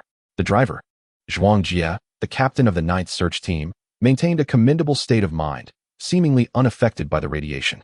Clad in full protective gear, he wore high-quality glass goggles, not the plastic kind, and a black gas mask obscured his mouth and nose. Through a gap in his raincoat, Lu Yi noticed a blue object wrapped around his neck. Likely some form of neck protection. One might say he was armed to the thyroid. Initially, Lu Yi had concerns for Yang Mi and her subordinates trapped in the cave. But at this moment, a sense of calm washed over him as his desire for protective equipment and a walkie-talkie quelled his inner apprehension. The vehicle exited the building complex, passing through the gates and emerging beyond the concrete walls. This was the first time in over 50 days that Lu Yi beheld the outside world. Upon crossing the threshold, the surroundings narrowed, revealing a muddy path leading to the road outside the valley. The trees flanking the route were withering, and the ground was littered with decaying animals, their remains heaped and emitting a foul odor, rendering many unidentifiable. Damn it! Zhuang Jia suddenly cursed as the car collided with a person obstructing the road. The individual was thrown several meters into the air, landing in the center of the road, only to be run over in silence. Fortunately, my vehicle is equipped with crash barriers. Another mutant, in the mid-stage, with half his face rotting away. Did you see that? Zhuang Jia inquired. What's so surprising about it? The long-haired youth in the passenger seat responded, his voice weak, yet laced with disdain. Hey, I'm just showing the rookies back there. They've never seen such sights before. Zhuang Jia chuckled, turning to them. You all need to understand, this is not a zombie. These are not yet fully dead. Mid-stage mutants are the most terrifying. Their brains can still think, and they can move with alarming speed. If you encounter one, exercise extreme caution. Don't say I didn't warn you. Captain, could this creature contaminate our weapons? Lu Yi asked. Of course. I noticed your spear. If it pierces a mutant and you accidentally cut yourself, it's akin to being inoculated. Just wait for the transformation to begin. Zhuang Jie replied. Oh, so can I still keep the spear? Lu Yi expressed his reservations. Just wash it off. As long as it doesn't draw blood, you'll be fine. Similar to the precautions against rabies, Zhuang Jie explained patiently. Thank you. But let me make this clear. If anyone gets bitten by that thing, they cannot board the vehicle again. If you insist on coming aboard, I'll have no choice but to escort you on your way. Zhuang Jie's tone turned serious. The young man in the passenger seat chuckled softly but refrained from further comment. Luo Yi glanced at the other passengers in the vehicle. Among them were several individuals who appeared to be unwell, their bodies frail and weak. If they encountered a mutant, how many could withstand the threat? Moreover, the radiation within the town might surpass that of the wilderness. The association must have sensed something amiss and begun hastily gathering resources from the outside, which explained why they had recruited such a motley crew. Most of these people were likely disposable commodities. Even if they were weak, they still held some residual value for the Self-Rescue Association at this moment. If they failed to return, the association would only incur a loss of a raincoat and a mask. If they succeeded, they would gain supplies. Furthermore, these individuals might perish at any moment, ultimately saving the association points on their recharge cards. I shall observe closely, thought Luo Yi. His appetite for gain was vast, and thus, he knew he must not rush. As the vehicle finally merged onto the highway, Luo Yi noticed numerous abandoned cars lining the roadside. Many of these vehicles had shattered windows, and some had even been burned to ashes. The pickup truck weaved erratically, causing a dizzying sensation that made even Luo Yi feel a surge of irritation. Could you drive any slower? The young man in the passenger seat retched a few times, gritting his teeth in frustration. Luo Yi astutely recognized that this individual might not be as feeble as he appeared. Otherwise, he would not exhibit such bravado. Zhuang Jie, the driver, remained unresponsive and continued to speed along, occasionally crashing into objects that obstructed the path with a resounding thud. Noah. One object emitted a wretched cry before being sent tumbling to the roadside. Oh, it's still a living person, Zhuang Jie muttered to himself, promptly slamming on the brakes. The others remained silent, while the young man in the passenger seat chuckled and opened the door to exit. Minutes later, he returned, tossing a backpack into the truck's rear compartment before resuming his seat. Same old routine, Zhuang Jie mumbled. With a clatter, the young man threw a gleaming golden watch onto the cup holder between the front seats, prompting a nonchalant acknowledgement from Zhuang Jie before he continued driving. At last, low-rise houses and small buildings began to emerge ahead. Zhuang Jie cleared his throat. Everyone wake up. We're home. Up ahead is Qingyang Town. My first rule is no loud talking. There are numerous mutants in the town. If anyone attracts their attention, they must fend for themselves. Our objective today is the town's clinic, and our primary task is to procure a compact color ultrasound machine. You need not recognize the equipment. Simply follow my commands. The vehicle can only be parked outside the town. We will proceed on foot, and it is imperative to remain quiet. After delivering his instructions, several individuals promptly disembarked. Luo Yi retrieved his spear from the truck's rear compartment and followed the group along the road. The town seemed to have suffered from a fire, with many buildings charred and in ruins. After observing for a moment, Luo Yi discreetly pulled out a radiation detector and noted the reading, 78. Damn it. They truly regard people as mere consumables, he silently cursed. Such high environmental radiation poses significant harm to the human body. Lingering for even a minute amounts to suicidal folly. A mere raincoat paired with a mask hardly suffices for protection. Fortunately, my resistance to radiation is relatively robust, and my recuperative abilities are commendable. For now, I must endure. The true menace stands before me, on the road ahead. Among a cluster of abandoned vehicles, 3 figures are loitering. Upon noticing Lu Yi and his companions, the trio paused momentarily before advancing towards us, their pace quickening until the distance between us shrank to less than 30 meters. A low growl echoed, a sign that we faced mutants. They were 2 women and a man, their faces marred by grotesque black pits of decay. Yet their garments remained surprisingly intact. The women's down jackets, albeit somewhat soiled, flaunted vibrant hues of crimson and bright yellow, retaining a semblance of style. Each wielded a wooden stick, resembling a mop handle.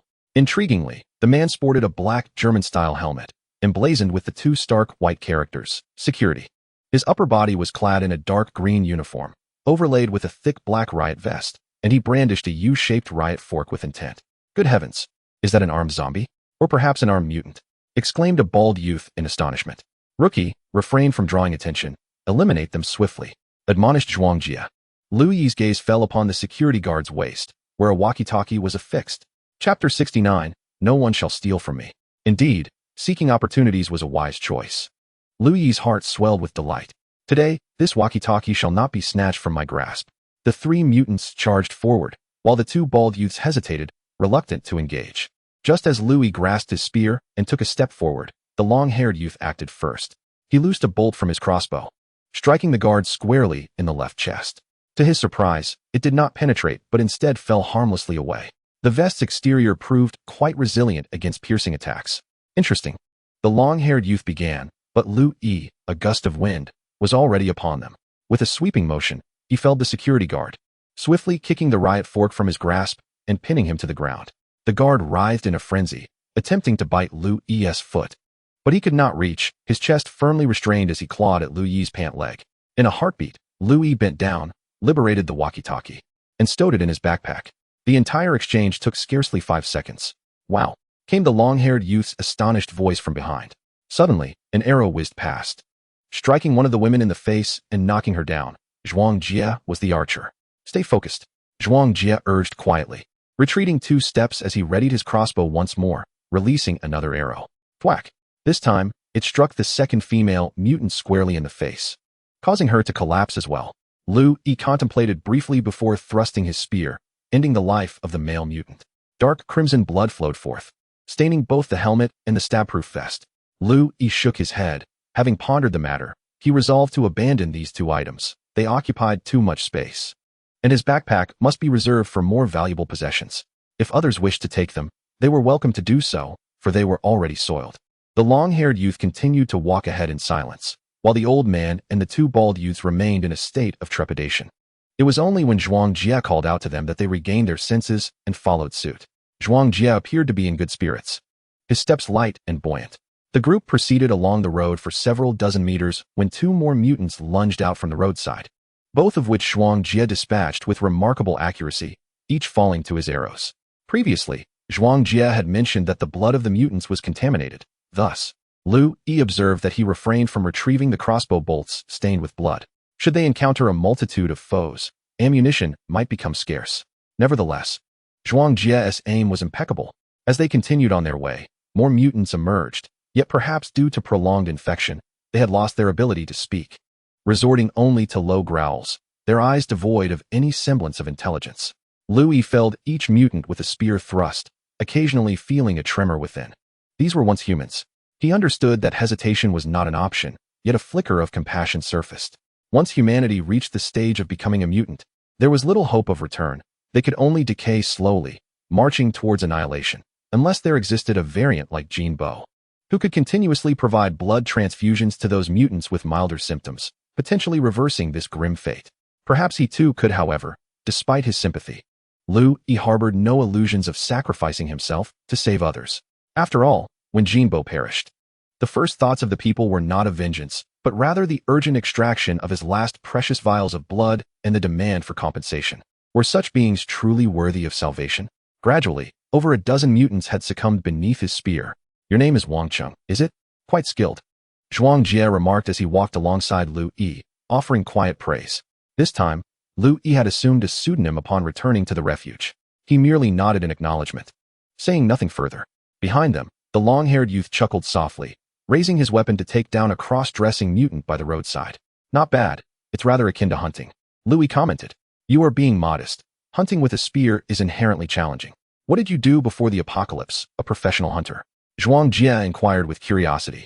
Lu Yi smiled and shook his head, refraining from answering, instead dispatching yet another approaching mutant. Here we are. Zhuang Jie came to a halt, taking several deep breaths. Lu Yi looked up and discovered a large courtyard by the roadside, marked by a sign that read Qingyang Town Health Center. Within the courtyard stood a small white building, topped with a conspicuous red emblem. Why are you 3 lagging so far behind, contributing nothing? Do you still wish to earn points? Zhuang Jie reproached the 3 stragglers in a hushed tone. The old man and the 2 bald youths approached silently, without a word. Be vigilant. Take anything valuable. Follow my lead, Zhuang Jie cautioned before striding into the courtyard. The air was thick with the acrid stench of decaying rodents, more pungent than the previous area they had traversed. The health clinic, though not expansive, exuded a modern aura, marred only by the sight of bodies frequently found in the corners, particularly near the flower beds, many of which lay in various states of decomposition. The vegetation in the courtyard was withered, contributing to an atmosphere of desolation and decay. Luo Yi observed for a moment and discerned an anomaly. In the parking area, a corpse clad in a raincoat lay prone, a recent victim, likely deceased only a few days prior. The raincoat bore the same design as those issued in the refuge, a disposable blue plastic type. Despite its commonplace nature, Luo Yi felt a surge of wariness. Upon entering the small building, the stench intensified. In a corner, another man in a raincoat lay, also recently deceased, his face obscured by a mask. He must have come from the refuge. A bald young man quivered. You're overthinking it. This is a health clinic, and it's not unusual to see such attire here, Zhuang Jie murmured. But why is he holding a spear? Came the hesitant reply. Isn't that normal? Enough chatter, move forward. Zhuang Jie's tone grew stern. As they ascended the stairs, Luo Yi leaned down for a closer look at the man. He had sparse hair and thin eyebrows, indicative of someone who had survived for a considerable time post-apocalypse, a true survivor. He lay on the ground, the blood around him already congealed, his front seemingly intact, suggesting the injury was on his back. This deceased individual bore no backpack or container, an inconsistency that hinted at theft. Leading the way, Zhuang Jie guided the group cautiously to the third floor, bypassing the second. Luo Yi suddenly realized that this was likely not Zhuang Jie's first visit here. Along the path, several corpses of mutants lay scattered, some severely decomposed while others retained a degree of freshness, further solidifying Luo Yi's suspicions. Zhuang Jie paid no heed to the bodies, advancing purposefully into an examination room, where only a few dead mutants remained. He swiftly maneuvered a wheeled device out. Fortune smiles upon us. We finally secured the ultrasound machine, Zhuang Jie whispered excitedly. The wheels of the apparatus emitted a faint rolling sound as Zhuang Jie cautiously pushed the ultrasound machine to the doorway. However, as he quickened his pace, the noise escalated, producing a sharp, grating sound. Damn it, the wheels are faulty. Suddenly, more figures appeared in the corridor. Luo Yi looked up to see individuals emerging from the adjacent rooms. Their gazes fixated upon them. Oh my, they're all mutants, a bald youth exclaimed. An elderly man, who had remained silent until now, began to cough violently, perhaps overwhelmed by fear. Cough, cough. More mutants, drawn by the noise, began to spill out from various rooms, crowding the corridors and blocking both ends. Huh, let us not speak too soon, remarked the long-haired youth, for we may find ourselves cornered once more. Damn it, cursed Zhuang Jie, you three, fall back and defend us. If you fail to contribute today, you shan't board the vehicle. Wang Cheng and Long Mao, clear the path for me. Luo Yi, brandishing a spear, advanced ahead of Zhuang Jie. They were merely 10 meters from the stairway, yet a throng of over a dozen mutated beings surged towards them. The corridor was constricted, rendering the spear's reach ineffective beyond mere thrusting. Luo Yi, endowed with great strength, felled the foremost of the creatures with decisive strikes. Suddenly, however, his spear was seized. The opposing force was formidable. Before him stood a robust man, who had hitherto concealed himself behind the other mutants. Though he was not particularly tall, his girth was imposing. The white coat he wore straining against his muscles. His face bore large, purple contusions. Despite his fearsome visage, his eyes exhibited a certain agility. Do not retreat, bellowed the burly man. Chapter 70. The world beyond the Great Wall. Luo Yi was aware that some of the mutants retained consciousness. Yet he was unprepared for such an encounter. The previous mutants he had faced bore a closer resemblance to the zombies of film than he had anticipated. They merely operated on residual instincts. Their blood, severely infected, had turned a dark crimson hue, a detail he had discerned after numerous confrontations. To delineate the distinction, the zombies depicted in cinema are lifeless, whereas these mutants are still very much alive. In the early stages of mutation, their physical capabilities were heightened, allowing them to run with a swiftness surpassing that of ordinary humans. However, as time elapsed, their brains and nerves deteriorated, leading to a gradual loss of mobility until they ultimately became true corpses. Referring to them as living dead or living corpses is more apt, yet still inaccurate. These mutants are, at their core, living humans afflicted by a disease. Release me. Luo Yi glared at the muscular man, his voice a low growl as he exerted force. Yet, they were evenly matched, and he could not withdraw his spear. Frowning, Luo Yi thrust forward with renewed vigor. Crack!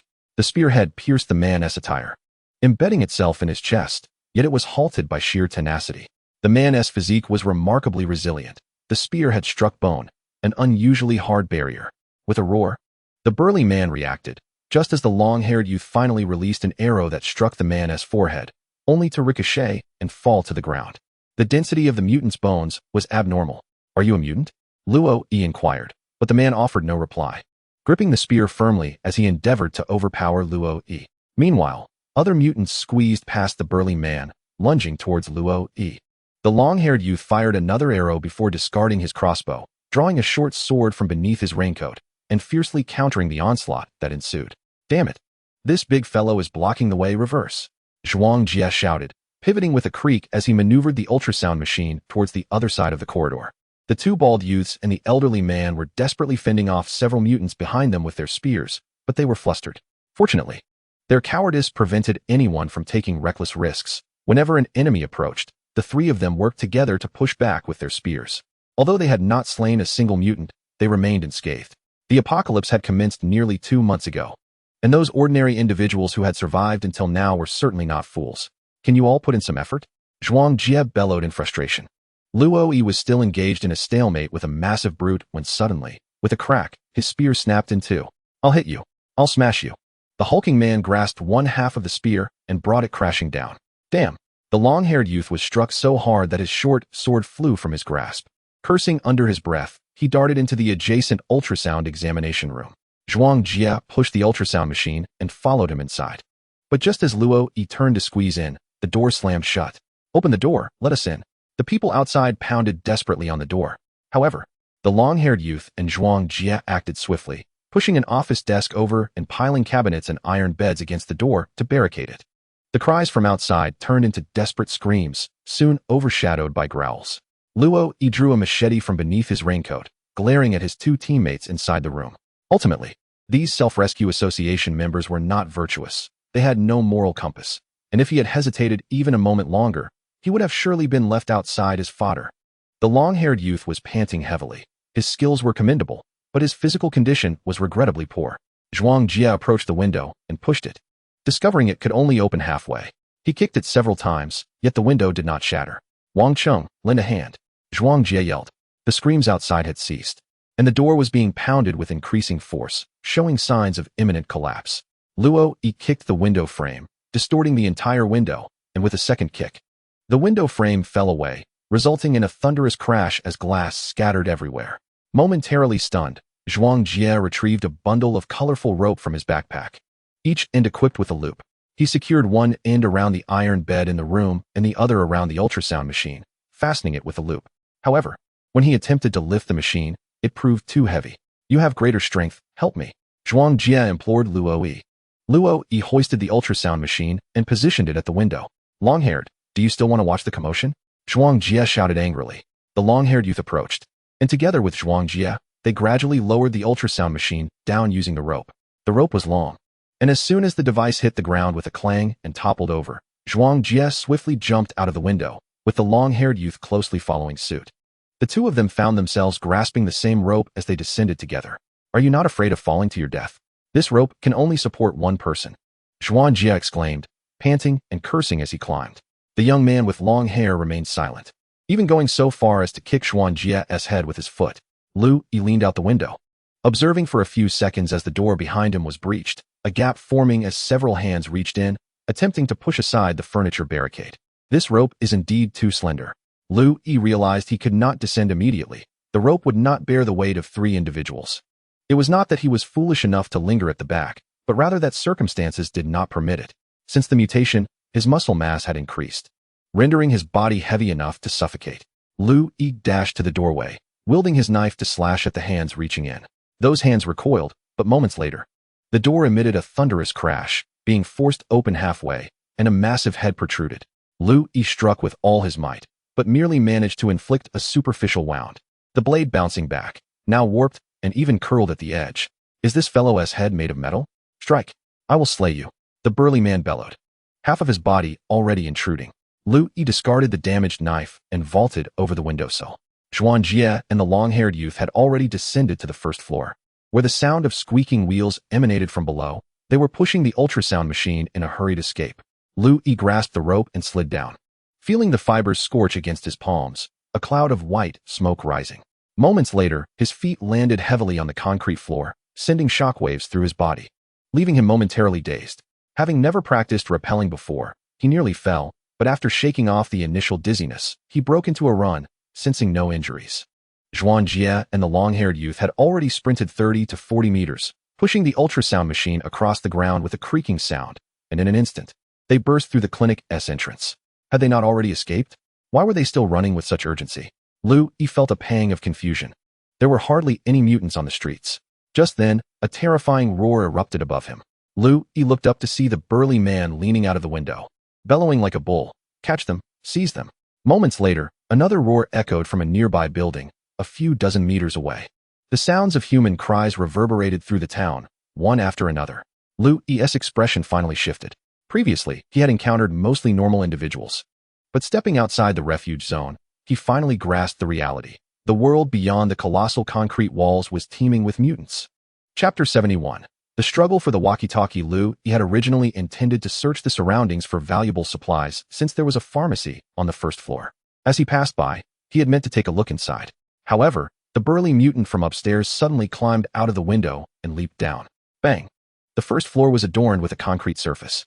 Although the burly man landed firmly on his feet, his body propelled forward, crashing heavily onto the ground. Yet, after a few moments of writhing, he astonishingly managed to rise to his feet. Louis wasted no time and sprinted away.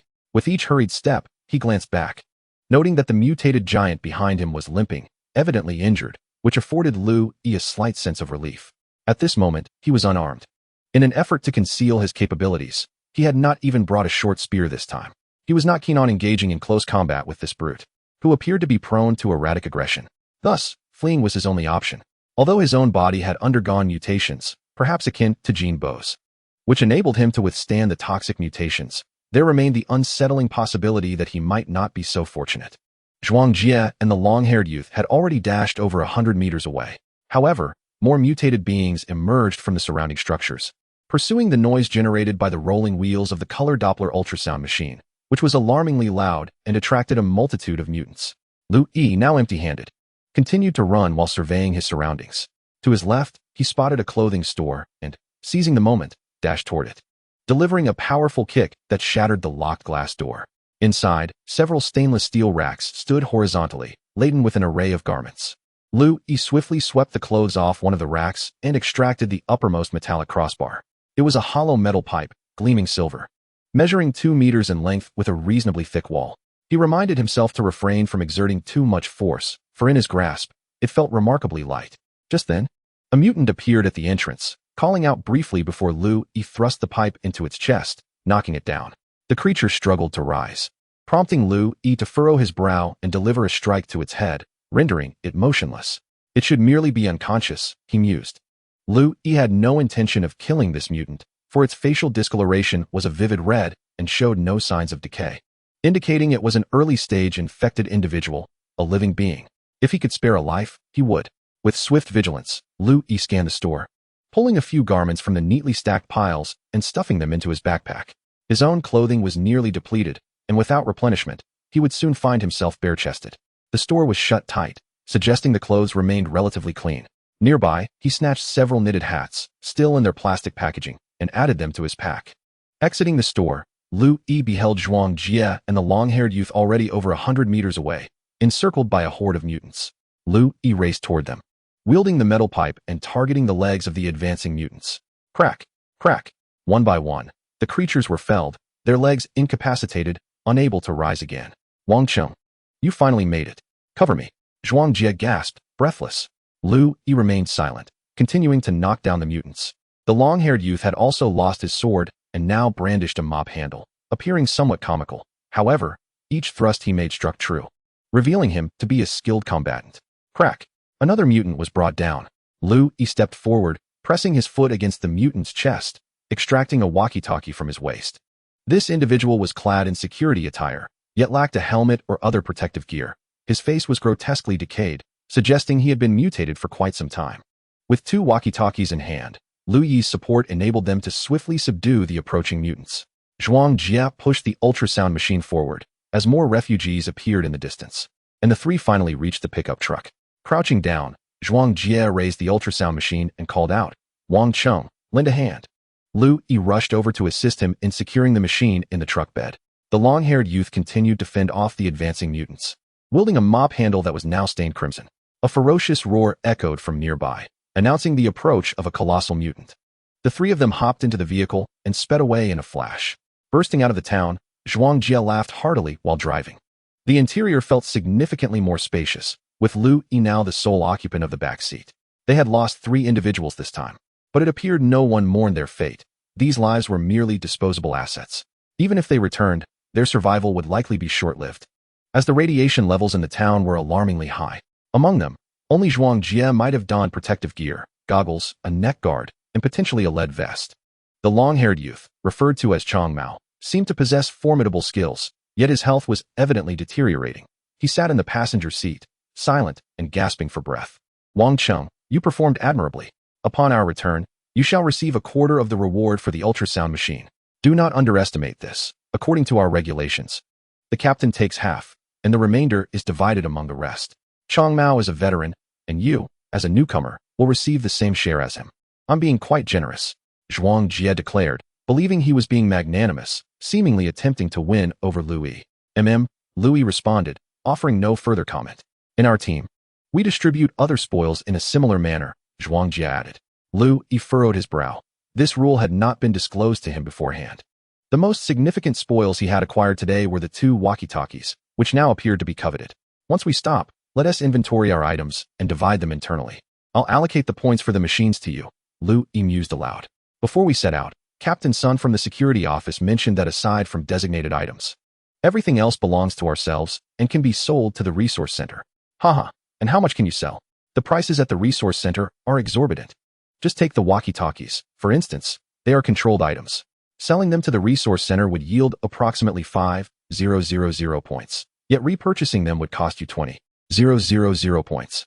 Moreover, you wouldn't be able to buy them back. Newcomers are not eligible to possess walkie-talkies. Zhuang Jie retorted. Wait a moment, we will each take one. I want to report this to the higher-ups, which will make it easier for us to stay in touch. As long as I'm driving, you can join me. There are plenty of opportunities for you to earn, my brother, Zhuang Jie said with a smile. Zhuang, have you forgotten about me again? The long-haired youth sitting in the passenger seat suddenly cursed under his breath. How could I? Aren't you the one always scavenging from those corpses? No need to count. Everything belongs to you. Don't be ungrateful. Stop your incessant whining, or I'll toss you out here, Zhuang Jie retorted fiercely, casting a glance in the rearview mirror. Clearly aiming to intimidate Louis, the long-haired youth snorted and fell silent. Louis chuckled to himself. It seemed Zhuang Jie wanted his walkie-talkie and aimed to exert control over him, hoping he would continue to work for him long-term. Earlier, Louis had casually discarded a deformed steel pipe before getting into the car. He was now unarmed, and Zhuang Jie must have taken that into account.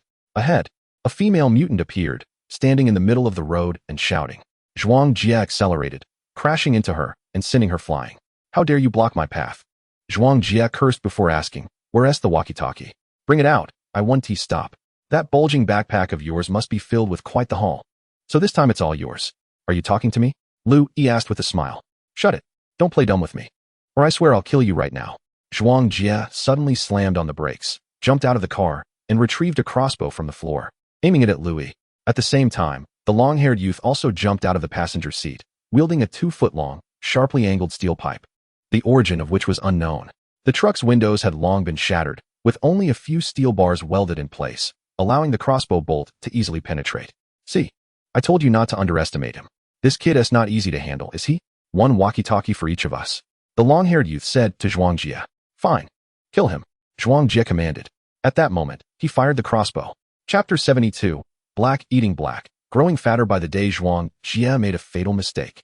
Perhaps not wanting to dirty the seats, he foolishly ordered Louis to get out of the car. The moment Louis's feet touched the ground, he surged forward, knocking Zhuang Jie down. Zhuang Jie was tall and sturdy, and the impact felt solid. Yet, under Louis's momentum, he was sent sprawling over 2 meters away.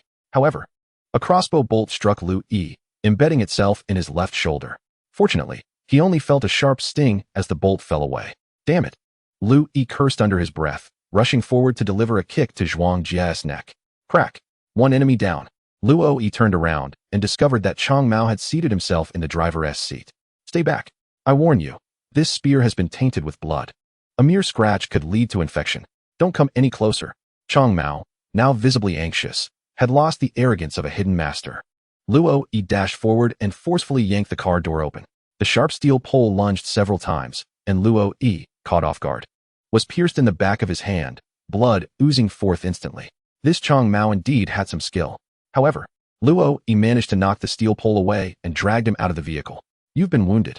Let go of me, I can provide the antidote. Or you'll surely perish. Chong Mao gasped desperately, his voice strained as Louis tightened his grip around his throat, ultimately silencing him. A wasteland ruffian speaks of antidotes. Louis scoffed, Though a flicker of anger ignited within him, blood continued to flow from his hand. He shook it, allowing more to escape. He hoped his body would prove resilient. Luo Yi picked up the steel pole from the ground, scrutinizing it closely. This instrument, which Chang Mao referred to as a spear, measured a little over half a meter and was quite sinister. The tip, now stained with his own blood, revealed a layer of brownish substance that appeared to be dried blood. Bringing it closer to his nose, he detected not only a metallic scent, but also a foul odor reminiscent of feces. Indeed, it was tainted with additives. Damn it! Luo Yi cursed again. Perhaps his subordinate, Song Junjie, might find it appealing, yet after a moment's contemplation, he discarded it far away, allowing his blood to flow for a while longer. Luo Yi rummaged through his bag, tore a piece of clothing into strips, and wrapped his injured palm. He could only leave his fate to chance. However, Luo Yi felt little concern. His physique was unique, and in this apocalyptic world, death was not necessarily a tragedy. There was little to fear. The vehicle sped along the highway, and Luo Yi's backpack now contained several spoils, including a blue vest and protective gear, cervical and groin guards, marked with the name of a certain hospital. Likely lead aprons used in radiology. On top of Chang Mao's head rested a bulky knitted hood, which surprisingly concealed a medical lead cap. A complete set of protective attire.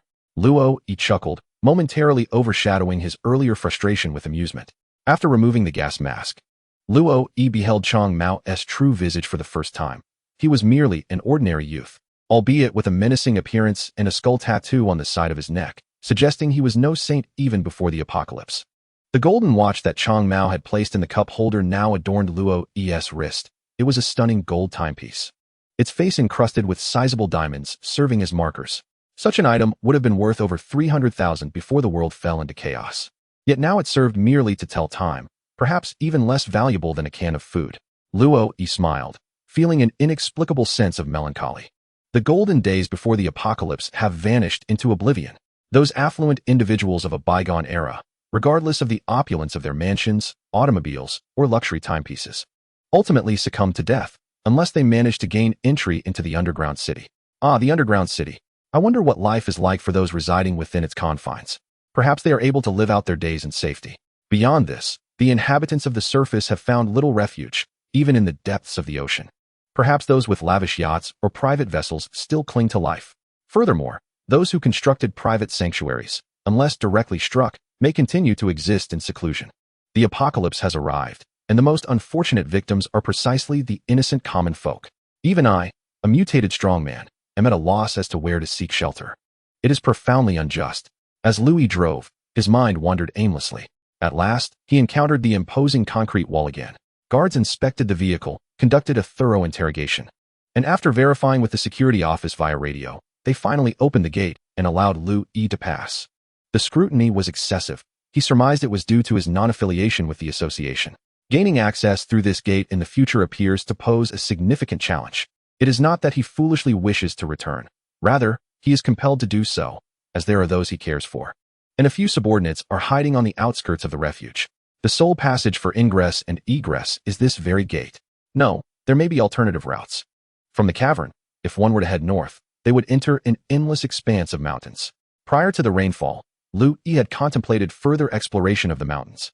But after the deluge, surface radiation levels soared beyond 60.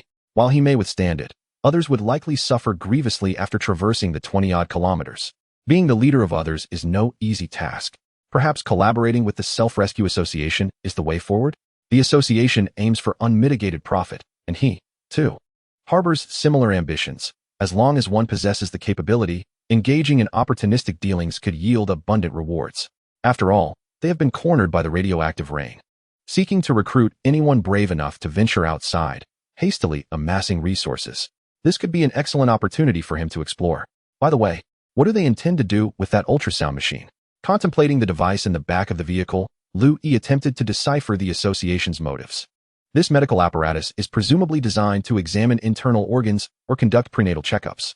While he is not well versed in medical matters, a sudden thought crossed his mind. Has the association concealed a significant number of women for a population reserve plan? Although the truth remains elusive, Luo Yi harbored a vague suspicion, which he dared not ponder further. This self-rescue association is indeed malevolent. Upon arriving at the building and reporting to the security office, Captain Zhao appeared genuinely astonished. Zhuang Jie is dead, Chang Mao is dead, and the 3 survivors have perished as well. Sigh, yet another search team has vanished. After expressing his lament, Captain Zhao set this matter aside, harboring no suspicion towards Lu Yi. Perhaps, as he sighed, the complete annihilation of a team is a commonplace occurrence in this apocalyptic world. Maybe he is simply unwilling to entertain doubts. As long as someone can fulfill the mission, that suffices for him. What does it matter if it's a case of black eating black or dogs biting dogs? Captain Zhao allocated a reward of a full 10,000 points for the ultrasound machine, based on the standards listed on his computer. Now, that entire sum belongs to you. Hand over the card, and I shall recharge it for you. Chapter 73. Waves in the Wilderness. Although the Self-Rescue Association verbally proclaimed that all distinctions between members and residents had been abolished, Lu Yi was acutely aware that differences undoubtedly persisted, albeit in a more insidious manner. For instance, in the prominent building before him, he could only ascend to the 4th floor, for from the 5th floor onward, several guards prevented his entry. As for the building to the left, and the one at the back, he could not even step through the entrance, as it was designated an off-limits area, frequented only by employees. The building on the right had long been reduced to ashes and could be entered freely. As Louis strolled through it, he discovered that it housed only the ill, with an overpowering stench permeating the air, devoid of water and electricity, merely offering shelter from the elements. Naturally, entering these buildings required the removal of raincoats and masks to prevent the introduction of radioactive dust. Yet when Lu Yi discreetly took out his detection device, he found that even within the main building, the radiation levels exceeded 30. To achieve complete disinfection, it would require numerous shower facilities, necessitating that each individual bathe before entry, a tedious endeavor, given the scarcity of clean water. Many outside were still drinking from rivers and ponds. Thus, one could only feign compliance. Survival of the fittest reigned supreme. Within the main building, the 1st and 2nd floors served as office areas, such as the security and logistics departments, equipped with computers. Lu Yi, intrigued, wandered to the end of the corridor, where he encountered the medical team bustling with activity. At this moment, patients queued in droves, primarily suffering from nausea and diarrhea, with some even coughing up blood, while others bore external injuries. However, the medical team lacked sophisticated equipment, and the ultrasound machine Lu Yi had brought back had not been delivered here. Its whereabouts remained a mystery. The environment here was exceedingly harsh. For instance, Lu Yi witnessed a bald doctor in his 30s performing an abdominal surgery while a nearby patient retched violently, droplets splattering everywhere. Among the 4 to 5 individuals resembling nurses, only one was an average-looking middle-aged woman. The others were men, confirming that the medical team had indeed been depleted, just as Yang Mi had suggested. Lu Yi's inaugural experience of card consumption within the building occurred here, where a male nurse in his 20s treated the wound on Lu Yi's hand, performing debridement, disinfection, and applying some powder before wrapping it up, deducting 3,000 points from his account. The material center had also relocated here, with canned goods priced at 1,000 points, and a bottle of radiation antidote, costing a staggering 10,000 points. Interestingly, an electric vehicle is valued at a mere 3,000 points, primarily due to the scarcity of charging stations for the average person. Furthermore, this mode of transportation lacks any off-road capabilities, and currently, only members of the association are seen driving electric cars. As Lu Yi meandered through the building, he was incessantly approached by young women offering him a taste of the last warmth in this apocalyptic realm, with experiences starting at a mere 30 points, all of which he coldly declined. These unfortunate souls, though some possessed striking features, were predominantly pale and emaciated, with thinning hair and even missing teeth. The atmosphere resembled that of a post-apocalyptic marketplace, where goods and services were limited, yet prices were grotesquely inflated, with the most affordable commodity being human life. Within the building, frail individuals were scattered everywhere. Aside from functional office spaces, many areas suffered from power outages. However, a few individuals wielding card readers roamed about, serving as mobile cashiers, a testament to the continuing operation of the management system. The 3rd and 4th floors of the building comprised the accommodation area, where most inhabitants were members of the association. Recently, however, numerous individuals had perished, resulting in vacant rooms. Ordinary people could now secure a permanent sleeping space for a mere 10,000 points. If funds were insufficient, they could find a temporary roommate for a night or two at a minimal cost. This was the reality of life within the building, or so Lu Yi mused. When he first entered the refuge, he longed to reside within its walls, but alas, even approaching it had been impossible. Now, his interest had waned. What intrigued him now were the restricted areas, which perhaps harbored even greater disappointments. The exterior of the entire building was tainted. and the radiation levels within would eventually equal those outside. Lu Yi suddenly felt a sense of ennui. After purchasing a machete along with disposable raincoats, shoe covers, and masks, he departed from the refuge. Upon exiting the enclosure, the guards did not impede his passage. True freedom of movement had been achieved. Yet beyond the fence, others still dwelled in the wilderness, hesitant to enter, as establishing trust among robbers is not a task accomplished in a day. As dusk deepened, flickering campfires illuminated the wilderness, perhaps to dwindle in number over time.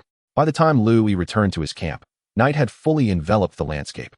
Almost lost in the darkness, he encountered no nocturnal creatures, as even the sounds of beasts and birds had vanished, leaving a profound silence across the wasteland, as if he were the sole living being traversing the desolation.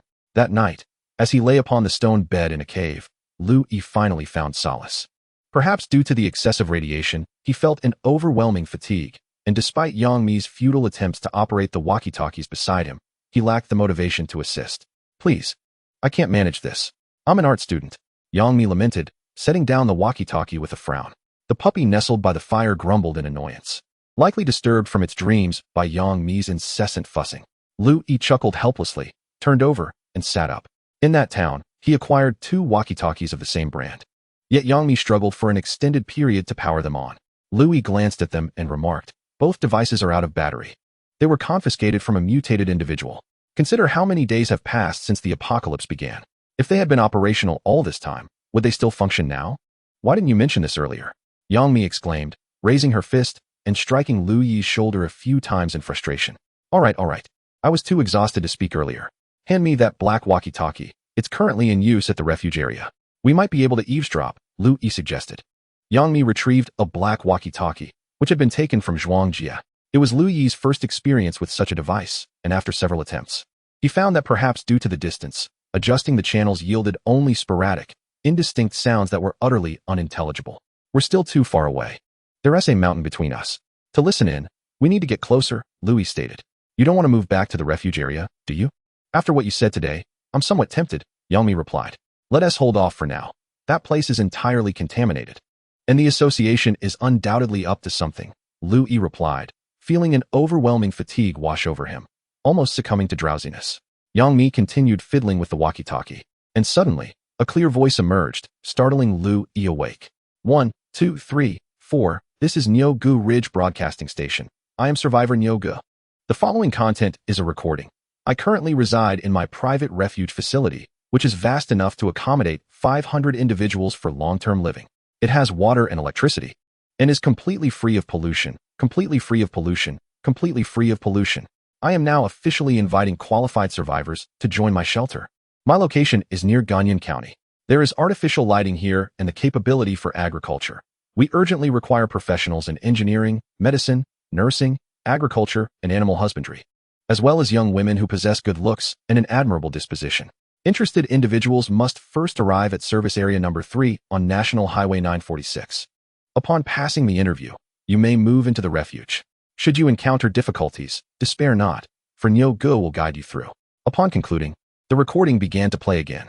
Yang Mi turned to face Lu Yi, their eyes locking. What did we just hear? Yang Mi pondered, momentarily stunned before murmuring her thoughts aloud.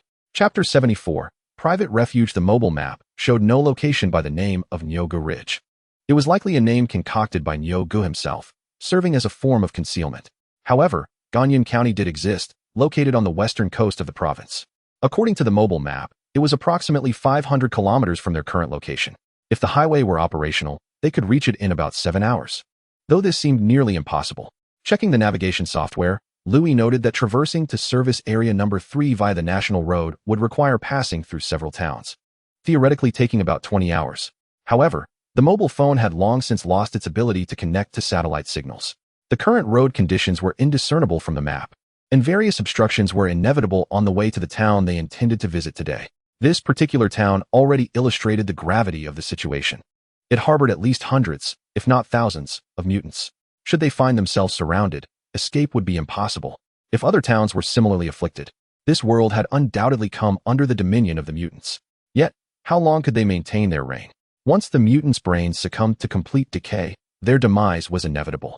Moreover, in order to proceed, one must first acquire a vehicle and then find a way through the imposing gates of the concrete walls. The pickup truck that had been operational during the day belonged to the association and had since been reclaimed. The gates of the concrete walls were not akin to those of a wooden fence. They represented the front line of the refuge. Today, Liu Yi was able to enter and exit solely because he was transported by the association's vehicle. To exit through the gates, one would need to accept additional missions, which implied that Yang Mi and others would have to accompany him, rendering them conspicuous and potentially leading to complications if they were intercepted. Additionally, was there really a private underground refuge at Nuzhuling? Could it possibly be a trap? Liu Yi inserted his headphones into his phone and opened the broadcasting application, discovering that he could indeed receive messages, albeit with a weak and intermittent signal. Perhaps the reception would be better outside the cave. Though he was no expert in radio communication, he could ascertain that the signal emanating from Nuzhuling was notably strong. Individuals in other regions should also be able to receive it. This development complicated matters further. Perhaps it was a trap designed to lure everyone into danger? Or could it genuinely be a private refuge, with its doors wide open to welcome all, potentially leading to a chaotic scramble? Nevertheless, there was no immediate need to share this information with Liao Ping and the others, as it might only exacerbate their mental strain and provoke instability. After a moment of contemplation, Liu Yi succumbed to fatigue and drifted into slumber within the warm embrace of his sleeping bag. The following morning, upon awakening, he felt a restoration of strength. The profound weariness of the previous day had dissipated, although he had yet to regain his usual vitality. He retrieved the radiation detector, which indicated that his radiation levels remained below 7. It appeared that intense radiation could indeed inflict harm, yet the situation was not dire. At least after traversing Qingyang town, he would not succumb to radiation sickness. Had he achieved a balance with this radiation-laden world? Liu Yi felt a twinge of relief. Alas, others were not so fortunate. The surrounding environmental radiation was escalating, with even the water within the cave registering levels exceeding 4.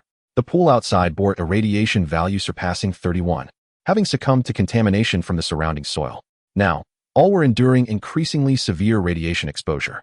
After several days of consuming potassium iodide tablets and radiation-reducing capsules, Yang Mi's complexion had gradually regained some color, suggesting improvement. However, she could no longer venture outside the cave. The gravel-strewn entrance registered a radiation level of 60, and even the dog refused to step out. Although Liao Ping bore a flush upon his face, it was a sickly hue, as if his skin had been scorched by invisible rays. Nevertheless, after taking medication, Liao Ping's condition remained relatively stable. Today he still ventured to the cave's entrance to report to Liu Yi. It was evident that Liao Ping had come to regard this place as his home, especially since he had a daughter. Liu Yi even felt that Liao Ping cherished this encampment and team more than he did himself. With a leader like Liu Yi, the camp's safety was assured. Prior to the onset of the radioactive rain, the team's hunting prowess was formidable, almost guaranteeing perpetual prosperity. Additionally, with several team members providing labor, the camp could continually expand, having already developed 4 auxiliary caves within the hillside. Regrettably, an unfortunate event occurred. Liao Ping brought troubling news. Wang Jiahao had fallen ill, suffering from severe vomiting and diarrhea, likely due to gastroenteritis, and there was blood in both his vomit and excrement. Upon entering the hillside cave and seeing Wang Jiahao lying on a wooden bed, Liu Yi's brow furrowed with concern.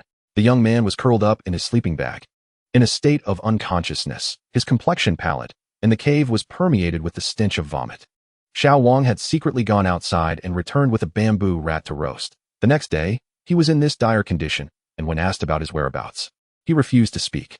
Liao Ping remarked, "Isn't there still a supply of wild boar meat?" Liu Yi inquired. He claimed the pork was too tough and not fresh enough, so he took off with his crossbow. "I couldn't keep him from going. He is a grown man." Sung Junjie interjected. "Did you eat that bamboo rat?" Liu Yi pressed further. "I do not consume rodents. He finished it outside before coming in, but I made him move to the side.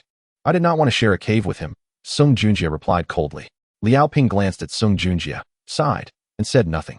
Liu Yi nodded in agreement, acknowledging, "You did the right thing." Sung Junjie's self-preserving approach, in such exceptional circumstances, posed no issues. At the very least, it would not cause further complications. Liu Yi retrieved the radiation detector and scanned Wang Jiahao's body. The surface reading was approximately 23, while the abdominal reading was 71, astonishingly higher than the outside levels. Could he have consumed the intestines of the bamboo rat? He may have eaten more than one, Liu Yi mused, furrowing his brow. "Do you know where he has been these past few days?" Liao Ping expressed his shame. "I do not know. I did not pay attention when he left." Sung Junjie suddenly spoke up. "I know. He headed north, descending the hillside through the forest, and walked into the valley. He was in that patch of bamboo, lighting a fire to roast the rat. I did not follow him any further. Wait a moment, you mentioned bamboo? Lu Yi asked abruptly. It cannot truly be called a bamboo grove, just a small patch of bamboo at the bottom of the valley. There is no water, and all the bamboo is dead. Sung Junjie explained, seemingly realizing something and adopting a serious expression. Take me to see it. Lu Yi commanded.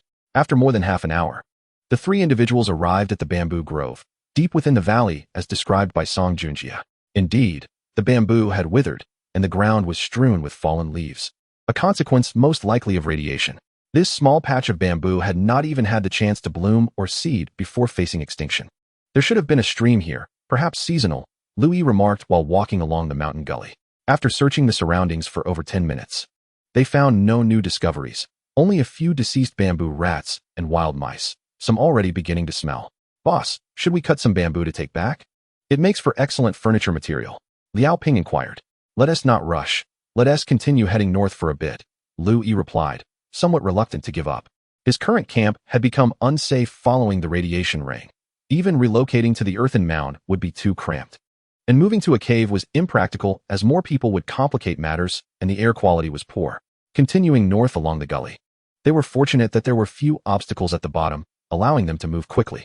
Before they realized it, they had already ventured over 2 kilometers away from the cave.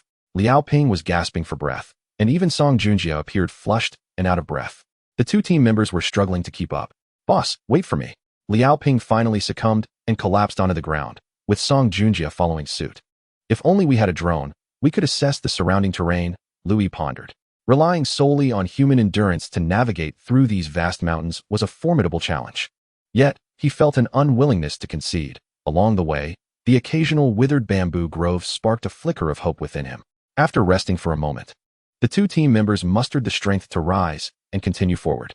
Lu Yi's remarkable physical prowess evoked their admiration, and they dared not voice any grievances. The greater their leader's strength, the more chance they had of survival. At last, the gully ahead vanished, revealing a sheer cliff that obstructed their path. Surrounded by jagged rocks, there was no way forward. Around the cliff, dozens of bamboo plants stubbornly clung to life, though most were already yellowing and edging towards demise. Search the area, see if there is a water outlet, Lu Yi commanded, then withdrew a wooden-handled axe, an implement he hadn't used in many days, specifically brought for this occasion. The group began to scour the vicinity, even striking the stone walls. Soon, Lu Yi noticed something unusual. The wall before him echoed hollowly when struck. With a large crack at its base, the edges polished as if worn by flowing water over time. This might be the water source. There should be water within, Lu Yi deduced. He swung the axe with force against the stone wall, only to have the handle snap. Whether due to his excessive strength or the unreliability of the cheaply purchased tool was unknown. Undeterred, he attempted to move the massive rock with his bare hands. But it would not budge. The wall loomed over 2 meters high, resembling a colossal natural stone door. Gather materials and start a fire here, Lu Yi instructed. The fire blazed, scorching the lower part of the stone wall, causing a searing heat that reddened their faces while the stones themselves grew increasingly fervent. Pour all the water we have on it, shouted Lu Yi as he pushed the firewood aside. The three of them retrieved their plastic bottles, unscrewed the caps, and splashed water onto the stone wall. A mist enveloped the area, and the rocks emitted a hissing sound. Crack, crack. At last, the lower section of the wall crumbled. Lu Yi kicked at the debris, scattering the stones, and a breach appeared on the wall, filled with excitement. He disregarded the lingering heat and began to strike the surrounding area of the gap with nearby stones. His hands throbbed and bled, yet he persisted, relentlessly hammering away. Before long, the breach expanded to over 1 meter in length, transforming into an opening. Song Junjie unfastened his backpack and crawled inside. Chapter 75. A hidden haven in the apocalypse. Boss, it's quite narrow in here. I can't stand up, came Song Junjie's muffled voice from within. Keep going, urged Lu Yi. Boss, it's getting wider. It's a cave in here, too dark to see, but it feels vast. Song Junjie exclaimed, brimming with enthusiasm. Hang on. I'm coming in too, Lu Yi called back before continuing to chip away at the edges of the opening. Since the apocalypse, his physique had expanded considerably, and he worried that he might get stuck. Indeed, he managed to squeeze in only halfway before becoming wedged, prompting Liao Ping to pull him back out. Liao Ping removed the axe from his waist and tossed it into the cavern. Ajia, you expand the center of the hole a bit. Song Junjie resumed his work, hammering away for over an hour. After Lu Yi shed his outer clothing, he finally managed to crawl through. Inside, it was indeed a world unlike any other. Regrettably, he had not brought the camp lantern, so once more, He had to rely on his phone as a flashlight. Liao Ping climbed in as well, and the three of them gazed upon this uncharted realm. Before them lay a flat cavern, with a ceiling barely 3 meters high, yet it was spacious all around. Progressing from the narrow entrance, the interior widened considerably. The ground was relatively even, comprised of a rocky surface, clean and devoid of any soil. As if it had been washed. There's water ahead, Liao Ping exclaimed in delight. Under the glow of the phone's light, less than 10 meters away, the ground shimmered with a faint luminescence. As Louis approached, he discovered that the rocky floor was damp, with standing water beginning to accumulate. After walking a few more meters, the terrain dipped, and the water even reached the tops of his shoes. He felt the water seep into his footwear, squelching with each step, yet his spirits soared with joy. Wow, this must be a river. The water seems to be flowing, Liao Ping whispered. It was indeed a small river, flowing swiftly yet quietly, with the sound of rushing water only audible when one stood in the center. The downstream path was obstructed by rocks, and the water likely flowed through crevices beneath them. It was a subterranean river, which, when swollen, must have spilled out to the surface, thus creating the gorge outside. As summer approaches, the water may rise. At this moment, Louis suddenly realizes that perhaps summer will never return. The radiation detector displays a reading of 5, leaving Louis momentarily perplexed until he recalls something.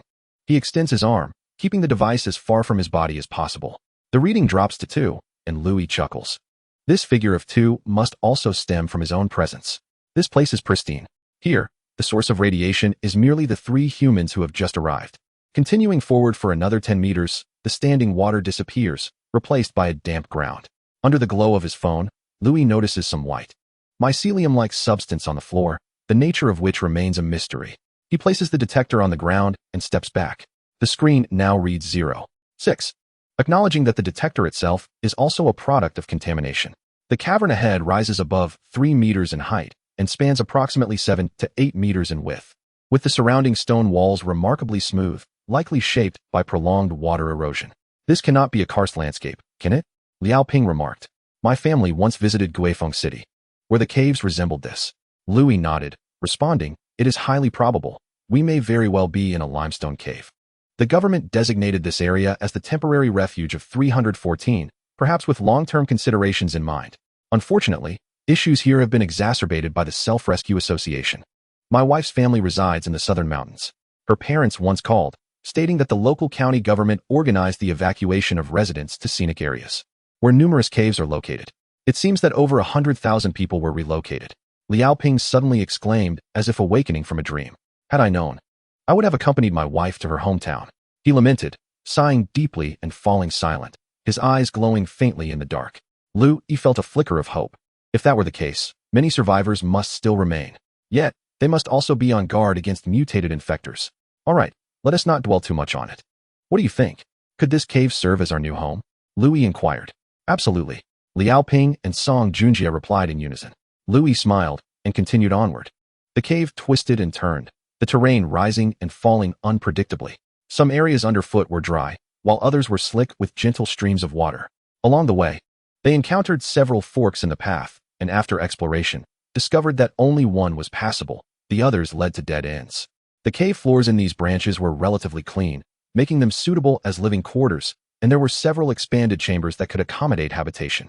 After more than half an hour of walking, the trio entered a grand space, where stalactites of pale yellow adorned both the ceiling and the ground. Densely packed and truly magnificent, spanning an area of nearly 200 square meters. This could easily serve as a grand hall, Liao Ping exclaimed, his voice echoing in the profound cavern.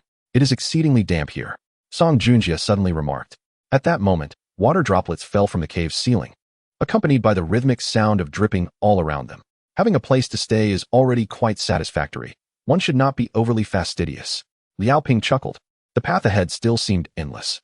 Will this cavern extend for several kilometers, or perhaps even longer? Song Junjie inquired. It is uncertain. We can explore further in the future. Louis paused, then continued. Let us conclude our exploration for today and return. Boss. Liao Ping appeared somewhat reluctant to leave. Do you find it hard to part? Louis smiled and replied. Hurry back and gather your belongings. We are relocating today? The three of them burst into laughter. Transferring from the old campsite to the cavern required considerable effort, necessitating 3 trips to transport all the supplies. Given that the cavern was over 2 kilometers distant from the old site, when the decision to relocate was made, Lu Yi felt a twinge of reluctance.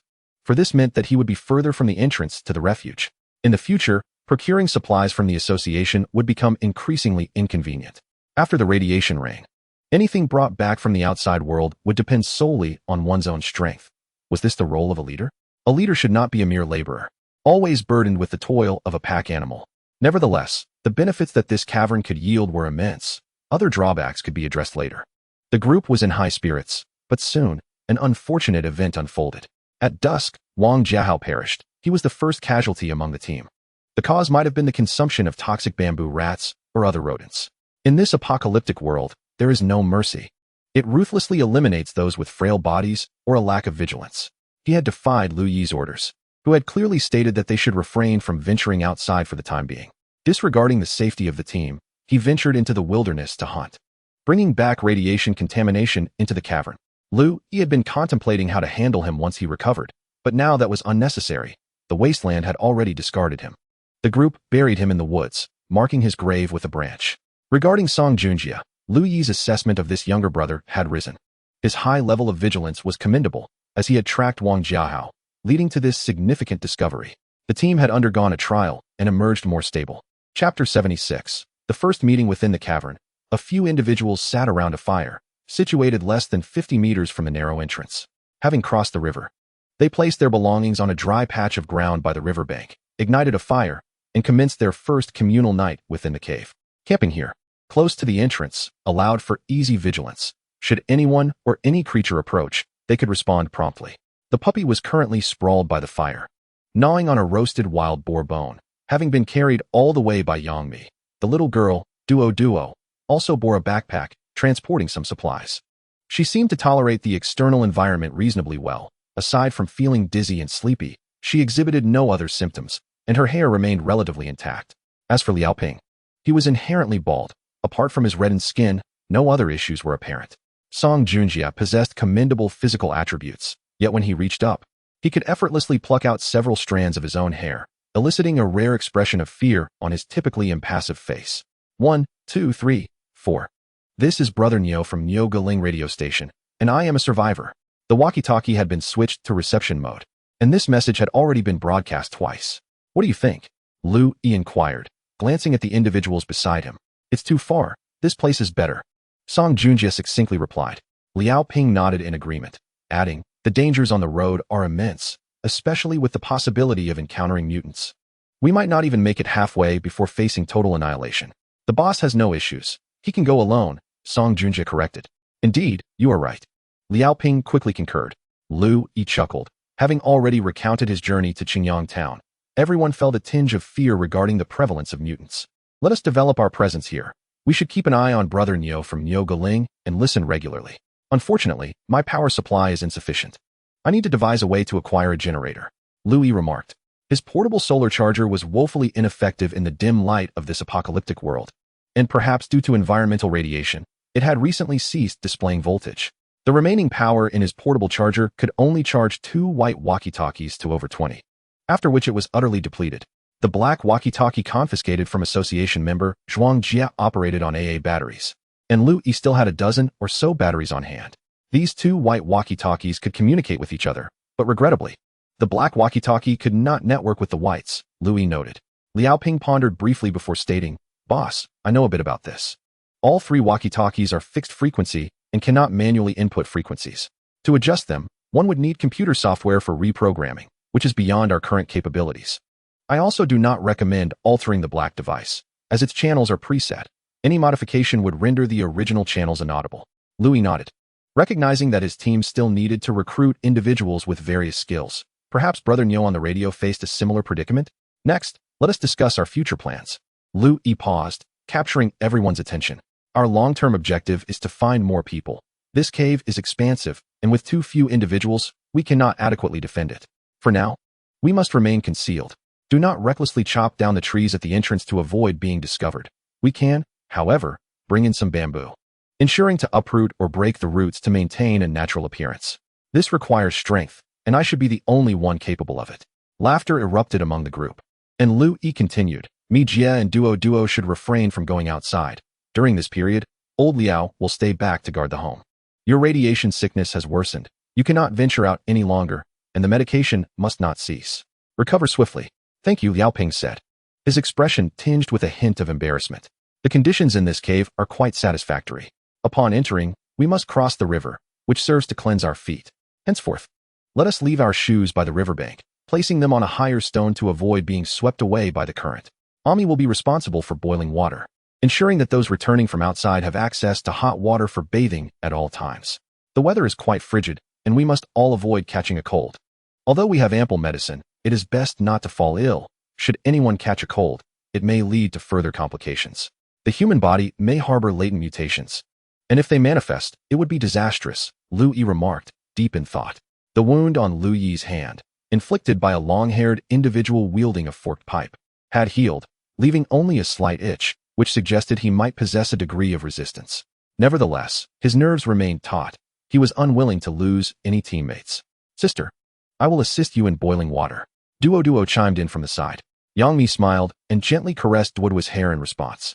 In the next couple of days, I will bring in some tree trunks and bamboo, allowing them to soak in this river. Once they are cleaned, we shall utilize them.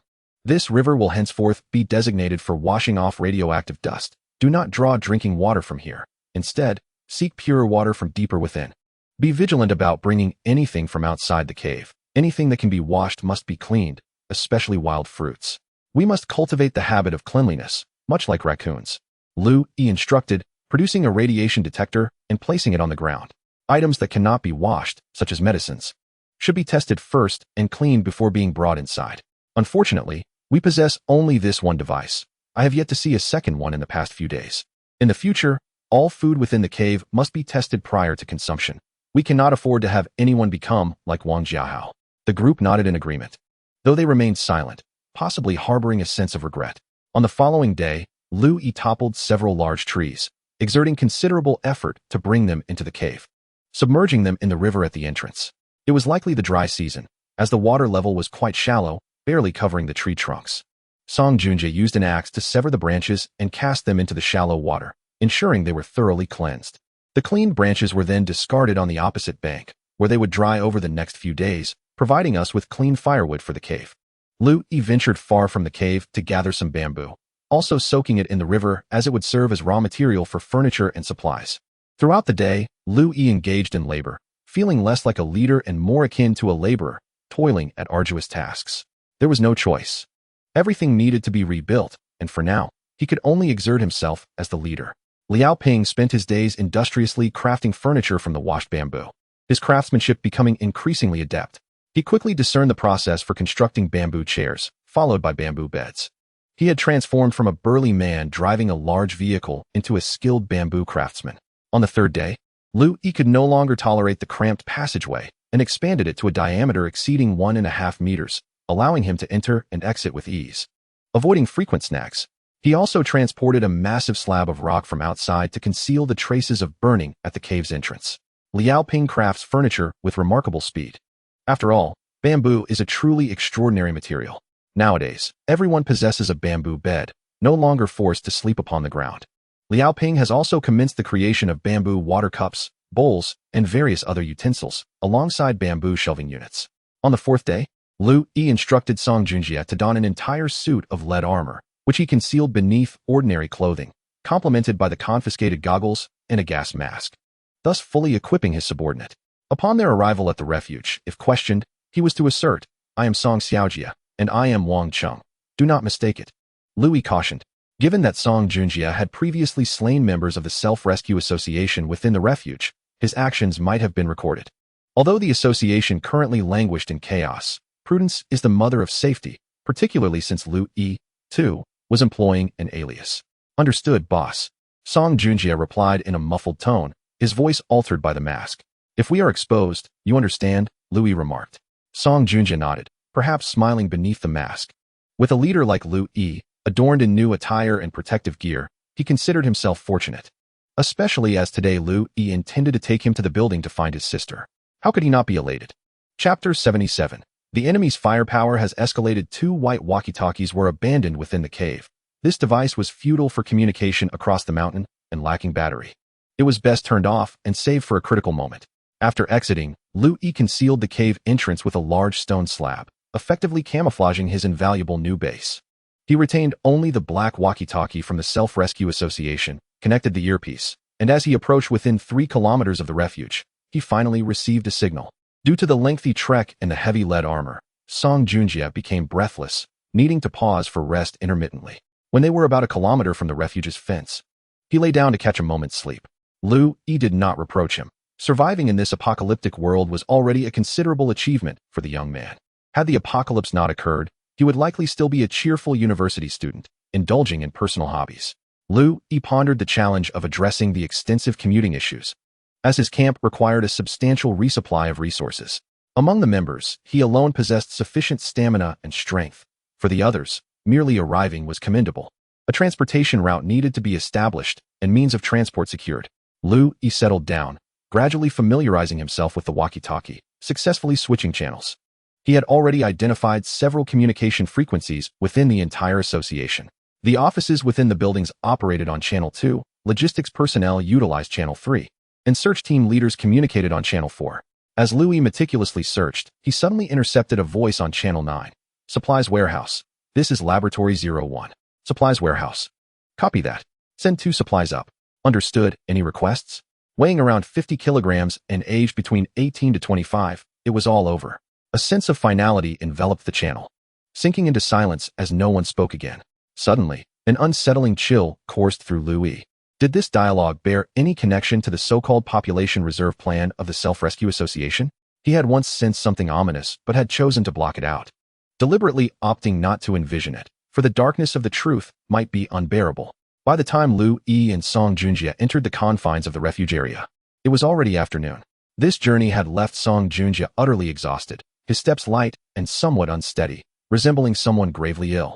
Rather than registering with the security office, Lu Yi wandered through the first 4 floors of the main building. Regrettably, after over an hour of searching, he uncovered nothing. Hello. Do you know a girl named Songjia? She's 20 years old, with long hair. If you are willing to exchange 100 points, I can be anyone. Hello. I am searching for my sister. Her name is Songjia. Have you seen her? I am your sister. Hello. Get lost. Each inquiry, filled with hope, yielded only disappointment. The elevators within the building were out of service, likely due to insufficient power, forcing them to use the stairs. However, when they attempted to ascend to the 5th floor, they were halted by guards. Lu Yi was taken aback. Just days prior, the guards had wielded crossbows, albeit of a more refined craftsmanship. But now the 5 guards blocking the stairwell were armed with firearms. These were makeshift double-barreled weapons, their wooden handles meticulously crafted and polished to a sheen. Most striking were the 2 metal barrels, each over half a meter long, significantly thicker than those of modern firearms, resembling plumbing pipes. It was unclear where the materials had been sourced, but the thick, blackened walls suggested they had undergone chemical treatment. Despite their primitive design, almost reminiscent of a wasteland aesthetic, they exuded a formidable presence. You're not qualified to go up. Stay away, move along. A guard inspected Lu Yi's red plastic card before tossing it back dismissively. Lu Yi turned away, leading a dazed Song Junjie with him. We can't force our way through. We have no chance. We'll find another way. Once outside the building, seeing no one nearby, Lu Yi quietly advised Song Junjie. Song Junjie nodded silently. After a moment, he spoke. My sister may no longer be here. Lu Yi found himself at a loss for words. Over the past few weeks, the population of the refuge had dwindled by more than half. Do not lose heart. After a brief hesitation, Lu Yi recounted the conversation he had overheard on the intercom that day. Song Junjie's eyes brightened momentarily before his expression darkened once more. Damn it. I will make sure to take down those bastards. Song Junjie's teeth clattered softly. Lu Yi nodded and murmured, once the objective is clear, the rest is merely a matter of taking it step by step. The association moved swiftly. Undoubtedly, there were formidable individuals at the helm. Having witnessed those firearms, it was apparent that in a few days, there would be even more individuals equipped with such armaments. Relying solely on cold weapons would be futile against them. What shall we do? Our numbers are too few, Song Junjie lamented. I have a method, but it is not yet suitable. We shall discuss it later. Lu Yi recalled the fork that had pierced his hand and hesitated, ultimately suppressing that sinister thought. Unless absolutely necessary, it is better to seek alternative solutions. Lu Yi muttered to himself. Song Junjie glanced at him, surprised, but refrained from pressing further. Instead, his spirits lifted, and he quickly fell and stepped beside Lu Yi.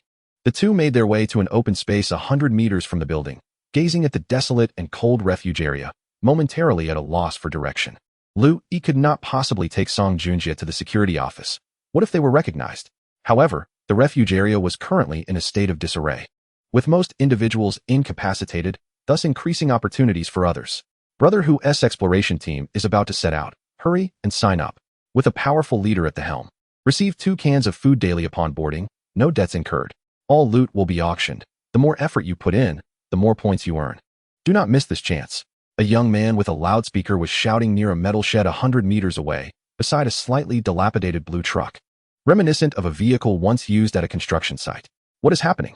Lu Yi wondered, momentarily taken aback, before approaching. In the passenger seat of the truck, a man was speaking into a walkie-talkie, but through the glass, Lu Yi could not hear anything. He donned a headset and discreetly pressed the button on the walkie-talkie concealed within his coat pocket, cycling through channels until he finally caught a conversation. Don't even mention it. Damn, I lost everything yesterday. Even my underwear is gone.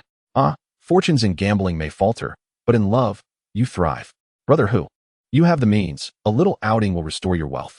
Damn it, what do you mean by thriving in love? I think I'm done for. She's out every day, and I'll end up losing my life out there. Brother Hu had a point. The bosses had all retreated to the 19th floor, leaving us to endure the radiation. Everyone, do not be anxious. Hasn't the upper floor begun distributing the heavy artillery? With the weapon in hand, the world is ours. They're only distributing to the first and second tier folks. Us third tier individuals hoping for heavy weaponry might as well dream. Brother Hu is right. By the time it reaches us, I'll have been long gone. Fellows, do not panic. I have reliable news. The 11th floor added 2 more machines yesterday, and production capacity has increased.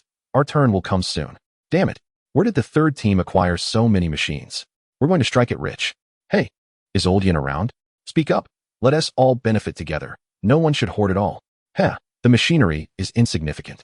Tomorrow, I shall seek out a base where everything is abundant, far superior to any mere bluster. Those handmade trinkets on the 11th floor, are they truly meant for use? They are dreadfully heavy, a burden I can scarcely endure. Old Zhang, spare me your pretentiousness. I have a penchant for substantial objects. Why not sell one to me? I too desire such a piece. I offer 3 ladies in exchange. What say you, Old Zhang? I could raise that to 5. Lu Yi observed for a moment, realizing that the voice of Hu Gu on the call belonged to a man seated in a truck, surrounded by several male interlocutors. Suddenly, a woman's voice cut through their conversation, commanding attention. You foolish captains, silence yourselves. Who mentioned the 19th and 11th floors? Do you seek death? He fatty, was it you? Cease your vehicle and remain stationary. I shall dispatch someone to execute you. The radio fell into immediate silence, no one daring to respond. Lu Yi noticed Hu Gu in the truck wiping his forehead, opening the window, and calling out to the young man with the megaphone. Hurry and summon the others. I intend to depart in 5 minutes. Double the rations. Those damned women are at it again. The young man with the megaphone intensified his shouts, and shortly after, several individuals approached, engaged in brief conversation before climbing into the truck's cargo area. Their weapons were rudimentary, spears, knives, or axes. Boss, it seems they don't check identification for this vehicle. Shall we proceed? Song Junjie asked eagerly. As long as we can exit, let's go. Lu Yi nodded in agreement. Chapter 78. Following Hu Gu to earn a fortune, a total of 14 individuals climbed into the back of the truck, including the one with the megaphone, along with Hu Gu and the driver, making for a sizable group. However, the people in the cargo area appeared to be in poor health. Some clung to the railings while others sat, swaying with the truck's bumps. Where are we headed? Lu Yi shouted over the wind, directing his voice towards the man with the megaphone. Why ask so many questions? You'll find out when we arrive. The man responded, raising the megaphone again. Everyone, just obey. Do what you're told and don't cause trouble. Let me be clear. If you create chaos, we cannot guarantee your safe return. Setting down the megaphone, he began to distribute canned goods from his backpack, handing out 2 cans of small luncheon meat to each person. Weren't we promised double? Shouldn't it be 4? Inquired a man wearing a knitted hat. The remainder will be given upon return. Hu Gu will take you out to earn a fortune. Can your rations be shortchanged? Greedy. The man retorted. The truck sped onward, and Lu Yi nudged Song Junjie with his elbow, signaling him to observe the others. Within the team, 2 individuals remained silent. Clad in raincoats, donning black helmets, goggles, and masks, their feet encased in brown leatherwork boots. The crossbows slung across their backs were far more refined than typical wooden ones, reinforced with metal plates and adorned with colorful patterns.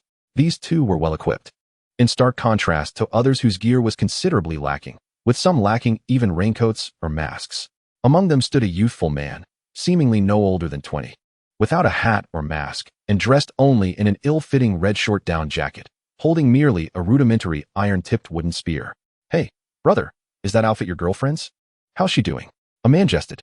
The youthful figure cast a sidelong glance at him, but remained silent, continuing to stand with one hand resting on the railing and the other gripping the spear, gazing out at the desolate expanse. Luo observed the young man's silhouette, feeling an inexplicable sense of unease, as though something were amiss. Suddenly, the youth turned to glance back, his gaze chillingly cold. Luo's lips curled into a slight smile as he nodded. The young man promptly returned his attention to the wilderness. This individual is no ordinary person. Luo mused quietly. The instant their eyes met, he had felt as though a cold wind had swept over him, albeit for a fleeting moment, barely a second. This lad presents a certain threat. Having triggered my instincts, Luo acknowledged, his heart racing with a sense of anticipation, though he swiftly suppressed it. The last time he felt this way was with Jin Bo, who had since been eliminated. Nearly 60 days had elapsed since the apocalypse began, and those who survived to this day possessed a myriad of skills or sheer luck. Take this young man before him. Pale of face, yet possessing a cunning glint in his eyes. Despite his shabby attire and equipment, certain traits cannot be concealed. Moreover, anyone still endowed with a lush head of hair in such dire times cannot be underestimated. Luo himself wore a tattered black cotton coat, a simple gray knit cap, wielding only a machete, while his protective gear comprised merely a transparent disposable raincoat and an ordinary mask. The two individuals with crossbows occasionally cast furtive glances in his direction, seemingly wary of him. The vehicle traversed the terrain for quite some time, the wheels emitting a rhythmic thud as they rolled over various objects. Luo stood to steady himself against the railing, observing as the vehicle sped past the town of Qingyang. Realizing that the objects crushed beneath them were corpses littering the road. Some mutated beings were pursuing them from behind, but the vehicle swiftly left the town, continuing toward the end of the highway. After more than half an hour, the vehicle veered onto a side road, eventually coming to a halt. Luo peered outside. Taking in the desolate surroundings, a factory loomed nearby, with a white wooden sign at its entrance reading Yuan Yang Metal Products Company, Limited. Everyone disembark, listen for commands, and do not wander off. If you meet an untimely end, no one will take responsibility.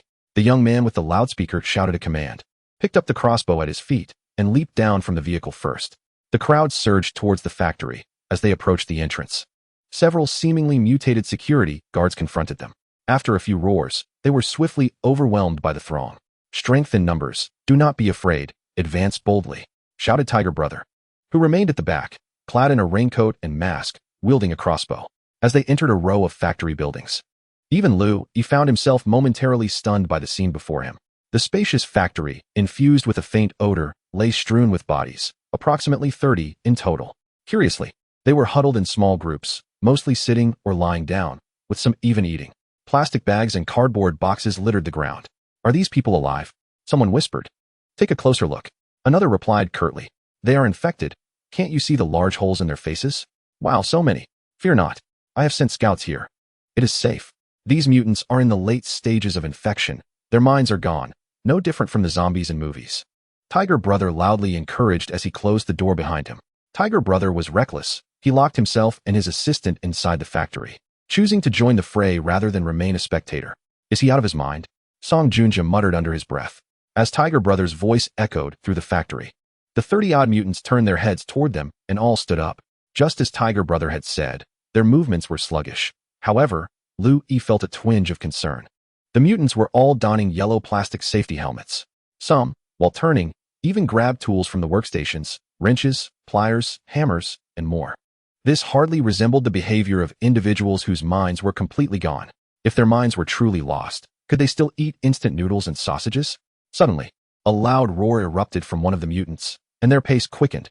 There seemed to be someone directing them. "Be cautious," warned Song Junja beside him. Moments later, contact was made. The humans thrust their spears forward, toppling the mutants at the forefront. It seemed that those brave enough to board the vehicle were no weaklings. The two individuals carrying exquisite crossbows each struck true with remarkable precision. The young man in red did not rush to attack. Instead, he held his spear, coldly observing the gathering of mutants. Only when a mutant charged close did he pierce it with a single, lethal thrust. Tiger Brother was rapidly firing his crossbow, while the assistant who had previously wielded the loudspeaker stood beside him, also firing continuously. He shook his head. It appeared that everyone was fighting valiantly, This might turn out to be a one-sided massacre. A resounding roar echoed once more, and to everyone's astonishment, the mutants began to retreat. Annihilate them, Tiger Brother bellowed. A bald man rushed out, fervently slashing at the fleeing mutants while exultantly shouting, "Ha! A bunch of weaklings, I shall hack and slash." Suddenly, an object soared from amidst the group of mutants, striking him on the head with a resounding clang before falling to the floor. The bald man let out a piercing scream, momentarily dazed, only to be seized by several mutants, prompting him to scream once more. Within mere seconds, the mutants retreated, leaving him on the ground wailing, blood streaming down his face. It appeared that these mutants did not consume humans. Rather, they inflicted wounds before withdrawing. From a distance, Lu Yi observed that the object which had struck the bald man seemed to be a large bolt. Suddenly, cries of anguish erupted ahead. "Ah, damn it. Don't hit my head."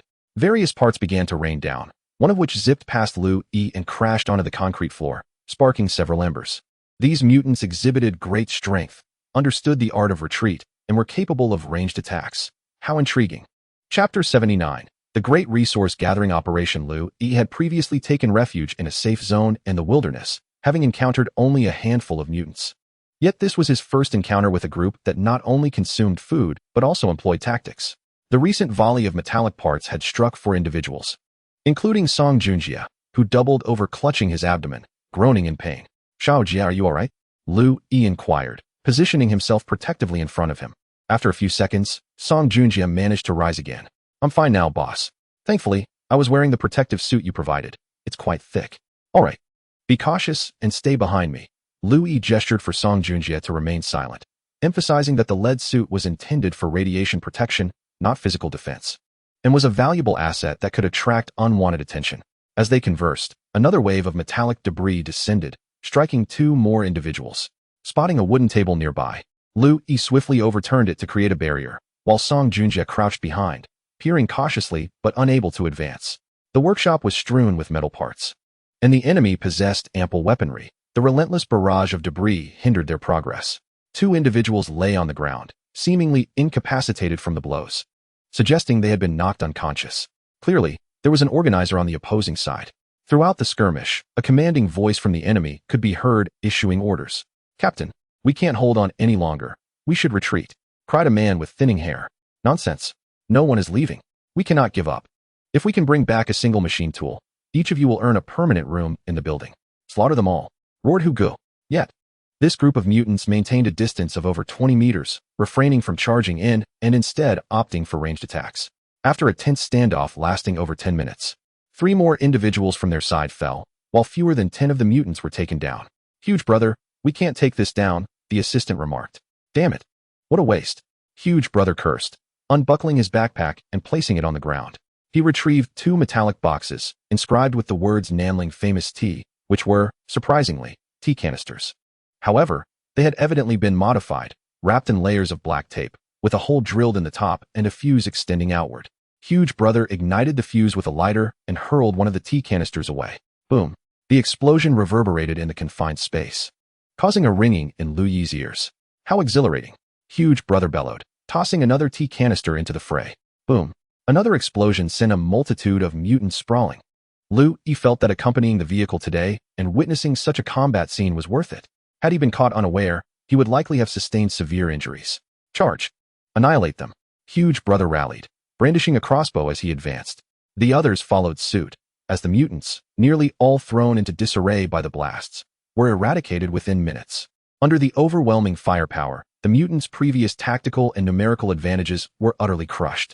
Lu Yi felt somewhat out of sorts today, partly due to wielding a mountain knife, which he was unaccustomed to, and partly because he felt pity, reluctant to slay too many humans, even though they had become mutants after infection. Song Junjie was also underperforming, burdened by the weight of his lead armor, which, while providing excellent protection, hampered his mobility. He wielded a broadsword but had failed to secure a single kill.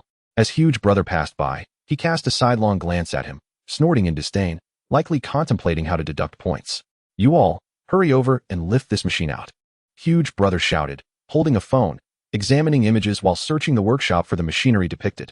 Though Lu Yi lacked mechanical knowledge, he discerned that Huge Brother sought a machine tool. Yet, the machine was exceedingly heavy. 3 or 4 individuals scavenged several thick steel pipes from a corner, barely managing to lift a machine under 2 meters long. Lu Yi pulled Song Junjie along, feigning effort as they attempted to hoist the machine. This contraption must weigh several hundred kilograms, possibly nearing a ton. Lu Yi assessed silently. We need a few more people to lift this. Huge brother commanded, standing before a colossal machine exceeding 3 meters in length. The workshop housed only these 2 large machine tools, with the rest being smaller desktop tools, which Louis did not recognize, but Huge Brother directed others to move them as well. The remaining individuals scrambled to hoist the largest machine, gradually maneuvering towards the workshop's exit. 2 injured individuals remained motionless, ignored by all. Lu Yi pretended to toil alongside the others, yet in his mind, he calculated that the machine tool was likely intended for processing parts. Once transported back to the refuge, the association's capacity to produce firearms would undoubtedly be enhanced. This simply could not be allowed. However, there remained over 10 individuals still capable of combat. If action were to be taken now, would success be attainable? After more than an hour of toil, the group finally managed to load the machine tools onto the truck. Brother Hu then directed everyone to return to the workshop to gather materials such as metal pipes and sheets. Lu Yi observed the crowd and noticed a young man clad in a red down jacket seemingly slacking off, not exerting much effort at all. The others appeared to be panting and visibly fatigued, perhaps not merely feigning exhaustion. Lu Yi had previously surreptitiously checked the detector. The radiation levels here hovered around 90, which was rather elevated. After more than an hour of exertion, the group was summoned back to the vehicle. Due to the 2 machine tools occupying most of the space, they could only stand in the gaps. However, Louis noticed that the truck did not turn back. Instead, it continued down the highway and, after more than half an hour, surprisingly entered an urban area. Lu Yi quickly pulled out his phone to check. Although it could not pinpoint their location, he estimated they must be in Tingshan County, indeed a county town. The roadside signs corroborated this information. Surrounded by buildings, the truck finally halted outside a medium-sized supermarket. The neighborhood was quite clean. Aside from scattered litter, there were no signs of mutants or corpses. Don't say I didn't bring you wealth. This supermarket is filled with provisions. How much you can take depends on your fortune. The truck will wait here for half an hour. If you aren't back by then, you may return on your own. Brother Hu declared. Everyone disembark, shouted the assistant, raising a loudspeaker. Louis frowned, sensing something amiss. Although no mutants were visible on the road at the moment, such loud noise seemed unwise, especially with the amplified sound of the electronic horn. This time, both Brother Hu and the assistant remained in the vehicle. Despite concerns of being left behind, the allure of abundant supplies drew the others into the supermarket. The truck did not depart, and after a moment of hesitation, some in the group finally let loose and began rummaging. The supermarket had evidently been ransacked. Many shelves lay toppled, and in the food section, the open boxes containing rice were completely empty, as if they had been licked clean by dogs. The radiation levels remained stable at around 90, posing little threat to Lu Yi and Song Junjie, who was clad in protective gear. Take only sealed and washable items, Lu Yi advised Song Junjie. Regrettably, the supermarket yielded no canned goods. Even the pet food section had been stripped bare, leaving only empty bags of dog and cat food on the floor. Lu Yi searched diligently, stuffing a few camping lanterns and boxes of batteries into his backpack, along with some undergarments, socks, gloves, and various other necessities encased in plastic. A few individuals began to bicker over items at the liquor cabinet, and soon a scream pierced the air. Lu Yi turned to witness someone being impaled by a spear. Haha, Song Junjie chuckled mischievously. Be careful, stick close to me, Lu Yi cautioned. Song Junjie suppressed his grin and quietly resumed filling his backpack. The supermarket consists of a single level, devoid of elevators, yet there exists an open staircase leading downwards. A few individuals have already rushed down, the sound of rummaging echoing through the air, enticing others to follow suit. Haha, there are canned goods, someone exclaimed from below. Lu Yi whispered to Song Junjie. Be cautious, the game has begun. Song Junjie nodded and unsheathed his sword. Together, they descended to the lower level. Chapter 80. The cat and mouse game. The underground level was shrouded in darkness, lacking any illumination, though the general layout remained discernible. Numerous shelves were crammed into the space, and in the distant corner, what appeared to be the fresh produce section emanated an unpleasant odor of decaying vegetables, spoiled fish, and rotten shrimp, making it difficult to breathe. Yet, there were indeed cans. As Louis took a few steps, he inadvertently kicked one, sending it rolling into the corner, where several individuals scrambled to seize it. Get your hands off, I found it first, one shouted. The response was a resounding thud, and the man fell silent, collapsing to the ground. In this murky environment, human avarice, malevolence, and ferocity were magnified. No one intervened. The fewer people who returned, the more points one could accrue. Louis did not search for cans, but instead tugged at Song Junjia, motioning for him to look further away. The corner was cloaked in darkness, rendering it impossible to discern anything, yet Louis's senses were heightened. "Ah, what is that?" Someone in the corner suddenly exclaimed, followed by a loud curse. What animal was struck? A piercing screech echoed, resembling a rodent's cry, yet the creature seemed substantial, its shriek resonating with an almost beastly quality. "My God, help!" The cry from the corner was abruptly cut off, as if the individual was locked in a struggle with some ferocious beast. The sounds of biting, crashing, and claws scraping against the ground melded into a cacophony of chaos. Louis vaguely perceived a shadow resembling a dog, rising on its hind legs and tackling the man to the ground.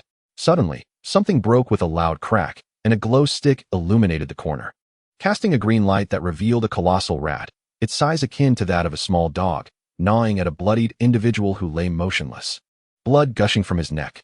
"Retreat," Louis urged Song Junjia. "It's too late," came a voice from above, calm yet foreboding. Louis looked up to find the young man in the red down jacket, gripping a spear and perched atop a shelf, his head nearly touching the ceiling. Louis nodded in acknowledgement. He had noticed someone on the shelf earlier, but deemed it insignificant. "This is a trap, did you not realize?" The man continued. "Now that you have entered the snare, do you think you can simply escape?" The young man chuckled coldly, remarking on the audacity of his companions. Before he could finish his sentence, a massive rat surged forth from the shadows, leaping directly at Louis. With a swift kick, Louis sent the creature hurtling back. The rat let out a piercing shriek before falling still. The young man atop the shelf fell silent for a few moments before inquiring, "Shall we collaborate?" Another enormous rat emerged, only to be struck down by Louis wielding a hefty machete. The creature writhed on the ground, emitting a cacophony of distress. "What do you desire?" Louis asked nonchalantly, crushing the giant rat underfoot without lifting his gaze. The young man paused, contemplating, then cautiously proposed. "You can have the truck and the machine tools, but I want that device in your pocket, the one that resembles a remote control." "Absolutely not," Louis replied decisively. The young man fell silent once more, before murmuring, "There are two more armed with crossbows at the exit, along with Hugo, his aide, and the driver. You, as a mere sidekick, are outnumbered 5-1. I trust you wish to avoid any mishaps." More rats poured forth, varying in size, with the largest resembling a medium-sized dog. It stood upright, pouncing on a man wielding an axe. Panic ensued as some fled upstairs, only to be struck in the face by an arrow that appeared from nowhere, collapsing with a cry as a large rat descended upon him, swiftly ending his life. "There must be a cold storage nearby, likely a nest of these vile creatures, and there are many," the young man in red stated. "Let us all escape together. The truck shall belong to me, and everything else to you. What say you?" "Agreed," Louis affirmed. At this moment, no large rats were in sight. He rummaged through the nearby shelves, seeking a suitable weapon, but found none. The young man in red had descended from the shelves, using a spear to impale a large rat that had charged at him. Song Junjia also dispatched a rat, but his sword shattered upon colliding with the creature. "Ugh!" Song Junjia discarded his broken weapon, pulling down his mask to spit at the still twitching rat, hesitant to approach. The young man in red stepped forward and finished off the beast. Finally, Louis discovered a bundle of wooden mops. He hastily severed 6 of them at an angle, holding them in one arm while gripping a pointed mop handle in the other as he advanced toward the entrance. On this level, several individuals had already been overwhelmed by the swarming rats, with 2 corpses lying at the staircase, both shot through the head. Louis stepped over them, narrowly avoiding a bolt aimed at him, and hurled the mop handle. A scream echoed from outside. The young man in red dashed upward, narrowly escaping another arrow that whizzed past his head. He sprinted out, stabbing a guard at the staircase, eliciting a cry of agony. Simultaneously, Louis burst forth, with Song Junjia trailing closely behind. Outside, the 2 well-equipped crossbowmen were present. One lay on the ground with a mop handle protruding from his abdomen, while the other, limping due to a thigh injury, was making his escape toward the supermarket entrance. Louis hurled 4 mop handles in succession, yet all missed their mark, as these makeshift weapons lacked precision. Ultimately, the last mop handle struck the man's heel, causing him to collapse at the doorway, where the young man in red swiftly arrived and delivered a fatal blow. Suddenly, the thunderous sound of a vehicle starting echoed from outside. "Die, you bastards!" came the curses from Tiger and his assistant, as several crossbow bolts flew through the entrance, forcing the young man in red to retreat to the side. With a crash, the tempered glass door shattered, scattering fragments across the floor. The rats from the basement did not pursue. Perhaps they feared the light? Louis, not pausing to ponder, dashed to the entrance. "I'll kill you all." A tea box emitting white smoke was thrown inside, and Lu Yi felt a chill run down his spine. In an instant, there was no time to evade. He kicked out. Boom. The tea box exploded outside. However, another tremendous sound followed as flames erupted from beneath the truck, engulfing the entire vehicle in fire. "You bastard!" Tiger roared, jumping down from the truck with his assistant and driver, their bodies still smoldering as they frantically swatted at the flames. "My machine!" Tiger glared at the burning truck, then turned to shout, "Kill them!" Lu Yi charged forward and swiftly brought Tiger down with a single strike.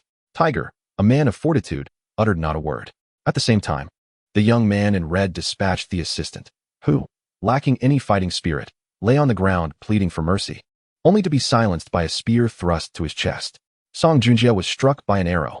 Lu Yi rushed over, dispatching the driver who was wielding a crossbow. Turning back, he found Song Junjie kneeling on the ground, an arrow embedded in his abdomen. "Boss," Song Junjie said, his face pale and lost in thought. As Lu Yi began to assess his injury, he suddenly heard Song Junjie utter, "Find my sister. Take care of her for me." A sudden scream escaped Song Junjie. Lu Yi discarded the crossbow bolt, patting his shoulder, and reassured him, "It's merely a superficial wound. A bit of blood is all." "Huh." Song Junjie lifted his jacket to inspect his abdomen, finding only a small amount of blood, though his protective gear had been pierced. "You actually have protective clothing?" exclaimed the young man in red, his eyes gleaming with surprise.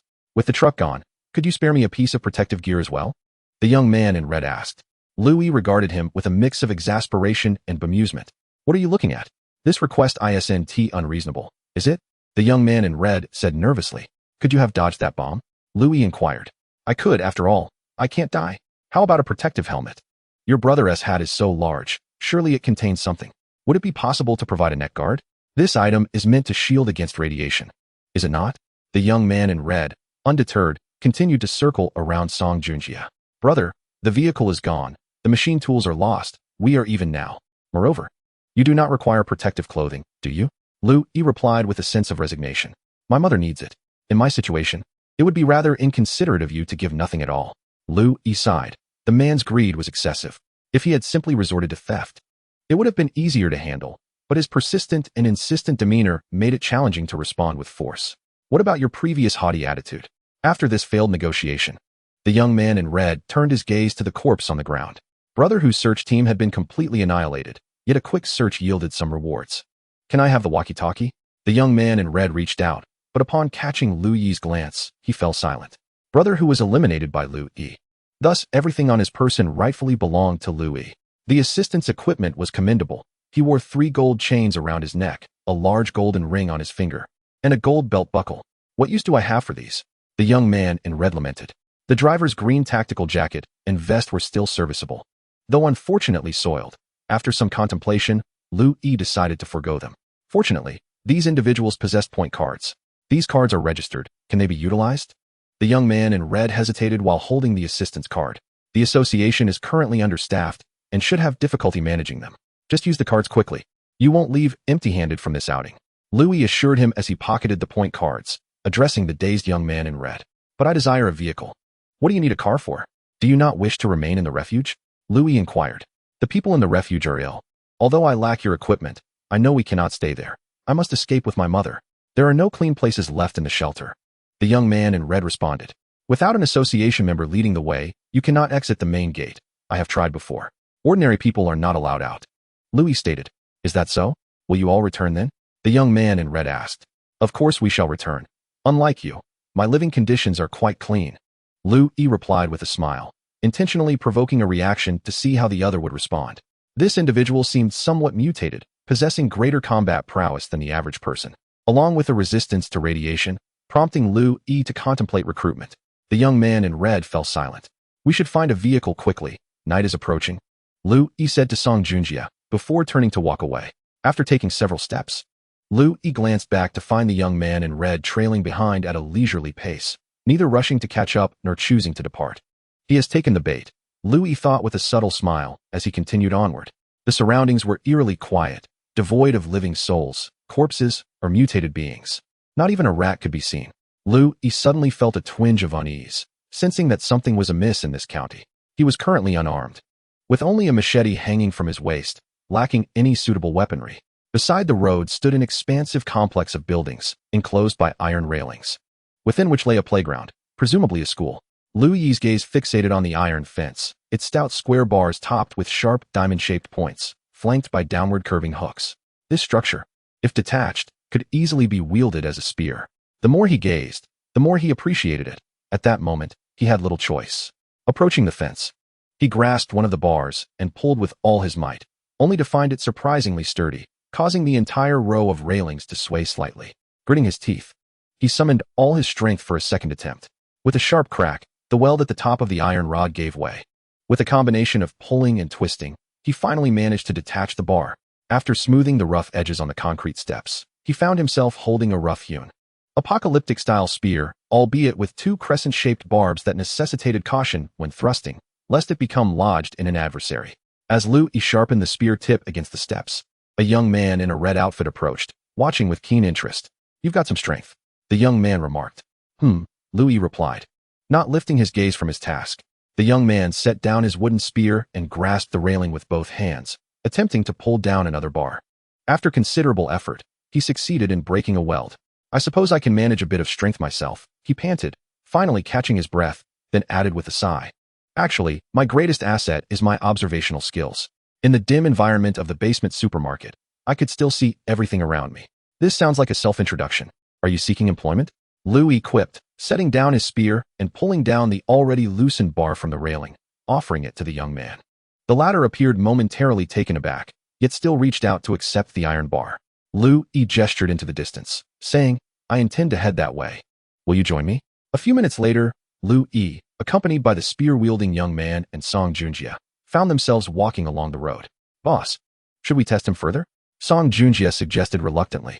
The young man, named Gu Jinfei, had only just joined their ranks, yet Song Junjie felt an undeniable sense of threat. Gu Jinfei's combat prowess was evidently superior to his own. He had fallen from being the boss's primary enforcer to the secondary position. "If you could bring your mother to seek refuge, there would be no need for a test," Gu Jinfei replied. Song Junjie opened his mouth to retort, but found himself at a loss for words, seemingly wounded by the comment. Lu Yi shook his head at Gu Jinfei's bluntness. Though his words stung, they held a grain of truth. As long as Gu Jinfei's mother resided in the cavern camp, Lu Yi would not need to worry about this young man's loyalty. The only regret was that individuals like him were far too rare. The trio walked for over 10 minutes, and to their astonishment, the vehicles on the road were completely immobilized, their fuel tanks drained, and the batteries from their engines removed.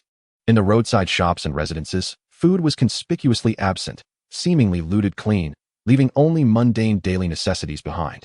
Lu Yi stumbled upon an electric vehicle specialty store, only to find it desolate, devoid of any vehicles, and the streets bore no sight of motorcycles. "Damn it, there's nothing here," Song Junjie lamented, and after a cursory search of the vicinity, he managed to scavenge a few trifles such as lighters, toothpaste, soap, razors, and playing cards. Lu Yi's expression grew grave, tinged with a hint of anxiety. "Boss, we've been holed up in the mountains for too long. We're too late. The apocalypse has unfolded for over 50 days now. Countless individuals must have traversed this route, and resources are surely depleted," Gu Jinfeng remarked. "But why do we not see anyone? Not even a corpse," Lu Yi muttered to himself. "Boss, if you seek the reason, why not venture into the heart of the county instead of retreating outward?" Gu Jinfeng inquired. Lu Yi furrowed his brow, uncertain of the cause, feeling an inexplicable unease. Perhaps it was a misjudgment or an instinctive awareness of danger. In the previous town, there were mutants, yet upon reaching this county, not a soul was in sight. Something was amiss. Nightfall approaches. We should distance ourselves from the county as much as possible. Hopefully, this is merely an illusion, Lu Yi stated. However, the position where Hu Gu and his group had driven the truck was already deep within the county, which was quite expansive. The trio walked for over half an hour before encountering the desolate fields, yet the streets still bore remnants of residences and shops. Unbeknownst to them, the sky had begun to darken ominously, swiftly plunging into twilight, as a whirlwind swept through the streets, raising clouds of dust. "Oh no, is it about to rain again?" Gu Jinfeng remarked, pulling out a mask to wear, casting a glance at Song Junjie, who donned a gas mask and sighed. "We won't be able to escape. Rain is imminent." Lu Yi assessed his surroundings, noticing a two-story small building by the street, likely a residence, with robust stainless steel security screens on the windows, appearing quite sturdy. "Let us head to that small building. We might need to spend the night here." As raindrops began to patter against the pavement, kicking up clouds of dust, the air was thick with the earthy scent. In Lu Yi's vision, the entire world lay beneath a blue fluorescent shroud, ablaze. Chapter 82. Ensnared. The entrance to the building was a striking reddish-brown, exuding an air of grandeur, yet it swung open with a mere push. The lock had been compromised. The trio entered the small building, discovering it vacant, lacking both food and a single drop of water from the tap. Debris littered the floor, and in the hall of the first floor, the dining table lay overturned. However, the kitchen housed a gas canister, and upon turning it on, He found it still contained gas, and the stove could be ignited. Contemplating briefly, he carried the gas canister upstairs.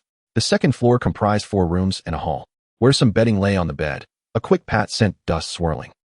He glanced at the radiation detector, which displayed a reading of 53. The surroundings here are considerably cleaner than the streets outside. Although the metal door on the first floor is broken, it can be secured with an iron rod nearby, providing a semblance of sturdiness. The tiled floors of both the first and second levels bear faint traces, reminiscent of dried bloodstains that have long since coagulated. A sight that fills He with unease. "Boss, I have inspected the rooftop and found no anomalies. I have locked the iron door leading up," reported Song Junjie. Gu Jinfeng ascended from the first floor, carrying 2 wooden chairs to the center of the living room on the second floor. He proceeded to dismantle the chairs with his bare hands, creating a pile, and stuffed some scrap paper into the makeshift stack. "What are you doing?" Louis inquired, furrowing his brow. "Starting a fire.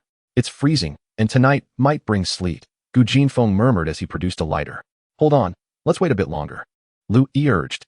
Gu Jinfeng paused, reluctantly putting the lighter away. The rain intensified, shrouding the sky in darkness, as if night had fallen prematurely. "Oh, this apocalyptic rain is worse than a typhoon," Gu Jinfeng lamented, but was abruptly silenced by He. "No talking." He stepped onto the balcony, surveying the street obscured by the downpour, where visibility was severely limited. Beyond 10 meters lay a void of darkness. Despite the obscurity, Yi's heart raced. He quickly returned, secured the wooden door, and drew the curtains. "Gu Jinfeng, come here and check for any abnormalities outside, but be quiet," He whispered urgently. The relaxed expression on Gu Jinfeng's face vanished as he peered cautiously from behind the curtains. After a prolonged moment, he spoke in hushed tones. "Oh no, something is emerging from the drain. Goodness, it's enormous. It's the rat we saw earlier." "Don't shout. Keep your voice down," Song Junjie admonished quietly. "There are more. Oh my. There must be hundreds, all the size of rabbits, some as big as dogs," Gu Jinfeng whispered, his voice trembling with fear. Yi's brow furrowed deeply, a growing sense of dread enveloping him. A multitude can overwhelm the mighty. These rats must have mutated due to some stimulus. Was it a plague or radiation? But there is no time to ponder the cause. Survival is paramount. There are over 200 now. This is trouble. "My mother is waiting for me to return for dinner," Gu Jinfeng muttered anxiously. "Stop thinking irrationally. Conserve your energy," Louis declared. Reclining onto the leather sofa in the living room, which was coated in dust, a fact he could not afford to mind at that moment, he placed the iron spear, salvaged from the iron railing, between the backrest and the cushions of the sofa. Gu Jinfeng joined him on the adjacent leather sofa, propping his spear against the armrests, only to accidentally knock a glass off the coffee table. The glass rolled away, but Song Junjie deftly caught it midair. Rolling his eyes, Song Junjie took a seat on the opposite sofa, casually tucking the glass into the corner. Suddenly, a resounding thunder echoed outside. The winter thunder rumbled ominously, and today felt particularly unjust. Gu Jinfeng sighed, removed his mask, and tucked it into his pocket. Closing his eyes, he caressed the iron spear in his hand as if it were a rare treasure. Outside, the rain showed no signs of abating. However, amidst the relentless patter, a cacophony of shrill cries erupted, reminiscent of a fierce brawl among mice. Growing restless, Gu Jinfeng rose, grasped the iron spear, and approached the curtains once more to observe intently. Goodness, it seems they are indeed at odds, fighting amongst themselves. Are they so starved that they resort to cannibalism? It appears all the people here have been consumed, leaving only the remnants to devour one another. Thankfully, they do not venture out during the day. Our luck has certainly faltered today, Louis remarked. Suddenly, a thud echoed from below. Something collided with the metal door, followed by a series of scraping sounds. "The mice are scratching at the door," Gu Jinfeng gasped in terror, his eyes wide with fear, the sounds barely audible. He remained silent, closing his eyes to listen intently. For a moment, neither dared to utter a word. Thud, thud. The sounds intensified, indicating a growing congregation of mice outside the door. "Let us hope they have not discovered us," Gu Jinfeng muttered softly. However, as time passed, the mice outside grew increasingly raucous, their cries vibrant with excitement. And the sound of their assaults on the door escalated into a cacophony, the door trembling ominously. Damn it, Song Junjie cursed. They found us. Lu Yi opened his eyes, speaking calmly. After a brief moment of reflection, the overwhelming sense of fear began to dissipate. Outside, the mutated mice numbered in the hundreds. If one were to consider the entire county, they were countless. It was no wonder fear gripped them. Yet, since rekindling his connections, Gu Jinfeng discovered his mental fortitude had significantly strengthened, approaching that of an ordinary person. Perhaps this was his nature. When living with his ex-girlfriend, he sought to control everything, exhausting himself to ensure every detail was accounted for, tickets for escape, routes, strategies, and equipment, like a protective older brother. Then, his notoriously headstrong girlfriend went missing, leading to his solitary flight, illness, and mutation, living in constant tension, fearful of becoming a mad creature. Eventually, he found solace with Yangmi, providing warmth and support amidst the bleakness of the apocalypse. Following a series of trials, they discovered a safer cavern in the mountains. He had traversed the depths of despair, plummeting into darkness, only to rise again, not merely rebounding, but being lifted from the depths. Now, he stood as a protector of a woman and the leader of a small group. 2 months had passed. At this moment, Lu Yi suddenly realized that he had transformed, both physically and mentally. Boss, the door may collapse. What shall we do? Gu Jinfeng asked anxiously. Do not fear. Lu Yi rose from the sofa and declared, these creatures must have caught our scent. There is no escaping them, so let us strike. There are far too many. Surely, they carry some plague. Who knows what they have consumed? Gu Jinfeng remarked. Just be cautious not to get bitten, Lu Yi responded calmly. Suddenly, a loud crash echoed from downstairs, followed by a series of excited squeaks. Let us engage, Lu Yi exclaimed, brandishing his spear and striding towards the staircase. In the hall on the first floor, the iron door rattled violently, the windows shattered, and a swarm of mice, each the size of a rabbit, had already infiltrated the space. The particularly large mutant rats were ensnared by the security bars, unable to enter, instead furiously gnawing at the stainless steel railings. Kill, Lu Yi shouted, thrusting his iron spear at the incoming mutant rats. With a swift motion, Gu Jinfeng mirrored his actions. At that moment, his previous fear and anxiety vanished, replaced by exhilaration. His hands moved rapidly, and as he impaled the rats with his spear, he exclaimed, damn, this rat is plump. 1 spear, 1 kill, what a delightful sensation. After breaking his sword in half, Song Junjie discarded it, now wielding a wooden spear he had randomly picked up during the supermarket skirmish. The spear's head was tied with a sharp piece of metal, evidently cut from a steel plate, rusted and exuding an aura of the wasteland. Clad in heavy lead armor, his strength was somewhat limited, yet he managed to dispatch a few mutant rats with his relentless jabs and strikes. Before long, the majority of the rodents that had invaded the house were eliminated, although more mice continued to pour in through the shattered windows. They were no match for the slaughter taking place. I never expected these mice to be so easy to kill. Had I known, I would not have been so afraid, Gu Jinfeng remarked. Be cautious, Lu Yi warned sharply. Ah, Gu Jinfeng exclaimed in surprise as a mouse bit into his sneaker, causing a chunk to tear away. He swiftly speared the offending rodent and retreated a few steps. How are you? Lu Yi inquired. Damn it, I'm bleeding. Gu Jinfeng grimaced. You all be careful. These wretched things have powerful teeth. How can they be so strong? Go upstairs, apply pressure to the wound, and do it quickly. My backpack is on the sofa. There are supplies inside for disinfection. Understood. Gu Jinfeng hastened upstairs. While continuing to slay rats, Lu Yi cautioned Song Junjie. You too, be wary. Have you noticed? These rats are foaming at the mouth. They must be toxic. Got it, Song Junjie replied. The frenzy outside intensified. The iron door rattled violently as something large slammed against it, and the stainless steel railings of the windows began to warp, as even larger rats forced their way in. The situation was deteriorating rapidly. Lu Yi could not ascertain whether he and his 2 companions would survive the night. Chapter 83. The Battle of Man and Mouse. The crisis deepened as the influx of rats into the house surged. However, it was not long before the stairs creaked, and Gu Jinfeng descended, surprisingly clad in a pair of slippers. His injured foot was wrapped in a thick layer of gauze. How are you? Lu Yi inquired. I'm fine. It's quite a coincidence. I just happened to lose my little toe, Gu Jinfeng replied nonchalantly, striding over to continue his assault on the rats with a steel spear, striking with both precision and ferocity. Lu Yi nodded, his appraisal of this new member ascending further. It was unfortunate that he had been bitten. The rats oozed a foamy, viscous liquid from their mouths, clearly indicating their toxicity. One could only hope he would survive. Under the onslaught of 2 iron spears, the rat attack was subdued. However, the iron gate could no longer withstand the immense pressure. It began to creak ominously, and the seams at the bottom started to bulge inward, warping under the strain. "Everyone upstairs," Louis shouted. Finally, the door buckled open, and in an instant, the first floor transformed into a veritable ocean of rats, forcing the group to retreat to the staircase on the second floor. "Xiaojia, bring down the gas canister and set it ablaze," Louis commanded. Song Junjia promptly retrieved the gas canister, twisted open the valve, and ignited it with a lighter. With a whoosh, a flame over a meter long erupted, nearly singeing Gu Jinfeng's hair, who instinctively recoiled. Gu Jinfeng glanced over, rendered speechless. Song Junjia, his expression impassive, aimed the gas canister at the surging horde of rats ascending the stairs and unleashed a torrent of flame. The rats screeched in terror, clearly deterred from advancing. The foremost few were engulfed in flames, retreating into the swarm, inciting a cacophony of squeaks. Bolstered by his courage, Song Junjia took a step forward, further incinerating the rat mass on the stairs, which became a chaotic scene of retreat.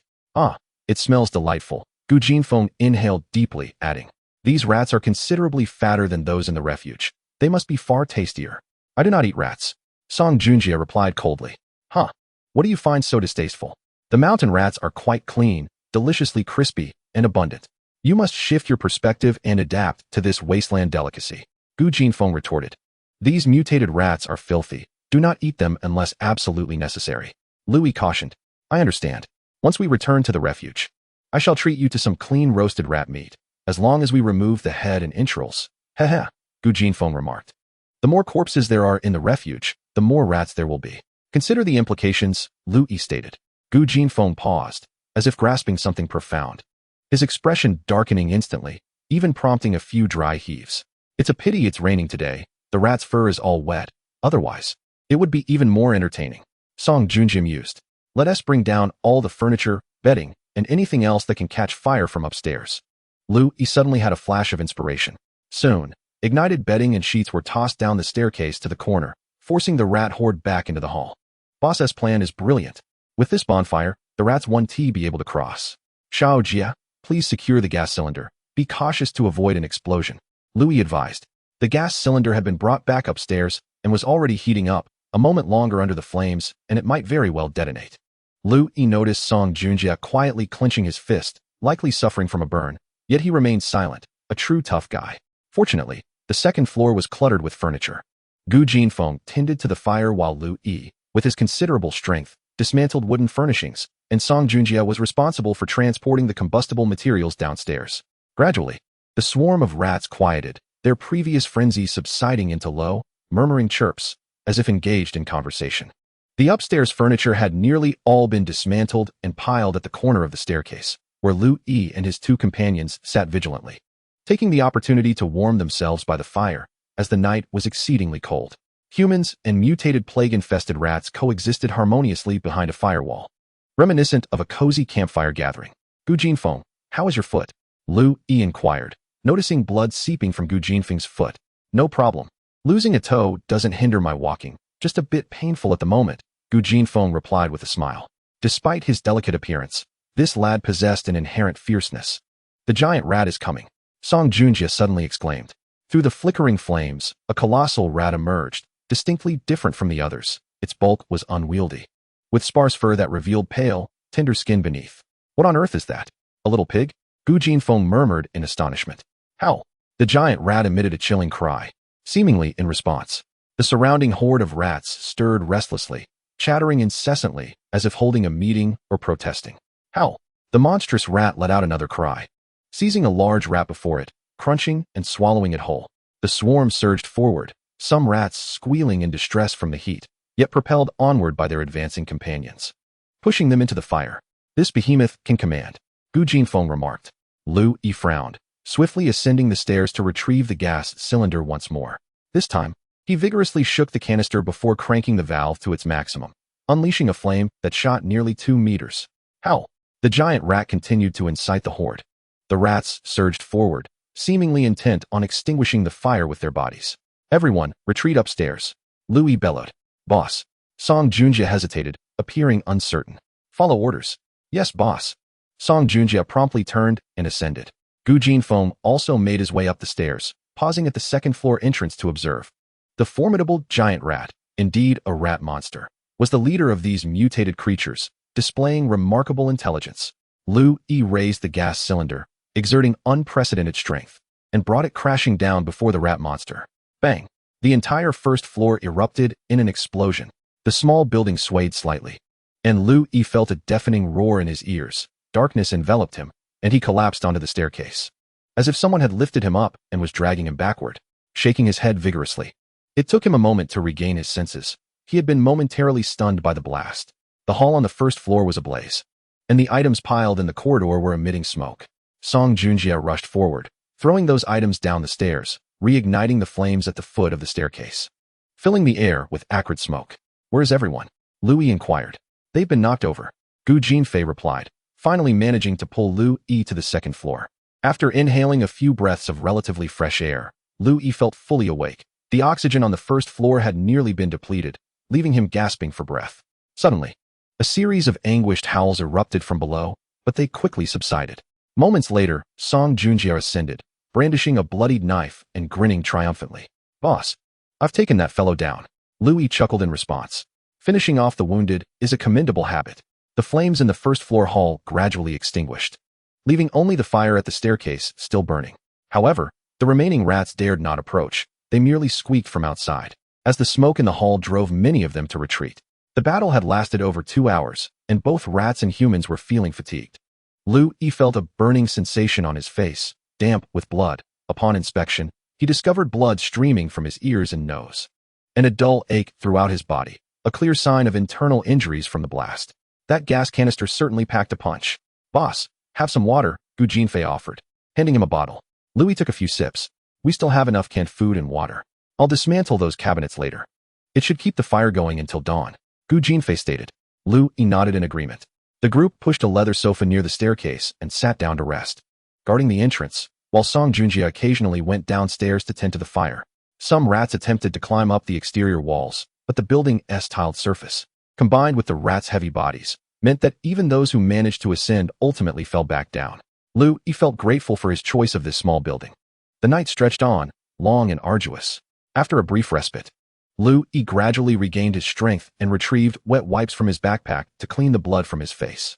With a sleepless night nearing dawn, no one dared to sleep except Gu Jinfei. This fellow had somehow toppled over on the sofa, snoring heavily, eliciting a look of disdain from Song Junjie.